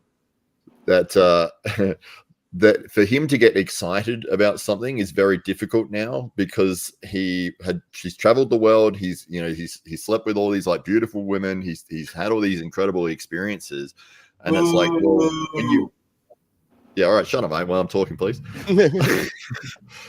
But if you've done all of that stuff, like where do you go for the next level of excitement? He goes, let me put it as an example. He said, if I walk out the front and one of my best friends had just bought me a Ferrari, like, let's say $1 million Ferrari, he goes, out of a level of 10 of excitement, he goes, I might be at like a 5 out of 10. He goes, it's great. I appreciate it. It's cool. But he goes, I can't hit that 10 anymore. Like, I've hit the 10 for so long, for so many years. How do you get to that level? And then the only way to get to that level again is by raising the stakes. And you got to put more and more money in. You got to put more risk in. You got to put more ability to get excited. So yeah, it was quite interesting from a perspective. I have the same example, bro. Me and my boy, when we were like 21, we would go to Atlantic City, and we'd be on the other end of the craps table, and we'd watch these big ballers stand in the middle and dropping like 20,000-30,000 playing craps like real quick, and we'd be like, look at these jackasses. Like, I would never be that guy. 4 years later, there's me and my boy sitting in the middle of the table dropping that kind of money, and we're like, bro, and now it comes a standard, bro. Now that's nothing to you. You don't get that same rush. You know what I mean? It's the same thing when I had the car. I had the Ferrari, the Lambo, I had the crazy, you don't get excited anymore. It just comes, you have to have that everywhere you go. Or, same thing with flying first class, bro. Like once you do it once, you can't go back, bro. You feel, it's for real though. It sounds silly, but one cool thing I like seeing about people that like take somebody who's done it right, like dude, fucking Shaquille O'Neal. Oh my God, yes. Shaquille O'Neal hasn't touched one dime of any money he's made in the NBA playing basketball. How many Papa Johns? How many friggin' gyms? He owns so many companies that own on top of, he owns like the rights to all these, Bro, remember when he came a cop in Miami? Bro, we used to hang out. He'd come down to the basketball court. I used to live across the street from Flamingo Park, and he would come down in his cop outfit and come and hang out with the most hood dudes in the world. We're all just hanging out with Shaquille O'Neal. It was like the craziest thing. He's from Newark, right by me. I mean, it's like, but so what I was gonna say, what he does, well, dude, when I love seeing those videos with him. So like, you know what he does? He said in a interview with us, when you're talking about like getting that high off of like buying stuff and shit like that, he gives back, dude. He walks into Walmart and he just drops 50 G's on strangers. He goes into jewelry stores and pays for guys' engagement rings for their wives. He just walks into places, drops his credit card at the register and says, pay for every motherfucker that walks in here. Boom, and just slams it down. You know what I mean? My old partner in the concert business, man, we used to throw all the big hip hop concerts in New York and all. We ran Nassau Coliseum. We used to do Lil Wayne, R. Kelly back then, Chris Brown, 50 Cent. We threw all the mega stars and all. Well, he was one of those guys that always taught me how to give back and everything. And he would go and buy up all the churches for everybody. And, we would walk in, it was the Rock Cathedral, and we'd walk in, bro, and they'd be in the middle of mass. And it was one of those where everybody's dancing and real loud singing and all, bro. They would stop the whole place and they would introduce us, and the whole place would like stand in ovation and all. And then what he started doing from that, he figured out how to make money off that, with having these churches and all. You could build these big like stadiums, and then we would throw our concerts there, and you don't need a liquor license then. So from that, we would make like a couple $100,000 each concert just off the liquor. And then he would give back, to the churches and donate all of that. And then he also had all the politicians in his pocket. He used to donate to Hillary Clinton, was, a couple $100,000 every year. And then once you do that, you're above the law. We would get pulled over, bro. I used to have a badge that was only cops that could have. And they'd look at me like, how do you have this? And they would look like they were going to arrest me, and then I would pull out the PBA card that went with it, and it was the guy that trained them, and they'd be like, oh shit. And bro, we were just hired in the law then, bro. It was nuts what this guy would do. But that's when you get up to the big boy land, man. That's when you're on another level. You're pretty much untouchable. I mean, he was 73-year-old Jewish man that had a 21-year-old girlfriend and all, and it was the life that dude lived was just crazy, man. But we would go to these hip hop concerts, and I didn't even know at that time when we were doing who Rick Ross was. All I knew is this guy had this big gold diamond out of his face that he would wear around. But I always thought they were like the kings of the hip hop world. Little do you know, in the back, bro, there'd be 5 Jewish men, like 70 years old, in these fur coats, like trying to fit. They're the ones that were signing everybody's checks. Those were the big dogs, and you never see them. He was one of those guys, man. And bro, he used to teach me how to make money on. We would throw these concerts, and then I would get the bottled water from outside. But we made like a couple $100,000 on just selling bottled water at the concerts because they charged like $10 a piece. And before the venue actually knew what I was doing, I was selling the bottles of water and everything. And then they'd be like, "Yo, you can't do that. Well, you got to have a contract." Well, before they knew it, I already made like $200,000 off of it. And then I would throw the meet and greet after. I'd have Lil Wayne come. Lil Wayne would only stop in for 5 minutes, and we'd advertise this whole thing, and we'd give him like $40,000 just for that meeting. Bro, we would make a couple $100,000 just on the after party just from that. He taught me so many crazy ways to make money, and that's when you get up to that level, bro. You start really figuring out how to make the big bread like that. I've spent a lot of time around guys like that and never gotten a single fucking idea that you just named. Yeah, like, oh man, the shit that I used to learn. That's how I made it in. That's how I opened my first dispensary back then. I went around to my family trying to get everybody to invest me, and everybody's like, "What are you, crazy? We send you to all these best schools, and this is what you're gonna do. You're gonna be a dope dealer selling dispensary." And then now I go to the family reunion, and my family lines up to try getting in business with me, and I'm like, "Yo, I gave you guys all the opportunity then. You didn't want to take it, but this guy that was a complete stranger, this is how he did it, bro. I was good friends with his girlfriend at the time, and she kept telling him about me. She's like, "This guy, he's got the drive in him." So he wanted to help me out, and he was like, "I got this Lil Wayne concert coming up. I'll give you the front 2 rows of seats. Hold them off to the last week, and then put them online. You'll get $2,000 a seat for them."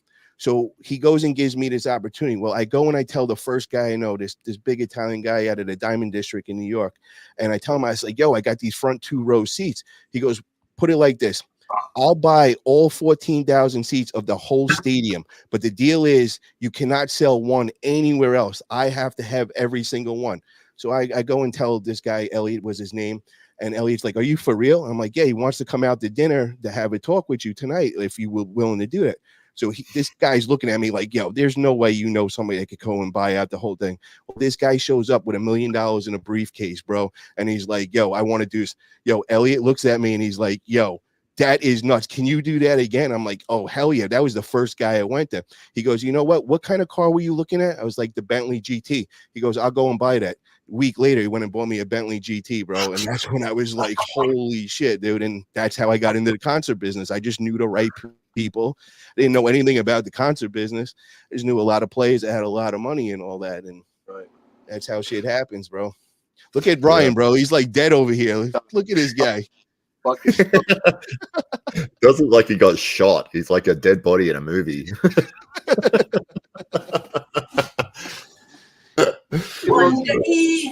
He looks like Harlan. Wood, what are you doing over there, bro? Like, you all right, Wood? I think he's asleep though. I'm better than all right, man. You're looking very VH1 over there. You sure? God,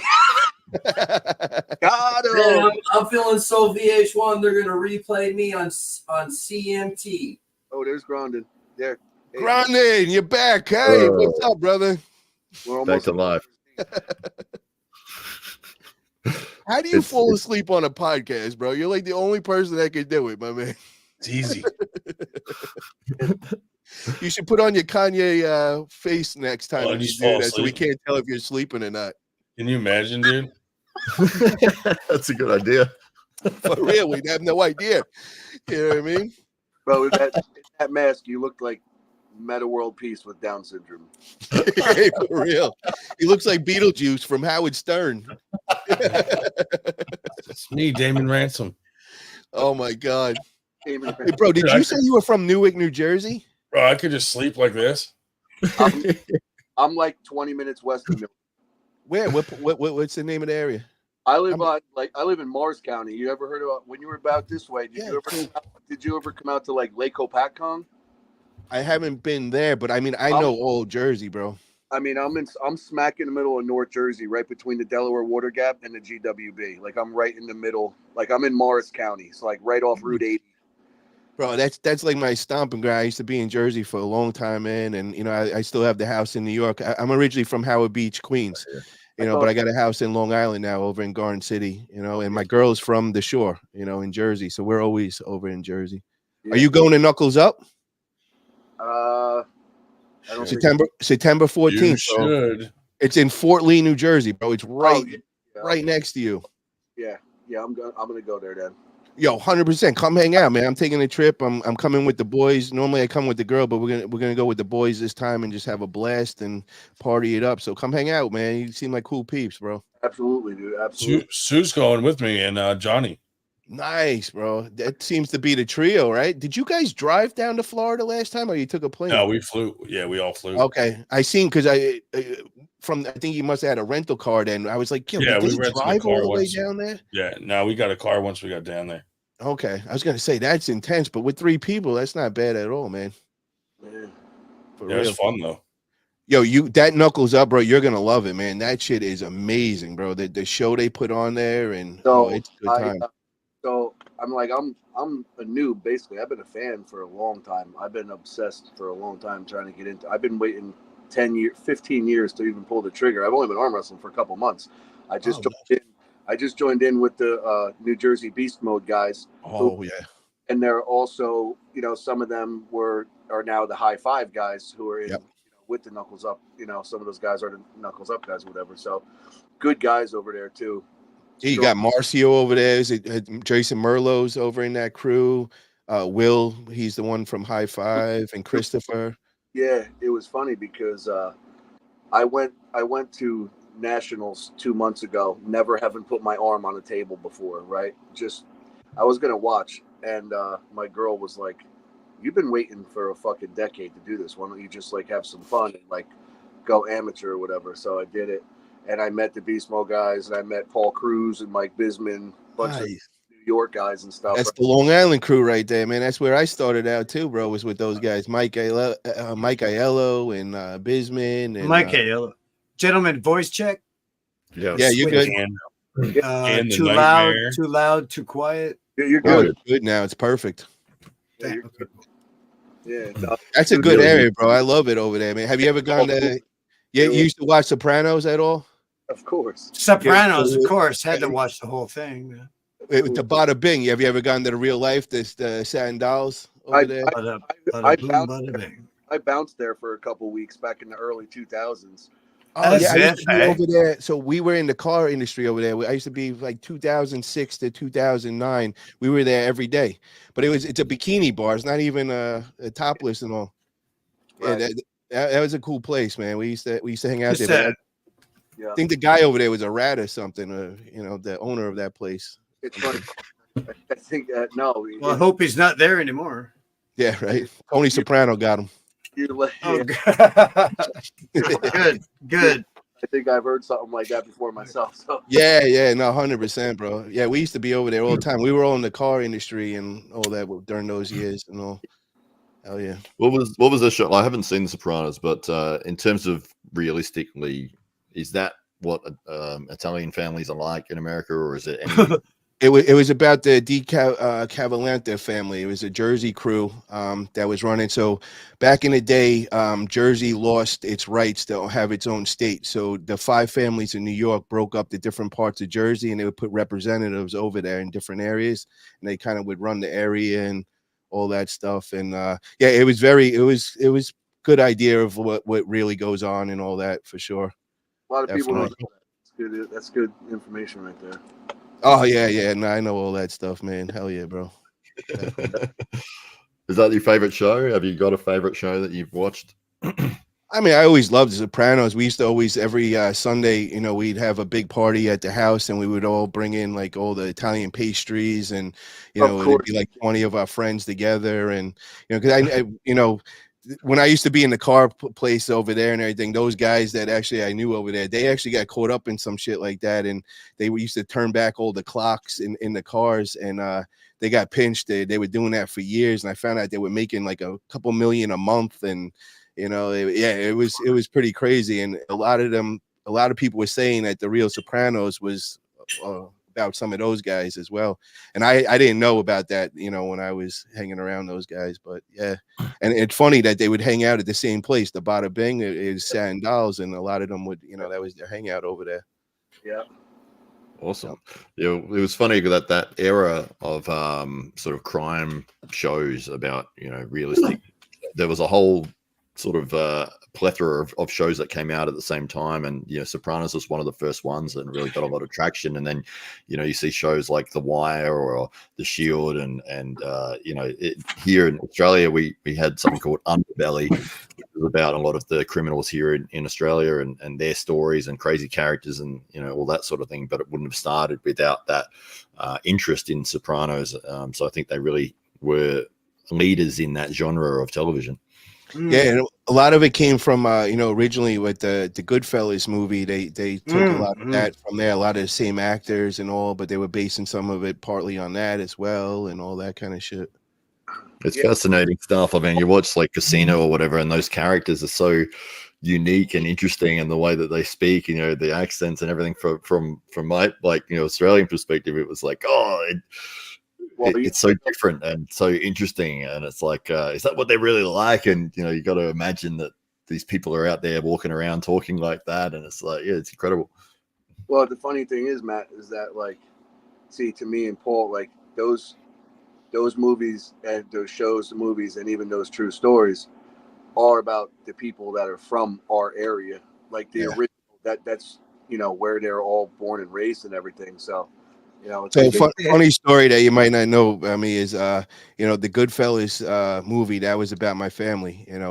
My Uncle Paulie was the Big Paulie, you know what I mean? So I know firsthand a lot about that, and a lot of our weddings when I was younger growing up, all the feds are out there taking pictures of everybody, and when my first cousin got married, her grandfather was in jail for life, Victor Arena, and they had him from a live feed, wishing congratulations, and I just got a kick out of it, when you're that young and you're like, what the hell is going on here? This is kind of crazy. It's funny because not that I'm not Italian or nothing, but being from where I'm from, we'll have to talk. We'll chat in private one day, throw some names around. Like, I know a few of the same people. And I grew up with all that, and that's why I got out of that area and all. I don't want people looking at me like that. I went to straight. They sent me to all the top schools and all that, so I just wouldn't be around all that kind of shit. Yeah. That's why when I came out of all these schools and all that, my family tried keeping me away from my other relatives and my cousins and all.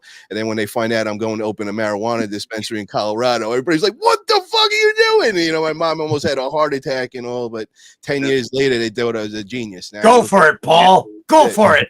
It worked out, man. And I always told all the teachers in school when I'd come in there high and I'm like, I'm gonna come rich off this, and they'd all laugh at me. Well, when I went to my 10-year reunion, it was kind of funny throwing it in their face and all that. Yeah. See, I fucking told you. I made see what happens, Larry. Oh, sorry, never mind. Made more money bottled water off context. There you go, bro. There you go. Years. There you go.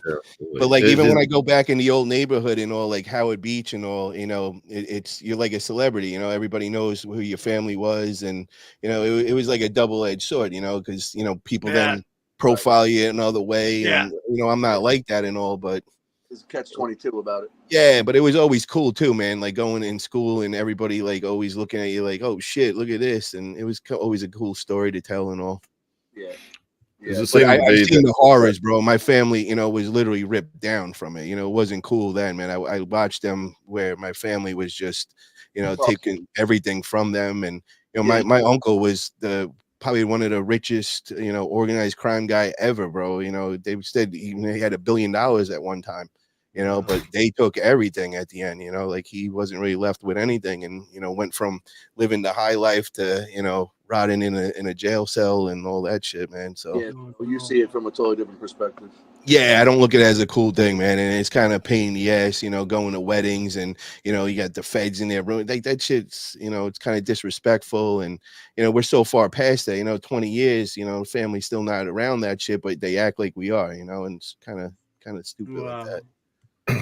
Is it a cultural thing with the Italian families over there that everyone's very close knit and very supportive of each other, and everyone goes to each other's weddings, and he's very involved with cousins and that sort of thing. It seems to be a lot more tight knit than the culture that I've experienced.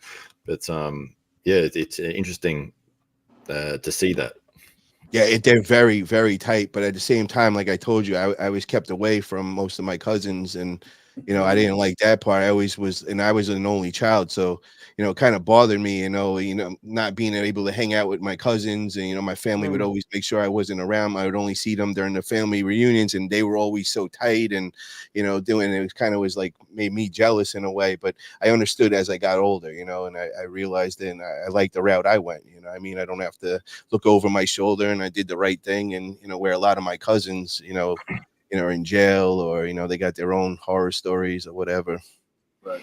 Yeah, it's interesting the cultural protected you from it all. Yeah, the cultural difference, like seems to be like here in Australia, it's almost the opposite, where you really don't spend a lot of time with family and that sort of thing. It's very much you're independent a lot, and it's your immediate family, your father, your mother, and sister, or whatever like that. You're going to see them, but it's not as like the extended family. I barely know them at all, and it seems to be the same story for most people here. And it's almost like you get to a certain age, maybe it's the early 20s, and then it's like you're on your own and go on and live your life. Everybody's dead. Well, yeah, it's the sort of it's very different to hear that people that have these large families that all sort of are involved with each other, and they support each other, and they're getting business together, and this is my cousin, and this is my uncle, and this, and it's like I would here it's like I barely know who these people are, and I could walk past them on the street not knowing them, and it seems to be that way for the majority of people here. But most of your family from Australia, like everybody live in Australia still, or not really? They spread out. Absolutely. Absolutely. Yeah, I think it's like 3 generations here, and then it goes back to Ireland. So. Oh wow. Yeah, Australia was where they put all the prisoners. It was a prisoner island. I heard that. I did hear that. Yeah, that is a true story. Sorry, Matt. I remember that. That is, yeah. I've definitely. It was a penal colony. It was a penal colony. Yeah, what a terrible penal colony it is. The English monarchy sent all the prisoners there, all the bad people. So that's what Australia has spawned. Oh, sorry, I shouldn't say that. That's a great, incredibly bad generalization. No, because they have had immigration to water down the fucking malevolence. I actually have family in Australia, bro. They came out to visit us a couple years ago. I'm playing. I want to find out where they live. I would love to come visit you guys and also check out my family. But they would always tell me they're like in like the backwoods, like away from everybody, like in the middle of nowhere. Now I'm finding out how big Australia is when you guys were telling me how far of like a practice is. You're gonna take a flight and all to each other. I think there's a time. I think there's a time difference. I think Matt lives in like the Canberra, like on the east side, and Perth. Like there's a 2-hour difference. That's why for him it's probably 6:26 p.m. right now. I'm sort of in the middle at the bottom. I'm in South Australia in Adelaide, so it's 5:56 p.m. on Saturday. Oh, I'm an hour off. Gosh darn it. You're close enough. But 99% of the people that live in the country live on the coast. So in like Perth center, or Canberra. Yeah, exactly. In Brisbane and all the capital cities, and it's spread throughout the entire the whole middle of the country is a desert. So there's basically one city, Alice Springs, that's sort of in the middle, but it's barren wasteland really, and you're not going to be moving into those areas. What I've heard. Do the Yeah, old but Paul Hogan walkabout, right? Yeah. yeah, well, that's the thing. If I drove half an hour, like I know you can't see where I'm going. If I drove half an hour that way, it's like Yeah. scrubland. So, Fucking and that brown snakes and wallabies. There you go. absolutely, yeah. It was funny Were you because affected by the fires a couple of years back when they had them over there? That was in they the got east, I thought. reasonably close, and I could smell like the whole city smelled like smoke for a few days. But yeah, they weren't close enough to get to the capital cities. Yeah, all the scrubland and everything is far enough away that we weren't in any danger. But yeah, I know they have seems to be every summer in large areas of Victoria and all the rest of these larger states have these horrible fires and all that. But yeah, it doesn't usually affect anything to do with the capital cities or the major metropolitan areas. See, I in North Cal, I'm affected by it. Same thing during the summers, bro, and it'll be raining ash, and sometimes it gets where every day it's just like you can't even see the sun. You feel like you're in a Holocaust land. It's just like it's crazy. And usually when it gets real bad, I'll just go. I'll fly to New York and go stay over there for a couple weeks or whatever because it gets bad, bro. Yeah, it's horrible. Like it hurts your eyes, like it burns your eyes and all that, and everything goes on fire. Everything is like a tinderbox here. It never rains at all. It hasn't rained here in months. You know what I mean? And yeah, bro, if somebody just throws a cigarette on the side of the road. So we were talking about the homeless the other day. The homeless, right under the bridge, they lit up everything on fire. They just, a fire started and it just started spreading everywhere. That was, like half a mile away from my house and all that. Paul, where are you? They do that shit here. They burn the trees down, dude. Like the only trees in the fucking space between the roads, they burn those trees down, camping under them. What were you saying there, bro? What are you in like the west coast of Central California? So like, I'm up north by I'm 40 minutes north of San Francisco is the best way to describe it. So Sonoma County, wine country, Napa and all that. I'm like 20 minutes from there. Yeah. Yeah, it's real North Cal, real dry up here. And then where my grows are all the way up north by Mendocino. And have you ever seen Murder Mountain? You ever seen? A couple of my, I know a couple dudes that used to actually grow up there a long time ago. But yeah, I know what you're talking about. We'll go rid of I'm them. off the exit of Murder Mountain, man, where they had that series. So if you go to the right, it's Murder Mountain. I'm to the left, like a half an hour, and kind of off the grid over there. So like when we go up there, bro, there's like no service at all. Like I got to go to one part of the mountain and like stay right there. And that's the only place I could get any kind of phone service. And, you're in the middle of nowhere, and they knock down all the signs and they put all the holes in the road. There's not even like regular roads. It's all dirt roads up there because they don't want nobody coming up there, because all these people go on Google Earth during the harvest season and they'll come and try robbing us and all that. And, it's the Wild West up there, bro. If you ever needed help, the closest cops are like 3-4 hours away. So, anything could happen up there. So you put up signs saying trespassers will be sniped. Oh, yeah. There's no signs, bro. They'll just snipe you. Like, is that a concern for you, though, with having those farms and having potentially people that come up to steal all of your crops and stuff like that? So all our neighbors work together. But what I do, man, is I bring a lot of my New York guys during the harvest season. And I put them up there. I got these RVs and all, and these dudes are wild. A lot of ex-cops and stuff like that. And these guys are strapped to the T, and they're kind of loud. It's a gray area, man. You're not supposed to have any kind of guns or anything near this stuff because you could get in a lot of trouble. But we find with getting the ex-cops and all that, they won't bother them. So Booby traps are a huge deal. Bro, yo, dude, I gotta explain this. So I show up on my guys. They never know when I'm even in town or when I'm gonna show up because I kind of gotta check up on everybody. Well, a couple of months ago, I go up there, bro, and I see all these huge holes all over the property. I'm like, what the fuck are you guys do? Bro, they got like C4, they're blowing shit up there because there's nothing to do. They're bored as hell.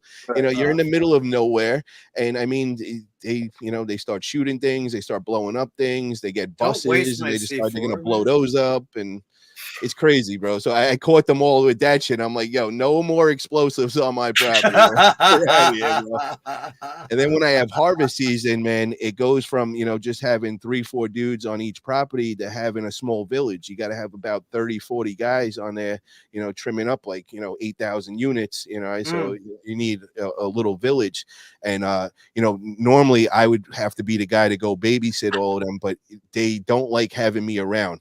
My partner is one of those like hippie dudes that's like real laid back, and he's all about the energy, and he like holds them by the hand, like, yo, if you're good, he won't come. Just do as I say, and then you don't got to deal with the lunatic. Because I come up there and I'm yelling at everybody. I'm like, you can't be doing this. I'm putting out rules. I'm like dad to them. So they don't like when dad's there. So I that's why I get to be like, I don't have to really go there that much. My partner's like, yo, I'll take care of everything. Anytime I raise my voice, he goes and locks himself in the room. And he goes, bro, you need to calm down. You're getting crazy. I said, bro, can you please open the fucking door and like talk like men? No, bro, I could just tell in your voice. You're getting aggressive right now. So I got to go and leave. And, I got to come back when I de-escalate everything because he just locked himself in the room when he feels threatened that way. But it's like the two most extreme opposite people there are, bro. But, you need that up there to, deal with all the trimmers and the growers and all. Oh, you make sure those trimmers, you scrape off those fucking fingers. I want every bit of temple ball I can get. I wanted to get all the tumblers. I wanted to get all machines and machine trim it. But my partner is crazy. Everything's got to be organic. And no, bro, you're gonna break the buds. We can't do that. And I'm like, bro, it's just get it done and let's get this to the dispensary. That's all I care about is getting paid, bro. This dude's like, no, everything's got to be hand trimmed, top quality. And so I let him do what he wants. And by that, I don't have to go there that much. So I just, fucking Osama bin manicurist. Fuck over here. Bro, I got to say this, bro. I have the same team for 10 years, which is real rare. And these guys have mastered it, bro. It's made it where I could live free, bro. I don't really have to go up there that much. And, when I used to have the dispensary in Colorado, bro, I was married to that business, bro. It was like a disaster. And I had a bunch of other partners in it, and everybody was their own boss. Everybody had their own vision of where it was going. So it was constantly butting heads with people, and I'd always have to be there every day. I learned from that. When I went to California, I did not want to have the storefront. I wanted to be in the cultivation. So I took the best growers from there and I brought them over to California a year early before we went recreational, and we set up shop. Very nice. Very nice. Now I'm free, bro. Now it's like, it runs itself. Like I said, they don't like having me there. So I don't really have to be there that much, and nobody complains and all. And, and I got my that's what a CEO wants, is for his business to run itself. Without him fucking laying a finger, Well, because of that, I've opened up so many other businesses, and I don't really, have to be there. Because you're hiring people that know the job, that can do the job, they're trustworthy, and exactly. That's what I'm talking about. And when I meet these arm wrestlers, everybody wants to work for me. They were like, yo, you see you're good with money. And I'm like, dude, unless you're a good grower for like 10 years, I don't have a job for you. So I figured out recently. Unless you're a grower, you can't pull with me, motherfucker. Well, listen to this. Sorry, no, I misconstrued that. I opened up a junk removal company. So now I have a job for all the arm wrestlers. You want to get a workout? You want to get paid? I'm going to go and we're going to move junk, my man. And, that's the best thing. So I got a place. So I'm starting here in California, and then I'm going to go to Florida next and going to start one there, and then New York next. And already got my homies that I grew up with, and, I'll put them in charge of them. And it's same thing, once I got it up and running, it runs itself. And now I got something to put the arm wrestlers into and get them jobs and all. It's all about the passive income. Oh yeah, man. But you know what it is, bro? It's never enough. I just love business, bro. It's not even about the money anymore, man. It's just, I love like making deals. I love just, being around something new. Like my new challenge for this junk removal is to start a franchise. I've never did that before. So that's my goal on this one is the franchise. A junk removal franchise. It's called Forget About It Junk Removal. And this is. Do you have, what kind of fleet of trucks do you want? I got the NPR Zuzu dump truck, so I don't need to get anybody with a CDL license. It's the biggest one with a regular license that you could drive. It's the one that 1-800 junk uses. I like what you did there. Forget about it. That's it, bro. And I Forget know about it. and they hear that on the West Coast and they see me and they love it, bro. So I come in there, I'm like, forget about it. You got junk, forget about it. I'll get rid of it. And they love it, bro. They eat it all up. And now they think of junk. Everybody thinks of Paul Italia, bro. So it Yeah, works yeah. good, I'll make man. it disappear. I'll make it fucking disappear. We can make anything disappear. Forget about it. Forget about it. You'll be sleeping with the fishes. Well, I used to joke with all my Italian buddies back in the day. You know, someone would make a smart ass remark or something. I'd be like, you don't know, my boy's in garbage. Yeah, there you go, bro. That's Waste it. removal. Oh, wait, stop. Everybody wake up Ryan again. Ryan's fucking. Oh, there he is. You're good? Okay, are you reading? Is that your excuse? Oh, never mind. Sorry. So that's the sanitation, man. My family owns back in New York and all that. So, you know, this is kind of like me going into junk removal. It's learning it from there. And if that works out, maybe I'll go and open that in Florida. You know, that'll be the next thing. And garbage, man, there's never gonna, you know, go out of business, bro. Never gonna end. You gotta connect yourself with a fill site, you know, a landfill site or whatever. I already know. With them. I already know that the top dog out here is another Italian, originally from New York. He's been out here 50 years, and he owns the big sanitation company out here.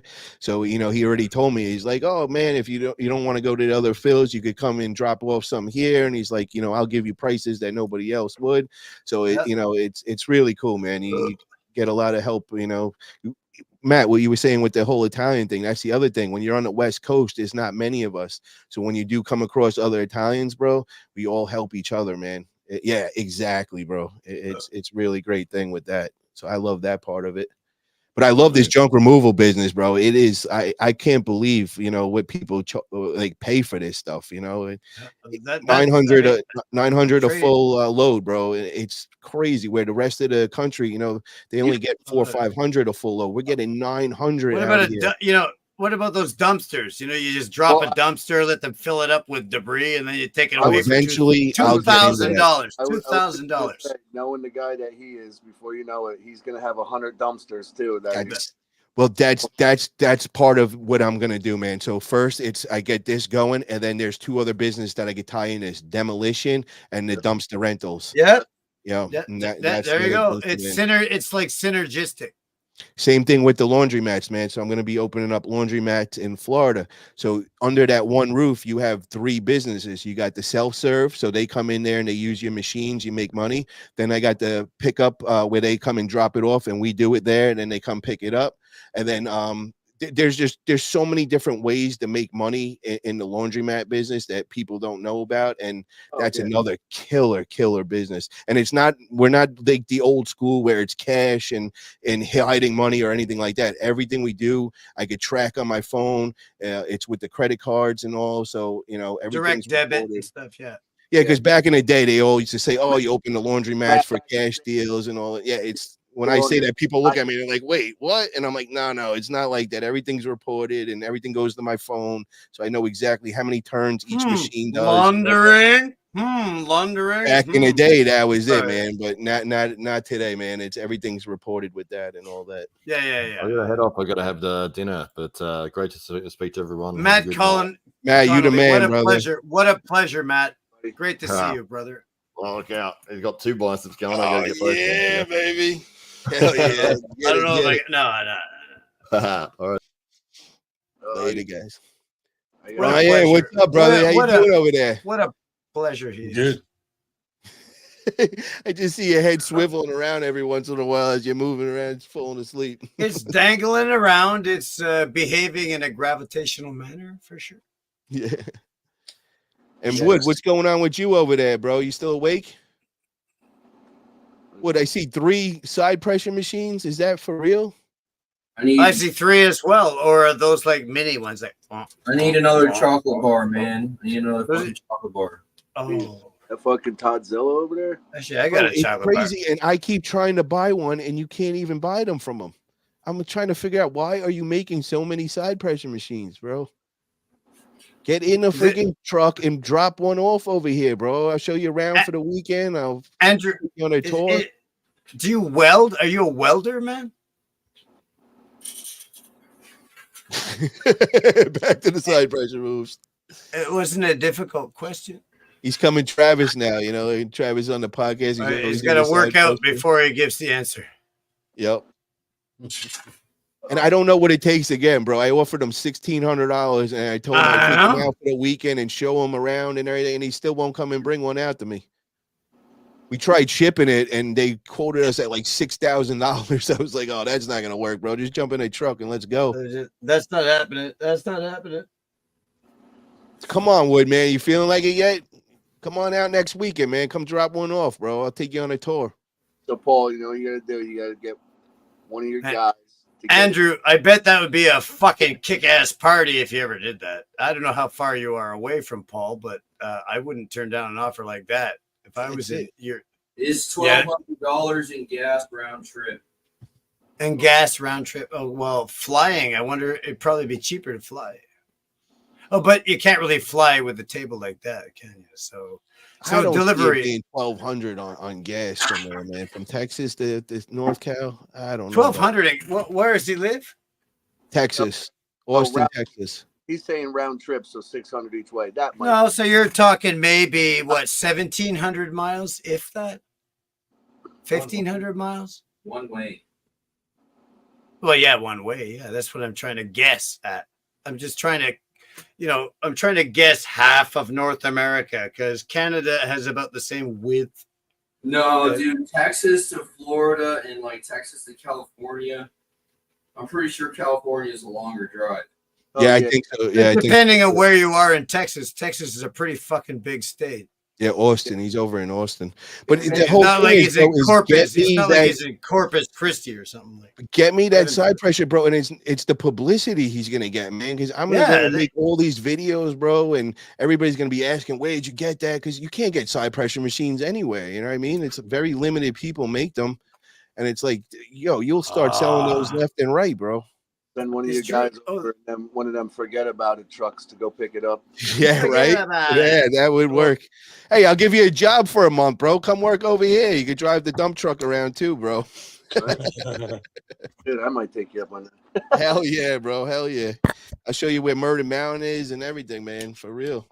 No, and I but, never used to realize, bro. I would go into these the little like I guess it's like the convenience store, but it's the all-in-one store up there in each town. They have one of them, and I never realized until I watched Murder Mountain, the missing list.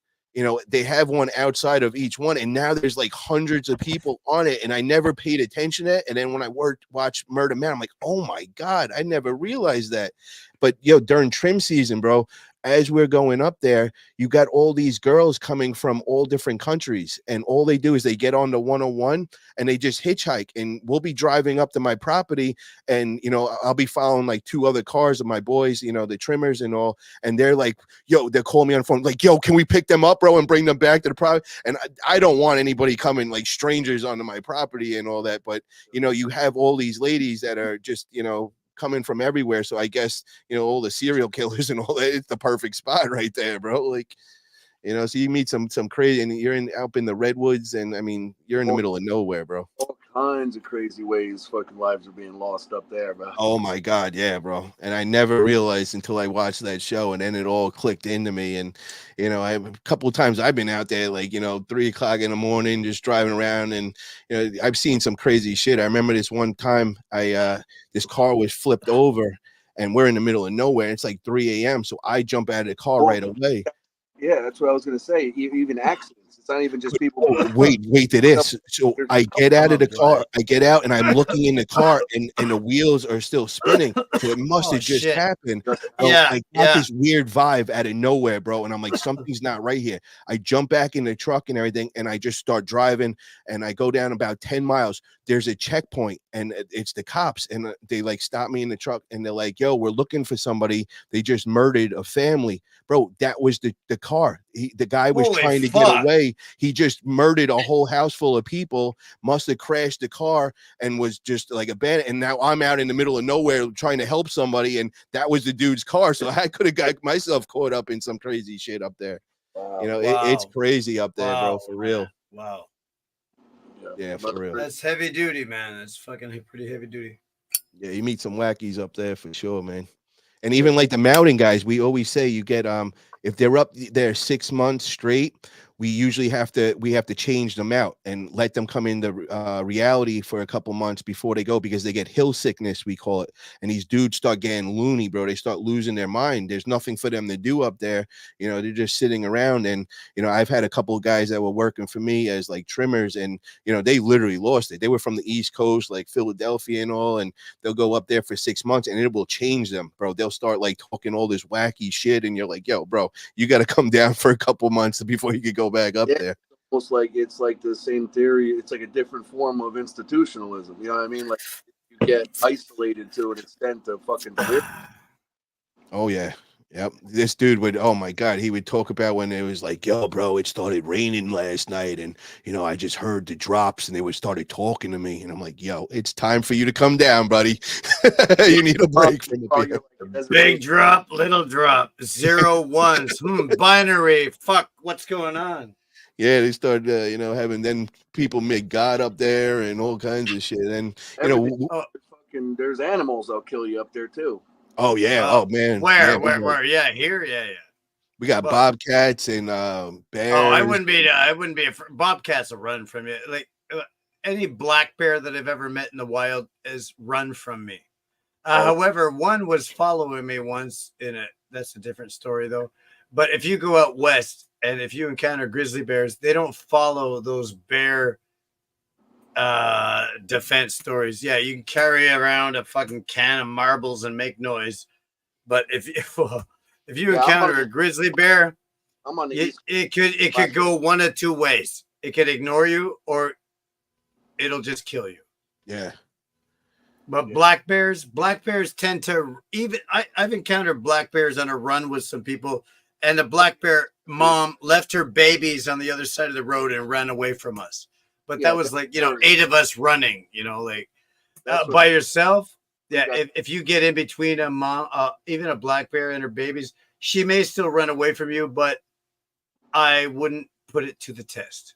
Right. Yeah. That's a little bit different, but that's what because women, there's a girl that okay, this is a crazy story. There's a girl that was a military girl. She was in the infantry, I guess, up in Quebec in Royal 22nd Regiment. Anyway, she got stalked, targeted, and killed by a bear.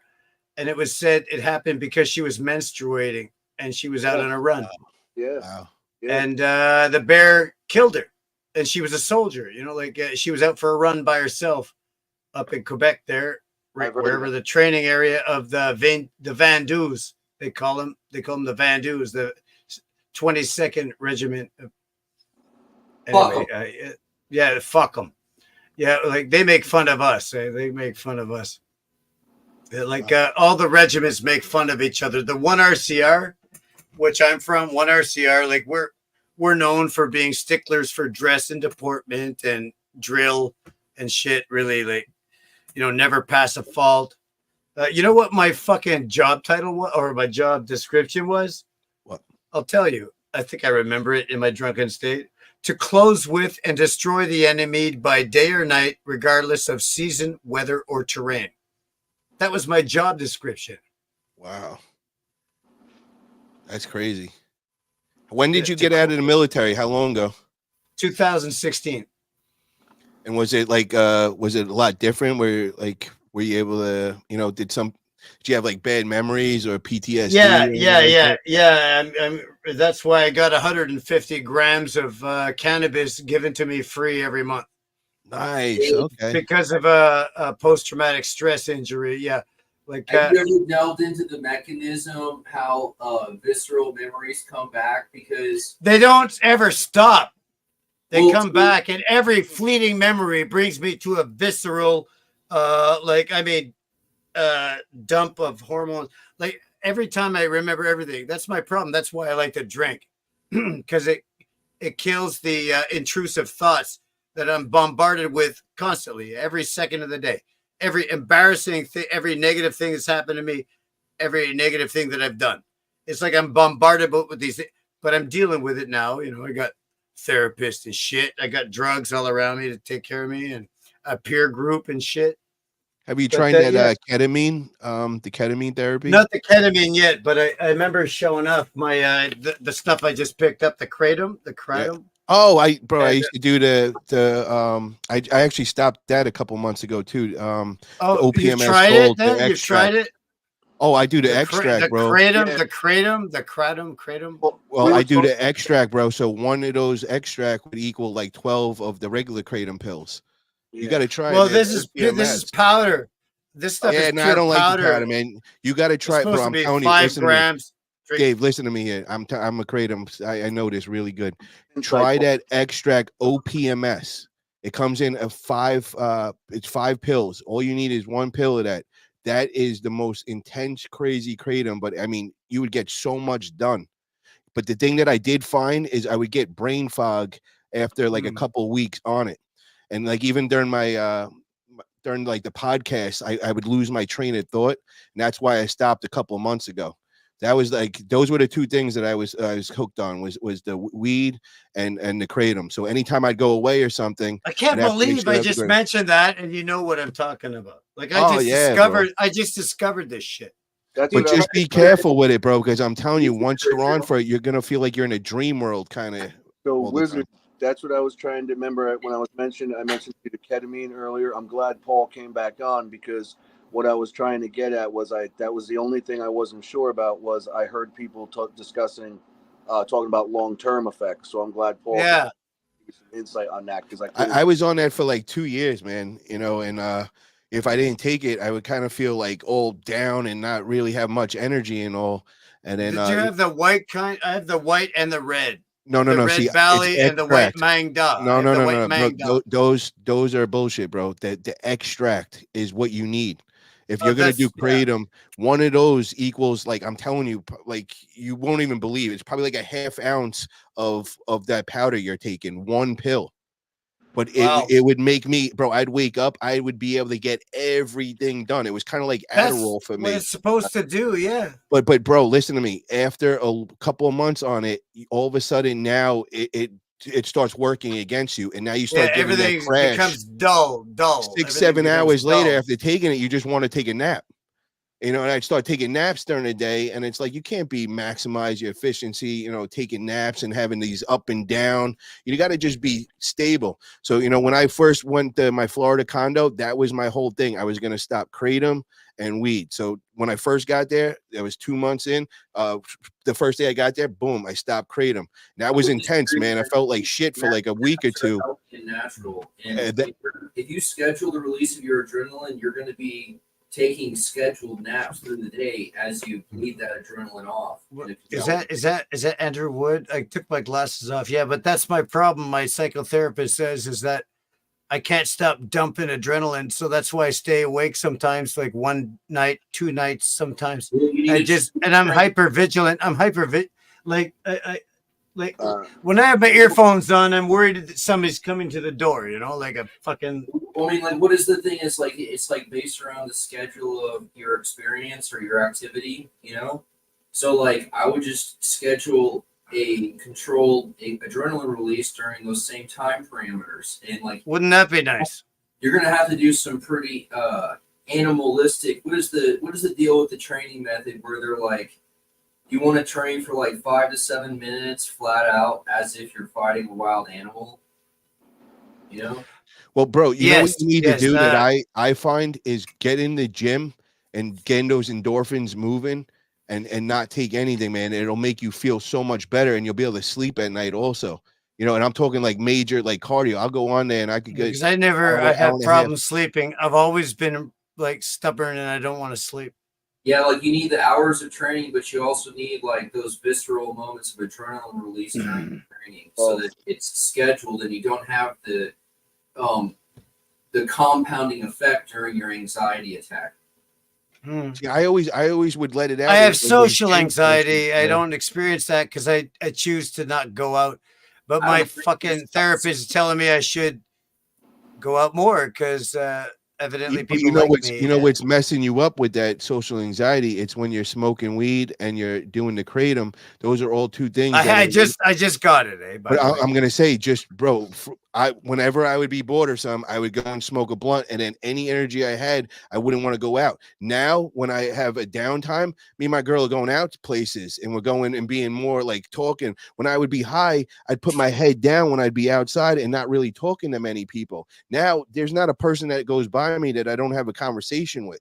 So it's also the I weed like smoking that. too. I like Yeah, that. try it, bro. You know what I mean? And now you don't have to be dependent on anything. And then, you know, it's a funny thing that I just learned. Alabama and Indiana are it's against the law to have kratom in there. When I went away there, I went to go to find kratom or whatever when I was hooked on that shit. It's against the law in those states. You know, they're trying to ban that shit. Some other ones too. Yeah. Yeah, Kava is the other. My boy just opened a bunch of Kava places in New York, and they are like really coming at him, the FDA and all that shit. And he dropped so much money in it, and now they're like putting all these restrictions, and you know it's really hard. Kratom and Kava are they're at war with that. I've heard that kratom has helped people get off of heavy opiates and stuff. That's true, Yeah. bro. I used to like So what I opiates found too. the best I ever had was highway wheelies, skidding around a few turns, go and do some free solo rock climbing, and then speed on home and maybe do some more wheelies and skids on the way. Damn. And I feel like that was a really good controlled adrenaline release. You know, I used to do that like daily. See, the adrenaline release for me, man, is in the gym, bro. When I'm in those beast mode sessions, that's where I would get it all out. And that's like the healthy way, man, because you'd feel better and you'd be balanced. I think that's all I need to do then, because half the time I just sit on my ass like here, like fucking skinny Buddha, and I sit here for days. Like I'll stay awake a whole night, and then the next night too, and like I'm running on adrenaline. You know, if you put a space in the word psychotherapist, it looks like psycho the rapist. Have you ever noticed that? Yeah, yep. Well, also, when you're dumping all your energy out in the gym like that, dude, that's now you can sleep at night. Now, No, but that's what I'm saying. That's what I need to do. I need to develop a and the discipline endorphins. to fucking start working again and push myself. Bro, and that high do I something get. to. Healthy habits, dude. Bro, the high I get in the gym, bro. Okay, it beats any other high in life. I promise you that. But I'm not talking about just going to the gym and doing what everybody else does, where you know they do a set and then they take like 10 minutes. They're looking at their phone, bro. You don't stop the whole time. It's just one exercise to the next, to the next, to the next. I don't stop the whole time. I'm pouring sweat, and that's the biggest high you will ever get. You're right. You're absolutely right. And I don't need weights for that. I could just do plenty of calisthenics and body weight exercises to fuck me royally. I go and on I got my cardio. table. I got my table. I got my pulley system. I Bro, need to get buy on the some more elliptical. plates. Get on the elliptical. It's easy. I when hate there's the one- elliptical. I don't need the cardio, man. Like No, I'm no, you already, do, bro. That's the endorphins that you're gonna let off in your head. Going on there for an hour, hour and a half. When you go to sleep that night, you will sleep, bro. Baby. You will actually be sleeping because you're gonna be so tired from all that because you're having that like adrenaline dump after that. You know, it works, bro. I'm telling you, man. I was a very like big time weed smoker, bro, for 30 something years. And you know, I just recently stopped, and I'm telling you, I feel so much better, bro. Like it's no more up Oh and yeah, down. you just stopped a few weeks ago or a month ago or whatever, month and ago. and immediately you get your dreams back. You get your dreams back. That's the fucked up part though. Like you got it. It's you know, I didn't get REM sleep for 30 years, and now it's all hitting me so extreme. I And think it's we like, do get them, but we just forget them. Right. No, I don't. It doesn't Nah, man. We happen. don't. Like yeah, you're right. It doesn't happen. But I No. notice that when I stay awake for a day or two, a night or two, and then I finally crash, like I'll crash for a fucking long time. And I'll have dreams like lucid dreams, like I'm there. Like it's freaky. Wow. See, I never got any dreams, but I would sleep. You know, if I got like 8 hours sleep, I'd wake up and still be tired though. Now I Yeah, get me 4 too. I hours wake sleep up and I'm actually exhausted rested. sometimes. I'm Yeah, actually because rested now. Yeah, I need to take a better care of myself. And that's why even timing your workout could be good too. Some people do. Yeah, all I have to do is work Dude, out. I mean, and timing it too can be a huge thing. Like now, I don't go early, but like my wife, Grisabella's giving me the look. she loves it, dude. She's giving me the look. Her whole day off. Uh-oh. She looked at me and then she's like, she's like squinting her eyes, like David, like. Listen, No, Speaking You're of not. And there comes the yawn. So you got to yawn back at your cat. Dave, hold on one second. I want to hear what he's got to say. Well, I was saying about Hold on. Your name's Derek, right? I just want to make sure I get that right, right? Dennis. Dennis. I'm sorry. Okay. That's why. Okay. I want to make sure we're on Dennis Smith. Got it. Yeah, no, I was talking about timing your workout. A lot of people like enjoy starting their day off with a workout. And then also by the time nighttime comes, you're more tired and exhausted and you can fall asleep. Some people like where you got to figure out what works best for you to time your workout during the day too. You know what I mean? Think about the presidents. All our presidents of the United States would wake up in the morning and have their first thing would be to work out. It would get their brain going, everything, that's not a coincidence. Kennedy might do that, but I bet Trump doesn't. Yeah, Trump's the only one that don't need it because he don't need the bro. So sleep. my old partner in the concert business used to hang out with Trump. He was in the same circle as him. And as if, cool. He would tell me all the things that they would have in common, and he would always tell me the last one to sleep, the first one up. Always trying to make the next move, and I always learned that over time, and it just stuck to me. And now I'm living that life, man, and I feel so productive with it. He's 84 years old, whatever he is, Trump. They say even as president, he was doing only 3 or 4 hours a night sleep. Yep. That's so true, man. For real. And he just did a fucking interview with Theo Vaughn the other day. Fuck. Yeah, I seen that. And he did. And Theo had, what's his name on the day before him? Bernie Sanders. Oh, Sanders. Yeah. Theo. But, yeah. Listen, on the topic of sleep, I got kids and a wife that are waking up in the next hour or two. Oh, geez. Well, Dennis, thank you it was really, really great talking to you, bro. Yeah. Let's stay in touch for real, bro. Definitely. When you Dennis Smith, what a pleasure meeting you tonight, man. Yeah, you guys too, Paul. When you come back home for Knuckles Up, bro, I'm gonna shoot you a Facebook message today, buddy. We'll exchange info, all right? 100%, brother. 100%. And I could get you a discount on the tickets and all that. Oh, you're the man. All right, brother. Hate you for a long time, bro. I can't wait to meet you in person. It's gonna be a lot of fun, bro. We're gonna have a kick-ass time there for real. All right. Good talking to you, boys. Lady, bro. Good night, Dennis. Oh yeah, flex it out. Baby. Look at those. Did you get your tickets to the gun show? Oh yeah, feeling spicy.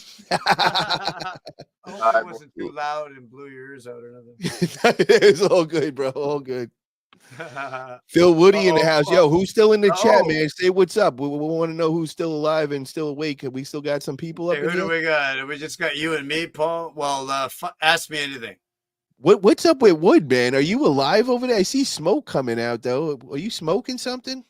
Yeah, dude, I'm getting pretty burned out over here, so I'm having to burn a little more smoke. We saw him work out for hours, and then he started eating for a long time, and now he's been sitting there relaxing, and now he's having a smoke. All right. And the Drew asked what's sleep, and the Drew knows me very well. And what I have to say to him is sleep is for the weak. Have you met Drew in person yet? Not in person, but on video. Like yeah, you're in that crew with the Discord. Yeah, I know him very well on Discord. Yeah, with of course, with Devin's Forearm, Benji Mac, the regulars, Derek Smith. These guys, everybody, anybody's on a podcast, they're always the first and ones he's there. a flop master. Even Devin Larrett knows about Benji Mac. I got Benji Mac's shirt with Kevin Larrett on it. Yeah, them two together. Nice, yeah. He's a flop master from South Carolina. SoCal. Sorry, California. Yeah. Yep. I talked to him and Devin's Forearm and other people. Like I got to hang Derek out with Smith, Drew picked me up in Vegas from the airport. Oh We yeah, got Drew really does into that. it. Yeah, I was is there. the man. I saw him live. He was doing that. I think you might have been there, Bro, he was driving and he started he talking, and I'm like, who is he talking to? And then I realized he had all you guys on Discord. Yeah. I'm like, yeah. holy shit, you guys never unplug. You're always online somehow. That's crazy. Well, these fuckers are my peer group, and I love it. I like them. They've helped me with my fucking head problems. They helped me clean up my place when I haven't done anything in years. They fuck the therapist. These are the real therapists. The rapist. Yeah, a peer group is what a man needs. Yeah, I agree with that, man. Like a peer group, like somebody, a group, a circle, somebody to talk to. on your level. That's Or it. you know that you're open to their ideas, they're open to your ideas. Wait, Captain Obvious, I want to know who you are. I know I ask this like all the time, man. Where do you live? Waiting to hear from Captain Obvious. And can we ever get you on here? I want to see you in person, bro. I know he's on like all our podcasts and all, but I I don't still think have he's I gotta ever. put I a don't. face to a Yeah, name. he's never come on our Discord or anything either, but he's everywhere. Everywhere, man. He's famous out there for sure. Wood, you all right over there, bro? Yeah. You staring off today, man. What's going on? You good? Friday night at the gym, baby. This is my deal. This is what I do on Friday nights. This is like for the past. You're relaxing in between sets? I've never seen him so like quiet and calm, Yeah. bro. Yeah, Andrew, like you worked out before and then you ate and now you smoked and now you're gonna work out again? I would say 6 a.m. is the hard limit for Friday night workouts. Well, it's 5:07 for me, so you got an hour to relax and then you got to give her. I got another hour to bleed out a few more sets. Oh, wasn't that match on or something? Dave Shell was telling us about. I think we missed it. It was on like 4 something. Somebody was pulling a match or something. Oh, was it over in Moldova? I think they were in some class or something over there. You get the world champions or something going on. Oh, somebody put in the side chat there about Benji Mac's channel. Yeah, he's got some good content, and Benji's a cool guy, and he'll teach you something or two about the flop, man. Yeah, but however, in the North Carolina versus South Carolina, he won. Of course, he won. But he fought one guy, left arm and No, right you're arm. mixing up. Not Carolina, California. He was in the North versus South, California. Yes, California. You're saying I'm sorry. Carolina.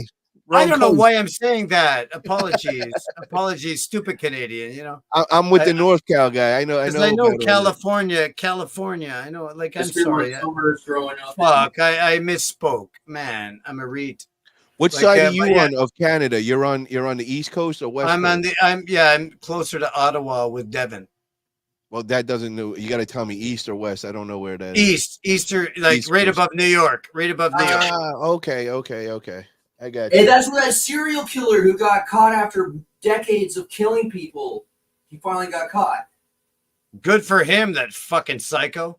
You know what's really weird is like at a glance, besides being a little heavy set in the face, he kind of had the same phenotype, typical features as Devin Larry.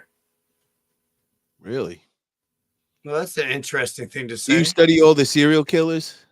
I mean, who didn't when they were a teenager, dude? You go through that fucking angsty era. I didn't study serial killers when I was. I a gotta teenager. look up the worst of people are capable of. I'm gonna go research this part of humanity. Yeah, but you got that like you got that twinkle in your eyes that you might go that one day, bro. So just remember, we're your friends over here. We've been on the podcast with you for a long time. We love you, bro. Just saying, the serial killer that's got the same facial structure as Devin Larry, who was caught and he was convicted of multiple decades of murders in the New York area. I could see that those curtains. I could see like somebody being tied up behind there and like freaking something in their mouth. Like you're keeping them for a while. Well, I know Devin very well, and I'm sure he's been in some military jobs, but he's never been to New York doing stuff like that.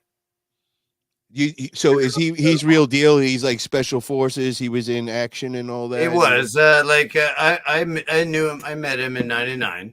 He was in the 1st Battalion Royal Canadian Regiment with me, and then when I got to know him, the first time I ever saw an arm wrestling table was because I just got in, and we were in 1st Battalion, 1 RCR, and everybody else. I guess they were going to Kosovo, so everybody else took off. And they amalgamated all of us into Charles Company. And this guy, Devin Larrett, had an arm wrestling table. And so he was teaching us all about arm wrestling. I didn't know the guy. But I quickly learned that this was the most fascinating fucking human being I've ever seen in my life. Wow. The guy was like 6'5", and at that time in 99 or 2000, 2001, built like fucking Bruce Lee, 6 6'5", built like Bruce Lee, ripped, striations, everything, like fucking ripped. The guy could do 1,000 push-ups. Wow. That's like he'd do 100, stretch out an arm, do another 100. And I think I'm under exaggerating actually. Because I don't Dave, know we got a question from Phil Woody. He says, I met the wizard at Arm God Canada. Are you coming to Winter Blast? Phil Woody met me in Hull or whatever. Really? It's Arm God. No, I don't. I do not have a. We've talked about this before. I don't have a enhanced license or a what do you call that? Passport. Passport. Visa. So I'm probably not going to ever visit the States for a long time. We can't get you. We can't get your peer group to help you get a passport. No, I could get my own if I wanted one. I don't need that kind of help, but I just don't see myself. I love my cat. Why don't I you love wanna- my cat. Oh, I love my cat. Hold on, bro. We got to work through this. You told me just a couple minutes ago about the social anxiety, so we got to work you through that, bro. And the first thing we got to do is get you to come to this event, man. Well, Come hang I out with went your to boys. I went to a wedding on the 27th of July, Daniel and Colleen Labory's wedding, and I did well because I did some studying the night before. You know, like fucking Jordan Peterson, like how to deal with social anxiety and shit. So I went to that party, and of course, knowing me, I was the last person to wake and the last person to leave. Took off in my Tesla silently. Anyway, but that it was the most beautiful night ever. It was a great night. The wizard came out for a change, and partway through the night, because he cared. Big B. Have you ever heard that name, Big B? Yeah, that's my boy. I like him, man. Yeah, I love him too. Anyway, he kind of took me aside and one night during the night and said, like, Dave, how you doing, man? Like, with the social anxiety shit. And I said, like, it's non-existent. So, and that night I spent the whole night listening to people.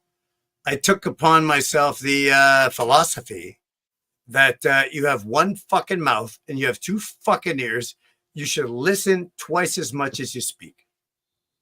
And I did that. I learned about people. I just listened to them, and I not reunited with friends. I met some new ones and some real ones.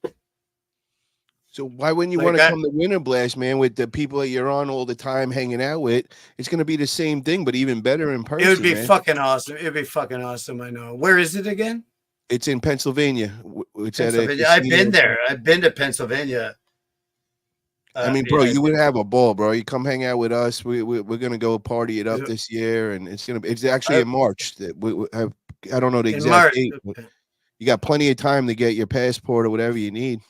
Yeah, I do have plenty of time to do that, but I love my cat, and I think it would stress her out significantly if I took off for 4 days. Get a service animal thing because Bring that'll a help you with cat? your anxiety. Bring my cat. Yep, that would help you with your anxiety, man. Yeah, getting back into your country is going to be a whole. Because I certainly couldn't put her in like cat jail for a week or whatever. That would fucking fuck her up psychologically, man. Yeah, on for the way sure. back into your country, maybe not on the way into America. But Yeah, like no, that. he could do it, bro. It is a service animal, and he's been in the service. He's got, he goes to a therapist. You can easily get that, bro.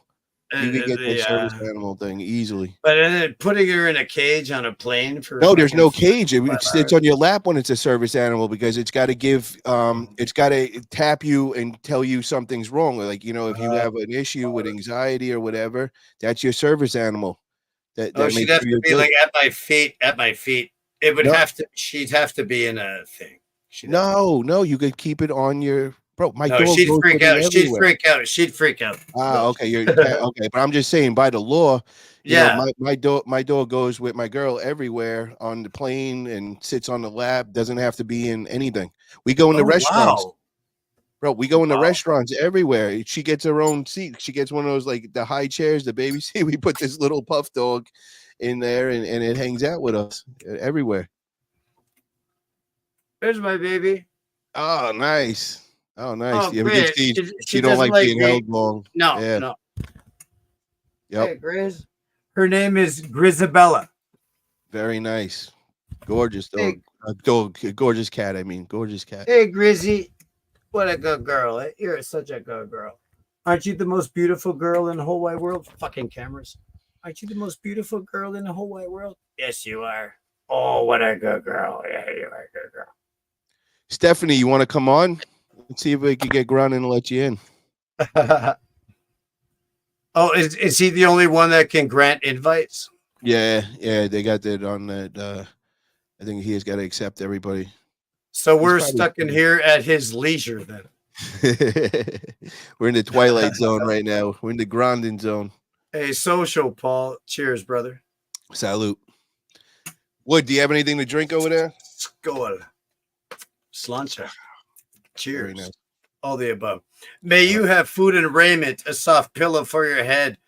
May you be 40 years in heaven before the devil knows you're dead. Drink to that, baby. Good stuff. The holy water. I think I did that last time. Eh? I think I said another kind of Irish fucking ditty. Irish like Christian. What part of Ireland are you from? Ireland? Like your family? I think my ancient name is originally from Ireland, Tomes. I think it's an old, really old Irish name, but it's also English. My grandfather was born in Stoke-on-Trent in England. So do you fight with yourself in the sleep? Because the Irish and English don't always get along. Yeah, I see what you mean. Yeah, it's a constant battle. The good wolf and the bad wolf, and which one do you feed? Yeah, well, Northern Ireland is controlled by England, and the Northern Irish people don't like that. So you got the IRA, which secretly goes and picks them off and all that, and a lot of crazy shit. I've been there so many times, man. I used to go there a lot, and they got all the checkpoints and the British soldiers to be pointing the machine guns at you. Holy fuck! Even modern day. They had a ceasefire. I think it was like 10 years ago, but I mean, shit still goes down. Like, they'll have the parades where, they'll walk through, the Protestants will walk through, an Irish town, and, the shit will kick off for sure. And what they do is they have all the flags up. When you go through the Protestant, it's all orange flags. And then when you go through the Irish part, it's the Irish flags, and, they war with each other. They're literally right next door to each other. But I remember staying in Belfast in the middle of the night. The tanks go through the area, and they put the spotlights on the hotel rooms, and it was crazy to see and watch. That's pretty, man. It just tells me that humans are just like recently out of the jungle, and we're still a primitive warlike race. Well, Ireland. No wonder the aliens don't want to talk to us. No wonder the aliens don't want to talk to us. We're just a bunch of violent. But when you go to Ireland, man, they're about 100 years behind us in time. Oh, they're way behind us, like socially and shit. But even like they're set up, like the where they live and like how they are with everything. It's like you feel like you're going back in the time and all, which it's pretty cool in a way. It's definitely an experience for sure. I remember going there when I was like 15, and once they find out you're a Yankee and all, they'd all like, "Oh, bring them in, let's get them a pint." And everybody wants to get you drunk and all. Oh my god, I used to have some fun there. And all the ladies, I can imagine. They come up to you and they just say, "I want to shift you." And when you're like, "What the hell does that mean?" That means they want to have their way with you and all. So I definitely learned a lot then. I can imagine. Yeah, you can shift my perspective, you lovely woman. I'd get all the cougars and all that back in the day. That was amazing. Oh, yeah. I go out in public, man. I'm like flypaper for freaks. I love it. Wood, what are you doing over there, man? You're walking around right now? He's looking like a serial killer right now, Andrew, bro. Yeah, Andrew, like. Let that poor person go, bro. Let him go. Move the curtain over. We want to see what's behind the curtain, bro. Right above my pelvis is pretty tight. It's been tight pretty much this whole time, so I've just been babying it with good posture. Get a lacrosse Can you ball, do man. some like stretches for it? Get a lacrosse ball, bro. Is it the sacroiliac? Is it the sacroiliac that's separating? It seems fine if I just do good posture. It just seems to fucking subsist, so it's not getting any worse. But listen to me, man. Get a lacrosse ball and lay on it, and you'll find your trigger points. And once you find it, just work that out. Just stay on that for a minute and do your breathing, and it'll release. and that's probably what's going. It's probably in your glutes or whatever that's locking it up, and it feels like it's your lower back. Or your hips might be real locked up. I get that a lot too, man. And I'll get on that lacrosse ball for like a half an hour. Can you do a relaxed bend over, just totally relaxed, and then shift your pelvis back and forth, like rotating? Like, will that click anything? Or Yeah, the time where I almost got paralyzed when I was a teenager really fucked me up with pelvic tilts. Not good at pelvic tilts. okay, understood. Wow, that's heavy duty. Who do we have in the chat? Do we still have people on here right now? I can't. Let's find out who's in 98. Evident. Oh, I'm gonna what do you call it? 11 people. There's 11 people here. Oh shit! Stephanie. The last person that spoke was the Drew, and he says Stephanie. Yeah, I'm gonna say. And Phil Woody said he met the wizard. He met me at Arm Gods Canada. Oh, really? At Valhalla too? Did you, Phil Woody? If you met me, did I give you a sparkle puff? Yeah, me and Phil didn't start off on the best of note, but Phil came cool over time, man. We definitely put the past in the past. Well, if he met me, I'm just trying to figure out if I can remember a face, because I can't remember. I can't put the face to the name. Phil, apologies. How was that Arm Gods in person? That must have been wild on their shows. Yeah, that was pretty much the last time I saw Jake, Aussie arm wrestler. I showed up there. I parked my car, my little black Tesla. I parked my fucking car, and I rolled down my window. The first thing I hear was like, Dave. And it was Connor Sale. I never met him before in my life, but he recognized me, I guess, from Beer Man shows. Hell yeah. He recognized me, and because I hang out with my club, and he did fight. At Arm Gods Valhalla too, he fought Daniel Labrie. Okay. And, what happened to Beer Man? Where's he been, man? He's been MIA. As far as I know, he's having an internet issue. That's all I know. And he is a friend of mine, and yet that's what he last told me a few days ago. He's having. I asked him, so internet problem. That means no show tonight, and he's like, "We'll see" or whatever. So he's having internet issues, and that's about all I know. Gotcha. That's about all anybody knows. Yeah, because he's been gone for what he used to have every Monday night. He used to have his show. I haven't seen Tuesday. Tuesday. Right? Okay, Tuesday. Or was it Monday? No, Tuesdays, I think. You got me confused now. I don't know. I used to. No, I'm fucked. It's a minute right. Now. I gotta. Oh, don't make me look. No, it's usually typically. Oh my god, I'm having a brain fart now. Yeah, you might be right, man. You might be right. And then he'd have was it Mondays? And he had his Thirsty Thursdays sometimes. Okay. Just a minute here. I just remember it was at the beginning of the week. I remember that was always a show. Yeah, I think it's typically. I'll just click on this thing, and I'll just click on the last one. Wow. I think I'm gonna have to. Just a moment, please. Oh, where's the last one? Fuck. Live. Okay, 2 weeks ago. That was with. Yeah. Okay, that last one.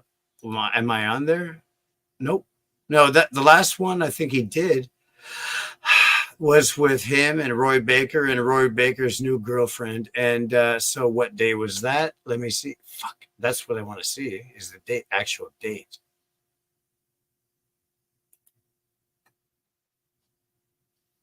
For fucking out loud. Where's the date? What do these 3 dots mean? Okay, wait. Okay, there we go. August 6th. So I can look at my fucking thingamajigger here. And July. You're right. Tuesday. August 6th. Okay, Roger. Okay. Great. So we figured that out. Nice. Yep. Next. Tuesdays is his. I want to write down Dennis's Smith name also, so I remember that. I wish I had a cigar now. Yeah, I know. That was my third one of the day, which I try only keeping it to one, but today was definitely wanted to smoke a lot today. Keeps me from wanting the urge of smoking weed also. Yeah, I understand that because you said you're off of that now. And wow, what a thing to do. Because, I mean, it's not going to hurt you. Like, so, but you did it but you've discovered clarity of mind. You're dreaming again. Yep. I just You feel know, so much better too, man. Like it feels so much more energy and just feel good in life, man. You remember everything too and function at your maximum potential. That's what I like about it. Well, you know what? That's inspiration for me to pursue that goal. Yeah, but take it at steps, man. You don't want to do it all at once either. And just remind yourself with the kratom, bro, is don't eat all that kratom at once. Yeah, but just remember, man, it's you don't want to get another thing that you're dependent on as well, and if you start getting that brain fog, to fucking throw up all that chili, dude. God damn it! you're gonna throw up. Yeah, about to throw up all that fucking chili. Chili? How do your elbows feel after doing a whole day? I mean, you literally been going at it like 4 or 5 hours on that side pressure machine. I feel like blowing chunks and wasting a fucking whole meal right now. Can you do it live, please? Are you gonna feel that the next couple days with soreness in the elbow or anything? Yeah, dude. I can sit on the couch for like 3 days after this and still be making gains. He can go for miles and miles, man. Can you puke live, please? Thanks. Grandin, Grandin, let Stephanie in. Oh, is Ryan back on his fucking? Ah, there she is. Yeah, Grandin popped in for a minute. Hey, what team is that? What team is that shirt? What? Crocodile Crush. Yeah. Crocodile Crush. I can't read it.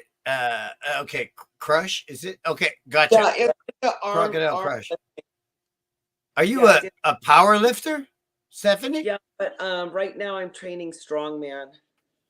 She's a strong man now. Nice, but oh god, give me your average working out deadlifting weight. Well, this last one, I wanted to get 455, but I'd already injured my pec arm wrestling, and it was flaring up on warm-ups, and we were conservative, and so I did 435. And it flew up so fast that I wish I did the 455, but it wouldn't have been worth it if I would have injured myself. I mean, training like deadlifts, like train with 400 pounds. Well, before when I was doing powerlifting, I can't do that. I certainly can't do that. So, I would do my sets, and then after I would do my sets, we'd put the deadlift up on blocks, and then I would do the heavier weight. Okay. Yeah. What have you? What were the benefits from getting so strong at deadlift? What else do you notice it helps with? And is it like your lower back like real jack now? And like what does it help with? I feel like my traps and my upper back are pretty good. Okay. Because I noticed when a couple of years back, I went real hard with the deadlifts, and I remember when I seen somebody took a picture of the back of me, I couldn't believe what my back looked like. I'm like, holy shit! It really, formed and had all these like muscles I didn't even have before and all that. So. And it also helped me with my lower back. Like I never really had pain or anything anymore. It would never really get tight. It would always feel good. I have to race like a piss horse, man. I think I just have to pull off my ears. I don't want you to hear it though. Knock yourself out, brother. Okay. Get it. Okay, I'll be right back. I hope nobody hears anything. Okay, I'll be right back. Gotcha, bro. Oh my god. So I'm making my meal preps for tomorrow. Oh yeah, what are you making? I got let's see how can I flip this? Can I flip it? You on your phone? I'm on the iPad. More. Yeah, I think it is those arrow buttons on the top right or something, right? I don't know. I got these little tiny baby potatoes, like these 4 baby potatoes. Okay. And is that for one meal or just that's no? That's for just one little one in each meal? So tomorrow I have a cup of black tea, protein shake with flaxseed oil and rice milk. Then my mid-morning snack is cottage cheese and an apple. Lunch is a half chicken breast, a cup of spinach, and 2 small red potatoes. Afternoon snack. Boring. Oh, it's not boring. I've dropped 20 pounds. Oh, really? Yeah, 3 ounces of chicken breast, cup of spinach, 2 red potatoes. Dinner is 4 ounces of sirloin, a cup of spinach, and an ear of corn. And late snack is a half a scoop of protein with an ounce of rice melt. Only somebody ate my corn and I can't find it. So I'll have to buy that tomorrow. I want to get the whole thing ready, and then I can put it in the cooler, and then I'm set for the whole day. Nice.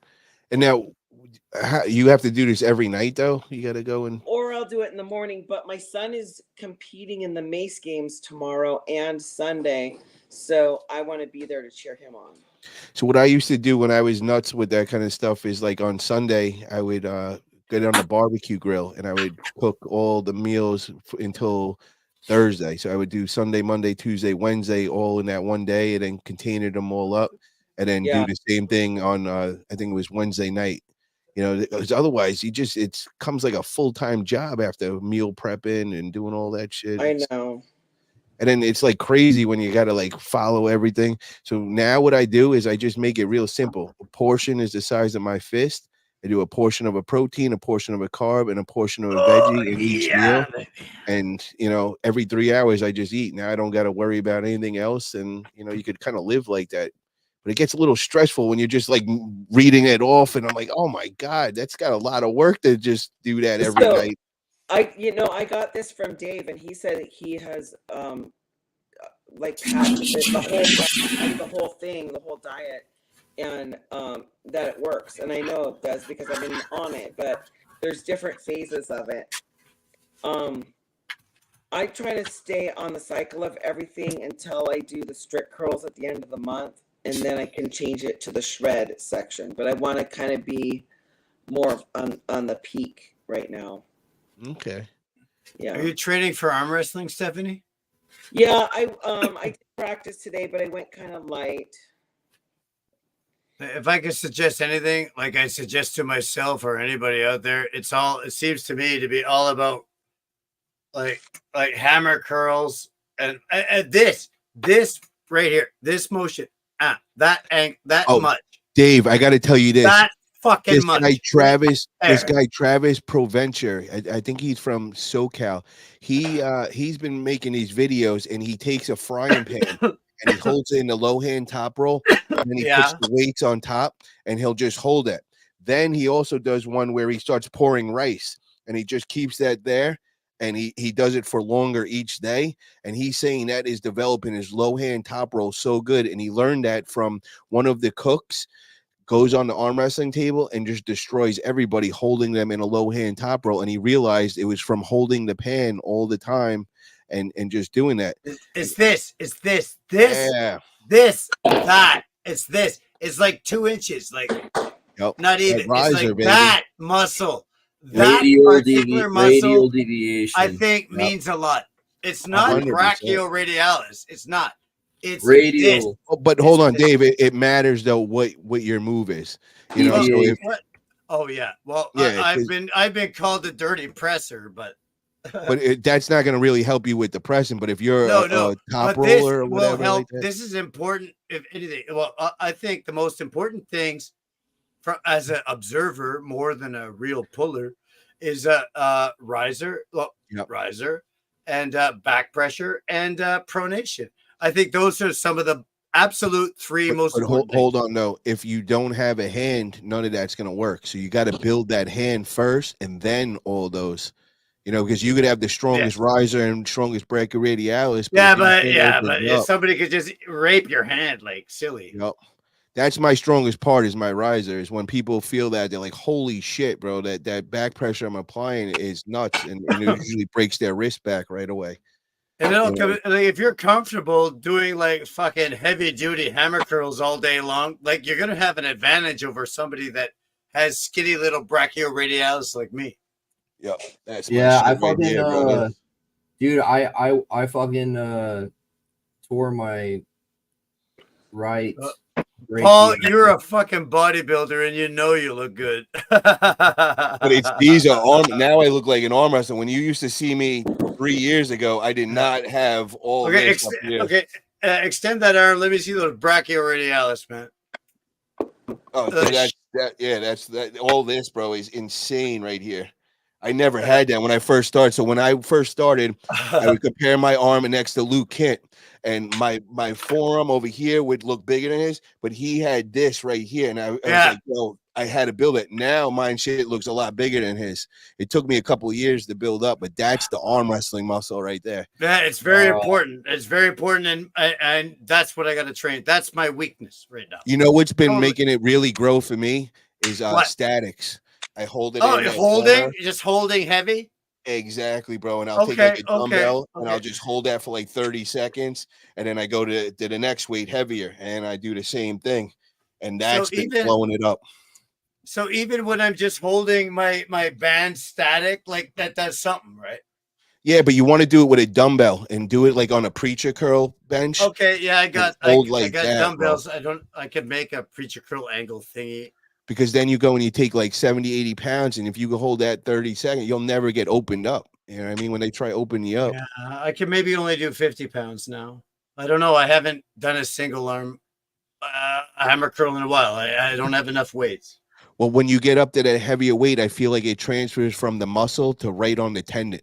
And that's what you want to build is that tendon. Well, that's what you want. Dude, that's why what's his name doesn't want to start pulling heavy people. Brian Shaw doesn't want to start pulling anybody big right now. He's got to build up the insertions. Yes. You understand what I'm saying, right? Yeah. He might need some time to build up the insertions before getting into a real arm wrestling game. He's got the power. He's got the size. Bro. That's why I popped my bicep twice, man. I had all the muscle strength in the world, but as soon as they'd open me up, those tendons would pop. You know, pop goes the weasel. And now I had 2 surgeries, and that's when I learned now you gotta build up all that right there. Those tendons are everything. And then once you get that lock, now you start getting good on the table. Paul, I commend you because static holds and getting that blood flow and a limited range of motion like that is really good for maintenance of power. But like if you're healthy and your frame can afford it, just go fucking heavier. You know, and try to fucking whip that shit. Well, that's what I do. That's what I'm saying, bro. It's like when I first started doing those hammer statics, you know, I would start off like 30 pounds, but now I'm taking like a 90 pound and I could hold that for 30 seconds. And everybody at the gym is like staring at me like, holy shit, bro. And it looks like I'm going to pop. My muscles are fucking coming out. They're fucking, everything's like jacked as all hell. But before I couldn't even imagine that. And my tendon would have just destroyed. I would have opened right up and popped. I don't know. 90s kid weight as far as I'm concerned, man. That's hey man, anytime, hey bro, I'll be in Austin August 31st. You want to get on a table and show me I'm a kid? Let's do it, bro. I'd love to see that. Like 270 pounds of back pressure to the bicep is probably going to be. That translates for you to table. I'm telling you, I'm opening right now, bro. If you want to come and open me up on a table August 31st, I'll put that challenge out to you. But I guarantee I'll hold you like a little kid, bro. Just say the word, bro. I'll make it happen. I'll be in Austin, Texas. That bicep muscle looks cute, bro, but I'll take you for a ride. If I were now, Paul, if I were to pay for that match, what could I make back in bet money? Whatever one of those side pressure machines could have your name on it, brother.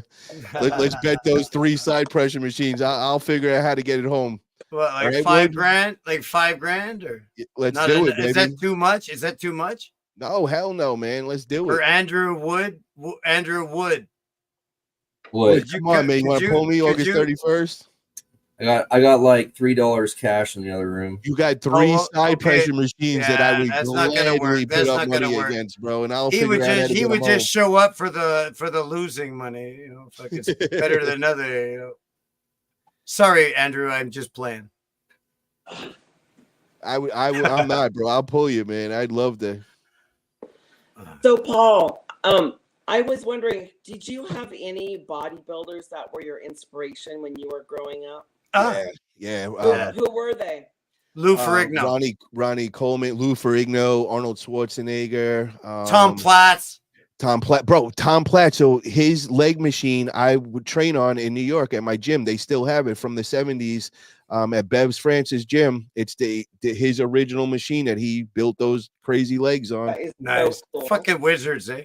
Yeah, I all used- those bodybuilders. I love those guys. Like I got to train with Ronnie Coleman's, the guy that made him, Brian Dobson from nice. Texas. He owns that. Did you ever get to meet Dorian Yates? Yes, bro. I talked with him. He's a big weed guy, and he trains at Bev Francis. And that's how I started talking with him when he found out I had a dispensary. And he's into that Saga where they go in the woods and they do that.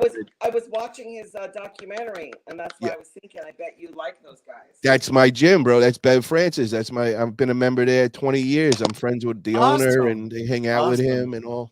In the bodybuilding world, you got to remember, I'm in the arm wrestling world 4 years, and I got to know everybody, hang out with everybody. I was in the bodybuilding 20 years, and I was at all the top gyms in the country. I mean, I moved to SoCal just to live at the Gold's Gym, just to train with Charles Glass and all that. The people thought I was nuts paying that kind of money and all, but that was my life for 20 years, was the bodybuilding and fitness modeling and all. So I got to meet everybody and got to hang out with them. Perfection, man. Watching the documentaries makes me think about it. Like it makes me remember like the diet, the depletion, the mental strength that takes, which is much different than any of the other strength sports. And so like the last couple of days that, when YouTube gives you a suggestion, I just watched it through. First, I watched the blonde guy, Jay Cutler. First, I watched his. I watched Dorian tonight. I love how she just sticking the knife in her hand. I like Jay Cutler as a businessman, but I never liked his body. I think Dragging he's like the too duffel blocky. bag. He was too blocky for I me. really liked Steve. What's the old school guy? Steve Reeves. Oh my God, bro! My boy was got to live at his house for a month. Sadiq Hadizovic. He was on my fitness modeling team, and he would hang out with him and learned all the tricks. And he looks like him. He's got that body. He's like 6'2", and he's got that huge upper body but tiny little waist. And Steve Reeves would teach him about the how to suck it in all the time. And they do all these crazy. Right? Yes, they do those exercises every day. Like for hours a day, breathing in, and when he gets on the stage, it's crazy what he could do. Who was the guy that had a total different view than Arnold and trained like the high intensity? What was that guy? Dorian Yates. No, but that before him. I'm trying to think. Was he a bigger guy, shorter guy? Which guy? He had a mustache. Was he? Did he ever win an Olympia or anything? Yeah, like he had 70s vibe to him. Joe Weider? No. Mark Metzger or something like that? Yes, that guy. Okay. Yep. I watch his videos, but I wanted to know more about that because he made it seem like Arnold wasted a lot of time bodybuilding, but he got the same results without as much time because he was doing the high intensity. Because certain guys love to live in the gym, and I'm one of those that would love to be there 8 hours a day. And Arnold was like me with that. Certain guys want to just get it done and just be efficient. Where Arnold was just like, it was, I'm the same way. I would go to that Gold's Gym and I would just hang out there all day. I'd lift, and then I would eat my meals and just talk to everybody, and then go lift again, and then light weights, 1,000,000 reps. Light weights, 1,000,000 reps. Exactly. So I would do too much pre-workout. So I would be like tweaker vibes, and I would just talk everybody's ear off. Yep. Which I wish I didn't because it felt like I was a crackhead. I don't know, man. If someone's talking to me at the gym, I'm just like thinking of the scenario of why they're talking to me to start a fight. And that's like the first scenario that comes to mind, because if they're talking to me at the gym, obviously hold on, Wood. It's different. There would be a circle at each gym, and I was part of it at Bev's. I was part of it at Gold's Gym, and you kind of would you guys were that's the only friends you had were at the gym because you'd be there so much. So we would eat meals together. Every like 3 hours we train for the 3 hours, then we'd eat a meal together for an hour, and we talk about whatever. And that's when I got into that whole crew with the girls. I was hanging out with like 4 IFBB pro girls, and I'd hear shit I never want to hear about again. You know what I mean? Like all this shit would happen to them when they're on juice and how they grow these little dicks as their clit. I'm like, girls, I'm like, guys, I don't want to hear this shit. Earmuffs. Like, But it was just like the cult, And then Scott Mendelson would come in to Bev's and he would hang out with all of us. And I was there that night when he popped his chest, when he and the whole chest just totally went black and blue and everything. And it was like the craziest looking thing. He was benching like 1,000 pounds that night or whatever. And just we heard it all pop when it would happen. It was just like you heard this snap noise and shit, and then next thing instantly it just went black and blue. But no, it was the coolest thing. I got to hang out with all the big time pros at that Bev's. We would just sit at the counter. My homegirl Lori would work there, so I would just sit there talking to her, and then all the bodybuilders would just come and sit down and just get their meal out, and we would just start talking. I got to meet everybody and know everybody in the industry. It was like really, really cool. I was actually going to do recently when I was just out there, I was telling all of them I wanted to bring them on the podcast and, kind of compare arm wrestling compared to bodybuilders, and a bunch of them were all down, but I haven't followed up on it again yet. And imagine if they could compare it to Unfiltered Vibes. Oh, yeah. Oh, my God. You know what, Dave? I was thinking about that. I'm going to bring some of those guys on. That'll be one of the episodes for sure. And some of them are real open what they take, and some of them are now past their prime, and it's kind of over, and they watching all their friends drop. They want to tell their biography, their autobiography. I got a shoebox of vitamins I take every once in a while. There's almost like 20 different vitamin bottles I take every once in a while. I take them every day, bro. Dude, you have to have like a serious calorie surplus to be able to like dilute all of those nutrients into some. Yeah, some of that shit, like some of the vitamin B's, you need oils to absorb that shit, man. Like it's better to eat the proper combination of foods rather than taking a whole bunch of vitamin supplements help, of course. I'm on Alan Fisher's Juice Plus. Just that alone is 8 pills a day. Just on the Juice Plus. Now I take my multivitamin. That's another capsules. 2. They're capsules, though, right? Capsules. Yep. Yeah. I take it's a thing. It's about 20 pills altogether. Then I got my glutamine in there. I got my for collagen. I take them, and I mean each one is 3 pills each. So I mean, before you know, you're taking 20 pills, and you're not even really taking that many supplements. But it adds up. I don't know, man. I take this pill for kidney health from India. Oh. Okay. It's pretty rad. I like it. Hey, she's got a black and white cat.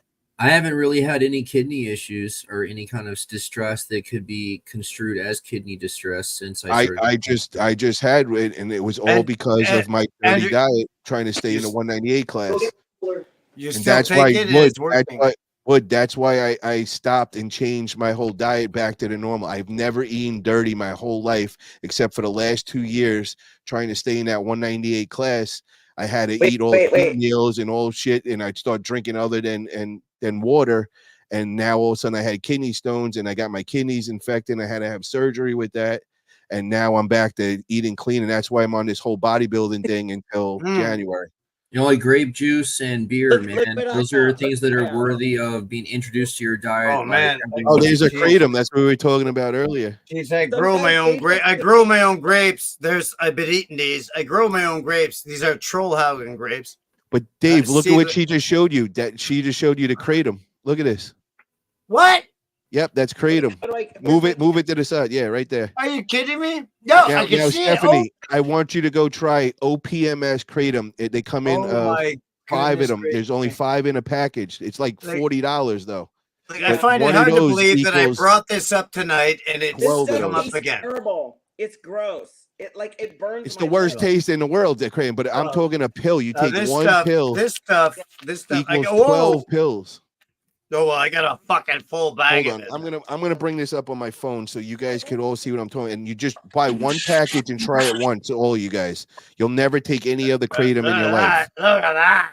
Hold up. That's the most nasty tasting shit too. Ugh. Yeah, it does. You know what works though? What? You stir it into chocolate milk. It's good. Okay, that works. Chocolate milk. Put it in the But hold on, I want to show you this. The white stuff. Anyway, Dave, I'm putting you on right now, bro. I promise you, you're never gonna want to take any other kratom once you try this, bro. I promise. Well, I don't know if I can. I'm skeptical because I don't know if I can get it here. Hold on. Let me see where I can. Oh, where's the camera? There we go. Hold on. Right there. You see that? Take a picture of The this right label? now. Oh, I can't. It's Like, called OPMS. That's all you got to write down. OPMS, the capsules. I'll write it down. Yep. I have a pen Stephanie, look somewhere. at this right now. Let me see if I got it. Yeah, I got it right. Kratom Gold. Kratom Gold OPMS.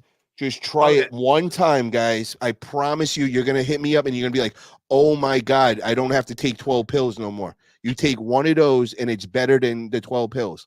You will get so much shit done. It is the best ever. It's the extract of Kratom. What was that? So what was the letters again? OPMS. OPMS. Okay, Kratom Gold. something or other. Kratom Gold in Kratom pill Gold. Okay. capsule. Do not get the liquid. The liquid is the worst tasting shit ever. Just So get this is one. the first time I tried it, and I swear it just kind of felt like a little bit better than coffee. And I But didn't know, Stephanie, promise me, you like just try it one time for me. You will be like, oh my God, you'll go to the gym and you'll get all max lifts that day. I promise. Stephanie, there's different kinds. There's different kinds. The white. Yeah, you got your white label, the red white Ming ones. Da. One puts you to sleep. No, the white one is supposed to be more like Energy. Have Yep. some of this and go out instead of having beer. And Like, then the go out, red have one is some of more that. of like a And laid the back, red one relaxed. is more of a knockout, fuck off kind Yeah. of like.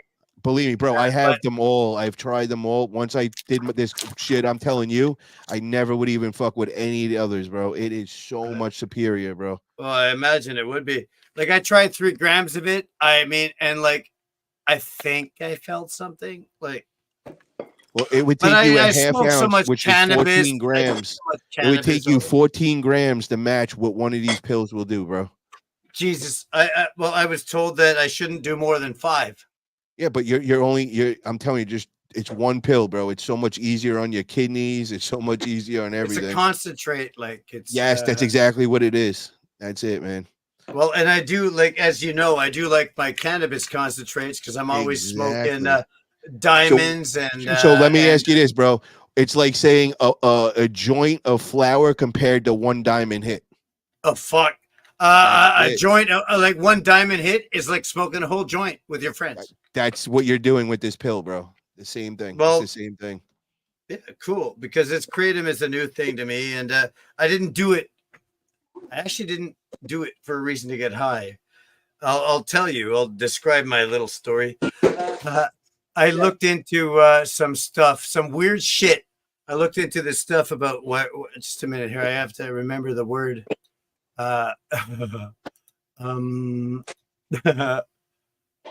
Just a minute. It's MDMA. There's a type of MDMA assisted psychotherapy with methylene dioxymethamphetamine, which is the real MDMA. Not I know what that is. Yep. Not your street Molly or ecstasy. The real medical MDMA. The medical word that I just said. From saffron oil. Saffron oil. What? That's the hard ingredient in there that people try getting and all that. It's DEA regulated and all. Did you say saffron oil? Yes. That's what's in that stuff. Oh my God. Yep. I have saffron oil in my cupboard, but it's like a you don't want to say that, bro, on air. No, I thought it was like incense, like it's an essential oil. I have that. Yeah, no, It can't be the same thing. Yeah, no, this is like the real crazy stuff. That's what they do to make it and all, the chemists and all. I have a very Catholic thing here too. This is very old, but I actually have legitimate. This is frankincense. Wow. It's Okay. a resin from a plant. It's frankincense, one of the gifts that was said to be given to that God guy, Jesus. Wow. Do you know with the kratom in it comes where they get it? They eat the leaf. And that's where they get the kratom from. That's originally they'll just put the leaf in their mouth and they suck on it, and that's where it all comes from. Yeah, and they got there's the leaf, and that's the thing. They got the white veined ones, the green veined ones, and the red veined ones, and that's what I guess the whole difference is. Yep. 100%. But I don't know anything about it, and I tried 3 grams of it yesterday, and I guess I felt something. I think I probably have to try more than 3 grams next time. What? Why are you passing out? What are you on right now that's making you like I'm Your not eyes passing like out. that. I'm just trying to stay calm while I try to mitigate the lack of stability from doing sets of workouts too close together, because I feel like I'm gonna blow off this bicep if I like take a misstep.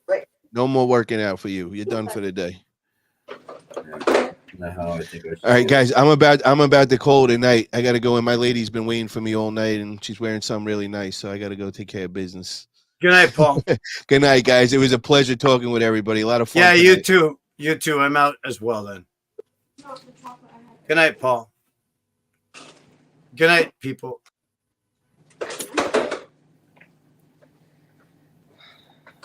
Over? Is it over? No.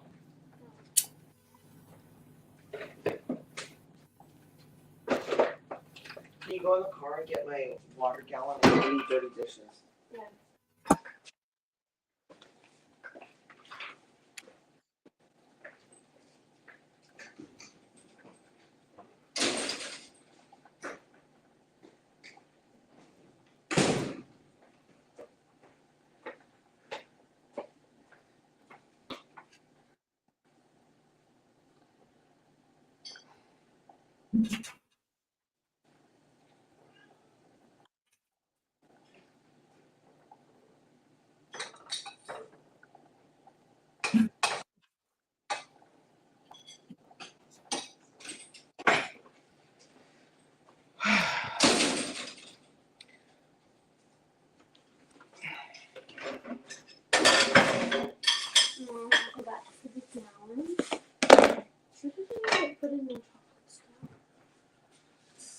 Do the dishes. Make the food.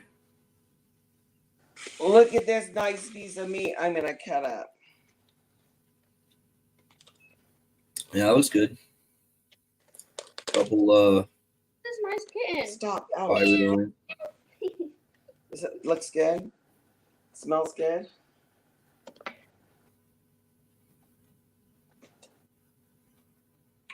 What are you doing, Andrew? What are you Side doing? pressure with back pressure and down pressure. Nice. I don't like it at all. It hurts. Where do you want me to put the gallon? In the fridge.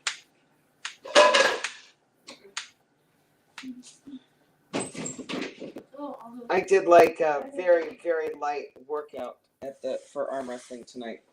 Table time.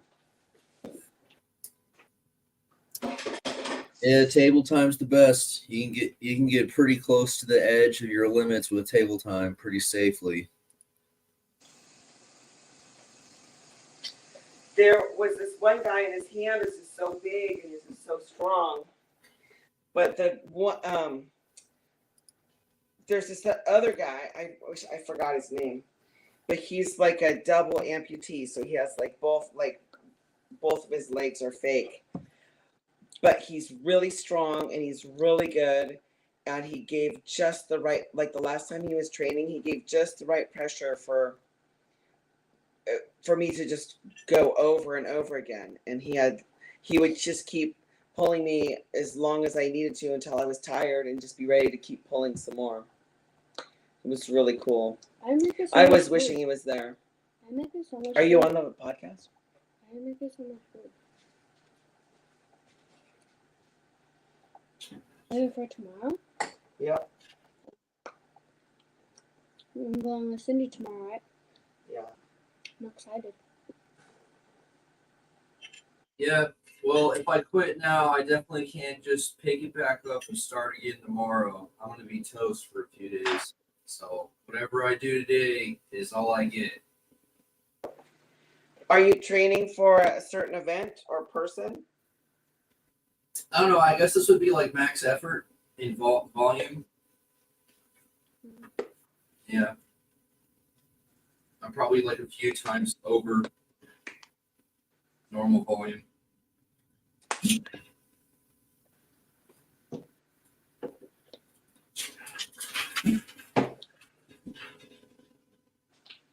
What are you doing on a podcast? Well, we were talking about arm wrestling, and then they've been on for a really long time. What happened earlier, Andrew? What did I miss? What was the highlight of the podcast tonight? I don't know. My brain's kind of fried. Wow, this thing's been going for 9 hours. Yeah, like what was the highlight of it? This dude Robert Wilson came on, and we were all fucking cheering for him.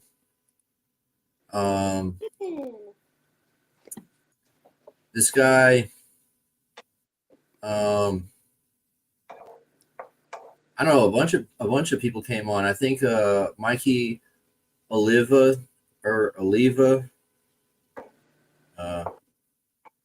Yeah, he was on here for a while. I think he got burned out because it got pretty ridiculous.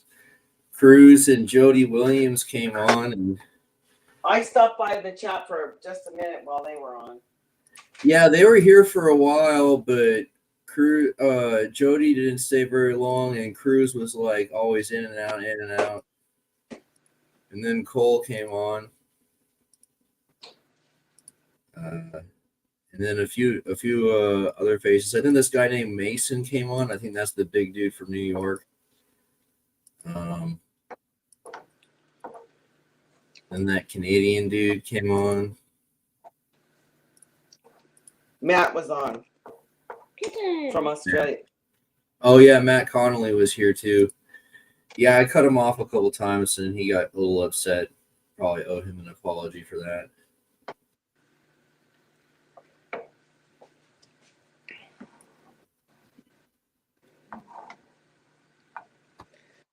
I think somebody was like talking crap about Elizabeth on the show the other day. I saw a little clip she posted on Facebook. I don't know. I mean, I think it's just scripting. I think they're just scripting.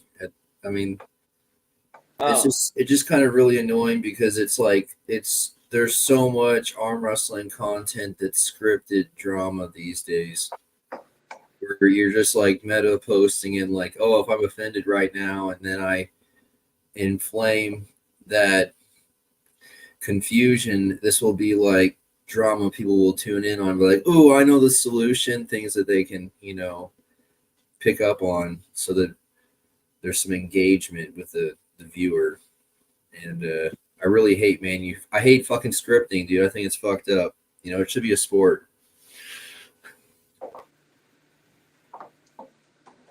Are you following the politics at all? Or are you getting ready to vote?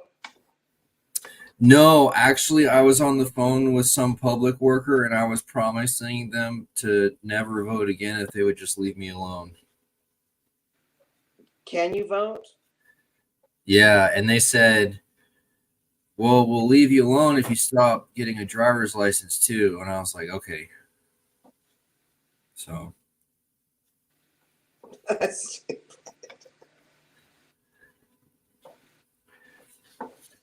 Why are you not going to vote again? Because they kept calling me into jury duty. I thought you only went into jury duty once. I registered to vote one time, and I got called into jury duty 3 times. Well, why did you go? You don't have to go. Well, I mean, I didn't go the third time. The third time I called them, and I was like, this is bullshit. Why do you keep doing this to me? I've been called to jury duty so many times, and I never went. You would? I got so many notifications. I never went. Yeah. Yeah, I think that's why they summon you so many times, because no one goes. So it's like, who the heck is going to actually show up, Someone's got to show up. I'm really good at showing up day one and not getting selected. I love making sure that I have character flaws they don't like. Really good at that. All you really need is one solid character flaw, and they're like, I don't want that one on the jury duty. That's awesome.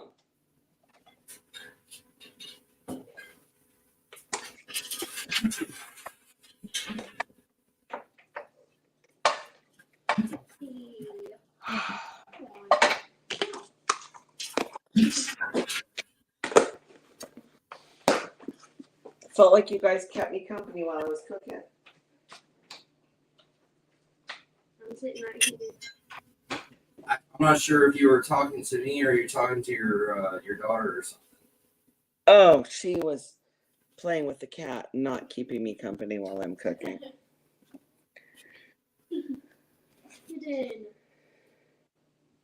And I don't even have any fun DoorDash stories from tonight.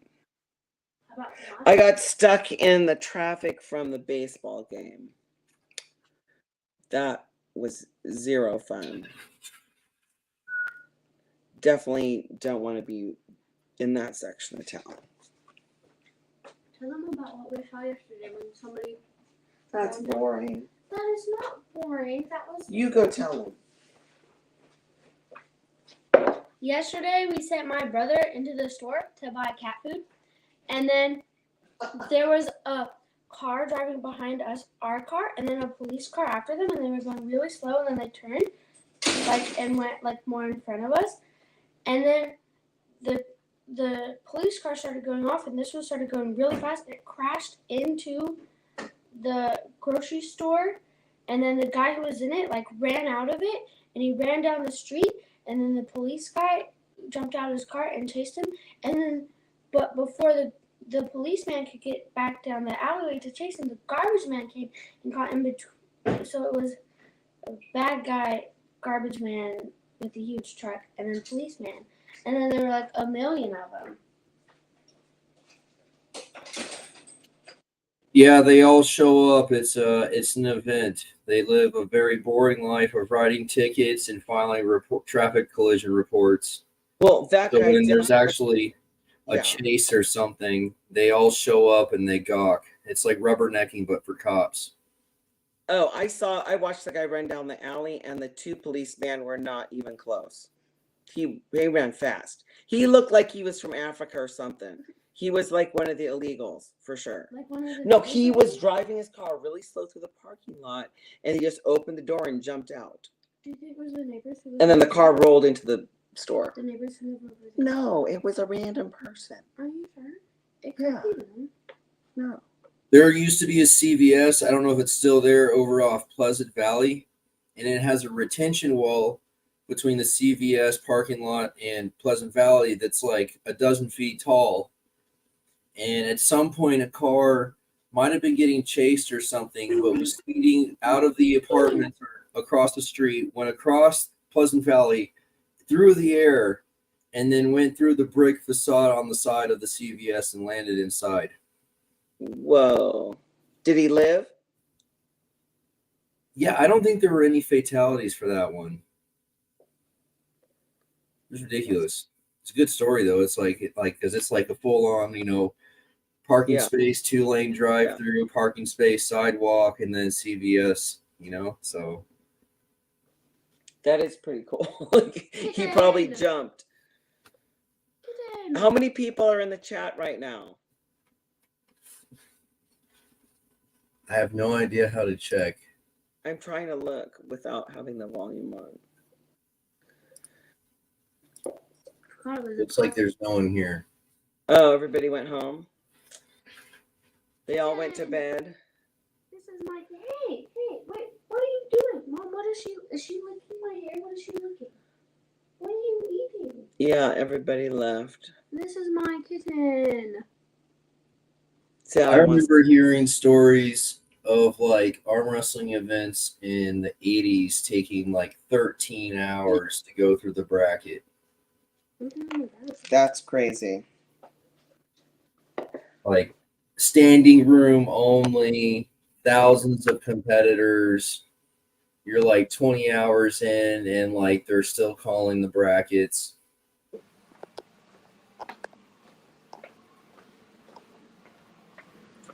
I think that's what was happening when John Brzezinski won a truck in the commercial class.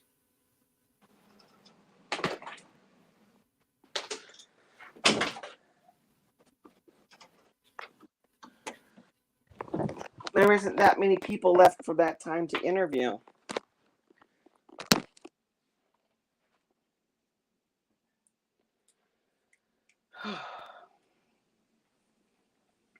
How many hours have you been on the podcast today? I don't know. I was in the. They put me in the back there for a while. Because you weren't talking? I mean, there was a lot of other shit going on. Oh. Yeah, but it looks like I was back of the bus there for like 2 or 3 hours. Paul was telling some stories.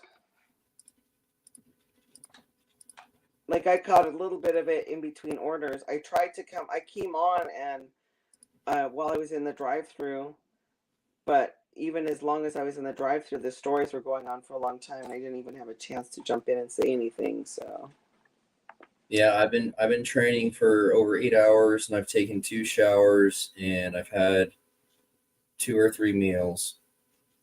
I think I've had 3 meals, or I think I'm about to have a 3rd meal. well, don't you think rest is important? Yeah, but if I don't get that 3rd meal, that rest is going to be really short-handed. Oh, like, are you gonna wake up hungry? I mean, yeah, dude. I mean, like training on and off, like every 10 or 15 minutes for 8 hours, like that's still a fair amount of movement. Yeah. Maybe you should try to go to practice. What for? Just to add variety.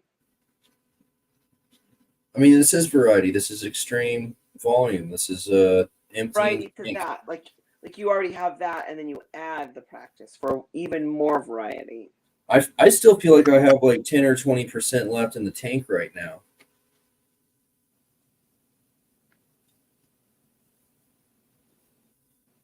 Just how far do I want to empty it? And like theoretically, if I got like 48 minutes left on the 9-hour cycle. Is that your training? Huh?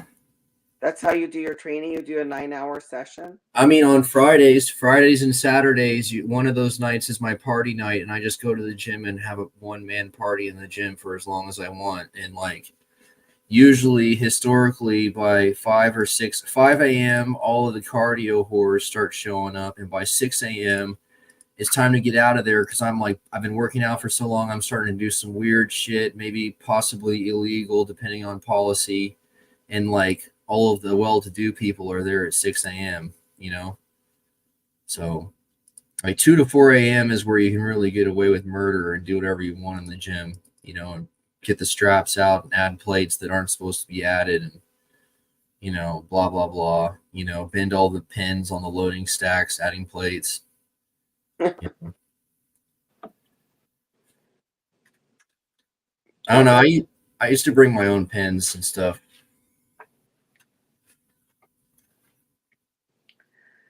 So when are you going to test yourself out on the table with all this training? No.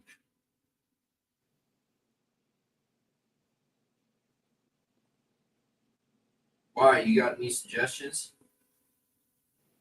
I don't know. You'd have to figure out who you think is on your level.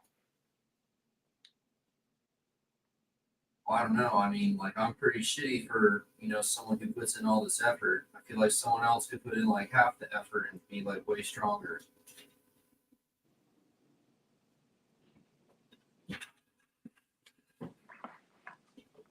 Interesting.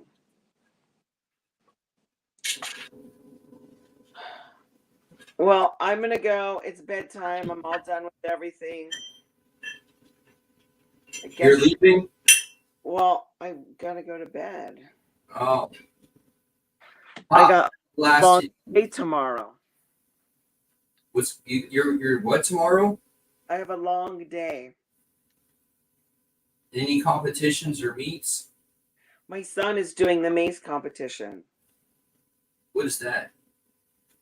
It's like this metal stick thing, like that he swirls around and does different stuff. But it's a 2-day competition. Are you talking about like when you have one stick in each hand and then you flap another stick in the air? No, it's not even a stick. It's a mace. It's called a mace. I am brand new to even knowing about the sport. So I'm sure it's going to be fun, and I'm going to cheer everybody. But I don't want to be too tired. Oh, don't want to be too tired. Do you have responsibilities? Do you have a life to live? Must be nice. Oh no, I'm going to be dreaming about an afternoon nap. An afternoon nap. Yeah, I love those.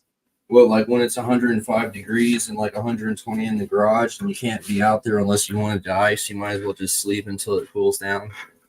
Turn on the air conditioning and go in your room. Well, that seems like a waste of time.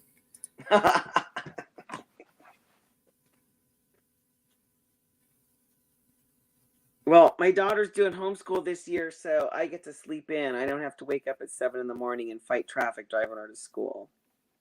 Homeschooling's pretty badass. Well, I guess it just depends because I could not get her vaccination waiver because they changed the laws here in California. And that's the only reason why she's not going. Really? That's a horrible situation. That's ridiculous. Well, nobody's going to force me to do anything. She that wouldn't mind. She would rather get the vaccine and go to school. And it's the idea of them trying to force me to do it. Yeah, because it's a pseudo choice because you're not allowed to utilize the public service unless you get the vaccine. So they made the law so strict that the doctor has to go in and on like the government website and write down a medical reason why she does not want to get a vaccine for each thing. And it's pretty much like unless you have HIV, they're not going to give it to you. Like you have to have some sort of autoimmune disease. And the doctor on top of that is only allowed to give 5 waivers per year. So they make it almost impossible for anybody to get a medical waiver. And that's the only way you can get a waiver for your vaccines. Yet she's had a waiver since kindergarten and now she's going into 7th grade. So she's already been going to school. But they just changed the law. And then when you go into the next set of grades, they take your waiver away. And so now they like force you into a gray area where you could break some menial law to progress in life. It's ridiculous. I think it's so stupid. But that's okay. We're going to have a fun year. The year's going to be fun. And I'm really looking forward to sleeping in. I think that my body, like some people are night owls or like morning people. And I think that I'm definitely the night owl. So. Yeah, my dad used to wake me up at like 4 in the morning. And I found if I'd wake up at 2 in the morning, that getting woken up at 4 a.m. wasn't so bad. Oh my God. Did you grow up on a farm? Why'd you wake up at 2 in the morning? Because I was just a shitter and fucking they were just trying to wear me down and get me a little bit calmer before I went off to school. So like we just like go on a fucking bicycle ride through the steepest hills and had it all mapped out to fucking maximize cardio. Before school? Yeah. And then like sometimes we would do like a double or triple length ride after school on Wednesdays and then do like a 5 times length ride or maybe even a 10 times length ride on the weekend on a Saturday. Do you like bike riding still? No.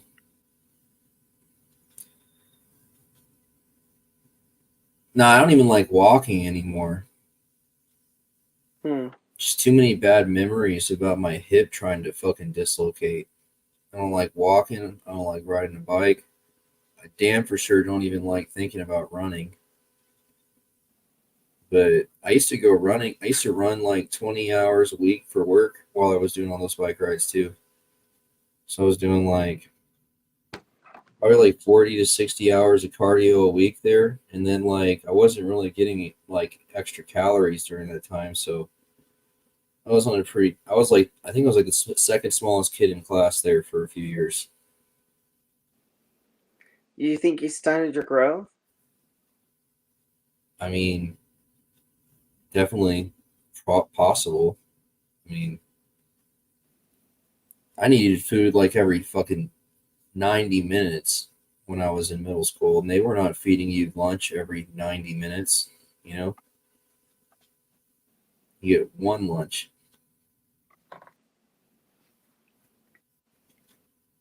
Was your mom a good cook?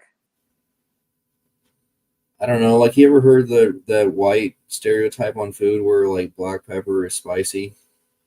Yeah. I guess that's kind of the food I grew up on. And then like I like slowly got introduced to like spices because of neighbors and friends, you know. So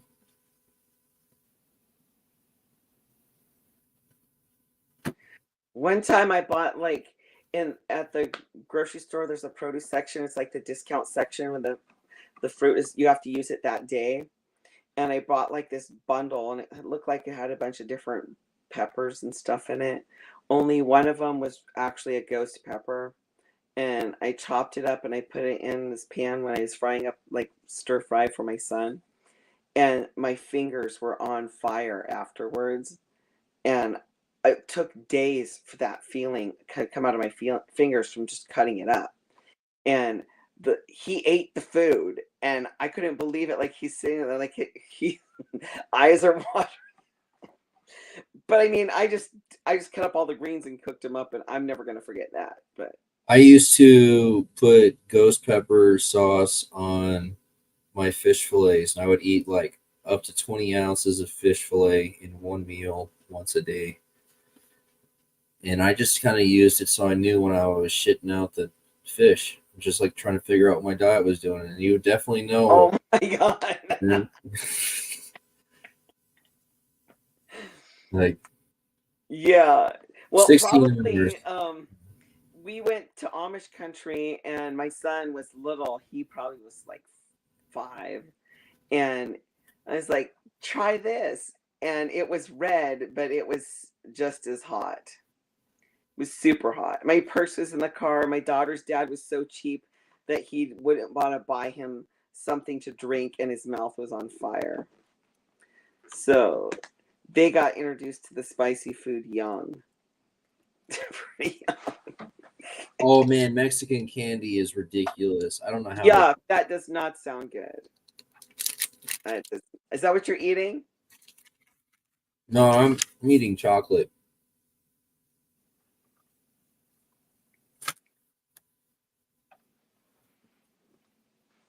I'm probably gonna have chili in 30 minutes.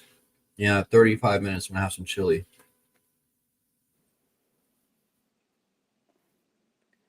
Are you gonna go to bed, or are you gonna keep staring at me, wondering if I'm gonna quit? Oh no, I'm spacing out too. I'm procrastinating.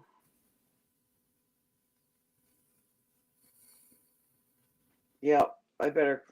Okay. You're supposed to end it on a good note. How are you going to say goodbye?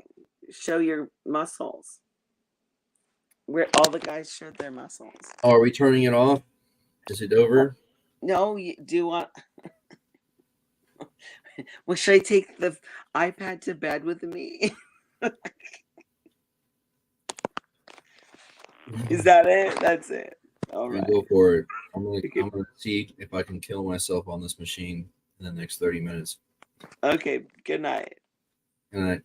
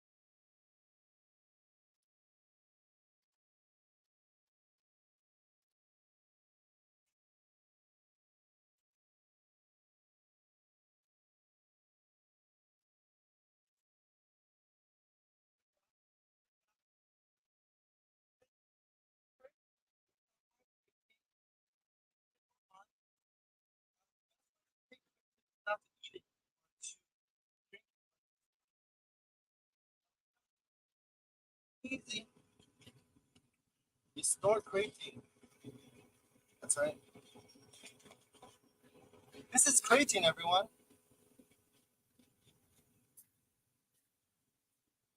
Creatine. Yeah, creatine.